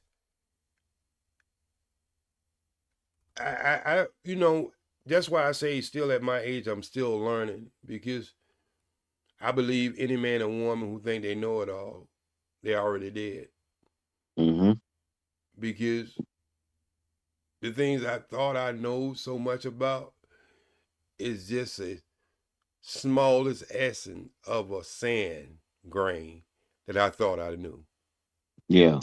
You understand what I'm saying? And I think, believe it or not, science proved God more than science proved what people think it's proven. Yeah. I agree. I I actually agree. And I always think it's funny because like I said, like God is just a title, but they changed the title and they feel like it's not God. you know, You know, like, and they move, they move past that. And, and like you were saying, and that's how I move as well, is that, I always say like a wise man knows, nothing at all. And that's how I move like that. I don't try to act like I know it all. I just continue learning. And I don't really try to change people's belief, but I always tell them keep both your eyes and both hands on the steering wheel of your results. If you're doing fine, that's why I say people who believe God is a cow do just fine. So what I'm saying is, whatever path and journey you on, whatever you can gravitate, and it helps you in life, and it's pure, and it makes you a decent person, then you ain't gonna have you ain't gonna have no spiritual game bang. I'm gonna say, hey, brother, just keep it going, sister. Because anything that makes you a decent human being, I don't think the Creator will ever get upset with you being a decent human being. I don't met some bad people who was Muslims. I don't met some bad people who was Christian. I don't met some bad people just in general. So I'm saying is, no house is built on a rocket foundation, and you expect in the future that it's gonna withstand what's about to come. That's what this country is going through now. This country is going through a reset, and most people they ain't even seen it. We haven't came back from the COVID-19. I said COVID-19, so you know what I'm talking about. Yeah. We haven't got back from that. Man, we still floating. Believe it or not, we still floating. You can't go through that many years of somebody telling you to be an individual, because that's what that 6 feet was all about. That was about you not getting together. It was teaching you how to be an individual. Yeah. We haven't got back from that yet. Yeah. The movies are gonna show you that. The club scene gonna show you that. Everything that was done before 2018, go back and look at the numbers and look at the numbers today. All the stuff we do today is totally against social. Most movies that come out on the theater you can see on your computer today or your smart TV. You see what I'm saying? So they have taught us that we can survive if they keep us separate. Yeah. I also think that we move backwards too much rather than moving forward. And and when I say that, it's like we talk about Black Wall Street, we talk about Rosewood, we talk about Black Harlem and so forth. And we never try to get back to that state. Like it's like it's kind of like what we're talking about in terms of like whoopings. It's like they whooped us to the point that we don't have imagination anymore. Yep. You know, and we can't move forward to even trying to establish something as great as what we keep on talking about. Right. Think about this, and I'm gonna leave this God conversation alone. Yeah. If God is in everything, why do you separate yourself?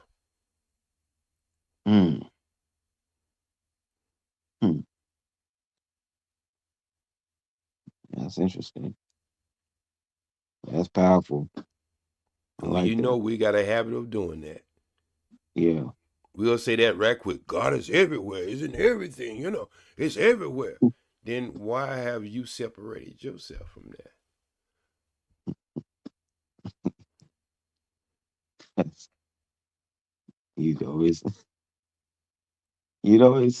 It's crazy because you get like, a lot of people that just talk, and don't really like, they just talk just to talk rather than listen, understanding what they're saying, and then when you bring like logic, like what you just said, they don't really know how to answer it because they haven't even thought about it.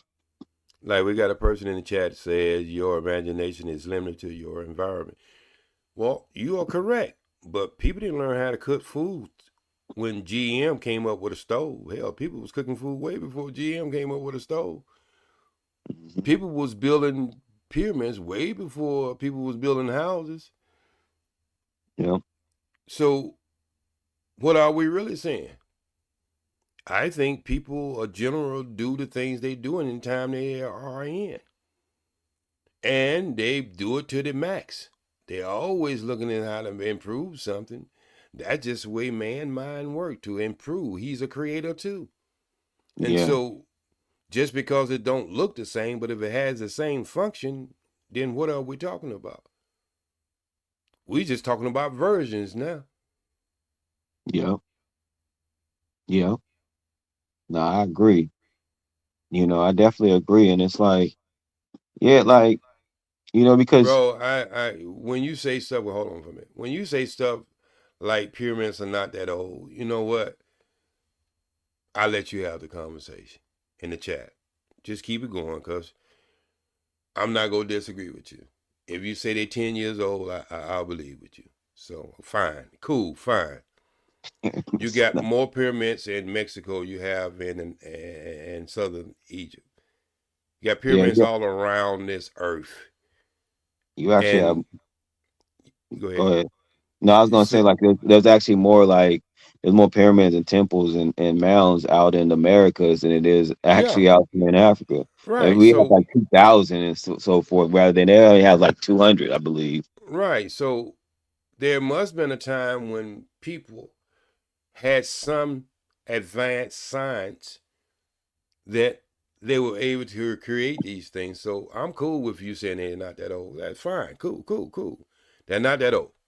Well, however old they are, we still having a problem with all our machines and AI and everything else, how they was built. Yeah. The precision of them is throwing us off the block. And they actually how did the Dagon people map out the solar system before there was ever a telescope? Yeah, because they actually said that they don't even know how they built the pyramids yet. Right, so when you start thinking about history and patterns, we can say it's 10 years old, 6 years old, but then we have to start asking ourselves the serious question. How did these group of people that you call savages was able to map out the solar system till less than 15 years ago?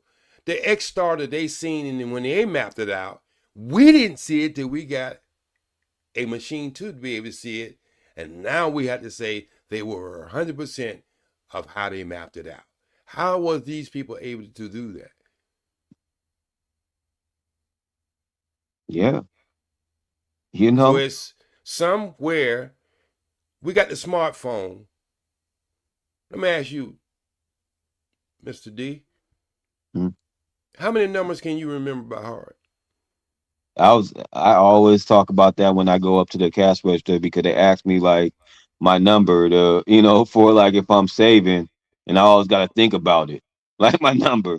Like I don't really know that many numbers by heart anymore, because all you doing is just pushing the button, pushing the thing, and it goes straight to it, rather than back in. Well, no, okay, go ahead. No, my bad. In the 70s, I had the little telephone you roll around like a wheel. Then we got the digital phone. Yeah, the Rolodex. But I know all my aunts and uncles and my dad's home phone number. I know my home phone number and all my aunts and uncles. And the reason I say that is when something is consistently telling you it is smart, really what it's saying about you, you're about to become dumb. Yeah. Because as I know, when you break an arm, break a leg, break a hip, have an operation, when you are in that casket for that period of time, you have to learn how to move them limbs and them joints. And what has happened to this thing that we call the brain? We have so much assistance, and with this new technology, that people can't even get around town anymore without using a GPS. Yeah. So you can play with me if you want to. You can say all that crazy stuff you want to say. But I say if you take what I'm saying and you really look at it, it puts some questions on your mind that you may not be able to answer. Yeah, and I don't know if you're similar, in your household, but because I'm actually I'm from Southern California, and I know my parents, well, not my parents, but my grandparents, they didn't let me watch TV. Like there was a TV in the house, but they didn't let me watch TV. They used to tell me, go outside. This is just for decoration. you know, kept telling me to go outside. Like they didn't really want me to, be distracted by the TV. They wanted me to expound, to, go out there and experience. So it's different Well, now where okay, you said what? so No, go ahead. I guess it's whoever's trying to match they wits with me. The oldest human being I'm found on this planet, I think, is up to almost close to 2 million years old. So I don't know where you get the 500,000 for it. And then I know you're gonna come back after me after that, and then you're gonna say, "Well, carbon testing is not a proven thing." Well, it's the only damn thing we got. So we ain't had no problem with other stuff. So what I'm saying is, I don't know how old they is, but I know this much: it's older than any spirituality book that was ever written. Hmm. Well, and it's interesting too because like we don't even experience or explore anymore. So when we talk about like GPS, for example, we don't even explore. No. Like, like even in our own city, like we go, like we know all about that city, but let's just say like we move to a city that we don't know, like we don't even explore that city. Mm-mm. And we We don't know know we more. don't know anything about that city. Right. And we keep going up in space. I think most of our answers is in the ocean. Yeah. Yeah. We haven't went the depths of the ocean as well as we have went up in space. We can't go far enough down. Right. So a lot of our answer might be in the thing that is our body is made up. What is our body made up as? What do it have more than anything? It's water. Well, even, and it's funny because, yeah, I just read the chat and it's like there's no such thing as being lost. Like, you know what I mean? Like what lost is like, okay, I can't find my way. And then you find your way, and then it's like, are you lost or are you just not like trying to explore how to get to where you need to go? To You your know what I mean? next Like, level. To your next yeah, level. You're not yeah, lost when you're a baby. You're going yeah. through a journey. It's interesting because you would just like that's actually a defeatist mentality. Like because people would just like sit there and say, "Dang man, I'm lost." You're defeated. Like Yeah. it's like okay, well, figure it out. you I'm know? I'm only paying it some attention because uh the host has went to sleep. He go wake up in a little bit. He probably take his son out. So Yeah, this is a way we can keep the conversation moving because I don't want to leave his channel and leave him snoring on his channel. When he wakes up, then we'll end this show. But until he yeah. wake up, we go try to keep it moving and at least talk about something. Come on, we can talk about something. And Well, so go okay, ahead. so let's talk about like what we were just talking about because all these smartphones and technology is actually making us dumber. Like when I was and I say that I know that for a fact because when I was in the 90s, for example, I knew pretty much everybody's number. Mm-hmm. Everybody. I remember them by heart. You know what I mean? When I was in high school, like I remember everybody's number by heart. Mm-hmm. Like, now I don't remember any numbers. I remember names. you Right. know, and then I go to that name and then I just push it. Don't even look at the number. So Right. so that tells you that you're missing steps. Yep. You're missing step. It's making you dumber. You're not even understanding about the process. That's why when you have a conversation with somebody, they over there, they're not even listening to everything that you're saying. They're listening to segments and pieces of what you're saying, and then they grab it and they lean on that, and you're like, yo, I said like a whole paragraph. Everything is connected.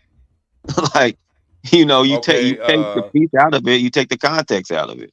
So Go ahead. when you don't use something, do you when you don't use something, whoever that is in the chat, do you put yourself into limitations? And if you just before you answer that, I'm gonna give you something else to digest. Why is it when you are playing a sport and your sport is over, why do you have to come back and get in shape again if you don't lose something?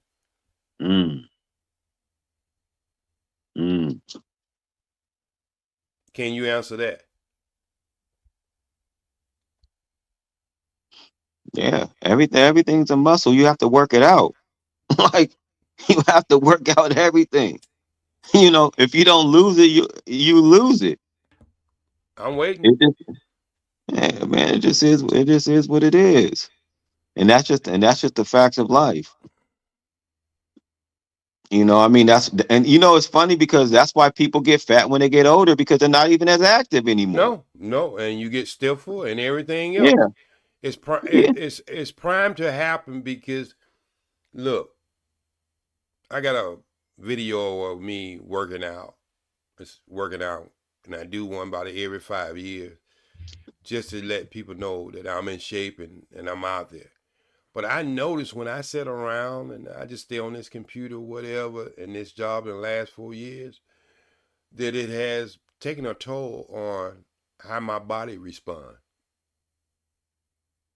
Seriously, it took a toll on it. I used to get up every Saturday and know that I was from 12 o'clock to about 4:30, 5 o'clock, sometime 11, sometime 10, depends, that I was be out there with them young guys and we would be running 4-on-4 and we go play for the whole day. I guarantee you I couldn't get out there right now. Yeah. I probably can play one pickup game.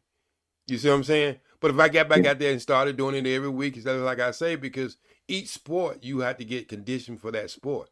I don't care what you're doing in this sport, but to get conditioned for that sport is something totally different. So, it's okay. Yeah. You know, because it's like which eye you want me to open, brother? My 2 eyes or my third eye? yeah, I mean, you know, because you have children and you see how flexible those children are. And then when you see as they get older, they're not even as flexible because they're not even working out those muscles anymore. They're not stretching or doing anything anymore. You have to almost break their arms to come in the house. Yeah. Shoot, you get once you get past 40 and 50 years old, hell, you had to break your arm to get you out of the house. Yeah. So that just shows you your activity has a lot. I mean, when I went to Africa and I started seeing 70 and 65, 70-year-old women playing soccer, and they went out there all out there stiff and stuff, I was like, man, this is a joke how we teach our people in our country. Yeah, that's a fact. You know, that's a fact. You know, because it's like once you get a car, it's like, well, I don't even need to walk anymore. I can just drive. you know, you know, and then you have a job, a car. It's like, oh man, I don't even have no time to work out anymore. All of a sudden, you building weight. You know, you just letting that stuff go, and then you look at your old picture. You like, damn, I don't even look like that anymore. Man, why is that, man? I don't even know why. And you talking about your metabolism. Nah, your metabolism don't want to move because you don't want to move. Okay, so the person in the chat, go back and do the study on when it wasn't more than only one car per household versus 5, and where in California, I don't know where he or she might be living at, but in California, the average cars that in the garage is more than 3. Tell me what the human weight and size was before we started having a car for everybody. When people used to actually walk 2 or 3 blocks to the grocery store versus jumping their car for 2 or 3 blocks and go to the grocery store. So don't tell me things. I don't know how old your age may be in the chat, but I do know this much. When you take away physical exercise from human beings, you've seen it in schools. Some of the schools took away the PE, physical ed. People more to drive on their cars, scooters, and everything else. There's not that much exercise in it. Oh yeah, y'all got some of the strongest fingers in the world because y'all play with that PlayStation. I ain't gonna say nothing about your finger strength because I know that your pimp hand is strong when it comes down to that controller. But the rest of your body is totally out of shape. Yeah. And that's your technology for you. Yeah, that's what technology is. I mean, you gotta To think if assist you're you. not, yeah, if you're not doing something yourself, why do you think that you're going to be better in it? Yeah. Like that's like somebody playing basketball and you think you're going to be good at basketball because they're playing basketball. Like you know, like nah, you gotta You actually play watching boxer, basketball. you become a world champion. You Yeah, like watching boxer, you become a world champion. Not getting in the gym working out, not yeah, doing the speed bag, not doing the ropes, not doing the shallow boxing, but just yeah, watching somebody, you go become. Yeah, that works on PlayStation, but it don't yeah. work in real life. That's crazy. I never heard of stuff like that. You know, like, and the greatest example is why you can't remember numbers. Why can't you remember numbers? You can't remember, you can't remember your own girlfriend's, your mom, your dad's, No. whoever's number. You know, the cop asks you, "Hey, what's your number?" You don't have your phone on you. Oh man, I don't even know. Like, you get locked up and you don't have your phone, you are stuck. Look, man, my friend called me the other day, and his mom passed away about 20 years ago, and he said, I said, O'Neal, you remember your telephone number? He like, oh man, I don't have so many cellular phones, and we talking about way back in the 70s. Yeah. I like, look here, man, your mama's telephone number was 704-525-260. And he was like, how do you remember that number? Before I got it all out of my mind, I was like, man, you was my best friend. That has stuck in my head, and I'm 66 years old now. So it just shows you, I use the computer a lot. There's nobody can tell you that I have to use it to run my business. And I'm talking to y'all over my computer now. I'm not talking to you over your cellular phone. And when I tell you this, outside the beeper, I don't take a cellular phone, and I have two.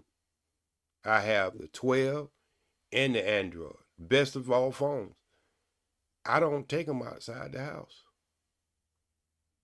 And people say, don't you think that's kind of dangerous? People got to get in touch with you. I was like, man, let me tell you something. People was getting in touch with me way before it was any cellular phone.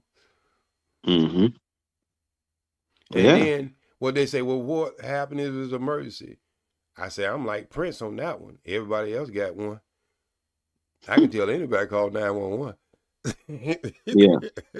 So, Yeah. I just look at things. Look, I'm not one to speak against. I love electronics. I make music with electronics. I make music and I keep my files with the computer. I keep up with every telephone call I ever make, everything I ever do on my computer where I have a paper trail, or should I say gigabyte trail.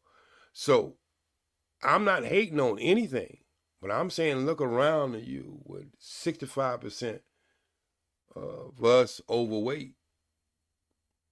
Yeah. Most of us taking psycho drugs. We got a name for everything now. For every element, we got a drug for it. So I'm just saying, looking at the condition, bro, you can say what you want to say. Mm-hmm. Yeah. I mean, why is this society not as smart as it used to be? You know? Like, come on. We got really got to critically think. I mean, Well, just like the person in the chat said, like these little kids now don't even know how to tell time. yep. You know, it got to be digital for them to We tell. really y'all world. I hope to be here until I'm about 125 years old. But after I leave this world, regardless of when I leave it, y'all gonna have to wrestle with AGI. I ain't talking about no AI. Y'all gonna have to wrestle with AGI. AGI gonna start kicking y'all ass. Mm-hmm. AI is doing a good job of it now, but you wait till AGI, and people who don't know what AGI, look it up. Yeah, like the point. Okay, so because I was looking at the chat, and like, okay, so the point of what we're saying is that you have to work out everything. It doesn't have to be physical, but you still have to, think of why this is. You know, it's kind of like when you go to like math, for example, and they tell you to show your work. If you don't know how to get to that, if you don't know how to get to the answer, then you just don't know how to do it. You don't know how to solve whatever it is that you're doing. You know, like if you Go ahead. okay, go on. My bad. Did you say something, OG? Yeah, I would say go ahead. I was gonna say I remember when they first started letting kids use calculator in math class to do math. That's why they can't Yeah, count at the cash register today. You let the yeah, cash register go down, they can't count, man. yeah. You have They cannot count. You let them see you giving them a $20 bill and you haven't pulled out the change yet. Pull out that change when they open that cash register. They be like, "No, I just have to take this winning the change," because they don't want to take the change because the cash register is not telling them how much change they have to give you back. yeah. You know, and and whatever you want to call it, like whether it be like a muscle, whatever you want to call it, you have to work it out. Like, you know, you have to work it out. Like if you don't work out your memory, you're gonna have your memory is not gonna be good. It's just not. Yeah, You know this. most people Yeah, don't count their money when they get back from the store. They just believe that the receipt and the cash register ain't gonna make no mistake. They don't know how to count themselves. They don't count their money. But then you see yeah, old people, they be looking at their receipt before they got out the door. They be looking at everything. You know what I mean? Like, you ain't cheating me, because they be knowing, you know what I mean? Well, you yeah. charged me too much. That said it was on sale back there. So, hey, look, whatever rock your boat, we're not here to argue with you. We're just trying to have a conversation. Nobody calling you smart, stupid, dumb, intelligent, or whatever. My thing is, if it works for you, then keep on doing what is working for you. If it ain't Hmm. working for you, this message is not for you. You can look, that's one thing you can't get back in life. Brother or sister who's there in there typing in the chat. That's time. You can never get that back. So you can be investing your time in something that goes along with your thesis of life on some other place, other than sitting up here trying to change the mind of me or the person I'm talking to. We just having a conversation. And you throwing all this stuff out and you throwing it against the wall, and I'm pretty sure you're probably very intelligent. But you're Hmm. intelligent in the things that works for you. Hmm. Yeah. You can't really be intelligent outside of that. I mean, if Yeah, if you're not really working out your intelligence, then you're just going to be limited in what you know. It yeah. just is what it is. So You know?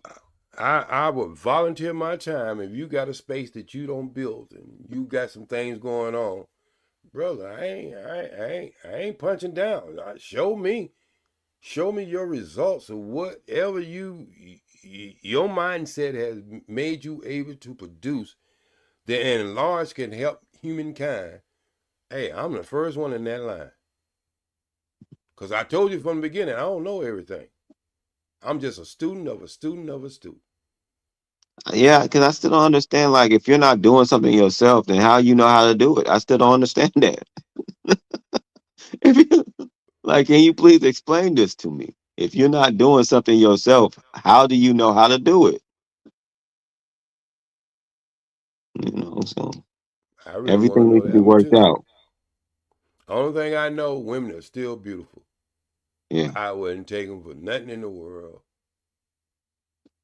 Big, tall, short, one leg, one arm. I don't care how they look. There's some beauty about that woman. And so, yeah, I have my gripes against certain things and certain things women are doing. But just like everything else, I don't want to. I don't complain about the people who want to drive around in Florida Ford Explorers. Hmm. I'm cool. I'm cool with my Mopar. You see what I'm saying? It gets me around, and what I would do, you think I'm gonna spend all my life trying to figure out how I can get people to buy more Mopars, Chryslers? Yeah. No, I'm not. I'm gonna enjoy mines. I'm not gonna complain about the car that was shitty. I had a Pinto way back in the 70s. That was the most shitty cars I ever had. But I ain't gonna spend the rest of my life talking about that damn shitty ass car. I'm gonna talk about the car I like. So, Yeah. so that's the way I look at life. Now you can look at it in any way you want to, and people have different theses of life, and I understand that. And that's why I give everybody free. You woke now, True? Trey? Or that Leosa? Now Leosa's on mute. It has to be Trey. Trey? You awakened now? Nah, he probably just was turning over. Oh yeah, he probably got about 2 more cows or 3 bears. He got to call in before he get back up. I know that alarm gonna be going off around about 7 something though. Let me see where we at. Yeah, we after 7 now. We at 7:20. By 7:30, that alarm will go off. Yeah. My dad have had a car accident that was a shitty car too. Okay, yeah. So who you know who have had a bad car spend their lifetime talking about the bad car? Humans just we might talk about it for the time we had it, but when we got rid of it, when we got something better, we talking about, this is the best car I ever had. Yeah, that was Trey. He was getting that second win in.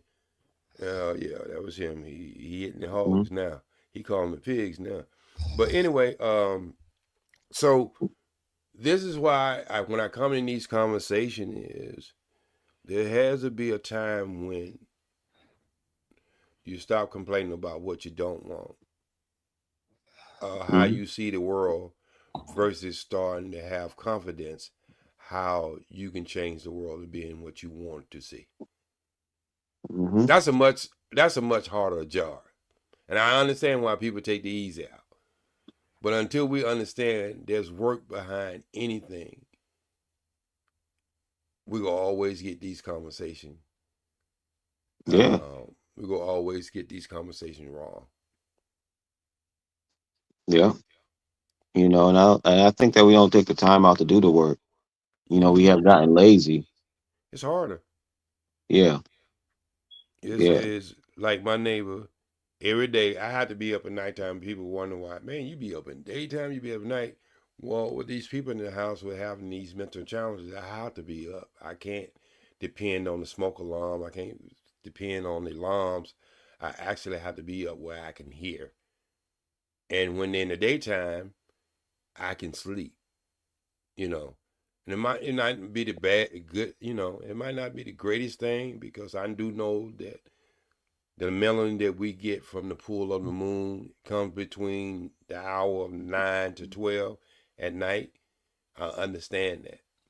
But when I took on this responsibility, that's one of the things I have to sacrifice until I'm ready to make a different move in life. Yeah. Yeah. Let me see.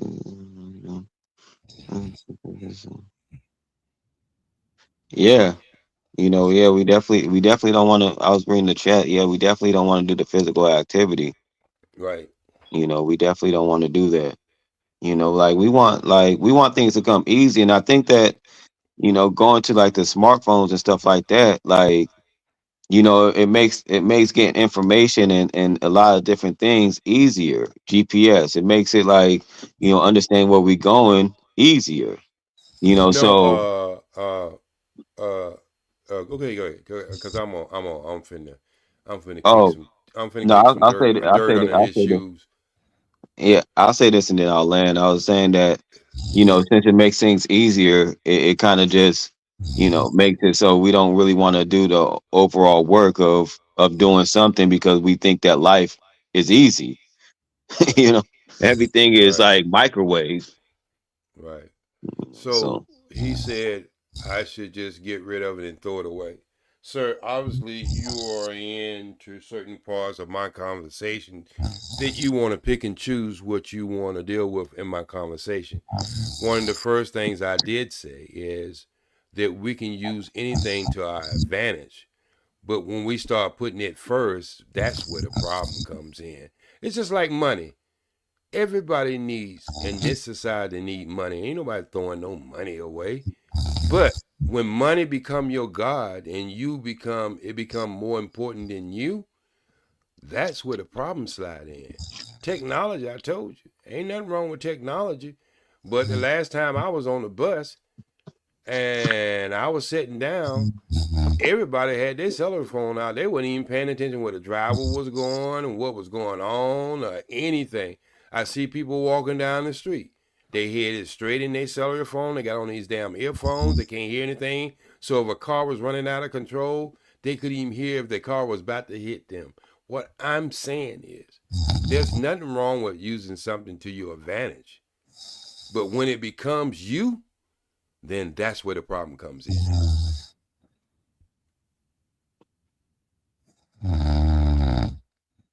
Oh, that's Troy. He getting ready to wake up in a minute.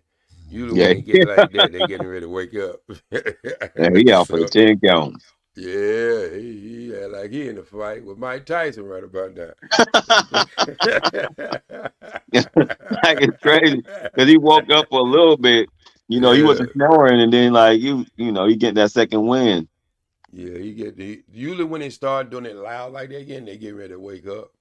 Yeah, That'd be the last chance to dance. And the last dance. Yeah, I don't want to leave the stream and have somebody can clip it, and then be totally embarrassed. At least there are some people on here talking. You understand? But, like, bro, you was over there snoring for an hour. Yeah, well, we're going about 2 hours now. Yeah. And so, yeah, man, I remember when I first booted up my channel, and I wasn't getting no traffic, right? And I just decided one day I would go change my title. And I said, I came home and found my girlfriend having sex with my dog. What? Listen what I just said. I said, You said, wait, say that again? My girlfriend was having sex with my dog. Now, there's more than one way you can take that. Well, my dog could be my friend or it could be my four-legged friend. Yeah. Yeah, I said that just to see what my traffic would be. Man, I had people sitting there waiting for me to come on. So it shows you that what we were saying earlier, that we have got this thing in our brains that we have turned into a Hoover vacuum cleaner. We want all the dirt. I know channels that talk about finance and how to structure your finance, get your credit together and everything, and them be some of the less people in them channels at all time. But let a fight break out. Man, you talking about getting the popcorn ready, getting juicy, and it's just, and you got to understand, this stuff come out of the 70s. This stuff didn't come out. Look at all them TV programs that would Esquire and all these others newsprint and shows coming on TV that deal with nothing but negativity. So we've been programmed systematically.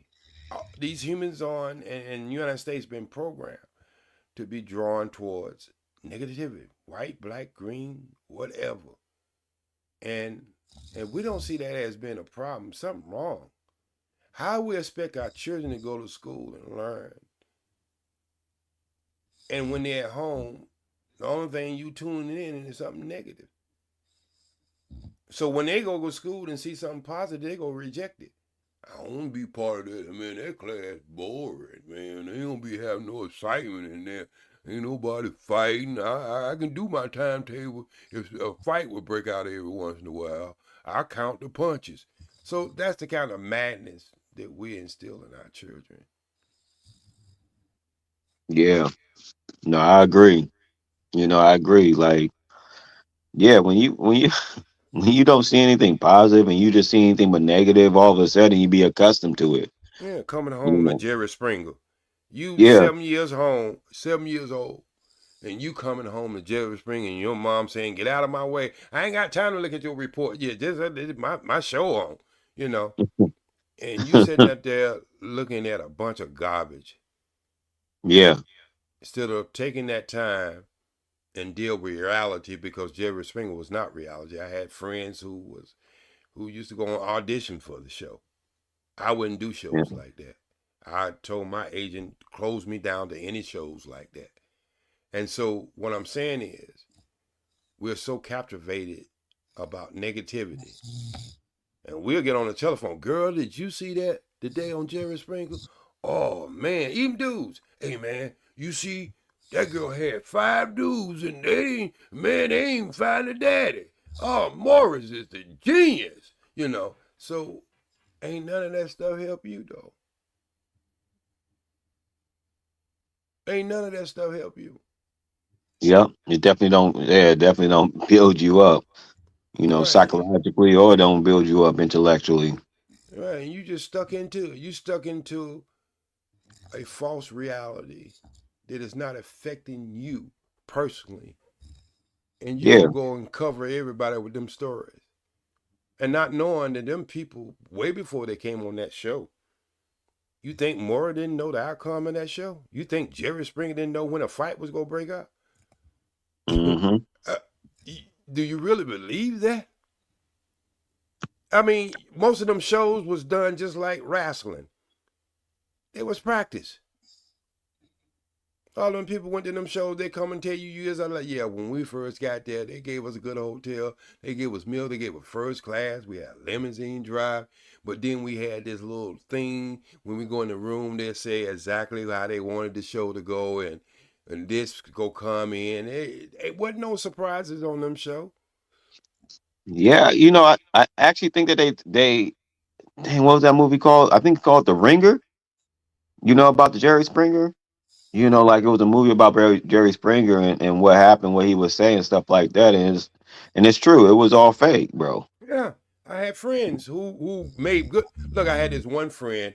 He was a black guy, and he supposed to been he supposed to been like 20 something years old, and he didn't like nothing but older women. And I was like, man, how did you go on there and do that show?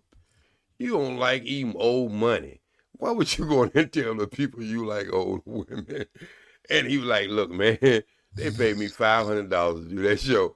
I wasn't turning that down. The only thing I had to do is stay with the storyline. Yep. Yeah. And they had some old fake woman who act like she was his mama, said, I don't know what's wrong with my son. I don't know why he like these old women, these old women. And it's just, this is what I'm talking about.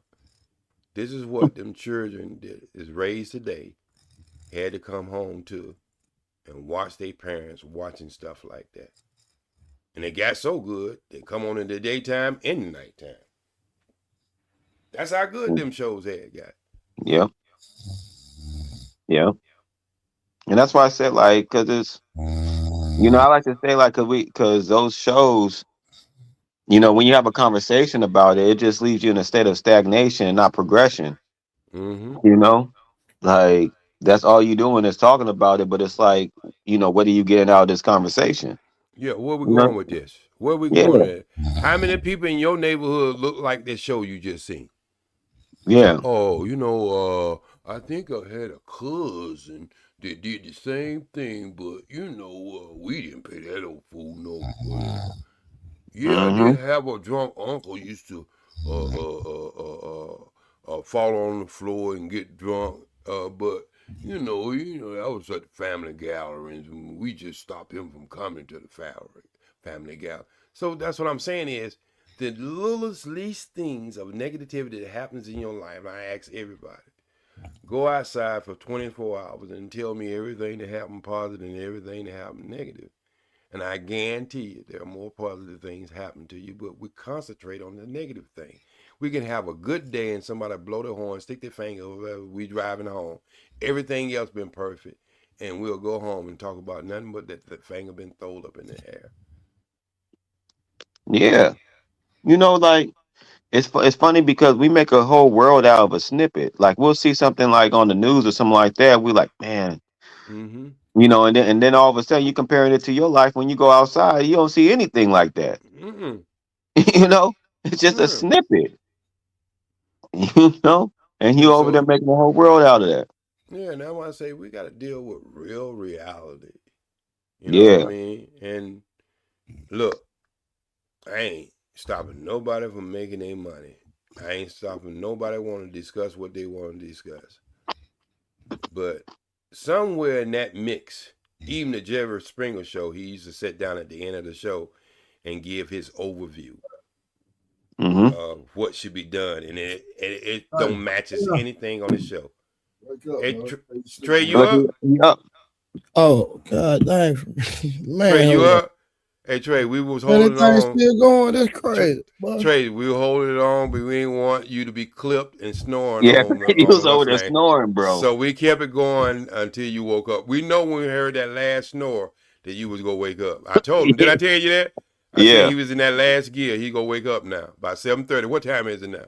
I told you. Yep, 7:35. Yep. I fell asleep like a champ, boy. Yeah, you did it, but I seen you earlier. So we just kept it going, Trey, until, I didn't want your channel to be open. You just, people clipping you left and right. Yeah, he just, Hey, OG, I don't care. They clip all they own. I know, but I do. I'm sleeping. Yeah. I know you don't, but I do. Yeah, we know. We understand you don't care, but I do. You know what I mean? They clip me all day long. Yeah, Rose don't came back, had a drink of water, had 2 dates, came back in the chat. I don't know what Leo said. She just left hers. I don't know if she sleep. She went to work this morning. She's driving. No, ain't no kids going to school on Saturday.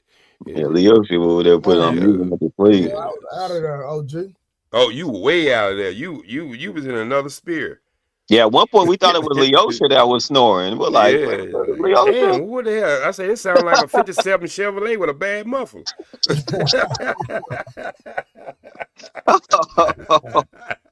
Oh man, it's cool. But hey, did you sleep well though? Yeah. Well, I didn't know I was just you hear me? Yeah. Yeah, you made a couple of adjustments. I say, like, when he called that last pig in the house, then he gonna wake up about 7:30. I'm tired, boy. For real. Yeah, I told him, I like, you be getting your grind on, got to carry your kid to practice and all that. And you've been doing this all week. So it's not like you've been getting a lot of sleep. Yeah, your boy tired. I can't even lie, my boy. Yeah. Well, you can shut it down. We ready to go. We just wanted you to wake up and not leave it idle. They clip it though. I'm telling you right now, they clip it all day long. They get all the jokes you can out. I promise. But we had some good conversations. I'm gonna sleep just fine. Yeah. So me and D, we had some good conversations, and we kept you up in between the 20s and the 18 this time of the morning. So we did what we had to do. All right, man. I'm gonna shut it down. I appreciate it, man. You're a real one, my boy. Hey, no doubt. Yeah, peace and love, and always strive for the true people. And have an amazing day today. All right. All right. Y'all take care, bro. Yes, sir.